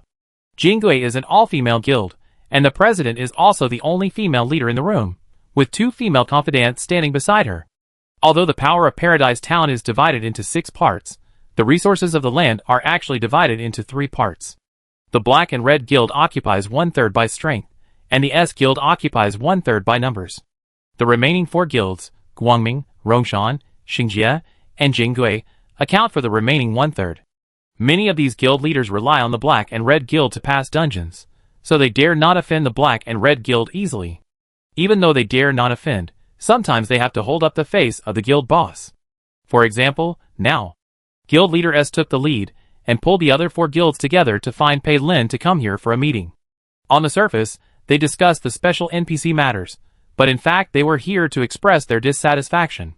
Joker directly issued an announcement to all players, bypassing these top players without discussing, which means he did not take them seriously. They hope that Joker can give an explanation, or tell them all the information he knows, which is the purpose of coming here today. All players know that if players enter the dungeon to look for this NPC, won't that expose them in advance? We should discuss and send elite members of major guilds to the dungeon to investigate, instead of letting all the scum get the news and go to the dungeon to alert the enemy. Joker, I always doubt whether the news you released is true or false. If it is false news, then you have completely disrupted the order of Paradise Town. Of course we believe that what you said is true, although this news is incredible. These people are talking back and forth. Their expressions are getting more and more serious, and they are still looking at Pei Lin questioningly. Originally, they didn't dare to offend Pei Lin, but the other party didn't speak, and these people couldn't save face, and got a little angry. Why is it like a 3-court trial? Su Qianyang muttered in his heart. Su Qianyang is now barely considered a half-full player, but he doesn't know anything about Paradise Town. He just sleeps and eats when he comes back, and then goes to the dungeon. So now standing here, Su Qianyang can't see the situation clearly. Seeing these people were a bit aggressive, Su Qianyang was a bit worried for Pei Lin. The guy next to Joker looked strange. I see him for the first time. President Jinggui was careful, and spotted Su Qianyang at a glance. As soon as this was said, suddenly everyone's eyes turned to Su Qinying. It's not that no one noticed the strange Su Qinying, but they didn't take him seriously. Their focus was on Joker. Pei Lin didn't introduce Su Qinying, but just smiled mysteriously and looked up, scanning everyone and asked, "Do you want to go home?" In one sentence, everyone's expression was very wonderful. When Su Qinying heard Pei Lin's words, he responded in his heart almost instantly, thinking, "Want to go home? He wants to go home." But when the surroundings were silent, Su Qinying turned his head to look at other people, only to find that their faces had complicated expressions. No one's eyes were shining, and even many people's eyes were dodging. Su Qinying felt like he was punched in the heart, and he seemed to understand something. Pei Lin continued, "The opportunity to go home has come." The other people's expressions were wonderful, and they were silent for a few seconds. President S spoke first. "Joker, can that Lele really let us go on a horror tour?" "Pei Lin, she is the key." That's great, we have waited for so many years, and finally see hope. The light is coming." President Guangming forced a smile. It turned out that he had not forgotten the reason why he named the guild. The atmosphere was awkward for a while, and then they began to question Pei Lin in a questioning tone why he suddenly issued an announcement without discussing with them. Pei Lin had already prepared the answer, but before he could say it, the closed meeting room door was suddenly pushed open. A handsome man in a dark blue shirt and suit pants walked in. He said with a smile, "So many people came?" "Black Joker." The president of Guild S smiled and welcomed him. Yi Ming nodded. Someone immediately moved a single sofa next to Pei Lin, and Yi Ming sat down naturally. There are 6 chairs in this room, for the 6 major guilds to sit, but it is clear that the 2 leaders of the black and red guilds are qualified to sit down. So why not prepare 7 chairs? Because Pei Lin rarely comes. Most of the time Yi Ming comes alone, so there is no extra empty chair. But when Pei Lin comes, Yi Ming usually comes, so adding a chair is also natural, and everyone is used to it. Yi Ming glanced at Su Qinying, squinted his eyes, and smiled at him. Su Qinying felt creepy, as if he was stared at by a poisonous snake. Yi Ming said, "You all know my character. If it is fake news, I will also exchange some benefits from you. But this time, it is real news, which is the hope for all players to go home. Joker can't use it to exchange benefits. In addition to our few guilds, there are many elite players who have not joined any organization. Only when the news is released and everyone works together can we go home. It is meaningless to discuss because we have too little information. This is something that all players need to work together, not just us playing house here." Playing house, this word humiliated everyone. They think they are the leaders of Paradise Town, mastering the movements of all players, and players need their leadership. But in fact, there are only a group of people sitting here who have taken the bonus and seized the resources in advance, acting arrogantly and immersed in their own king game. Yi Ming cruelly tore off everyone's mask. Originally, they were dissatisfied with Pei Lin, but now they wanted to bite Yi Ming to death. In the end, they still didn't like the Black and Red Guild, but they had to rely on the Black and Red Guild to pass the dungeon. There are elite players in so many guilds, but there is still a mortality rate. The Black and Red Guild brought the employer back alive after the dungeon, and this survival rate is too tempting. The more they are in such a position, the more afraid of death they are. Black Joker is right, ha ha. President S forced a smile. Others followed suit and said some funny words to cover up the awkward atmosphere. Yi Ming gestured to Pei Lin. "Red, share all the news we know with them. After so many players enter the dungeon together to find clues, they will definitely gain something. Then we will get together to discuss it." Pei Lin nodded, "Okay." Yi Ming told all the news about Lele, and all this news was told to him by Pei Lin. Only Pei Lin knows whether it is really complete. Yi Ming does not know that besides Pei Lin, there is another person who knows Lele better. Su Qinying listened to the conversation of these people, and found that they only knew the basics of Lele, and even exaggerated a lot. Lele has memories, and appears in many copies, and her appearance, voice, and personality will change. Lele can freely travel in many copies, and the players selected by her can go on a horror tour. Su Qinying, ? There is also a little black cat, and these people don't know the existence of cats at all. It was pitch dark outside, and several cars left the building. The driver drove. Su Qinying sat in the co-pilot, and Pei Lin Yi Ming sat in the back seat. Su Qinying looked up at the rearview mirror, and found Yi Ming looking at him. "Why are you always looking at me?" Su Qinying felt uncomfortable. "You look good," Yi Ming said. Su Qinying felt cold. "Pei Lin, don't tease him." "So protective?"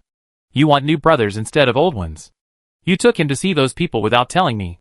Pei Lin, I walked out with my left foot, and you knew it with my right foot. Do I need to tell you specifically? Yi Ming rubbed his head. I know. You don't like your subordinates to listen to me completely. I didn't ask anyone to monitor you. They did it on their own. I will ask them not to do that in the future. Pei Lin, it's okay. Do whatever you want. It's really okay, and it's really casual. Pei Lin doesn't care about these. Yi Ming put his arm around Pei Lin's shoulders, just like he did in the summer evenings after playing basketball, and laughed with his brother's shoulders. I be careful in the future. Don't go to the dungeon all the time. You saw it today. Those people have been unhappy with us for a long time, but they still need us. I used to face them alone. Their faces are really disgusting. I was so angry that my hair fell out. You manage the guild. Come with me. Pei Lin, yeah. Su Qianyang listened to the voices behind him, and felt that they had a good relationship. It must be good, otherwise how could they have founded the Black and Red Guild together? Yi Ming was very good at giving a way out. Let me introduce the one in front. In fact, even without an introduction, Yi Ming must have found Su Qianyang's information. Pei Lin still introduced. Su Qianyang, I met him in the dungeon. He also met Lei Lei and communicated with him. Wow, you have communicated with special NPCs. You are very brave. How do you feel? Yi Ming kicked the front seat with his foot. Su Qianyang tilted his head. No feeling. Pretending. Yi Ming said to him. Su Qianyang, she is easy to communicate with, but she will be chopped off in the next second. This made Yi Ming laugh. The car drove all the way back to East Street, and they sent Su Qianyang back first. When Su Qianyang was about to get off the car, Yi Ming suddenly called him. Su Qianyang, when are you going to the dungeon? Su Qianyang was stunned for a moment, and looked at Pei Lin. Yi Ming followed his gaze and glanced at Pei Lin, saying, Why? Did you two agree to go to the dungeon together? Without waiting for the two to reply, Yi Ming said again, You really forgot your good old brothers, because you have new brothers. You two went to the dungeon without me. Yi Ming is a very contrasting person. When he doesn't speak, his eyes stare at people like a venomous snake, and his smile is also very creepy. But sometimes when he speaks, he seems to be a different person, very lively and a little funny. This is Su Qianyang's impression of Yi Ming. If he had seen Yi Ming like this at first, he might have thought that Yi Ming was a good person to get along with. But after being stared at by the other party's venomous snake eyes, Su Qianyang got goosebumps when he saw Yi Ming joking. Su Qianyang was wary of Yi Ming. He didn't say anything, and let Pei Lin solve it. Pei Lin, we both met Lei Lei, and we will probably go to the dungeon together in the future to find her as soon as possible. I haven't been to the dungeon this month, and I'm going to go too. I go with you in 3 days. I also want to know about Lei Lei. It's decided. It's late today, Su Qianyang, bye. Yi Ming drove people out of the car. Chapter 241. Since that night, no one came to see Su Qianyang for the next 2 days. He stayed quietly in the house, and someone brought him food when it was time. The man who brought the food looked very ordinary, the kind that you couldn't find in a crowd, and he only brought food without saying a word. 3 days later in the morning, the man who brought the food finally spoke. Joker asked you to go to the central round platform after breakfast. Got it. The breakfast was very rich. Soy milk, fried dough sticks, steamed buns, 2 vegetable buns, and 3 meat buns. Su Qianyang ate so much that he burped as he went out. Carrying his small black bag, the more people he walked towards the central round platform. These were all players who wanted to enter the dungeon. Most of them had pale faces, moving step by step, like zombies. A few people were joking, and some were secretly wiping tears. Entering the dungeon means death. Many people are unwilling, but there is no way. Su Qianyang sometimes wondered if this was hell. In fact, the players here had died long ago, but they didn't remember that they were dead, and then they were sentenced to hell. Hell is a horror game that makes them constantly face pain. Su Qianyang stopped 10 meters away from the round platform, looked around, and didn't find Pei Lin, so he stood and waited. After waiting for about a few minutes, Pei Lin came, and there was no one behind him. Pei Lin approached. Let's go. Didn't your good brother come with you? Yeah. Are you on good terms? I think you're on good terms, but I feel there's a gap between you. After all, they were going to work together in the future, so Su Qianyang still inquired about the interpersonal relationships around Pei Lin. We grew up together, and have a good relationship. He won't hurt me, but we have different concepts, so I'm afraid we won't be able to get along in the future. If he looks for you, don't talk, just tell me if you have anything to say. Pei Lin said calmly, and he knew what was going on. Su Qianyang roughly understood. The two walked to the edge of the circular platform, and Pei Lin stretched out his little finger to signal Su Qinyang. The other party was disgusted, but Su Qinyang did not dislike it, and directly shook his arm. To enter the same copy, there must be physical contact and step into the circular platform together. Su Qinyang grabbed his arm and prepared to move forward, but the people behind him pushed and shoved, and someone bumped into him, and his shoulder was supported. Su Qinyang pulled Pei Lin and staggered into the circular platform, and the person who supported his shoulder was also pulled in. Damn, it seems that someone was brought in. Meow. On the top of the chimney, a kitten with dark fur squatted, licking its paws leisurely, and its dark green eyes looked at the natural full moon. Click, click. The sound of wood rubbing and stepping on the ground was getting closer and closer. Suddenly there was a gust of wind. A big puppet pounced on the little black cat, and the black cat couldn't dodge in time, and was kicked directly into the chimney.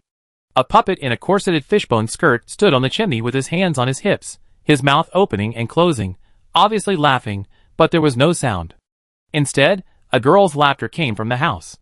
Under the fireplace, soot was flying everywhere, and the little black cat crawled out from inside. Because it was all black, it was not obvious that it was dirty. Until its paws stepped on the floor, a series of gray and black floral prints were left on the wooden floor. The kitten followed the laughter and found the dark room. The whole house was decorated in the medieval European style, complicated and luxurious, with lace fabrics everywhere. In the dark room, a girl in a black puffy skirt sat in front of the mirror. The skirt was very puffy, which made her waist look extremely thin. She tied a corset around her waist, and it was very tight. She was laughing, very loudly, but her body and lips did not move at all, and the funny sound was clearly coming from him. Xiao Hei jumped onto the dressing table. You bully me.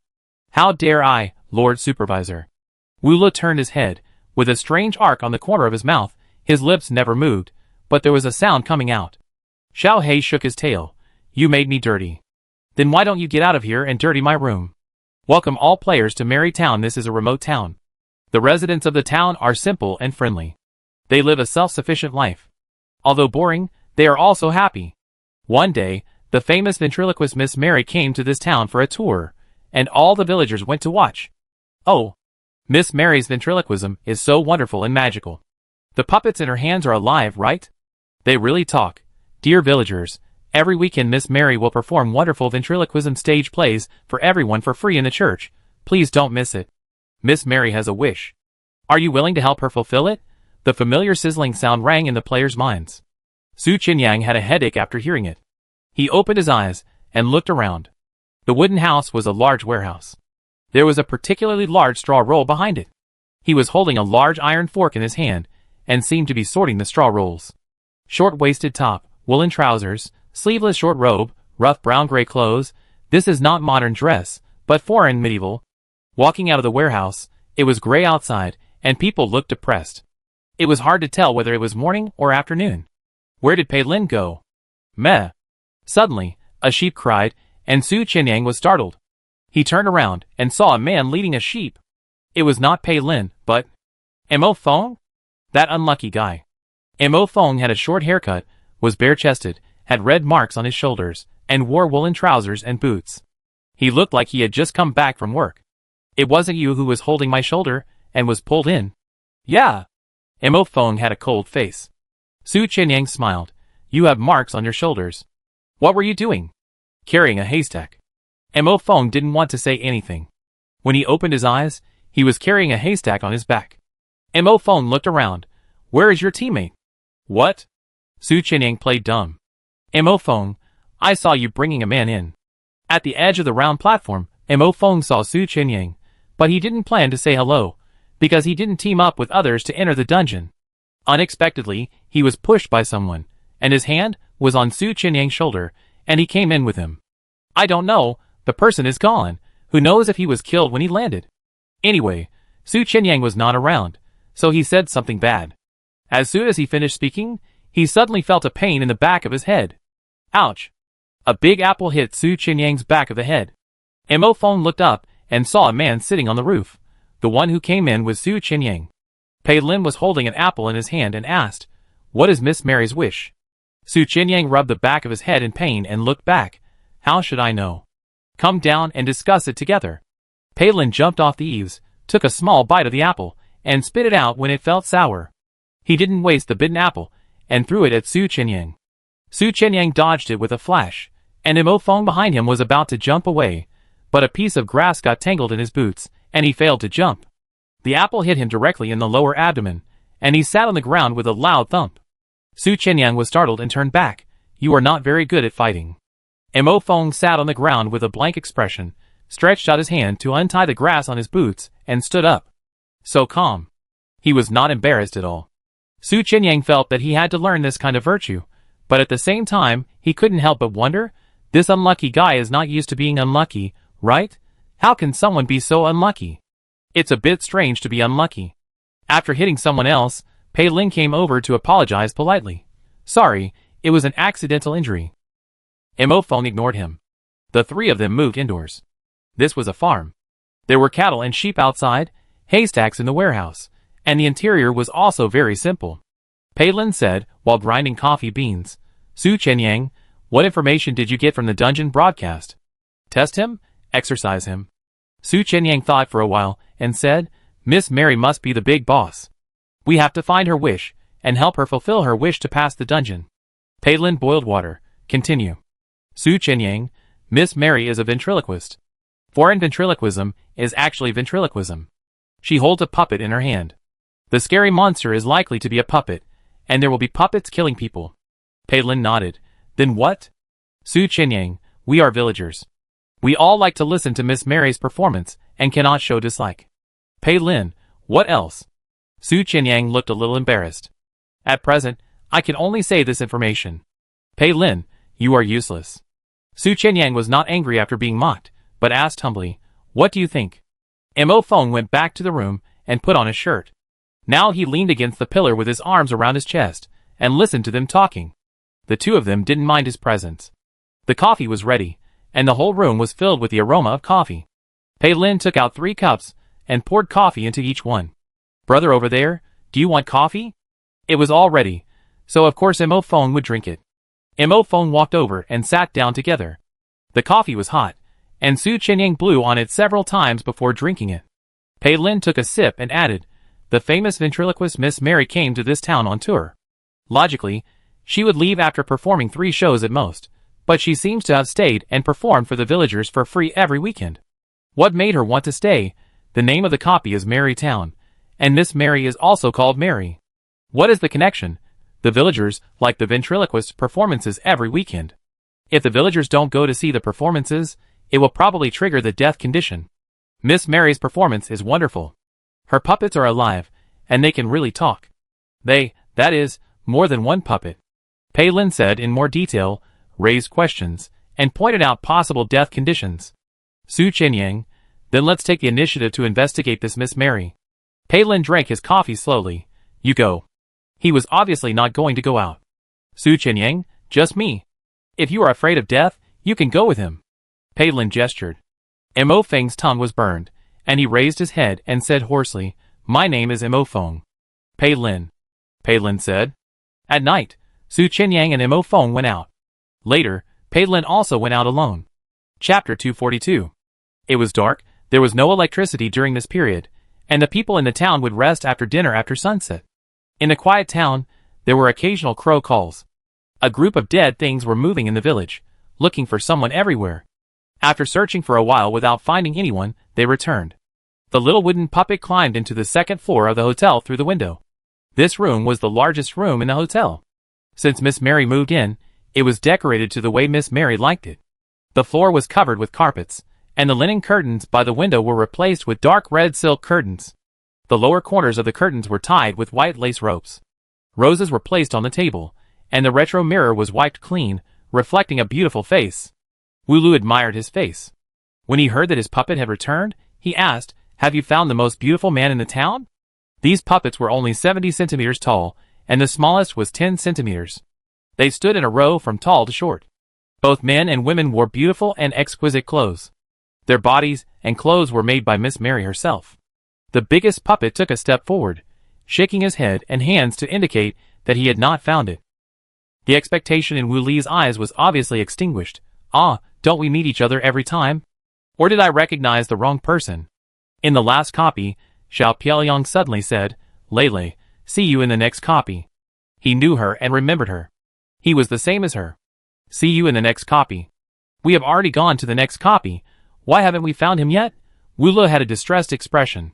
She stood up and squatted down, pulling the hem of her fluffy skirt, looking straight at her puppets. Is it because you can't see clearly at night?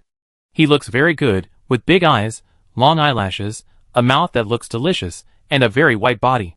Maybe a little black, but a good figure, especially the belly and legs. The legs are very long, 2 Lalas as long as yours. Lala, the biggest puppet, is a loli. Lala's eyes rolled and her head tilted as if she was thinking. At this time, the villagers are all sleeping, and they are sleeping very soundly. You hold the oil lamp and shine it on their faces one by one, but be careful not to let the hot oil drip on his face. Go quickly. Wula urged them. The puppets climbed out the window one after another. Wula sat back in front of the mirror and combed her long black hair with a comb. She had a mixed-race face, light green eyes, and black hair. You could tell at a glance that one of her parents was Asian. Su Qianyang and Mo Feng went out together to look for clues. At night, the residents of the town were all asleep. When they left the farm, it was dark and quiet outside. At least there are sheep bleating on the farm, but there is not even a dog barking on the road here. It's creepy. Su Qianyang muttered, and both of them exchanged for night vision eye props. Mo Feng didn't speak.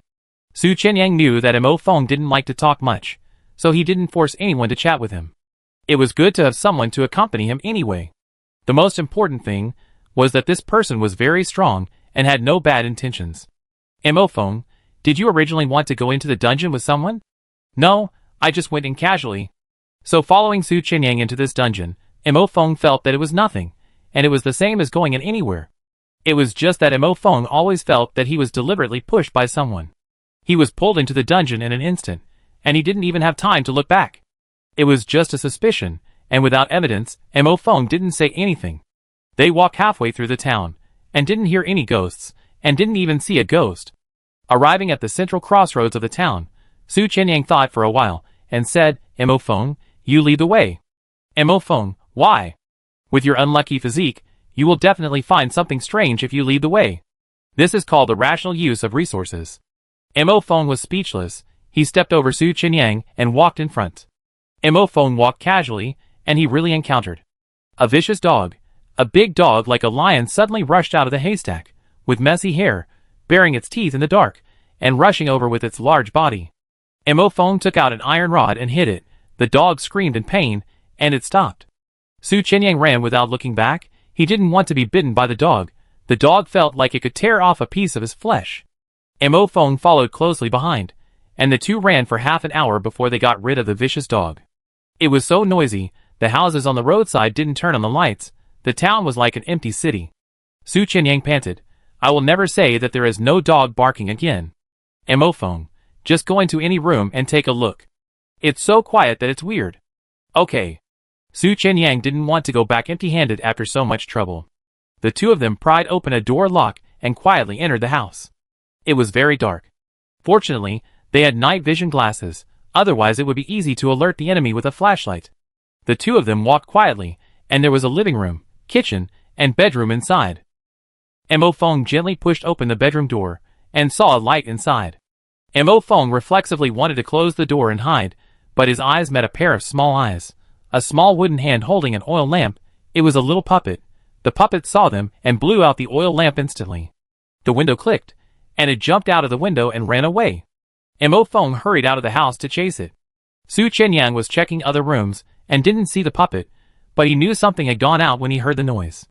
Su Qianyang hurried to chase Mo Feng. As soon as he went out, it was calm outside, and there was not even a shadow. You are running so fast.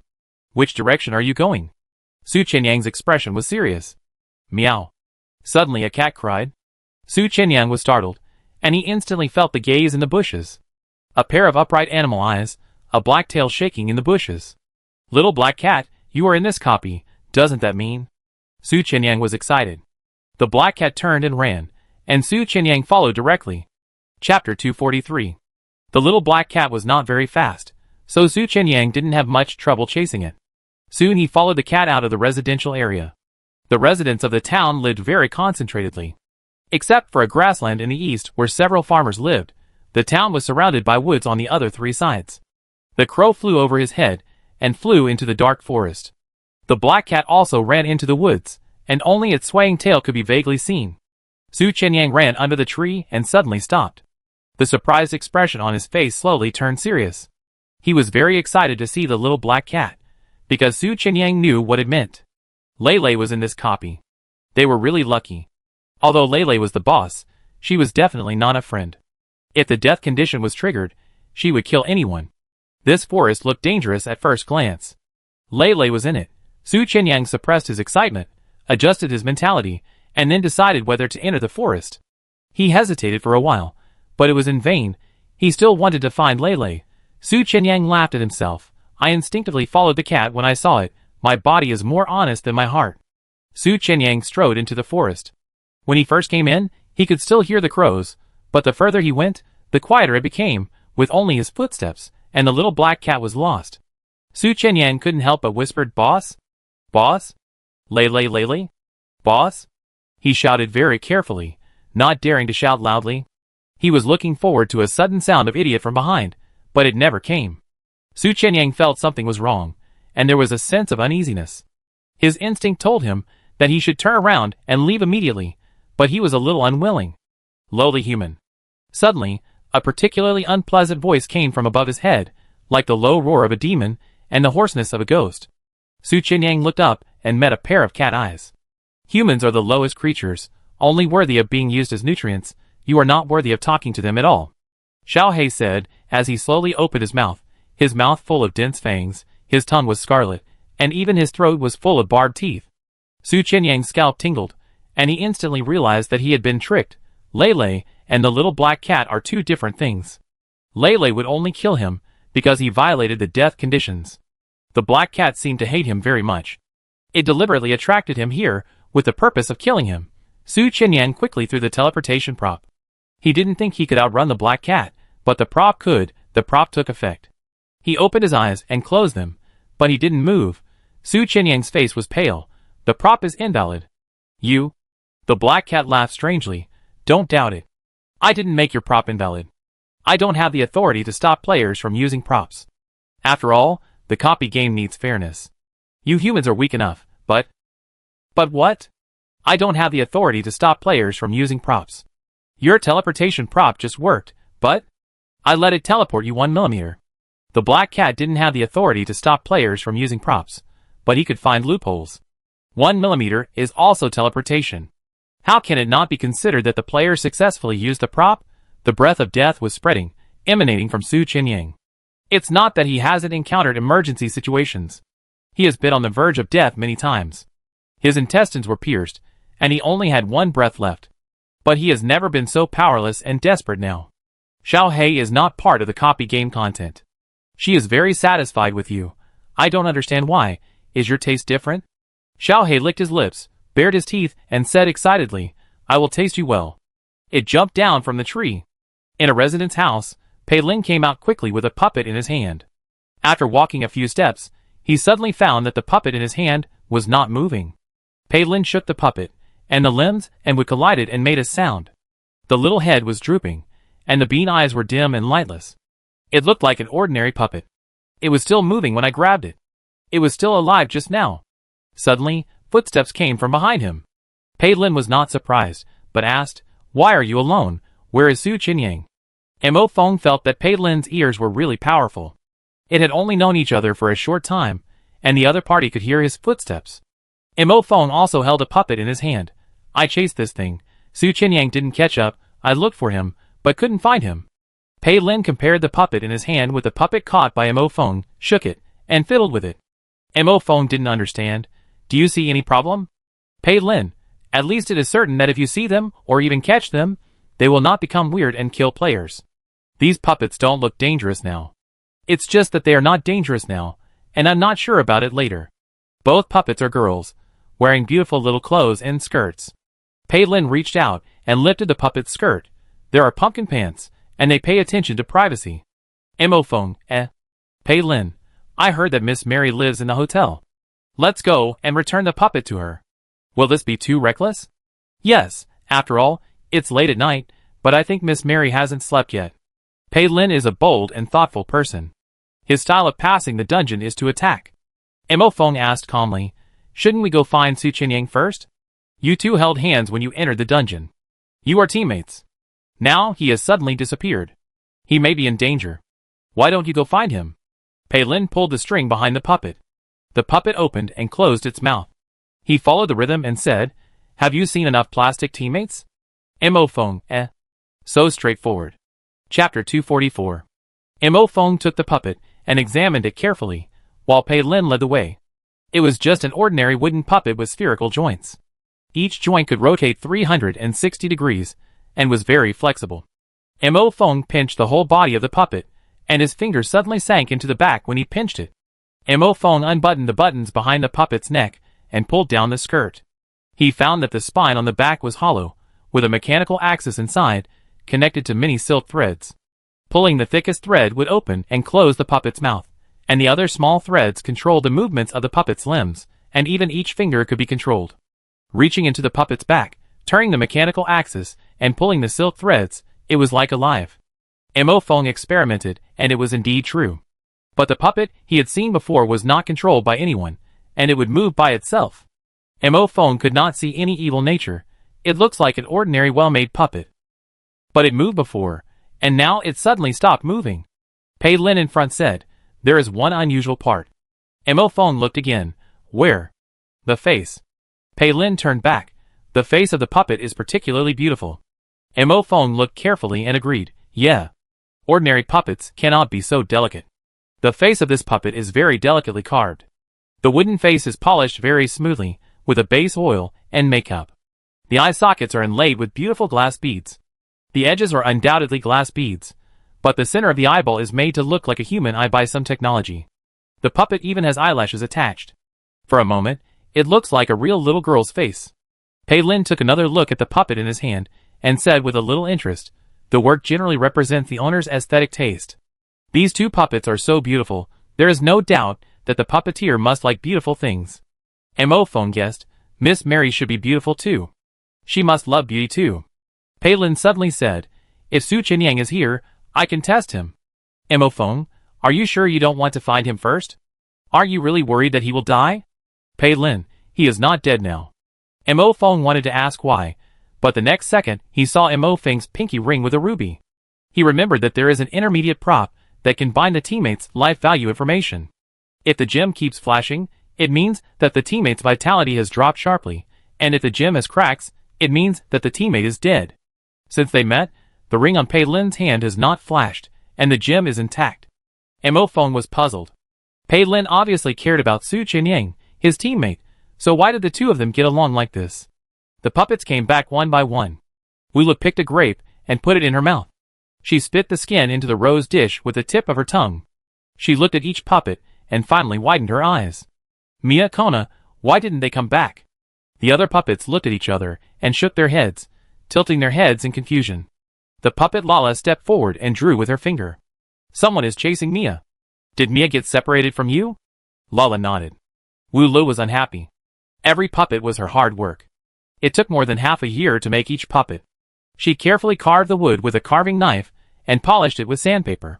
She had to go to many tailor shops to find good-looking fabrics. She had to go to many cities, go to many second-hand shops, and look at many people's eyes on the road to find suitable glass beads and good-looking eyeballs. The dolls suddenly disappeared. Wula probably understood. She had been in this town for a week. There were only aboriginals here, and now players came in. The air was clearly filled with the smell of incense, but Wula seemed to smell blood, and she was a little excited. The game began. Go and find whoever has Mia Kona, kill that person. Dig out her eyeballs, empty her stomach, and bring back her skin if it's good. The killing began. Suddenly, footsteps came from the wooden stairs outside, and then the footsteps stopped at her door. Knock, knock. There were orderly knocks on the door. In an instant, all the puppets turned their heads to look at the door, and their eyes, big and small, flashed in the dark. Wula slowly turned her head to look at the door. "Who?" "We're sorry to bother you so late. We are residents of a farm on the edge of the town. We picked up 2 beautiful puppets on the road. It looks like yours, so we're here to return them." This voice is so familiar, and this rhetoric also has a familiar taste. Smart Wu Lele instantly knew who was at the door. "Come in," she said. Chapter 245. Pei Lin and Mo Feng looked at each other. Both of them had knives on their waists, and the props were ready. This Miss Mary is 90% likely to be the boss of this dungeon. They have to be careful. At present, they don't know what the death conditions are, but they must not make Miss Mary unhappy. At present, it is not clear what the conditions for leaving the dungeon are, but it must be related to Miss Mary's wish. They want to know what Miss Mary's wish is, and they must meet her. Returning the puppet is the best excuse to meet. Not hearing the sound of the door opening inside, Pei Lin tried to push the door with a little force, and found that the door was not locked at all. The wooden door creaked when it was pushed. The room was dark. Only the crystal ball on the table emitted a faint light. A person in a nightgown with loose hair could be vaguely seen sitting by the table. The two walked in, each holding a puppet. As soon as they entered the room, they felt that countless pairs of eyes were staring at them. Looking up, the entire wall on the right was filled with display windows, and the windows were filled with puppets, all of which were staring at them. Under the dim light, the puppets looked lifelike, like children, sitting in the window and staring at the two men who broke in. Just as they looked up, the two did not notice that the puppets in their arms blinked and even smiled. The two puppets were greeting their companions. Miss Mary's face was not clear, but from her figure, it could be felt that she was a young and beautiful woman. "Miss Mary, is this the doll you lost?" Pei Lin asked. The two tall men stood in the room, and the room became crowded. Wulu slowly turned her head, with green eyes, mixed-race looks, long black hair, and a black lining skirt, and she was obviously ready to rest. Miss Mary's face is too beautiful. If any other player stood here, they would be instantly fascinated. Pei Lin and Mo Feng expected Miss Mary to be beautiful, but they didn't expect her to be so beautiful. They were both stunned for a moment, then instantly alert, accusing themselves of being distracted. The two of them are considered to have strong self-control among players. No matter how terrifying the scene is, or how charming the beauty is, they can control their emotions. "We meet again." Wula narrowed his eyes and smiled, and the gloomy atmosphere spread. Pei Lin, an old acquaintance. The other one is What Feng? Also an acquaintance. Mo Feng always felt that Mary was staring at him, as if she was looking for something. Pei Lin carefully identified this NPC, and for a moment, he couldn't tell what was suspicious. Wula raised his hand. "These are my dolls, put them on the table, thank you for sending them back." The baby voice, a very cute voice, listening to it, it feels that Mary is not very old. She is a well-known ventriloquist who tours everywhere, but she is so young. The two gently put the puppets on the table. Pei Lin looked admiring and said, "Ms. Mary's puppets are very beautiful." Wula stood up and walked to their side, or more precisely, to the table and touched the two puppets that had just returned to comfort them. She said quietly, "They are all beautiful children. They are alive. They can move and talk. Do you believe it?" Pei Lin was about to answer. Wula looked directly at Mo Feng and asked, "Do you believe they are alive?" Pei Lin understood that she didn't want to answer herself. Mary was more interested in Mo Feng's answer. She felt that she would die if she didn't answer well. The first person to answer was mind detection. What a hapless bastard. Mo Feng said calmly, "I believe it." Wulu was very satisfied and looked at Pei Lin again. Pei Lin said calmly, "I believe it." Wulu looked contemptuous for a second, which was just a moment. Pei Lin saw it. Why did he feel that Miss Mary didn't like him? Or did he think that he copied Mo Feng's answer and despised him? It's really strange. My dolls are all well kept. How can they appear on the roadside in the middle of the night? Wula frowned and said. She touched the dolls' bodies and carefully checked their clothes. Fortunately, they are not broken. If anyone breaks or loses my dolls, I will definitely kill him. Mo Feng and Pei Lin understood instantly. The death trigger condition is that Miss Mary's puppet doll cannot be broken or lost. It may even be extended. For example, if Miss Mary's puppet is lost, the player must help find it back. Miss Mary's wish is not to lose the dolls, right? Pei Lin. We only saw these two. Miss Mary, please check carefully. Are there any other dolls missing? As soon as the voice fell, Mary's crying was heard. Wula suddenly felt very sad, covering her face with her hands and crying. Her face was small, and her facial features could not be seen at all when she covered it with her hands. My favorite little pretty is gone. I can't find him. He is the most beautiful, my favorite. He is gone. I can't find him no matter what. She cried sharply, spoke intermittently, and even a little crazy. As she cried, the whole house became cold, and suddenly a strong wind blew outside the window. The window was not closed tightly, and it was smashed open with a bang. The red satin curtains fluttered, scraping the crystal ball on the table. The crystal ball rolled on the ground and rolled under the fireplace. Pei Lin just wanted to try whether Miss Mary's wish was to find something, but he didn't expect it to be true. It was only the first night of the dungeon, and it was going so smoothly. Pei Lin comforted her, but his expression was actually observing. Miss Mary, don't be sad, we will help you find it. Mo Feng doesn't know how to comfort people. He just wants to check this house, and get more clues as soon as possible. He walked around and squatted by the fireplace, ready to pick up the crystal ball. The fireplace should have been burned during the day, and there was a layer of wood ash inside. The crystal ball fell into the wood ash. He reached out to pick it up, but his fingers touched a hard long object. He was stunned and was about to pick it up to study it. Suddenly, an arm stretched out from the dark pipe on the fireplace. The blue-gray arm with blood grabbed him. Mo Feng was super brave. He knelt down on one knee and stuck his head into the fireplace to see what the ghost thing inside was. There was nothing, only a broken hand. Moreover, the broken hand disappeared in the next second, leaving only scratches on his arm. Mo Feng pulled his sleeves down to cover the traces, picked up the crystal ball from the wood ash, blew it clean, and slowly returned to the table to place the crystal ball. Wu Lu was still crying with her face covered. I couldn't find it for a long time. I couldn't find it, Xiao Piaoliang, he is the most beautiful. She kept crying and repeating these words, and it seemed that there were no other clues. Pei Lin and Mo Feng quietly left the room. Going downstairs, it was drizzling outside, wet and cold. They went back to the farm together. As soon as the humans left, the room on the second floor of the hotel became lively. The little wooden puppet stood up, pulled out the softest fabric in her petticoat, and leaned forward to wipe the tears of her master. All the puppets in the window opened the glass cabinets, climbed down from the cabinets one by one, and gathered around the table. The small puppet climbed onto the table, the large puppet stood on the ground, and the medium puppet stood on the chair. They all gathered around Wu Lu and gently pulled her skirt. The puppets opened their mouths one by one, as if they were talking fiercely, but there was no sound. Woo woo woo! Wu Lu cried. The puppets became more nervous, waving their little arms and moving their mouths. The next second, Wu Lu suddenly let go of the hand covering her face, baring her big teeth, and the corners of her mouth were almost cracked to the roots of her ears. I'm not crying. Ha ha ha. The puppets froze. Wu Lu laughed enough, so he picked up a puppet in each hand. Mia, Kona, did they bully you? The two little puppets opened and closed their mouths. Wu Lu frowned. Shameless. How can they lift a girl's skirt? Back at the farm, Pei Lin and Mo Feng were soaked. Their breath was steaming. It was too cold. They pushed the door open and went into the house, ready to take a hot bath. As a result, Pei Lin suddenly stopped, and Mo Feng also realized it. Mo Feng, someone is there. There were footprints on the ground, a mixture of rain and mud, and two people's footprints. One mark was clear, and the other had some blurred edges, dragging marks. It seemed like a mark left by someone who was unable to walk or was seriously injured and dragged by someone. The two followed the footprints upstairs. At the corner of the stairs, a fist hit over. Pei Lin grabbed it and twisted it with his backhand. Ouch! Su Qianyang screamed in pain. Pei Lin immediately stopped. What are you doing? Su Qianyang shook his numb arm. You asked me? You didn't turn on the lights when you came back, and you didn't make any noise. You walked upstairs like a cat.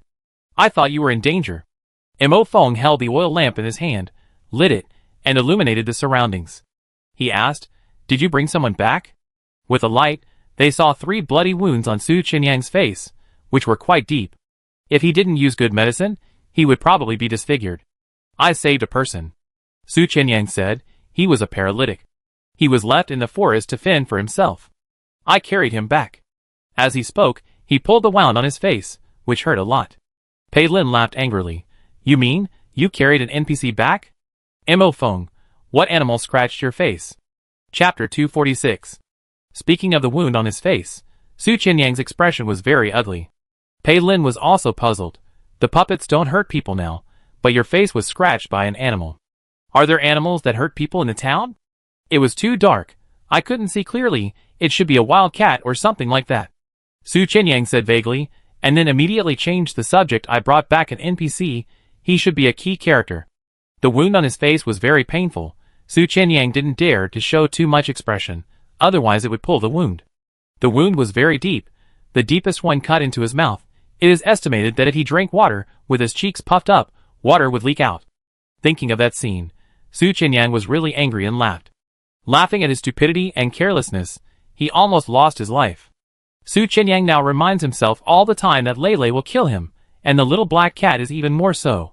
And from the words of the little black cat, it should not be in the same group with Lei Lei, and it even doesn't like Lei Lei to get close to the players, which is why it killed itself. Pei Lin briefly told Su Qinyang the news he had just received from Miss Mary. Miss Mary lost a very beautiful puppet. In the dungeon mission, Miss Mary's wish should be to find this puppet, which is the key to passing the dungeon. Su Qinyang listened and a feeling flashed through his mind, but it was too fast, and he didn't catch it. Pei Lin saw his micro-expression and asked, "What have you thought of?" "Not yet, no clue." "Call out the NPC who brought you back, and ask him questions."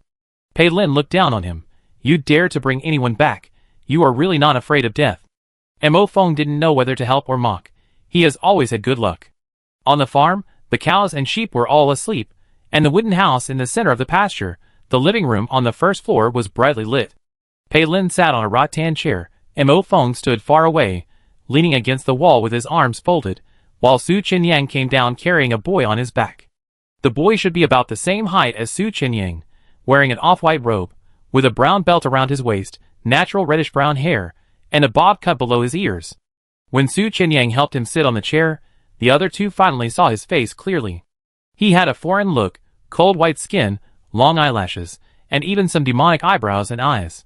He looked young.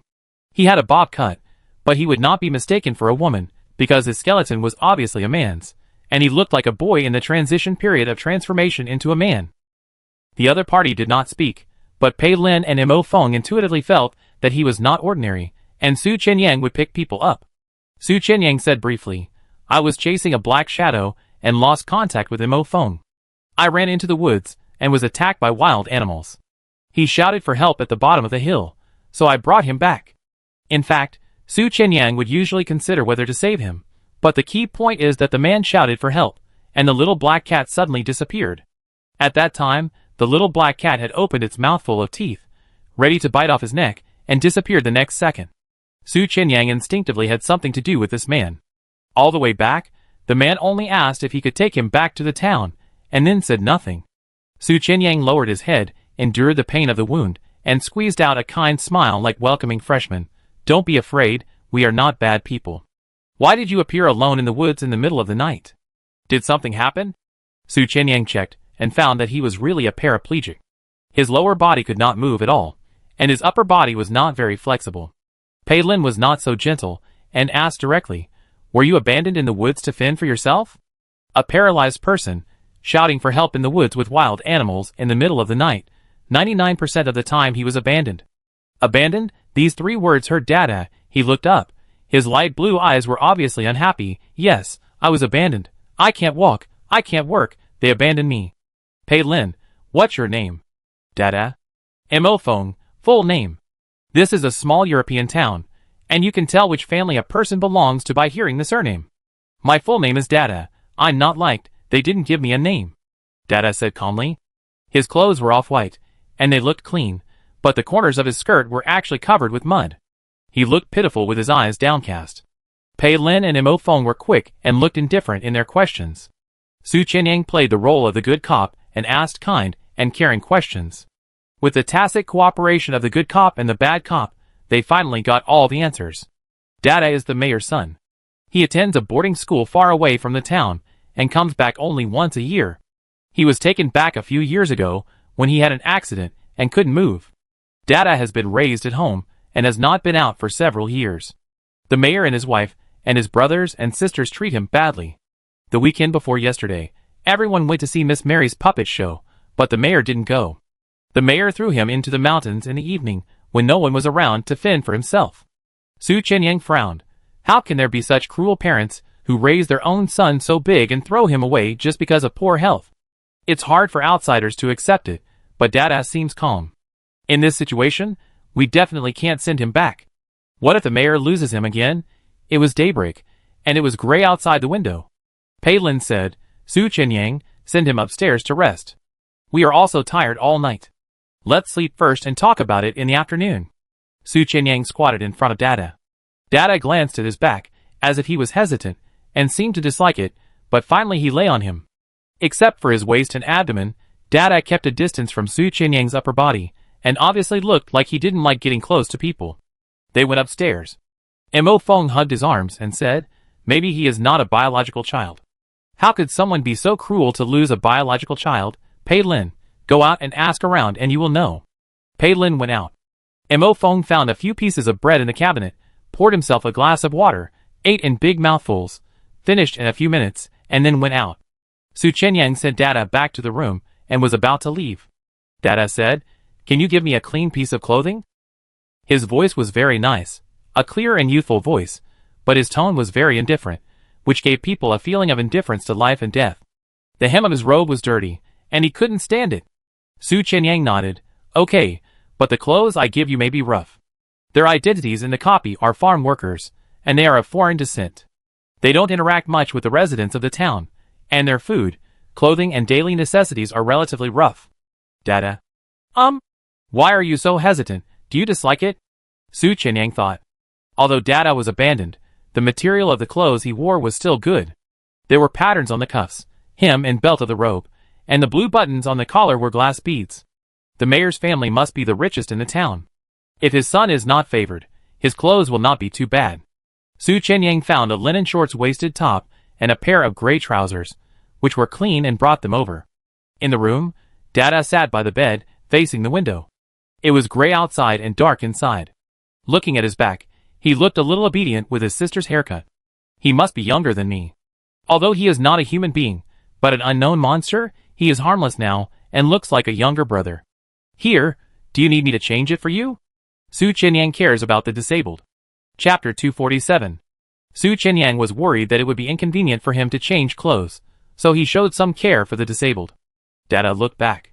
He didn't know if it was because of the light outside the window, but he couldn't see his expression clearly.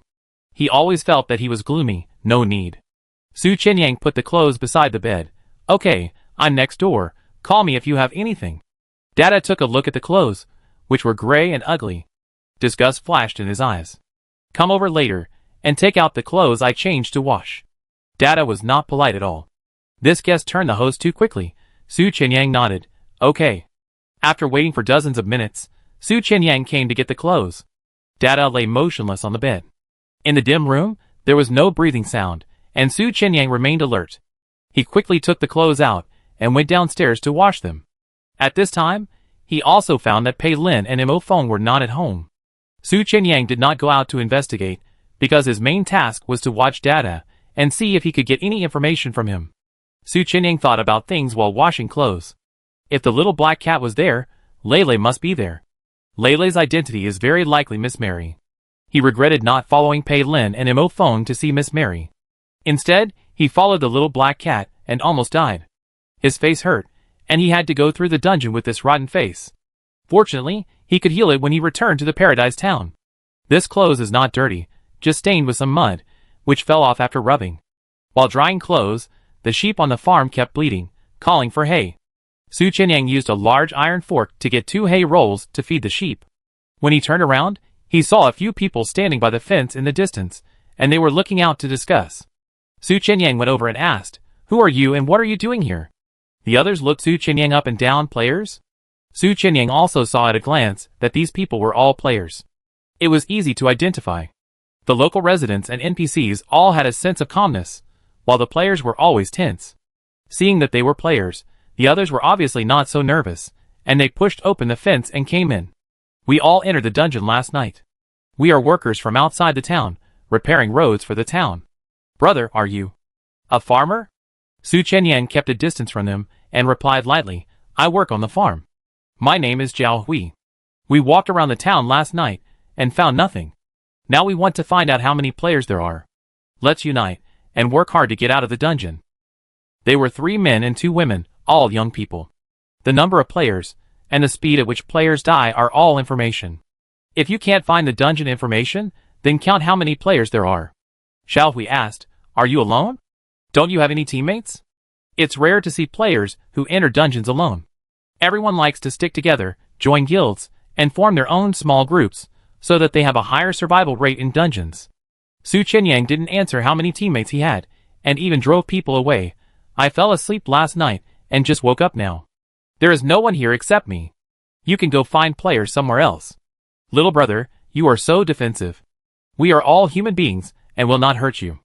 A girl said with a smile. Why do you have such a big scar on your face when you fell asleep last night? What information are you hiding? Zhao Hui had noticed Su Qinyang's face a long time ago. Unable to drive away these annoying players, Su Qinyang started to talk nonsense. I went out to look for clues last night and was attacked by a beast. There were also man-eating beasts in the group. What did the beast look like? It was so dark that I couldn't see it clearly. Did you not see it clearly or don't want to say it? I didn't see it clearly. Su Qinyang had a cold face and refused to listen. These people didn't ask for benefits and didn't want to waste time, so they left. Pei Lin went to the hotel in the town for breakfast. The hotel's breakfast options were few. Pei Lin ordered a cup of coffee, a bacon sausage and toast, and he ate by the window. This hotel is a bit old, with stone walls, wooden windows, and small daisies planted on the balcony. The town has always been cloudy, without the sun, and the daisies are sparse and not beautiful. The boss lady came over with hot coffee. You look unfamiliar. Are you a worker from the farm? Yes, I rarely leave the farm. Pei Lin looked shy and asked, I came here today to meet Miss Mary. When will she come down for breakfast? The boss lady saw this and was used to it. Since Miss Mary lives in our store, there are people waiting here every day, but I'm afraid you will be disappointed, young man. Miss Mary never comes down for meals, and I deliver 3 meals a day to her room. Pei Lin showed a disappointed expression. Then when will she come downstairs? Miss Mary only leaves her room when she has a performance on weekends. She never comes down on other days. The boss lady lowered her head and smiled excitedly and whispered, Miss Mary is the most beautiful and elegant woman I have ever seen. Every day when I enter her room, I can smell the fragrance. She must be more fragrant. While talking, many NPCs have come, sitting here to eat breakfast, wearing glasses and looking upstairs. Pei Lin despised in his heart that this NPC also took the script of the heartthrob. No one doesn't like Miss Mary, we all like her. The proprietress said while looking upstairs. Pei Lin took a sip of coffee and asked, did everyone go to watch the show on the weekend? Of course, who would miss Miss Mary's performance? Did the mayor's youngest son go too? Pei Lin asked. The boss lady's face suddenly froze, and gradually became ugly. Why did you mention that devil? My God, this will make you miserable. Pei Lin, I just came to work on the farm, and I don't know much. I just heard that the mayor's youngest son is inconvenient. He must also want to watch Miss Mary's performance, but he can't go out. It's so pitiful. He is not pitiful. He is a devil. He is possessed by the devil. Wherever he appears, it will become unfortunate. Don't let him go out. He is not qualified to watch Miss Mary's performance. The boss lady's face suddenly became distorted, staring at Pei Lin. Don't take him to see Miss Mary's performance. Pei Lin was not afraid at all, just looking at the boss lady calmly. On the ceiling above his head, a small puppet crawled along the ceiling with its limbs, twisted its head, and looked down at the people below. It had only one ear, and no ear on the other side. When Pei Lin noticed something unusual and looked up, the puppet crawled away. On the second floor of the hotel, in the dim room, Wula held a small ear and listened. Pei Lin only heard the boss lady's hysteria, and he didn't say anything. Stupid. Wula felt that Pei Lin couldn't recognize him. It was too stupid. On the table, several puppets were drawing. They were drawing the humans they saw. A handsome and sunny face began to take shape. Wula looked down and laughed. The idiot is here too. The second and third brothers are very united. Both of the younger brothers are here, so she has to have a good time. She didn't go out originally, but now she is going to go out. As soon as Wula left, the little wooden puppet drew a beautiful mixed-race boy with a sister's hair. Chapter 248. Mo Feng went to investigate near the mayor's house. The mayor's house is the most luxurious house in the town, and can be easily found. During the day, other residents have already gotten up, but the mayor's house is still closed, and even the curtains are drawn. Mo Feng walked around the house and observed it, and then went back along the way. On the way, he met some residents who were laughing and talking about something. When he got closer, he could hear clearly that they were reminiscing about Miss Mary's performance. Those puppets are like alive. Where did the sound come from? It's so wonderful. I don't know when Miss Mary will leave. I really hope she will stay in our town forever. Because of Miss Mary's arrival, many outsiders have come to the town recently. All the hotels, big and small, are full. Even the migrant workers have returned. There are still many outsiders looking for jobs in the town. It feels that it won't be long before we can become a famous and prosperous town. Look forward to the future. The town is far away from the big city. The children in the town go to study outside. When they grow up, they live outside and rarely come back. Young and middle-aged people left the town for a better life. Gradually, the town's population aged. Miss Mary had just been here for 2 months, and the town had changed a lot. These players were obviously outsiders, and they should be migrant workers, as the residents called them. So they all came for Miss Mary. Is Miss Mary so charming? Even if she was a famous artist, no matter how wonderful her performance was, she wouldn't be so obsessed with her, right? Mo Fong thought this was very strange. Mo Fong also met some players on the road, and there were quite a lot of players this time. This often means that a large number of players will die. There are many conditions for death in this copy. During the day, the town is very lively. Except for the bad weather, it feels very depressing. It is just like an ordinary European town. The child's bicycle was running wild, and suddenly a black cat flashed in the bushes. Ah! The bicycle tilted, and the child fell to the ground hard. His knees were broken and bleeding. It hurts, woo! Mo Fong didn't care. He was not as kind as Su Qinyang. These were not real children, they were all weird. These NPCs died in front of him, and Mo Fong would not blink. Of course, even if humans died in front of him, he would not blink. One copy after another has made Mo Fong cold and ruthless. In the evening, Su Qinyang woke up and went downstairs. Pei Lin and Mo Fong also came out of their respective rooms. Su Qinyang poured a glass of water and asked, "When did you come back?" Pei Lin retorted, "You are sleeping so soundly, you are really not afraid of death." Su Qinyang ignored him, and only said, "That Dada has not left the room and has not said anything." Mo Fong, "I met a lot of players today. This is a large-scale dungeon. I haven't heard of any deaths during the day. Someone must have died tonight." Pei Lin, "That Dada is a celebrity in the town." As soon as these words came out, Su Qinyang's eyes lit up. Sure enough, he was not wrong and picked up a key figure. Mo Fong did not look very surprised, because he went out today and heard some news. Pei Lin said, after he was paralyzed and taken back to the town, people died every month in the town. All of them died accidentally, fell to death, and were hit to death.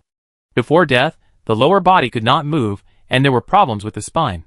Su Qinyang was surprised, thought for a few seconds, and said silently with his mouth, "Dada did it." Pei Lin smiled mysteriously, and said nothing. Mo Fong said strictly, "There is no evidence, he can't move, how could he go out to kill people?" Su Qinyang knew there was no evidence, so he didn't say anything. "No one has died accidentally this month." Pei Lin said slowly, with a faint expectation on his face. Su Qinyang understood immediately, "I will keep an eye on Dada." Mo Fong said coldly, "Only one person died." "Impossible." Su Qinyang, "At least it can be confirmed that one person will die accidentally and be paralyzed before death. I just don't know if the dead person will be a resident NPC or a player." Pei Lin suddenly made a cold joke. "As for how others will die, open a blind box." The three of them separated after talking. They said they were teammates, but they didn't feel any fetters. They said they were not teammates, and they discussed together tacitly. Obviously, the three of them were all lone rangers, who didn't like to discuss with others. No one took the initiative to say that they wanted to form a group, but they all gathered together to talk tacitly. The sun was about to set. In the next room, Dada suddenly knocked on the wall. Su Qinyang went to the next room, with a knife hidden in his sleeve. "What's wrong?" "Bring my clothes up." Dada sat on a chair. His legs couldn't move. Su Qinyang had carried him up on his back, and put him on the edge of the bed. The bed was 2 meters away from the wooden chair. Did he get out of bed and move over? The robe on his body had no wrinkles, and it didn't look like he had moved on the ground. How did he get over? "It's cloudy all day today. Your clothes probably didn't dry." "Dry?" Dada was stubborn. Su Qinyang didn't believe it was dry, but he didn't refute Dada, just said, "I get it." When he went out and closed the door, Su Qinyang saw Dada frowning and pulling at his clothes, obviously disgusted. Su Qinyang understood and felt that this guy didn't like to wear other people's clothes. As soon as he went out, the evening wind blew so hard that he couldn't open his eyes. Su Qinyang squinted his eyes, and went to the lawn to touch the clothes hanging out to dry. They were really dry. Just when he was about to take them down, he found that he couldn't pull the rope. There was a wrinkle on the back of the clothes, and there was a hand grabbing it. Su Qinyang held his breath instantly, pulled the clothes with one hand, and stabbed with a knife with the other hand. A beautiful girl's face appeared, strange, beautiful, with two corners of her mouth wide open, and the arc of her smile was terrifying. In a moment, Su Qianyang couldn't tell who it was, so he stabbed with the dagger fiercely. Puff! A knife pierced into the head, and the sound of the flesh piercing made people's scalp numb. Su Qianyang pulled out the dagger and stepped back, and the clothes fell to the ground. Red long skirt, no petticoat, the pie chart on the hem is not open, slender ankles, small high-heeled shoes, black hair hanging down, half of the face is bloody, and she is still smiling and staring at people. Encountering this kind of weird image in the copy, life and death are unpredictable.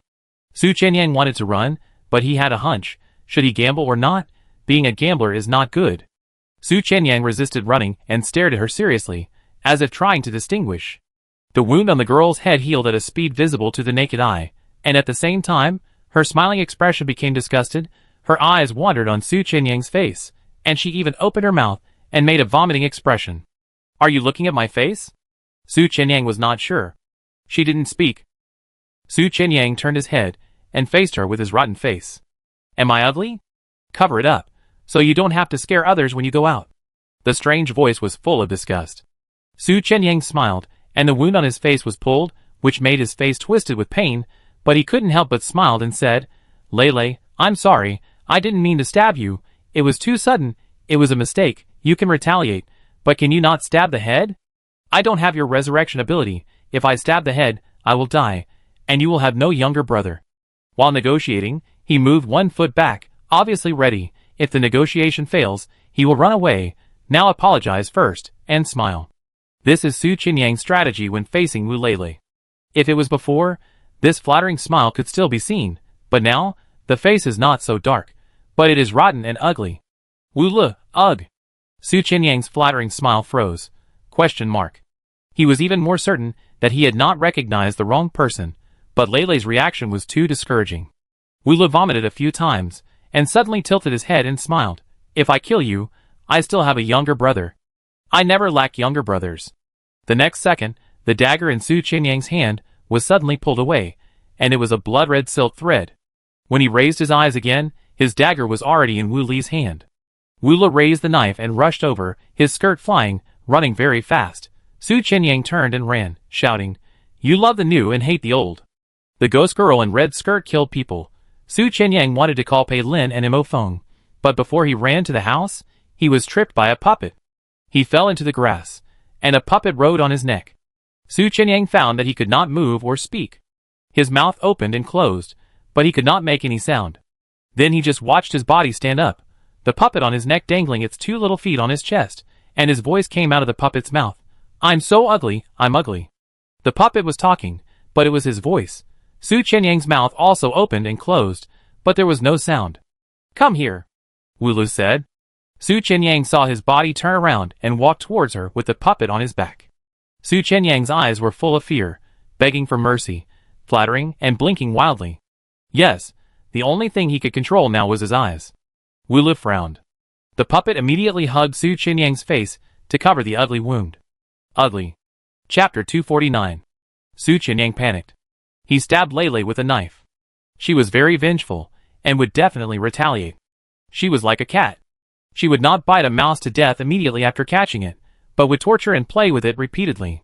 When she got bored, she would bite off its head. Su Qianyang was speechless again, and could only express his emotions with his eyes. At the same time, he was distressed. He used to look okay, but now his face was injured and he was so ugly. Would Lele suddenly lose interest in his face, and kill him with a knife? Su Qianyang panicked, but he still remained calm and tried his best to please the other party. Lele, his boss, was weird and could kill people at any time. Their relationship was so twisted. Every time they met, they were crazy and calm. Wu Le was too lazy to look at him. He was too ugly. She took a handkerchief and wiped the blood off her face. The puppet made Su Qianyang's voice, and kept shouting, I'm ugly to others. How dare I go out when I'm so ugly? I'm so ashamed. I should wear a mask when I go out. I'm ugly, so ugly."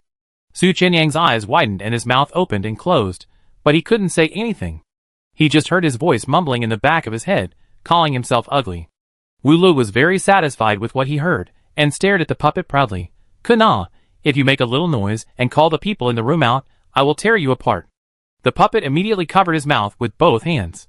At the same time, Su Qianyang found that his tongue could move, and he quickly said, "Boss, spare me." Shoo. Wu Le put his index finger on his lips, and the corners of his mouth curled up. Pei Lin, that idiot didn't recognize me, let's not tell him. Su Qianyang's eyes lit up, and he nodded frantically. There is hope. There is hope. Lila wants to play a new game and take him with him, so there will be no revenge for the time being. Kunal lowered her head and looked at Su Qianyang, then looked at her master, and finally jumped off Su Qianyang's neck with a pout, and ran away. Su Qianyang took out his handkerchief from his pocket. "Boss, wipe it, there is still blood here." Wu Le glanced at him, and looked up directly. Su Qianyang understood, pinched the handkerchief to wipe her face, trying to be gentle as not to rub the skin, and whispered, "Sorry, it's a subconscious reaction. Does it hurt?" "It must hurt. It's quite comfortable." "Then you are a little perverted." "Perverted is a compliment to weirdness." Wu Le was satisfied. "Look up. There is blood under your eyes." Wu Le rolled his eyes. Su Qianyang wiped it, but still couldn't help saying, "You look different again. I'm really not used to it at first glance. Every time I see her, she looks different." But as soon as he recognized her, she relaxed and stopped playing her role as a copy. Her eyes instantly showed the familiar look of her. "Wu Le, do I look good this time?" Su Qianyang, "Good." "Wu Le, before or now?" This is a fatal question. Is this right? This shouldn't be asked to him. Should be asked. Wu Le blinked, and Su Qianyang didn't have time to think and quickly answered. "All of them are good looking." "Heh." Wu Le sneered. This question should be asked about the partner. Does Lele have a partner? She had one before, but she seems to be a scumbag. Oh no, she is a sea king. She falls in love with everyone she sees. As long as they are handsome men, she is very interested. But Su Qianyang always feels that she doesn't really understand feelings. She seems to like to play, but in fact she has no substance. Moreover, Su Qianyang inexplicably felt that no one was worthy of her. She would always do whatever she wanted, and would not stop at one place. She would keep moving forward and would not look back. Only others would chase her. "I want to drink hot cocoa," Wu Le suddenly said. "Su Qianyang, come in and sit down. Don't let Pei Lin find me."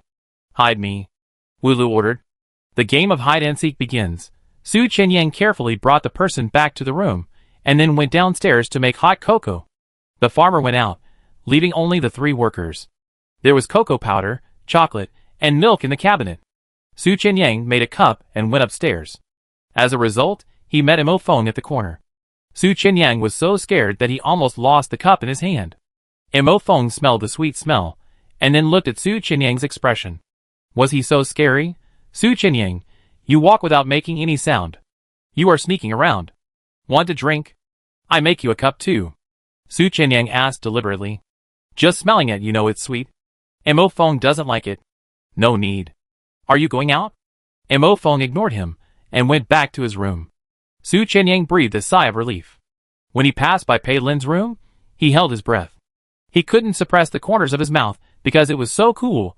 Isolate Pei Lin. Lele, and he isolate Pei Lin. Cool. Sure enough, Lele didn't get tired of the old and loved the new. He was the first younger brother to be accepted. He was the eldest son. Wu Le wore a red dress with a waistband, black hair hanging like a waterfall, bracelets, waist chains, necklaces, and small accessories all over her body, complicated and exquisite. She sat upright with her back straight, holding the cup of hot cocoa in her slender hands, like an elegant noble lady. Su Qianyang moved a chair and sat next to her, telling her what Pei Lin did in Paradise Town. The whole Paradise Town knows about your existence. There are many players in the Mary Town dungeon. I'm afraid some players will try to see if Miss Mary is the rumored Lele. However, Wu Le herself did not reveal herself, and no one except Su Qianyang could recognize her. Wu Le was afraid that the world would not be in chaos. "I will carelessly reveal my true colors." Su Qianyang was not surprised at all. Su Qianyang also had to sell several major guilds, but he didn't know much, so he followed Pei Lin to a guild high-level meeting and told her what he saw and heard. Wu Le listened with great interest and sighed, "If only I could get out. Paradise Town sounds fun." "If you can get out, it will be too scary," Su Qianyang whispered. "Paradise Town is the last harbor for players. If the weird can come, all players will collapse." Su Qianyang really talked a lot.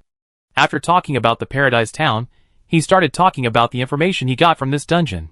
A player talking about the dungeon information to the terrifying boss. The scene is funny. It seems meaningless to say these words. If you think so, you are wrong. This is the outstanding feature of Su Qinying. He always treats Wulu sincerely, and slowly closes the distance. Wulu can kill people, but Su Qinying has not died yet. That's how it came about.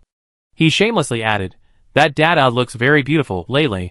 Maybe you will like her, but it's a pity that her legs and feet are a little inconvenient, and beauty has flaws." Su Qinying is like a mama-sen recommending a little girl to a rich boss. Wulu put down the cup. His deep eyes made it hard to tell what she was thinking, but he knew she was distracted. Su Qinying was quiet. He couldn't keep nagging all the time, which would annoy Lele. Su Qinying stayed away from her and tried to make her ignore his existence. He secretly observed her in the corner of the room. I don't know how long it took. Wulu raised his eyes. Are you free? Don't you need to go out to explore the copy information? Su Qinying bared his teeth.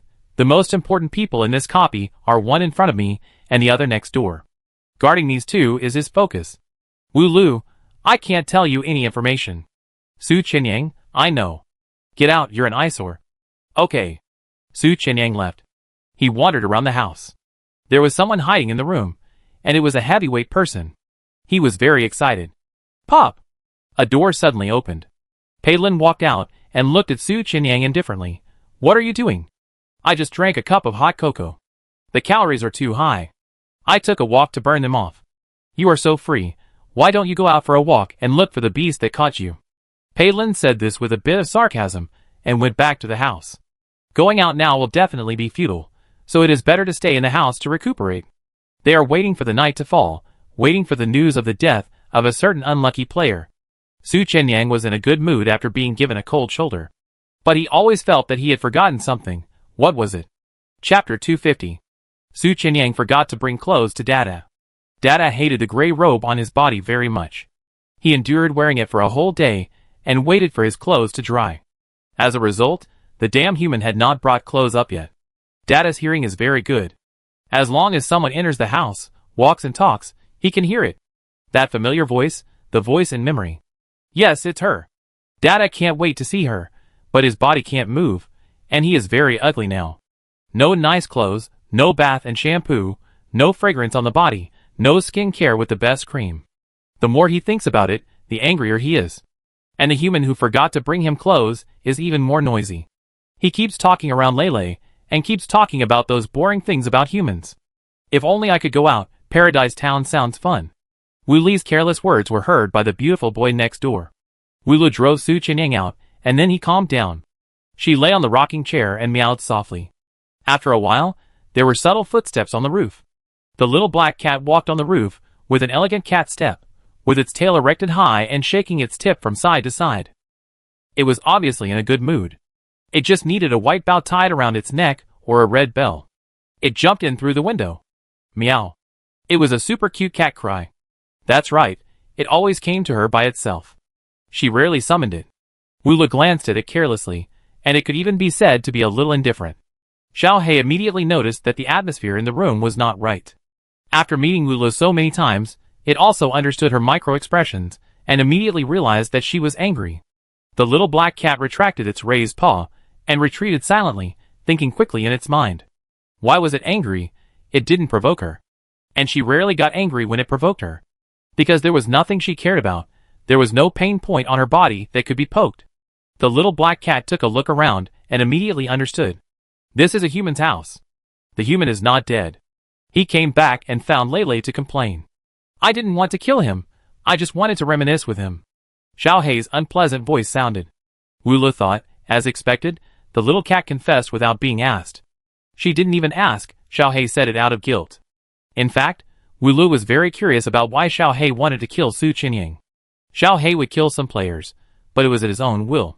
At the beginning of this copy, Xiao Hei found Su Qinying and chased him, obviously targeting Su Qinying himself. Xiao Hei's identity was not enough to make things difficult for a human. Also, no matter how powerful Su Qinying is, he is only a human being. How could he escape Xiao Hei's pursuit? The wound on Su Qinying's face is very serious. If he had not scratched his cheek, but scratched his head or his neck artery, he would have been disabled if not dead. It is obvious that Xiao Hei wanted to kill him. You and him are not familiar enough to reminisce about the past. Wulu said coldly. Xiao Hei was very nervous. I see that he is familiar with you. So for your sake, I will reminisce about the past with him. You also know that he is familiar with me. What is the relationship between him and me? Wulu asked. The relationship between the boss and the younger brother. Why should the younger brother recognize the boss? Because he wants to cling to your thigh. That damn human, let him get close to you. Xiao Hei gritted his teeth. Wulu nodded and asked, why do you want to cling to someone? Xiao Hei, I beg you to protect him. I want to get the dungeon information from you. It would be best if I could escape from the horror game, the despicable human, the garbage, the parasite through you. Wulu had blocked Xiao Hei's cursing and only said, you still know that he is someone I protect. Xiao Hei was cursing halfway when he suddenly became silent. A pair of cat eyes looked at her in disbelief. Lulu, do you really want to protect these humans? Why? Impossible, you must be joking. What's your identity? These humans don't deserve to see you at all. The voice was unpleasant, and it was even more unpleasant when he yelled. Wulu originally just wanted to hit the kitten to let it know that beating a dog depends on the owner. Since she is the boss, she should act like a boss. But she didn't expect to hit Xiao Hei's nerves, and it suddenly yelled. The next door will hear this cry. Shut up. A severed hand crawled out of the darkness, then quickly pinched the back of the black cat's neck, and threw it out of the window with a flying swing far away. There were footsteps at the door. Someone is coming. Wulu lifted her skirt and ran quickly. Under the rocking chair, the bloody severed hand immediately held the chair to prevent it from shaking, and then disappeared into the darkness.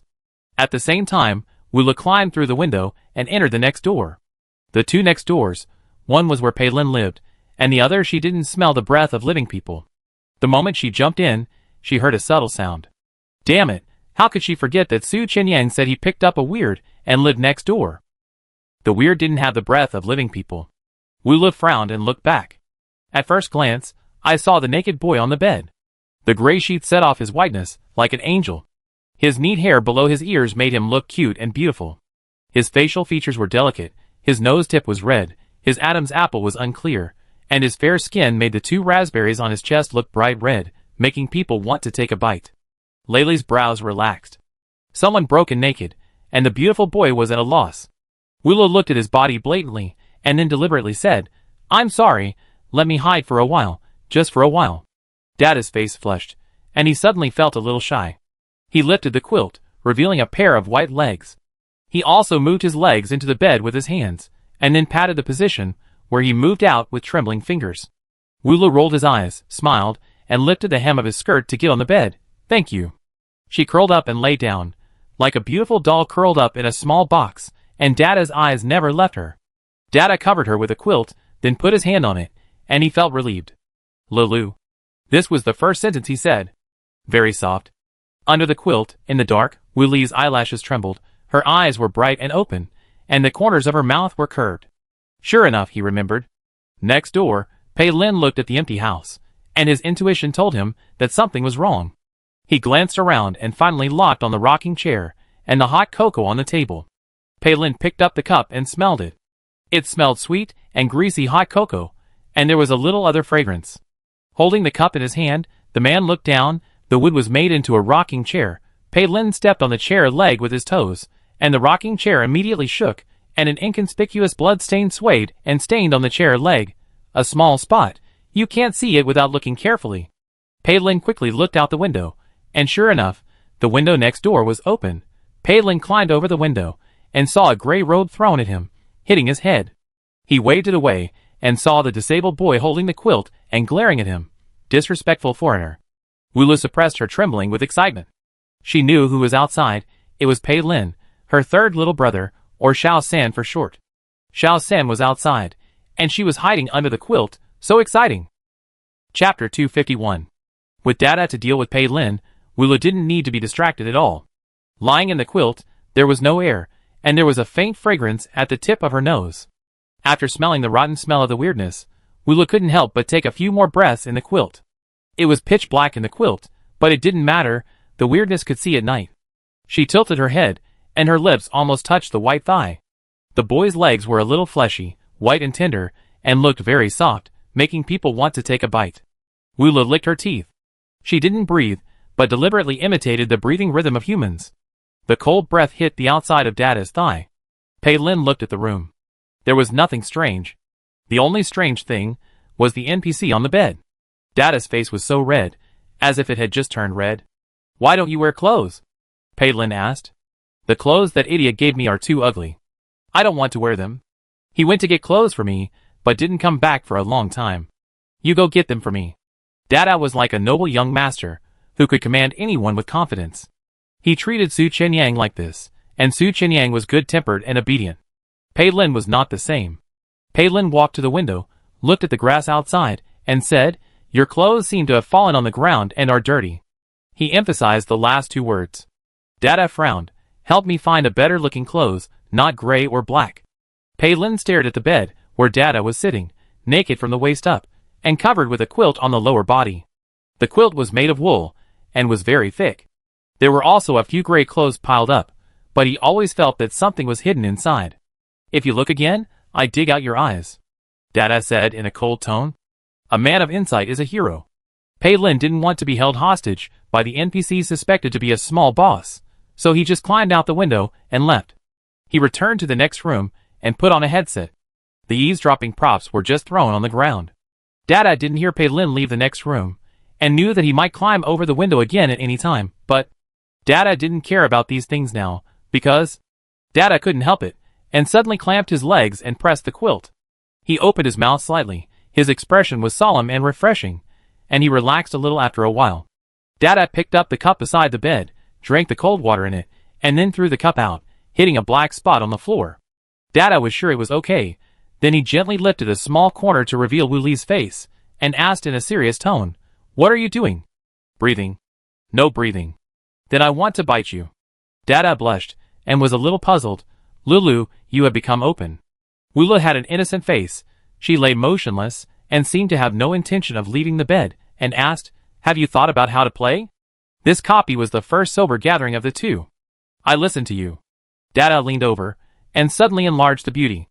Wu Li looked at her without blinking, and his rosy thin lips left a kiss at the corner of her eyes.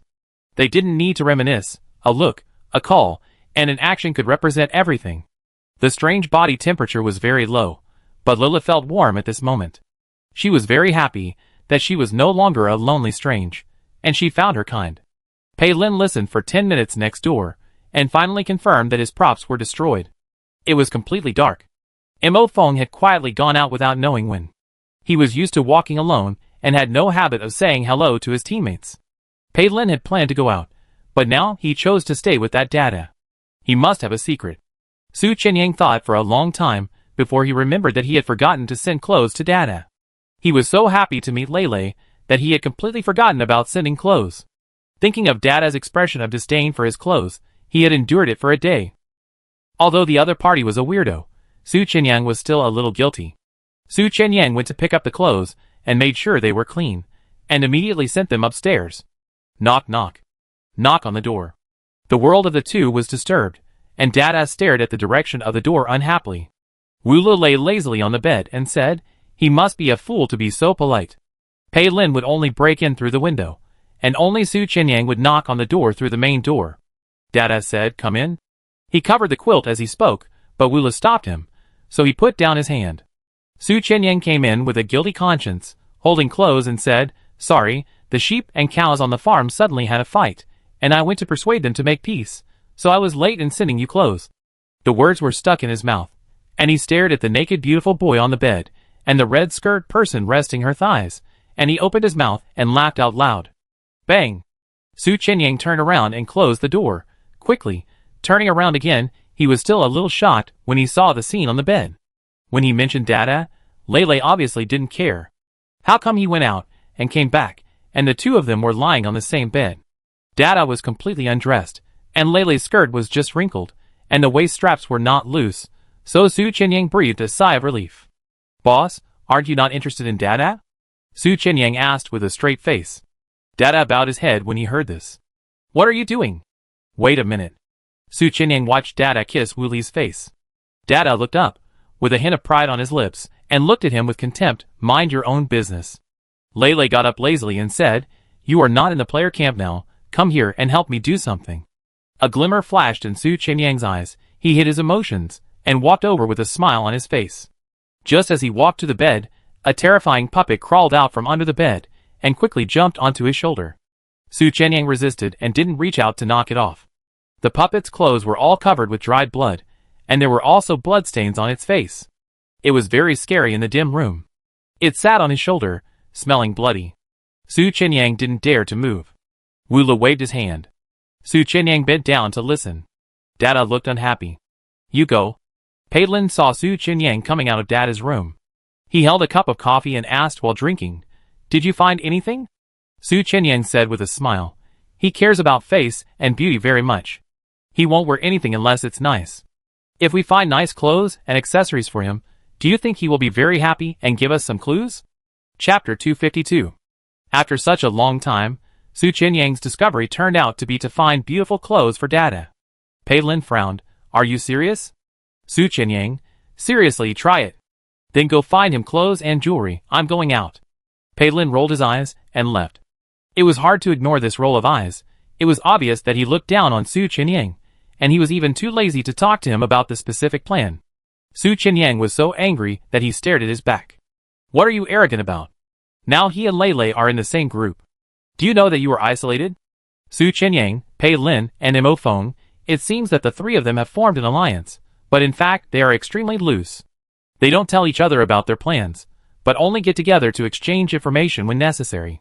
Pei Lin left the door first, and Su Chenyang left right after him. In the dark, Su Chenyang's slender shadow was imprinted on the ground, and the night wind blew, and something sat on his neck. Zhao Hui, it's almost midnight. Someone will definitely die tonight. We are all together.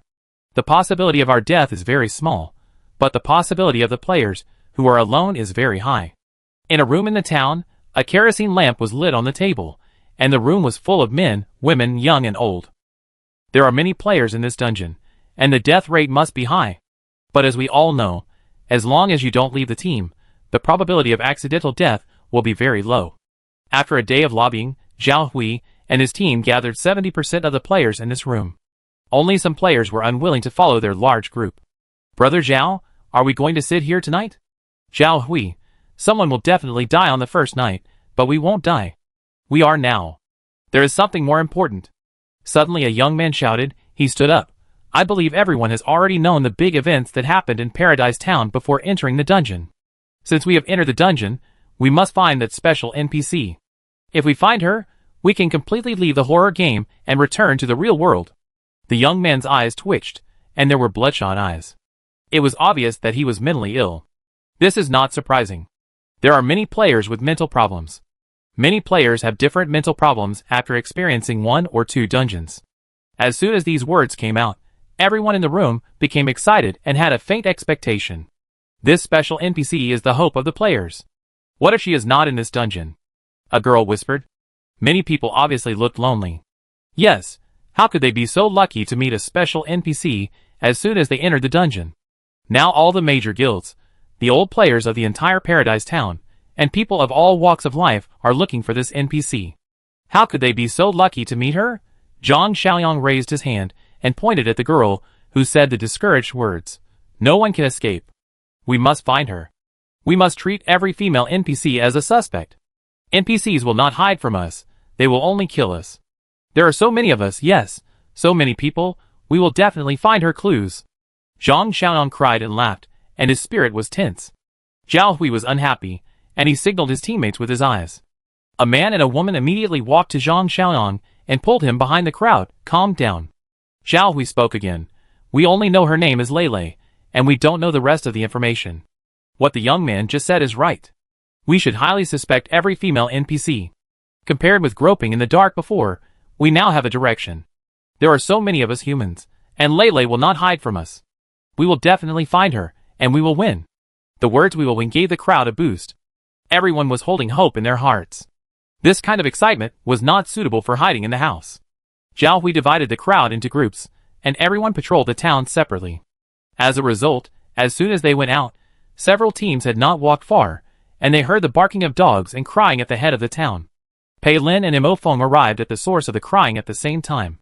The two met at the door, exchanged glances, and then went in together. In the living room, a glass kettle was broken all over the floor, and a woman with a very miserable death was lying on the ground. The woman was lying on the ground with her back full of blood holes. She stared at the door with her eyes wide open. The middle-aged man with a beard knelt beside and cried, waving his hands up and down, not daring to touch the body. Soon, the neighbors around heard the noise and came over. They exclaimed when they saw the body on the ground. They went to support the bearded man. "Mayor, did you see anything? Did you see who killed Mrs. Kesha?" The dead one was the mayor's wife. Mo Fong squatted down to look at the body and said, "The whole spine was dug out." Pei Lin looked at the ground. "There are bloodstains," he said, and followed the bloodstains out, and the bloodstains disappeared in the bushes. Pei Lin looked at the dark bushes and thought, and turned around to see Su Qinyang. Su Qinyang came with his hands in his pockets, walked slowly, and a group of players followed him.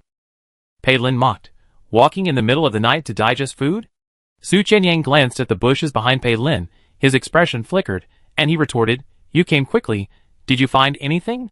Pei Lin, "One person dies in the town every month, and the dead are indigenous people. If I guess correctly, the indigenous people who died before should also have their spines dug out." "The spines were dug out," Su Qinyang exclaimed, looking at the lively house. The house was full of NPCs and players, and there was a lot of chatter inside. Su Qinyang stood at the door with his hands in his pockets, and it seemed that he had no intention of going in. Pei Lin asked, "Don't you want to go in and take a look?" "Mo Fong is out. Why should I go in? You two big guys have seen it. I will listen to your analysis." Su Qinyang knew his status very well. In front of Pei Lin and Mo Fong, he was a newcomer.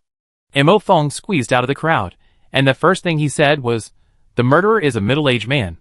Pei Lin retorted, "From the cuts on the skin and spine on the back, it is indeed a very strong murderer, but he is not necessarily a man. Those monsters, even if they are babies, are very strong." Mo Fong, "The murder weapon should be an axe." The first wound on the mayor's wife's back was chopped from top to bottom, proving that the murderer is taller than the deceased, probably. Su Qinyang's height. Su Qinyang was speechless. "You are not a few centimeters taller than me." Pei Lin still refuted.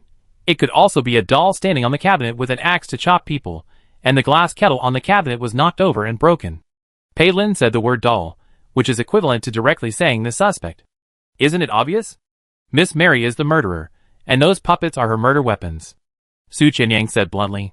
"This copy tells players from the beginning the special nature of Miss Mary and her puppets. Miss Mary, why did you send the puppet to kill people? Why did you take the spine? Why did you send the mayor's wife?" Mo Fong didn't understand. He said, "You two both suspect Mary and the puppet, I suspect." "Dada." The three people have different opinions. At this moment, the mayor in the house shouted sadly, "It's all that monster. He brought the misfortune. The monster is not dead." Chapter 253. The mayor knelt on the ground and cried and cursed. "I shouldn't have taken him back. It's me who harmed Kesha and everyone." At this moment, some residents around were crying quietly because their family members were also killed, and they died in the same way as Mrs. Kesha. Since the mayor took his son back, murders have occurred in the town one after another. Everyone's spine was dug out, and it happened in the blink of an eye. This is not something a human can do. It's the devil.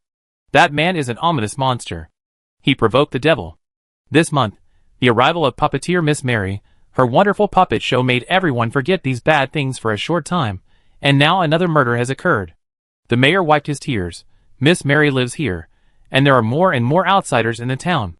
We must catch that devil and execute him, otherwise the reputation of our town will be bad. The remote town finally became famous because of the arrival of artist Miss Mary. In the future, this place may become a big town, and economic development will improve comprehensively. The mayor and the residents were still hoping to make a fortune in the future, and they must not let this devil ruin their lives. "Burn him!" a resident shouted. This sentence immediately ignited the anger of others, and they all responded, "Burn him! Burn him! Burn the devil! Burn Dada! Burn Dada!" As they said this, they were about to rush upstairs to catch him. The mayor's expression changed. He just lowered his head and cried for his wife, without saying a word. There was a rumbling sound upstairs, and soon someone came down. "The devil is not upstairs. Where did he go?" The mayor wiped his tears and said, "He must have run away. He must have run away after killing someone." The residents shouted angrily to find him and burn Dada to death. At night, the town was full of torches and shadows, and they were all looking for the devil. The players witnessed all this. Some people went to ask the mayor about Dada. They were all outsiders, and the mayor would not reveal anything to them. He only said, "Don't worry, I will deal with this matter soon, and the town will become very safe." It is obvious that the mayor does not want to mention Dada. The players kept asking, which angered the mayor, and the mayor drove them away directly. In the yard, after watching this farce, Su Qianyang curled his lips and said, he threw Dada into the forest to fend for himself last weekend, while all the residents were watching Miss Mary's performance. Now he pretends that Dada killed someone and ran away. Is he trying to reduce his sins? Palin only said, except for the three of us, the mayor and Dada, no one knows about this. Mo Feng, Dada is obviously a paraplegic. Why do these residents believe that he is the murderer? He is an ominous person. He is a monster. Su Qianyang, coincidentally, when Dada returned to the town, bad things began to happen in the town. They couldn't find the murderer, and all the anger had to have an anchor point, and finally pointed to Dada. Pei Lin clicked his tongue. Su Qianyang looked at him. What's wrong? Pei Lin asked with a half smile. Did you make him sound too innocent? It's a coincidence? Can't find the murderer? Point to him? It can't be. Is he really the murderer? Su Qianyang, of course, paralytics are weird. It's normal for them to kill people. The smell of gunpowder wafted between the two. Mo Feng only said, it is certain that the mayor and these resident NPCs have human identities, and they will not be alienated. These weird things are very safe. As for which ones are dangerous, there is no doubt that Miss Mary, the Dada puppet, and these NPCs will be alienated. Let's go and see the murderer at home. Pei Lin turned and left. On the way, they met several waves of players. Everyone looked at each other, stared at each other, and then separated. Brother Zhao, those three people look so strong, especially the good-looking one walking in the front, and the short-haired one behind him, who looks not simple. When I recruited other players before, I didn't see these two men, but I saw the one with a rotten face at the back. Zhao Hui thought, and finally turned around. The three in front, wait a minute. Pei Lin continued to walk forward as if he didn't hear it, and Mo Feng and Su Qianyang followed. Seeing that the other party ignored him, and there were so many players watching him, Zhao Hui looked uncomfortable. Zhao Hui ran 2 steps to catch up, blocked their way, and said, 3. It is easier to find that data if players work together. Why not work together and join us? Everyone will search in different directions. In fact, if you look closely, you will find that Zhao Hui recruited so many players. Zhao Hui will casually command the team to arrange tasks for the weak players. But Zhao Hui will assign the strong players to his team. Zhao Hui's fundamental purpose is to find a meat shield and a bodyguard for himself.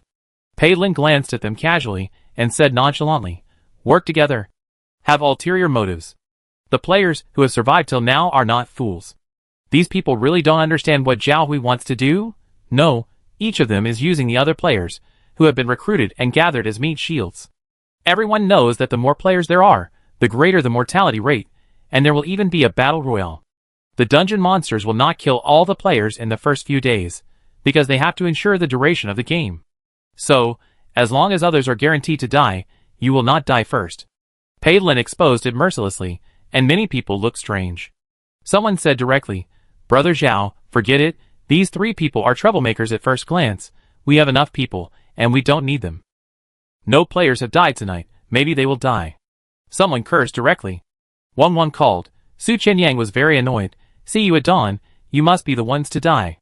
After saying that, he left, ignoring the cursing behind him. Pei Lin looked at Su Qianyang's temper, and still didn't understand why Lei fell in love with him first. Mo Feng suddenly said to Pei Lin, I won't go back. Mo Feng walked towards a dark path by himself. Su Qianyang ran back to the farm cabin. The sound of pushing the door was very loud, and the sound of footsteps going upstairs was also very loud. He reminded Dada and Wu Lu in the house not to cling. They were back. Pei Lin walked in and said, Su Qianyang, you are very noisy. Su Qianyang replied, I am tall and strong and my walking is so loud. Pei Lin was too lazy to pay attention to him, and went directly to Dada's room on the 2nd floor, without knocking, and pushed the door open. Su Qianyang's heart almost stopped beating. Knock on the door, be polite. He tried to glance inside, and saw that there was only Dada in a white robe sitting on the chair beside the bed, and no one else, and he immediately breathed a sigh of relief. Why don't you sleep in the middle of the night? What are you watching sitting on the chair? Pei Lin asked as he walked in. Dada's pretty face was facing the window, looking at the full moon in the distance, and he said unhappily, Why did you suddenly break into my room instead of sleeping in the middle of the night? Aren't you paralyzed? How did you get from the bed to the chair? If you can sit on the chair, can you go downstairs and go to the mayor's house? Pei Lin seemed to be deliberately provoking him. Su Qinyang held the knife behind his back. He stood by the door and didn't go over. He was ready. If Dada was going to kill Pei Lin, he could run away quickly. Chapter 254. Su Qinyang is ready to run away at any time. Pei Lin is obviously trying to provoke Dada. As far as I know, the mayor's wife Kesha was married a few years ago. Is she your stepmother? What, did she laugh at you for being a cripple, or did she abuse you? So you want to kill her? Pei Lin said in a mocking tone. This tone is really asking for a beating, and he said a word that is extremely irritating to paralyzed people. Cripple. Su Qinyang took 2 steps back with the knife in his hand, and was worried about Pei Lin. Su Qinyang knew what Pei Lin was doing. He hoped to stimulate Dada to say something useful. But this approach is very risky. If the stimulation is too much, or Dada is not talkative and only likes to fight, then it will be a bloody battle. Pei Lin is powerful, but he is just a mortal, and Dada is weird and almost immortal. Pei Lin leaned on the chair and said, Dada, I'm curious, how did you kill those townspeople? They all said you were a monster. You really can't walk? Did you crawl there? How could you crawl? It was like mud. Pei Lin, that's enough. Su Qinyang couldn't listen anymore and interrupted directly. Pei Lin was really not afraid of death. Pei Lin didn't look back and ignored Su Qinyang. He kept his eyes on Dada. The window was open, and the cold night wind blew. Dada's ear-length hair fluttered, blowing against his tall white nose. His eyes were as cold as a beast. He glanced at the 2 people casually, as if considering whether Lele would be angry if they killed them. At the same time, Pei Lin and Su Qinyang both felt the danger. Heh. A laugh, with murderous intent. Dada hooked the hair on the tip of his nose with his fingers, and lifted it behind his ear. He tilted his head and smiled. Are you so curious about me? I show you how I crawl now. Just don't cry and beg me to stop. Dada's whole body softened, as if he had no bones, and he slid onto the table in an instant, like a snake, boneless, slippery, and fast. Su Qinyang's eyes went dark, and he turned around and ran, cursing as he ran. He doesn't like to talk, and it's useless to provoke him. Are you satisfied now? There was a sound of fighting behind him, the sound of tables and chairs being smashed, and then Pei Lin flew out. Su Qinyang felt a gust of wind above his head, and there was a bang in front of him. Pei Lin fell to the ground, spitting out blood from his mouth. Su Qinyang quickly stopped, bent down and helped him up. Run quickly. If you can't beat him, you can only run. The wooden handrail on the 2nd floor slid, and it was Dada who went over. He passed the 2 people and blocked the stairs. There was a group of people, a circle of white robes, and a black head in the middle, revealing Dada's good-looking face, and you couldn't see where his hands and feet were. Dada grinned, his head turned, and his body stood up one by one. His body, like plasticine, slowly hardened and finally stood up. You can't run away. Dada rushed over quickly after saying that. Even though the strange had no weapons, their lethality was still amazing. Their arm strength, hands, and teeth were all weapons that could kill people. Su Qinyang dragged Pei Lin and ran, but found that he was not injured so badly that he needed to be dragged by himself, and even ran faster than himself. The whole house was dark, and human eyes had poor vision in the dark, and the 2 stumbled. Dada arrived behind them in a few breaths, and his hand directly grabbed Su Qinyang's neck and twisted it hard. Su Qinyang subconsciously turned around quickly following this force, and his whole body followed the force to avoid having his head twisted off. Su Qinyang was sweating coldly, holding Dada's arm, and said, Your clothes are dirty, let's find you a nice set of clothes, okay, and we will apologize to you. It's too late, you 2 are in the same group. Dada said. Su Qinyang, I am not in the same group with him, you see he ran away without taking me. Yes, Pei Lin ran away. The whole 2nd floor was silent, with only 1 person and 1 ghost left, and Pei Lin didn't know where he hid. Dada didn't believe it, you just helped him up. Holding a grudge. Su Qinyang skipped the topic of helping up. Just now in the room, only Pei Lin was talking. I didn't say anything, he ran away without me, you attacked him. I was also going to turn around and run without him.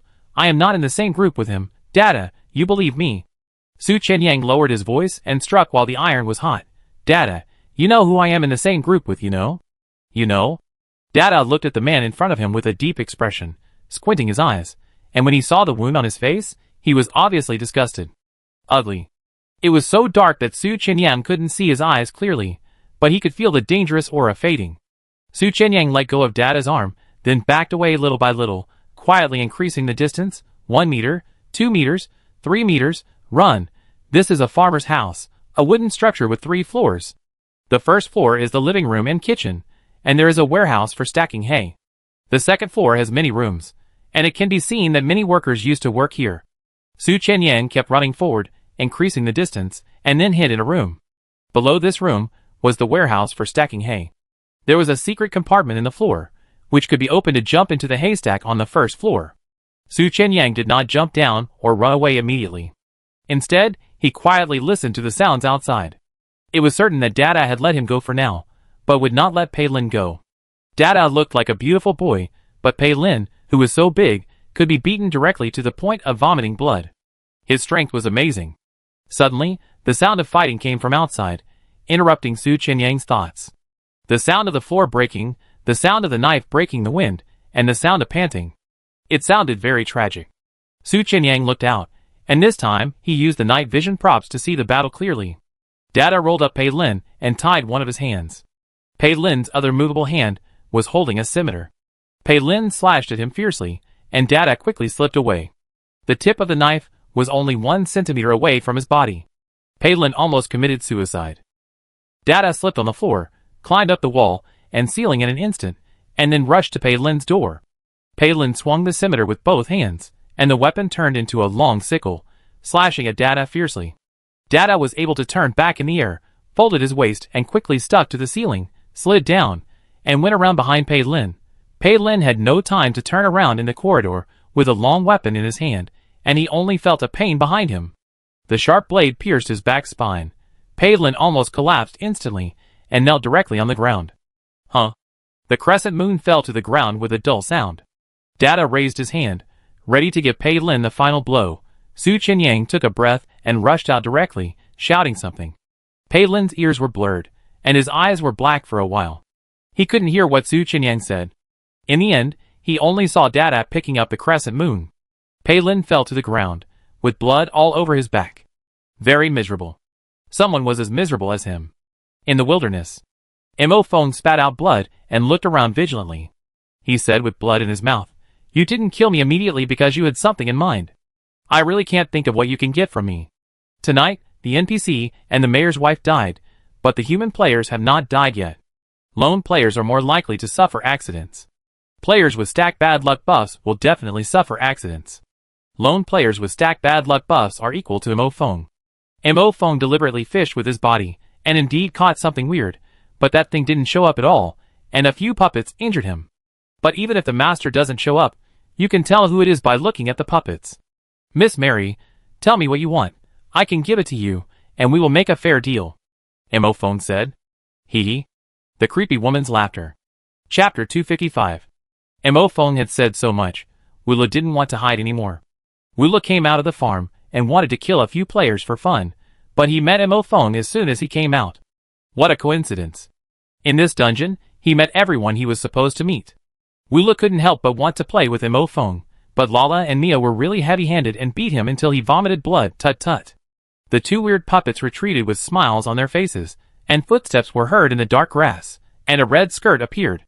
As she slowly approached, Mo Feng saw who was coming. Miss Mary, who went out late at night, was still wearing a red rococo skirt, with a black corset around her waist, a series of silver butterfly waist chains, a ruby necklace around her neck, and her long black hair was curled, delicate and beautiful. Mo Feng's chest hurt every time he breathed because he was kicked hard by the puppet. Mo Feng slowed down his breathing and said, "What do you want?" "Guess." Mo Feng looked at her for a few seconds, then looked at the 2 ghost puppets at her feet. "You must like dolls very much." "I have a doll inlaid with rubies." Wula was satisfied. She really wanted Mo Feng's doll. It's impolite to snatch someone's doll.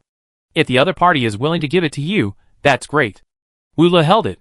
"I will only like it if it's pretty enough. I don't want it if it's not pretty." Mo Feng put one hand behind his waist, and his voice was a little hoarse because of the pain. "Please take a good look, you will like it." The next second, his hand suddenly stretched out, holding a doll in his palm.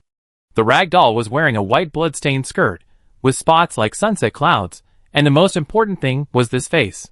2 ruby eyes occupied half of the face, and a section of red tongue was sticking out, which was a very funny expression. Wula watched with great interest, and even reached out his hand. Mo Feng smiled coldly, and the ruby on the doll suddenly flashed. He was hit. The god-level prop, the doll of bad luck, reads the other person's mind. After that, anything she wants to do will not succeed within the time she sees the doll, and she cannot think in reverse, and there is no bug card. Seeing that the other person was easily hit, Mo Feng's heart flashed with disappointment that he himself could not detect. It seems that he thought too much.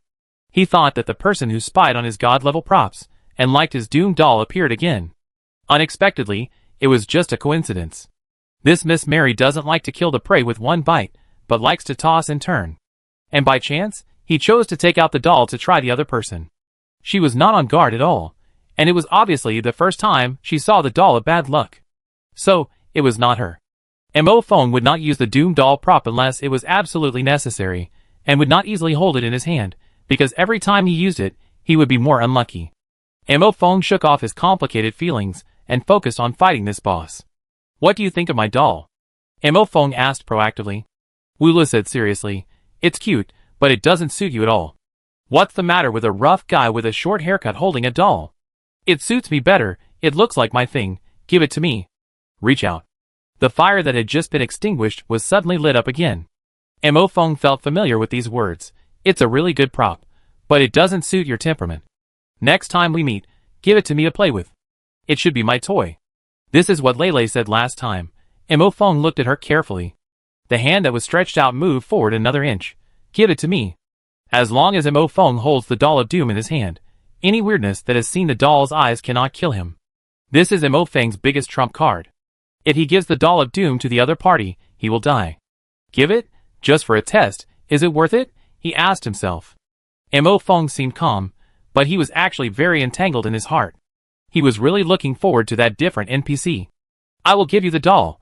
What will you exchange it with? Mo Feng asked. Wula pointed to the puppets on both sides. This one is called Lala, and this one is called Mia. You choose one. If you don't like it, there are many puppets in my room in the hotel. She was willing to give him a puppet, which was very generous. One doll for another doll, it's fair. What do I need your puppet for? Will it obey me completely?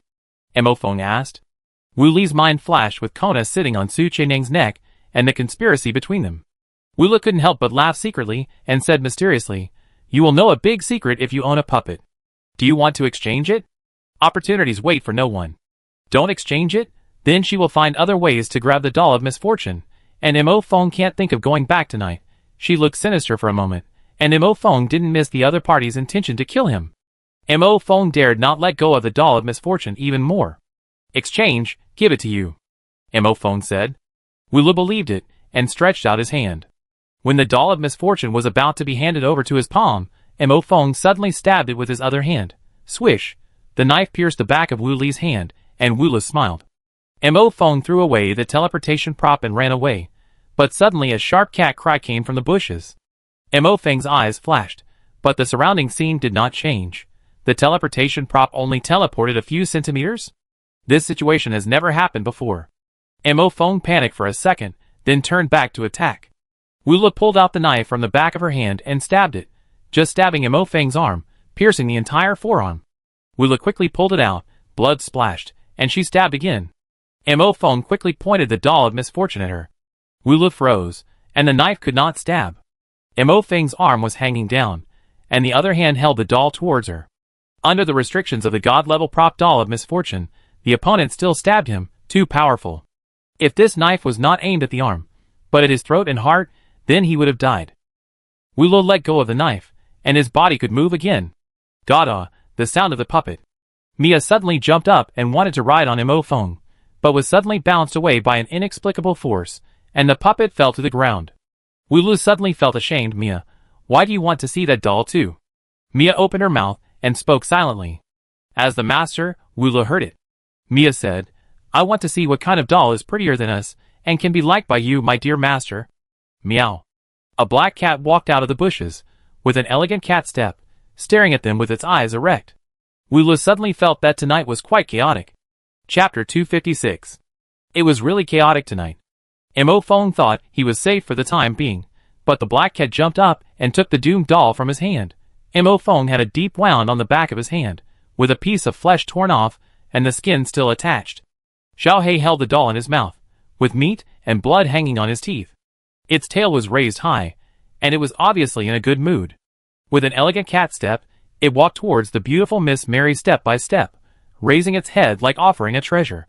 The wound on Wu Li's back of her hand had healed long ago. The wound from the black cat biting Mo Feng was in the same place as the wound on her hand. Wu Li's eyes flashed with joy, and she bent down to pick up the doll of doom. The doll spit out its tongue again, and its ruby eyes flashed, as if it recognized its master again. Whoever holds the prop is the owner. No one can be the owner of a prop forever. So players often like to kill other players and seize the props. If a mortal wants to survive in a copy full of weird monsters, he must have extraordinary abilities, and the props are that extraordinary. So cute, it feels familiar, as if. Wu Li tapped his temple with his fingers, frowned and thought, recalled. The little black cat with its tail erected suddenly slowly lowered its tail, and it looked at her nervously. Suddenly, Wu Li opened her mouth and took a breath. Ah! 2 puppets, a little black cat, and a human, all stared at her in surprise. Xiao Hei's sharp claws slammed into the soil. In the middle of the night, the soil under the paw pads was moist. Wu Li suddenly turned his eyes and looked at Xiao Hei. What are you nervous about? Xiao Hei shook his tail and meowed sweetly. Wu Li, you were so nervous just now, why? Are you afraid that I will remember something? What did I forget before? What secret do you know? A series of questions. The little black cat's claws dug deeper into the soil. It realized that it was too stiff, so it shook its tail to relax, raised its claws, and shook the soil. Meow. Liar. Wu Li scolded it. Mo Feng listened to their conversation carefully. Black cat, he had seen it before. Wu Li continued to study the Doom doll. What a cute doll. Baby, you were not mine before, but I forgot. I worked too long, my brain is a little bit bad. Lulu. A man's voice sounded. It was Mo Feng. He was calling her. Wu Li smiled grimly and looked up. Her eyes locked on him. She did not answer, just laughed. A very scary laugh. Mo Feng resisted running, but took a step forward. Lulu, you are Lulu, Wu Lulu. This was a confirmed, firm tone. Wu Li held up the Doom doll. You probably don't know that it can also be used to curse, but every time you curse, you will also be unlucky. If a human uses the curse function 3 times, he will die. In a sense, this is an invincible god-level prop. Wu Lu, but I am a dead thing, I have no life, so I can use the curse function unlimited times and will not be unlucky. Mo Feng had an ominous premonition. I curse you, within the next week, as long as you call my name, you will explode and die. She held up the Doom doll and smiled, and the doll also smiled, sticking out its tongue, and its ruby eyes flashed. Mo Feng's eyes trembled suddenly. He was not wrong, it's Lele. But now, he can't say this name. Wu Li came over with a smile. Lend me the doll, thank you. Let's go back to the farm. She was obviously killing him the last second, but now she was like his friend, as if they just went out for a walk in the middle of the night, and now wanted to go home together. Wu Li walked in front, and 2 little puppets held her skirt from behind. Mo Feng was stunned for a few seconds before catching up. The little black cat had already gone somewhere. Probably because he felt guilty, he took the opportunity to slip away. The back of Mo Feng's hand was dripping with blood. He walked while wrapping the bandage. Looking at the wound on the back of his hand, he asked, Has Su Qinyang seen you? Wu Li ignored him. Mo Feng, the wound on my hand is the same as the wound on his face. They were both caused by the cat. Wu Li, congratulations to both of you. You are so lucky. Xiao Hei doesn't bite people, he only eats people. She can also tease people. It seems that she is in a good mood because she got the doll she likes. Mo Feng followed with big strides, wanting to say a few more words. Suddenly Mia's head turned 180 degrees, and she turned her face to him and made a threatening face to him, meaning to get out of the way and not get so close. Lala did the same, turning her face to him and making a face. The 2 puppets were jealous and in a bad mood. Wu Li knew what was going on behind him, but didn't care. Mo Feng didn't get too close, and was 3 meters away. Mo Feng didn't talk much, and Wu Li didn't talk either. There were only footsteps, and the creaking sound of the puppets walking along the way. When he came back and pushed open the door, he saw that the stairs were in tatters, and there were traces of fighting everywhere. Mo Feng frowned and quickly went upstairs past Wu Li to check. Wu Li went to the kitchen slowly to prepare a cup of hot cocoa for himself. When he opened the kitchen door, he smelled the aroma of chocolate. A beautiful boy in a golden robe sat on a chair beside the kitchen counter, stirring the chocolate in the pot with a silver spoon in his hand. Under the light, he was as clean as a porcelain doll, with a sapphire earring on his white earlobe very conspicuous, and a phoenix hair hairpin on his ear. When Wula looked at him, Dada looked up, and the whole world was gorgeous with a smile. He said, "Dear, you are back." Wula looked a little lazy, walked over with her skirt lifted, and then sat directly on Dada's lap. "What did you do?" "Beat a human half to death." Dada said casually. He dipped a spoon in a little melted chocolate, blew it gently, and made sure it was not hot, and then fed it to Wu Li's mouth. Wula held it in his mouth. It was very sweet. Dada held Wu Li's waist with one hand, rubbed his fingers gently, and fed with one hand. Two puppets squatted at the kitchen door guarding. Lala and Mia looked grim, and now they wanted to tear apart any human being who appeared. Miss Mary has many dolls, and she likes every one of her dolls, but she has been partial to a pretty doll recently, which is really jealous and annoying. "We are all so beautiful." Mia took care of herself, and looked at Lala again. The puppet opened its mouth with a clacking sound, but no sound was made, but its peers could hear it. Lala also said, "He is different from us, he is the master's favorite, we are just small dolls, and he is a big one." Mia, "I also want to find a big body, and a good-looking one." Lala, "I think the two people upstairs are fine, tall and good-looking." They are talking about Pei Lin and Mo Feng, not including Su Qinyang, because his face is rotten. Upstairs, Mo Feng never expected that Pei Lin would be the first to get into trouble. Pei Lin's spine was injured, and he could not walk for the time being. The most important thing is that this meets the copy death condition prefix. Chapter 257. Pei Lin was unconscious, and Su Qinyang applied medicine on his back. As soon as he entered the door, Mo Feng stared at Su Qinyang, and he felt uneasy. Finally, Su Qinyang couldn't help it. "Why do you always look at me?" "You have seen her." "What?" Mo Feng couldn't say the name, so he just said, "Black cat and her." This time Su Qinyang reacted.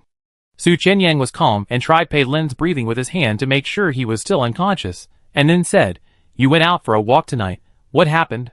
Su Qinyang learned to be smart, and he would not be blown up by the other party's few key words, and told everything, and learned to ask back. Mo Feng did not hide it. "I met Miss Mary. Miss Mary took away a prop from me, and restricted me with the prop.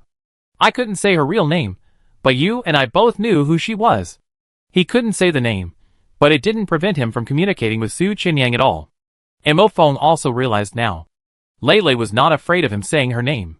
She just had a bad taste, and deliberately stopped him from saying her name. It was just for fun. Not being able to say her name did not affect communication, but he just couldn't say those two words. It made Mo Feng feel uncomfortable. At the same time, Su Qinyang also saw the essence of Wu Li's bad taste through the phenomenon. He was laughing secretly. Mo Feng was still as unlucky as ever. This little smile was discovered by Mo Feng, and his eyes were piercing. Su Qinyang immediately became serious. Since the other party had seen Lei, there were some things he could say. "Then you can still come back alive. It seems that Lei likes you very much and recognizes you. Is this the point?" Mo Feng said bluntly. "You have seen her a long time ago, but you concealed it. Why?" "Lei doesn't let me say it, just like she doesn't let you call her name. She also doesn't let me do certain things. If I do it, I be." Su Qinyang gritted his teeth and wiped his neck. Dead.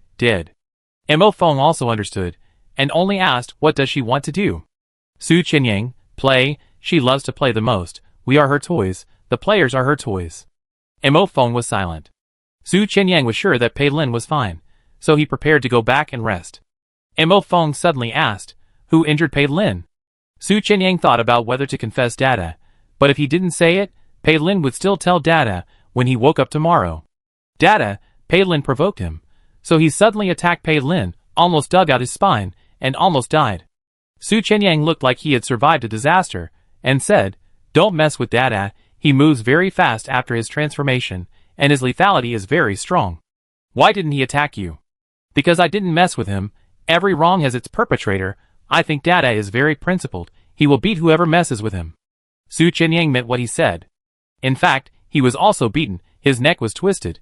If it wasn't for his quick reaction, he would have almost died. How did he calm down Dada's anger? He tried his best to persuade her.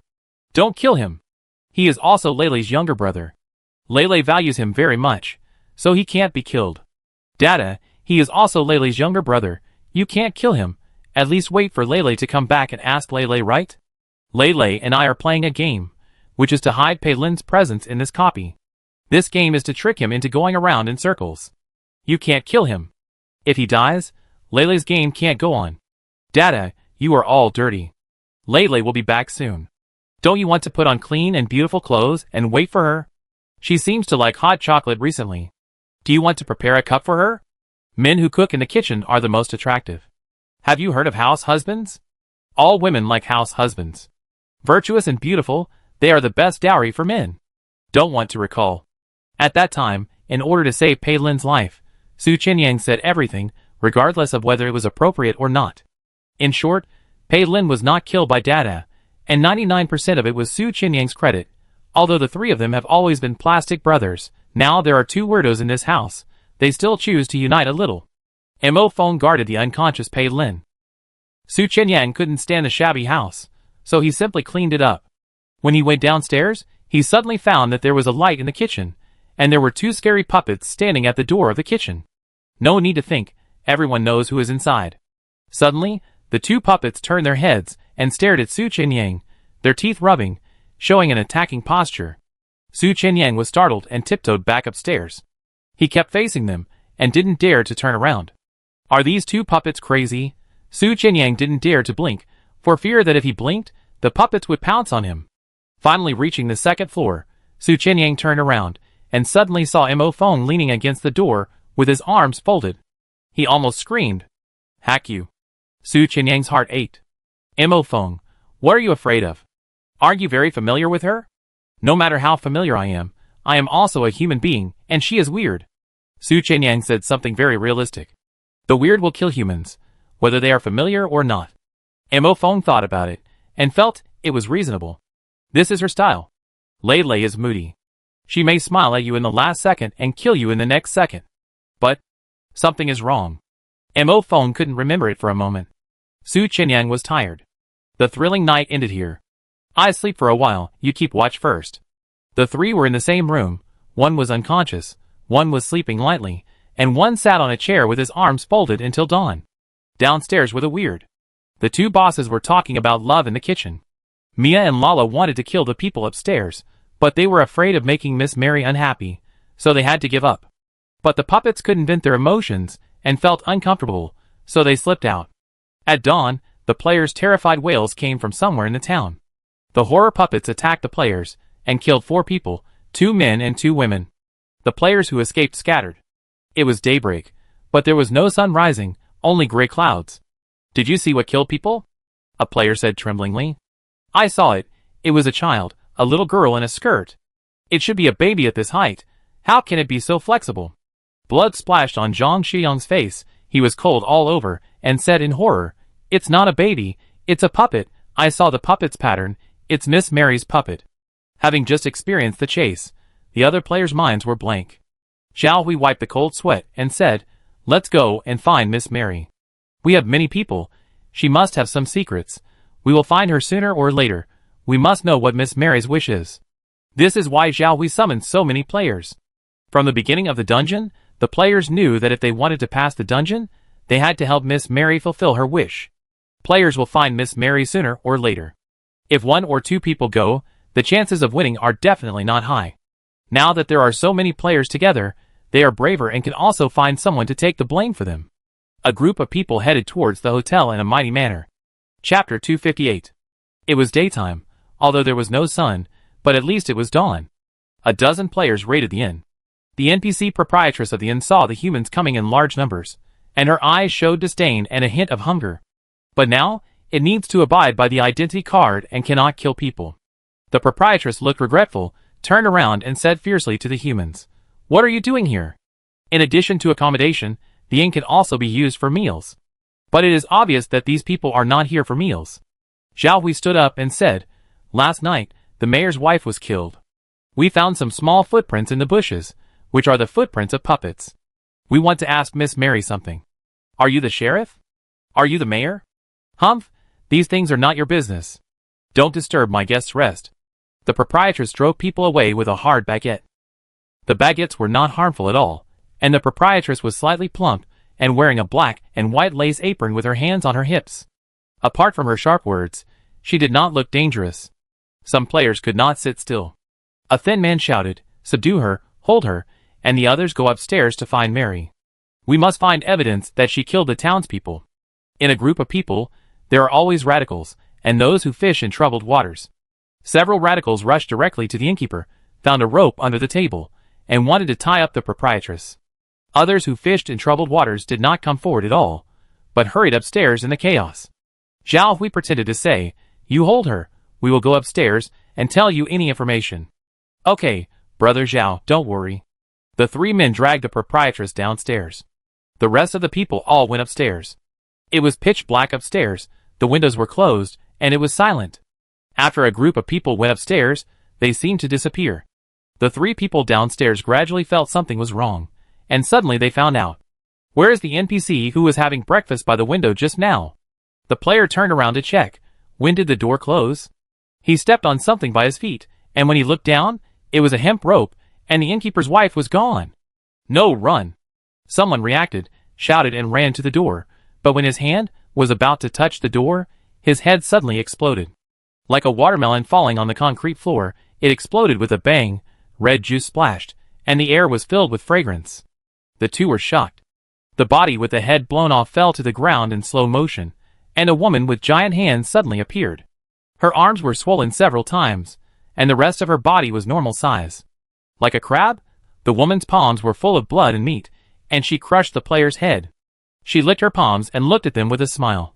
"According to the rules, I can't kill you, but you started it first. I'm trying to protect my hotel." "Ah. Bring more idiots, let me stretch my muscles." The sharp voice made the ceiling tremble with laughter. "Ah." The two players rolled and crawled upstairs. As a result, they bumped into a big palm when they looked up. The big hand of the proprietress pinched the player's face, squeezed it hard, and then pulled it. Bang! Another tender and juicy watermelon was broken. Those who stayed on the first floor were her prey. The second floor was their territory. The noise on the first floor was so loud that it could not be heard on the second floor. After coming up to the second floor, the players felt something was wrong. It was a long corridor, dark, with rooms and doors on both sides. It was so dark and quiet at this time, it was too strange. Some people were timid. "Brother Zhao, are there many NPCs living here? Are our number enough?" Zhao Hui said confidently, "Don't worry, many NPCs in this dungeon will not attack players. Facing key NPCs, as long as you don't say the wrong thing, it won't be a big problem." No one knew what the death condition of this dungeon was. But they met many NPCs, none of whom hurt them, so others still believed Zhao Hui's words. "Which room does Miss Mary live in?" a girl asked. "There are so many rooms, which one is it? We can only look for them one by one. Each two people are responsible for a door. Don't squeeze together and waste time," Zhao Hui said. Everyone looked for teammates they were familiar with. But someone was left alone after all. Qinyu looked around and decisively chose a lone male player as her partner, Zhang Xiaoyang, right? "My name is Qinyu. You can just call me Xiaoyu. Let's be in a group of two." Zhang Xiaoyang didn't care who he was in a group with, because he felt that no matter who he was with, he was unreliable. Zhang Xiaoyang ignored her and stared at the long dark corridor. "I always feel that Miss Mary's room must be at the end. It can't be here." He walked in. Qinyu was startled and quickly grabbed him. "Don't be impulsive, wait for everyone to come together. It's too dangerous to go in like this. Let's try to pry open the doors one by one first, and then go in." Zhang Xiaoyang stared. "You are all pretending, wanting to find her, but afraid of death." This made Qinyu very embarrassed, and at the same time she regretted choosing such a companion. She just wanted to find a man who was stronger and taller than herself, and hoped that this man would be a little gentlemanly, rushing in front and protecting herself a little. But she chose a radical psychopath.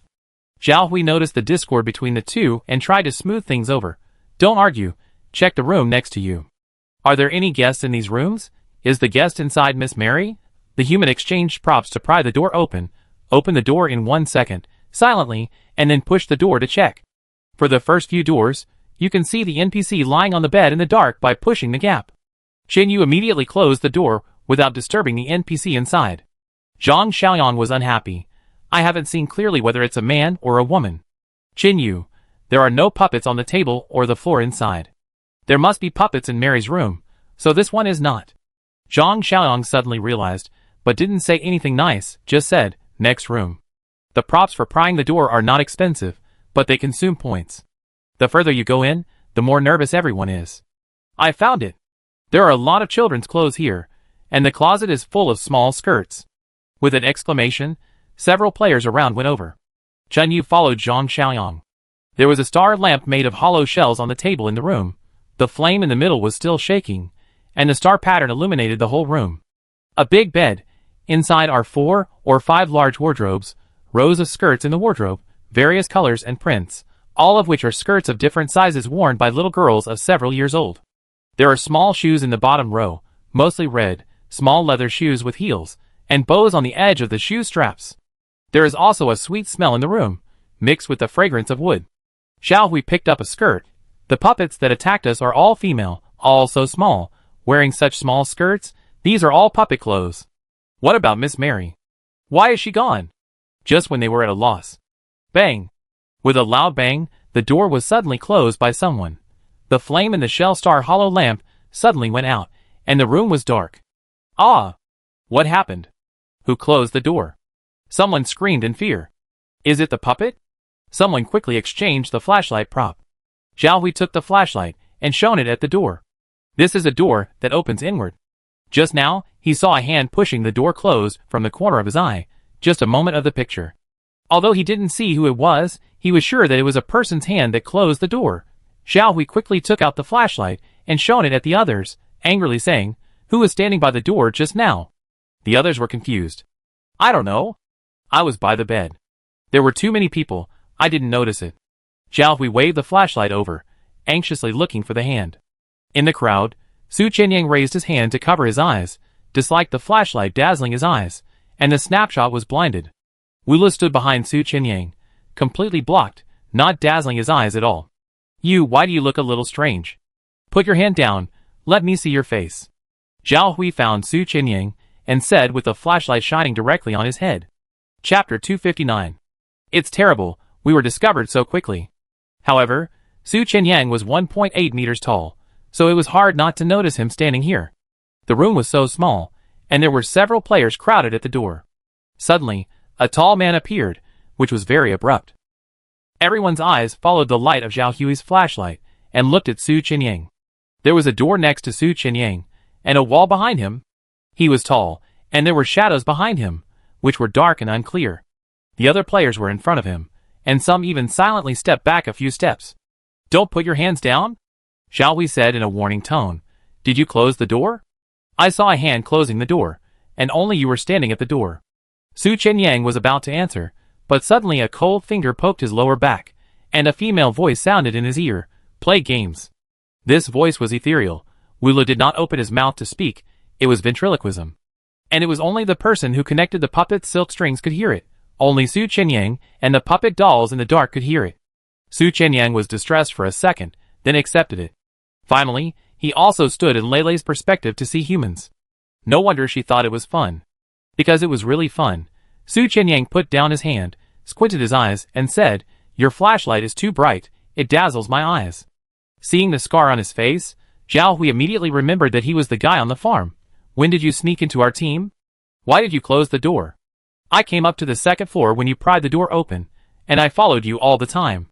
Su Qianyang remembered that he passed by the first floor and saw the boss lady eating, and he was still scared. With Wula there, the boss lady just stared at Su Qianyang and didn't hurt him. Su Qianyang said, "I didn't close the door, I didn't move." He closed the door, and the other side had no evidence anyway. "What is your purpose in sneaking in?" someone asked. Su Qianyang said innocently, "What's your question? What purpose can I have? I want to find Miss Mary and the secrets here and get out of the dungeon as soon as possible, just like everyone else." Su Qianyang is a player, and there is no evidence that he closed the door. Moreover, Zhao Hui only saw a hand, and he couldn't be sure if it was this person. One more person means one more scapegoat. Zhao Hui didn't care, and only asked, "Where are your other two companions?" Zhao Hui was deeply impressed by Pei Lin and Mo Feng, and they looked like big guys at first glance. "Su Qianyang, they are not my companions. We were just assigned to the farm after entering the dungeon." Zhao Hui laughed sarcastically, and he thought so too. The man in front of him was not a big guy at first glance, and he didn't look like a group with the other two. Just when the scene was harmonious, suddenly someone saw a piece of skirt behind Su Qianyang. "There's someone behind you." "Who is she?" Zhang Xiaoang shouted. "Su Qianyang, If Lele wanted to be invisible, she could just hide in the dark like those puppets, but she stood behind him. In fact, she didn't intend to hide from the beginning. She did it on purpose. Wulu hid behind and didn't come out. She also reached out to grab Su Qinyang's clothes with a timid attitude. Su Qinyang had a headache and could only say, "This is my sister. She has been following me through the dungeon." She was frightened by the monster and lost her speech for a while. Now she is very timid. Losing her speech is nothing. There were so many players who were scared crazy. Wulu slowly poked her head out. She was wearing a white dress, with long black hair, cold white skin, and beautiful facial features. In an instant, the players around her obviously took a breath. So beautiful. It has been a long time since I have seen such a beautiful female player. Su Qinyang knew that Wulu was so beautiful that people could not take their eyes away, but he thought it was normal. She was just beautiful like that. Now seeing the reactions of others, Su Qinyang gradually realized that Lulu was too beautiful. This was not normal. Could others believe it? Xiao Hui immediately put on a smile.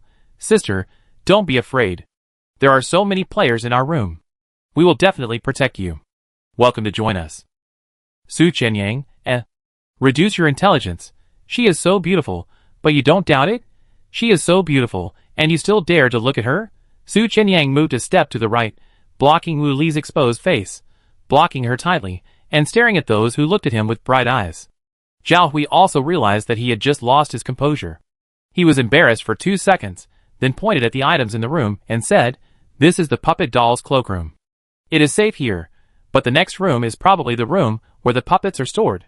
The puppets killed 4 players. If we encounter them, we will be in danger. So when you open the door, you must look carefully at what is inside, and you must push and close the door gently. That puppet is too powerful. It kills people in the blink of an eye. If you push open a room full of puppets, I dare not imagine how terrifying it will be. I think it was a wrong decision for us to come here. Since we are here, I hope we can find something." The players were whispering.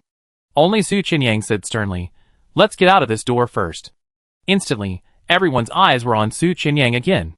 Su Qinyang turned around and knocked on the door, making a crisp sound, then turned the handle, but the door didn't move at all. He spread his hands and looked back at everyone. "It's over, we can't get out." Wulu also imitated Su Qinyang's actions, standing behind him with his hands spread out, muttering, "It's over. How is it possible?" Instantly they panicked. Zhang Xiaoyang didn't believe it, and immediately pushed Su Qinyang away. He pulled the door handle hard, but the door didn't move at all. Why can't it be opened suddenly? Is the lock broken? Or is there something? Is there something outside? He stared with red eyes, and he looked nervous. Qin Yu comforted him. "Don't be nervous, maybe it's just the door lock that's broken. We can just use props to open it. What are you afraid of? There are so many of us, we will be fine." Yes, props." Zhang Xiaoyang quickly exchanged a lock-picking prop. The props failed, and the door could not be opened. "Several people didn't come in, they are all outside, they must have found that we were locked up. Why is there no sound outside?" someone asked. "The people on the first floor are the same. Why haven't they gone upstairs after tying up the boss lady?" On the first floor, the fat boss lady hummed a song and wiped the blood on the floor, feeling happy. On the second floor, in the corridor, 6 or 7 human corpses were hung in the air in a weird posture. Each of them was like a string doll, with silk threads on their bodies, and the puppets on the ceiling were pulling these strings to play. "We can't get out, but there is no danger here for the time being. What do the people who locked us up want to do? This room doesn't even have windows, it's a complete secret room." Wulu tugged at Su Qinyang's clothes and pulled him to sit by the bed. On such a big bed, only the 2 of them sat down. Su Qinyang thought it was time to watch the show, but Wu Li's order rang in his ears. "Murder in the secret room, start." Su Qinyang tilted his head, his eyes moved slightly, and asked, "You want me to kill humans? You kill low-level weirdos, but you can't kill humans? Are you humans nobler than us?" Su Qinyang felt the weight on his neck heavier. Kunal was always on his shoulder. Only he and Wulu could see her, and only the 3 of them could hear their conversation. Chapter 260. Looking at the room full of humans, Su Qinyang only then realized what Wulu meant by "you are not a player now." He now plays a strange role, no longer a human player. To be precise, he now plays the role of Lele. These people are all killed by Lele, but she doesn't do it herself, she wants him to do it. This is also her game, killing is her game, and instigating Su Qinyang to kill is even more fun. Su Qinyang is thoughtful, he did not refute Wulu, but just observe this group of people. Su Qianyang asked. Kill them all? Wu Lu, it's up to you. If you want, you can kill them all. If you don't want, you can leave a few. But you must kill a few.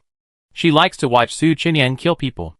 Last night, when Su Qianyang took an axe and chopped at the spine of the mayor's wife, even though half of his face had a terrible scar, the candlelight shone on his face, and he still had a seductive temperament, which Su Qianyang did not have on weekdays.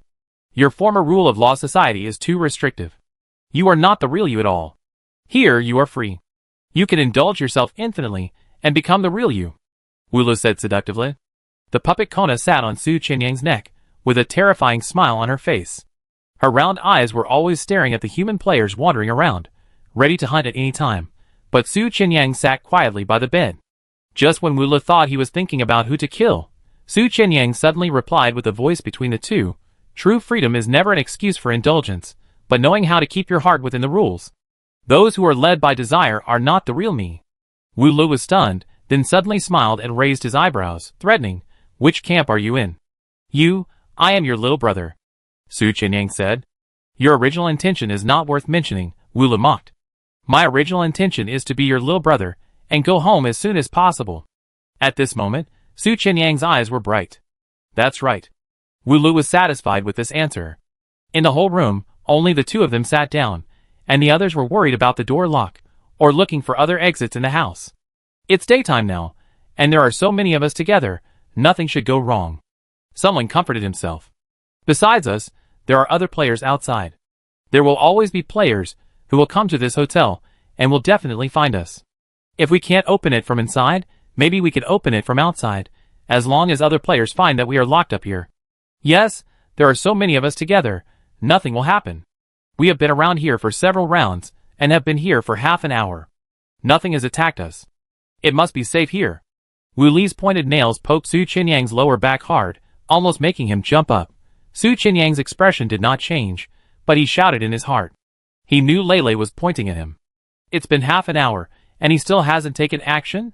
Su Qianyang stood up, cleared his throat and said, We are too noisy, it's too bright here, and we can't see the secrets in this room at all. Others were instantly attracted by his words. Xiao Hui, what do you mean? This room may contain clues to the conditions for the dungeon, but the sound of our voices, and the brightness of the flashlight destroy the environment here. Su Qianyang said seriously, The puppets will kill people. We have come to their dressing room, but no death has been triggered. There must be something fishy here. You're talking nonsense. Who said that death was not triggered? The people outside are quiet. Maybe they are already dead. Zhang Xiaoyang retorted excitedly. Su Qianyang snapped his fingers. That's right. Those who didn't enter this room are unlucky. They are all dead. We are all lucky. We did the right thing. He didn't lie. The players who stayed outside were killed by the puppets. Now the puppets are still playing with human corpses in the corridor. Those who came in are lucky. They can live a little longer. It's not a solution to continue to stalemate like this. Su Qianyang's proposal is a breakthrough. After all, everyone wants to get clues. Xiao Hui ordered, Everyone turn off the flashlights and be quiet. In groups of 2, many people gathered together before turning off the flashlights, sticking together, holding hands, or back to back. In an instant, the room was dark, and the only sound of silence was breathing. The puppet sitting on Su Qianyang's neck smiled excitedly, and touched Su Qianyang's cheek with his little hand, signaling him to act quickly. Su Qianyang walked forward and immediately found 2 pairs of eyes staring at him. The 2 players used night vision props. Su Qianyang raised his finger to his mouth and shushed, signaling the 2 people not to make a sound. The 2 people were a little confused and didn't understand what Su Qianyang was going to do. Then, they saw Su Qianyang coming over. Su Qianyang put his index finger in front of his mouth and shushed, and the other hand was behind his back holding a knife. Because he was a player, the 2 people were not on guard at all, just watching him approach in confusion. Su Qianyang shrugged, and the terrifying puppet on his neck immediately flew out, instantly hugged a person's head, twisted it, and broke it. The sound of bones breaking rang out in the room, very crisp. What's going on? Xiao Hui turned on the flashlight and illuminated the room. There were 2 bodies lying on the ground. Everyone was scared and screamed and stepped back. One had a severed neck artery, and was still bleeding and twitching. Another body was lying on the ground, with its neck twisted and turned upside down, staring at the ceiling with a pale face. Su Qianyang sat on the bed and panted secretly. He killed someone instantly, and ran back to sit down. This was his maximum speed. With Kona's cooperation, he killed 2 people who could see him at the same time without revealing the truth. Perfect. The others were scared and pale, and their minds were probably blank. Zhao Hui reacted, strode forward and grabbed Su Qinyang's clothes directly. This is what you propose to turn off the lights. They are dead. They wouldn't have died. He said it as if he cared about human life. What Zhao Hui cared about was that someone died in this room, which meant that it was no longer safe. Su Qinyang had a stinky face, raised his hand, and pinched Zhao Hui's mouth, forcing Zhao Hui to loosen his clothes in pain. They will die sooner or later. Their death proves that there is something in this room, and their death is valuable. Such cold-blooded words came out of Su Qinyang's mouth, and there was no sense of disobedience. The light was shaking, and the wound on Su Qinyang's face was no longer ugly, but his eyes were terrifying. Everyone realized that this young man was not a good person. Su Qinyang patted his wrinkled clothes, didn't care about other people's eyes, sat back on the bed, propped up his hands, and laughed at them sarcastically. Do you dare to turn off the lights again and see what killed them? Chapter 261. Su Qinyang was tempting them to turn off the lights, and his expression was really attractive. Wu Lu was very satisfied with the results of his training. Wu Lu was still sitting on the bed, quietly clapping, staring at everyone with sparkling eyes. She was beautiful and cute at the moment, and looked very innocent. Su Qinyang was also paying attention to his boss. He caught a glimpse of his boss's expression and movements from the corner of his eyes, and he almost couldn't hold back his arrogant expression. Lei, don't pretend to be cute.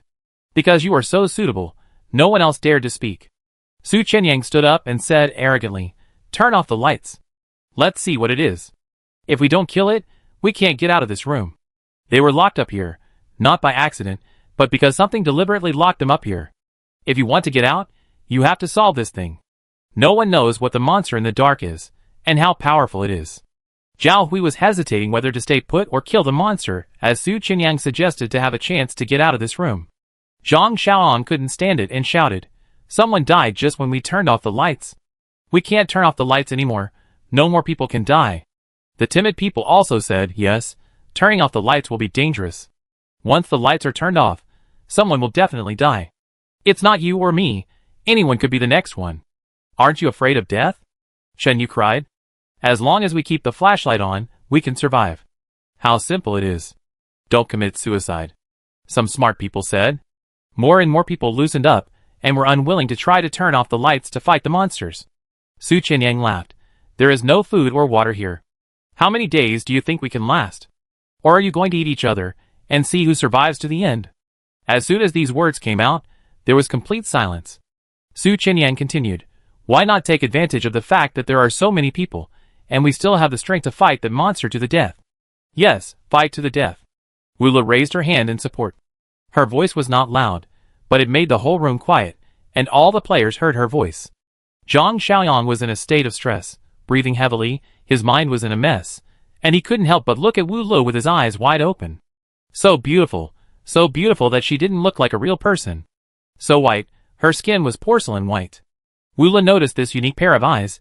She looked at them, then raised her palm and gently hooked her fingers, saying hello. Zhang Xiaoyang was stunned. Zhao Hui was persuaded by Su Qinyang. Let's get ready and turn off the lights. Zhang Xiaoyang, no, someone will die. Zhao Hui glared at him.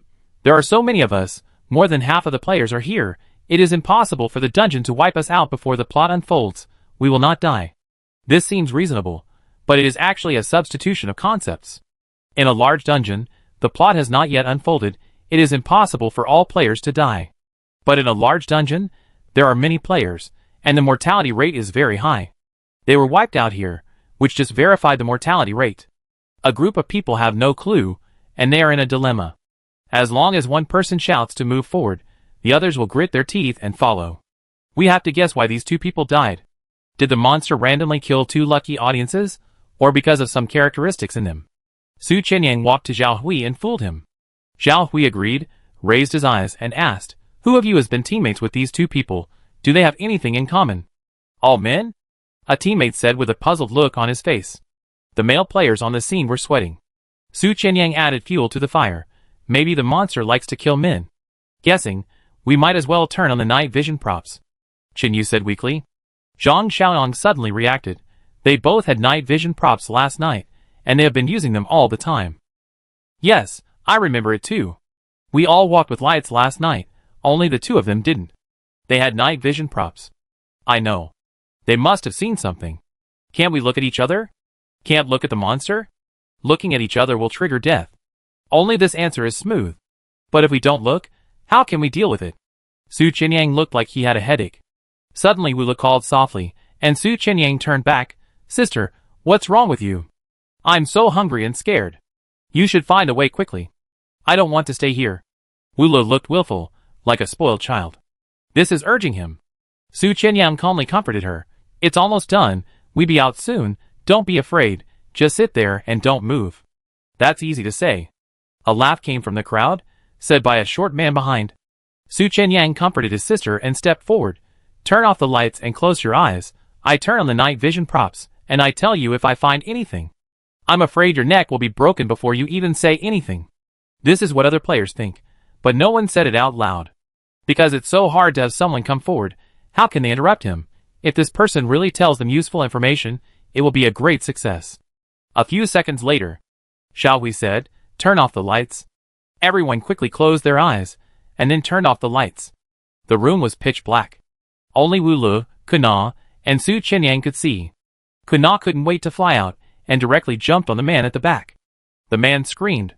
Everyone else was terrified. Su Qinyang pretended to be scared and shouted, there is a puppet behind the man. It's staring at me. Xiao Hui was anxious, but didn't dare to open his eyes. What is the puppet doing? The man opened his eyes by himself and looked into the puppet's eyes. The puppet killed him. Su Qinyang's voice as he fled. When the others heard it, they immediately closed their eyes and dared not move. Su Qinyang cut a man's throat with a knife, then stood against the wall, trembling and shouting, I am facing the wall and closing my eyes now. The puppet is on my back. I dare not move. I cannot look into its eyes. I must not look into its eyes. Some people could not stand at all, so they squatted down and hugged their heads, closing their eyes tightly. And some people stood there in response, waving knives with their eyes closed, fearing that something would get close to them. Su Qinyang killed people slowly, but Kuna was impatient. One after another fell in the room. I thought the lie of closing my eyes would last until the end. Unexpectedly, an accident happened. Su Qinyang had just stabbed the dagger into a man's heart when he saw a man next to him open his eyes. It was Xiao Hui, he saw it. You? The long sickle with a cold light suddenly swept over, Xiao Hui's head was neatly cut off, and his body fell down with a bang. Wu Le, wearing a white dress and holding a long sickle, stood there, her face full of smiles. There were only a few people left in the room. Su Qinyang stopped, stood still, and panted. Kuna was still happily playing with the corpse. Bang! There was a loud noise outside the door. Someone was attacking. Su Qinyang looked at Wu Le, asking what happened. Wu Le spread her hands. She didn't know it wasn't her. Suddenly, Mo Feng's voice came from outside the door. Is there anyone? Is there anyone inside? Chapter 262. In broad daylight, the entire hotel was closed. Mo Feng climbed in through the window. The first floor looked clean, but there was a faint smell of blood in the air. When he came up to the second floor, there were 7 or 8 corpses hanging in the air in the corridor. Mo Feng pulled the hanging silk thread, and the arms of the corpses began to dance. It was obvious that someone had played with the corpses. The ground, walls, and ceiling were all blood-stained, and there were some footprints 3 fingers wide, which should be the size of the puppet's feet. No danger? No. The blood smell was even stronger in this closed door, and he heard Su Qinyang's panicked shouts, but he didn't hear what he said. Pei Lin woke up from a coma and asked where Su Qinyang was. Mo Feng didn't pay attention, and went to the next room to see that Su Qinyang was gone. Dada and Lei Lei on the first floor were also gone. Mo Feng had a hunch that the group of people went out together. Su Qinyang knew that Lei Lei was in this dungeon, but it was obvious that Su Qinyang didn't want to tell Pei Lin. Lei Lei seemed to be hiding it from Pei Lin. Mo Feng thought for 2 seconds and decisively chose to join the concealment camp. Mo Feng said that Su Qinyang was missing. Pei Lin injured his spine and couldn't walk for the time being. So Mo Feng went out alone. This time he didn't go anywhere, but went straight to the hotel. Miss Mary was the center of this dungeon. There must be something in her lair. Su Qinyang's panicked shout was vaguely heard in the last second, and the next second it was silent again. Su Qinyang wouldn't be dead, right?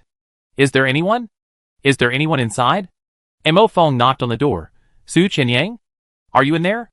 After knocking for a long time, no one answered, so Mo Fong directly pried the lock and removed the door lock. The moment he pushed the door, Mo Fong dodged and a head flew out. It hit the wall and rolled down at Mo Feng's feet. Mo Fong remembered this person. His name was Zhao Hui. Mo Fong looked up and saw two people, one tall and one short, walking out of the dark room. The tall one was Su Qianyang, and the other one was Lei Lei. She was wearing a white dress, white socks and white shoes, clean and tidy, and looked very well behaved. Wu Lu also greeted Mo Fong. Hi. Su Qianyang looked very ugly, and there was blood on his body, as if he was in a bad mood. There were still breathing sounds in the room, and several players were scared and trembling like quails and walked out. Zhang Xiaoyang walked to the door and saw the corpse hanging outside and the head on the ground, and his legs went weak, and he knelt down. Xin Yu wiped tears behind him. We are out. We are all alive. Mo Fong frowned and shone the flashlight into the room. He found that many players were dead. Some of them were obviously puppets, with broken necks, broken hands and feet. Such great strength must be weird, and some people's wounds were cold weapons, to be precise, short daggers. Mo Fong glanced at Su Qianyang and asked, "What's going on?" Su Qianyang didn't say anything. He seemed a little out of shape. Xin Yu wanted to meet a big friend, so he took the initiative to say, "We were locked in this room by the puppets. As long as we look at the puppets, we will be killed." They were all killed by the puppets. Fortunately, you opened the door, otherwise we would be killed sooner or later. Thank you. As long as we look at each other, we will. Why does this move sound so familiar? Mo Fong immediately looked at Wu Lu, who opened his eyes innocently, looking harmless. Mo Fong, did you see the puppet? Xin Yu shook her head. We didn't dare to open our eyes at all. Zhang Xiaoyang suddenly pointed at Su Qianyang. He saw it, he opened his eyes. Why didn't he die? Su Qianyang said coldly, because I didn't look at its eyes. Every time I only saw its back or its 2 feet in front of it when it committed a crime. Kona, who was sitting on Su Qianyang's neck, smiled and swung her 2 feet, blowing the wind at Mo Fong. Mo Fong suddenly felt a chill on the back of his neck. He looked at Wu Lu in confusion. Wu Lu had an innocent face. Mo Fong deliberately asked, "Who is this?" It's normal to ask about such a beautiful woman. Seeing Mo Fong asking himself, Wu Li's eyes were full of excitement, but on the surface, he was still timid and immediately pulled Su Qianyang's sleeve, hid behind him, and then poked Su Qianyang's lower back. Su Qianyang forced a smile. "This is my sister. She is quite timid. You look fierce. Don't scare her." "He looks so fierce, brother. He is so scary. I am afraid," Wu Lu said softly. Mo Fong had a headache.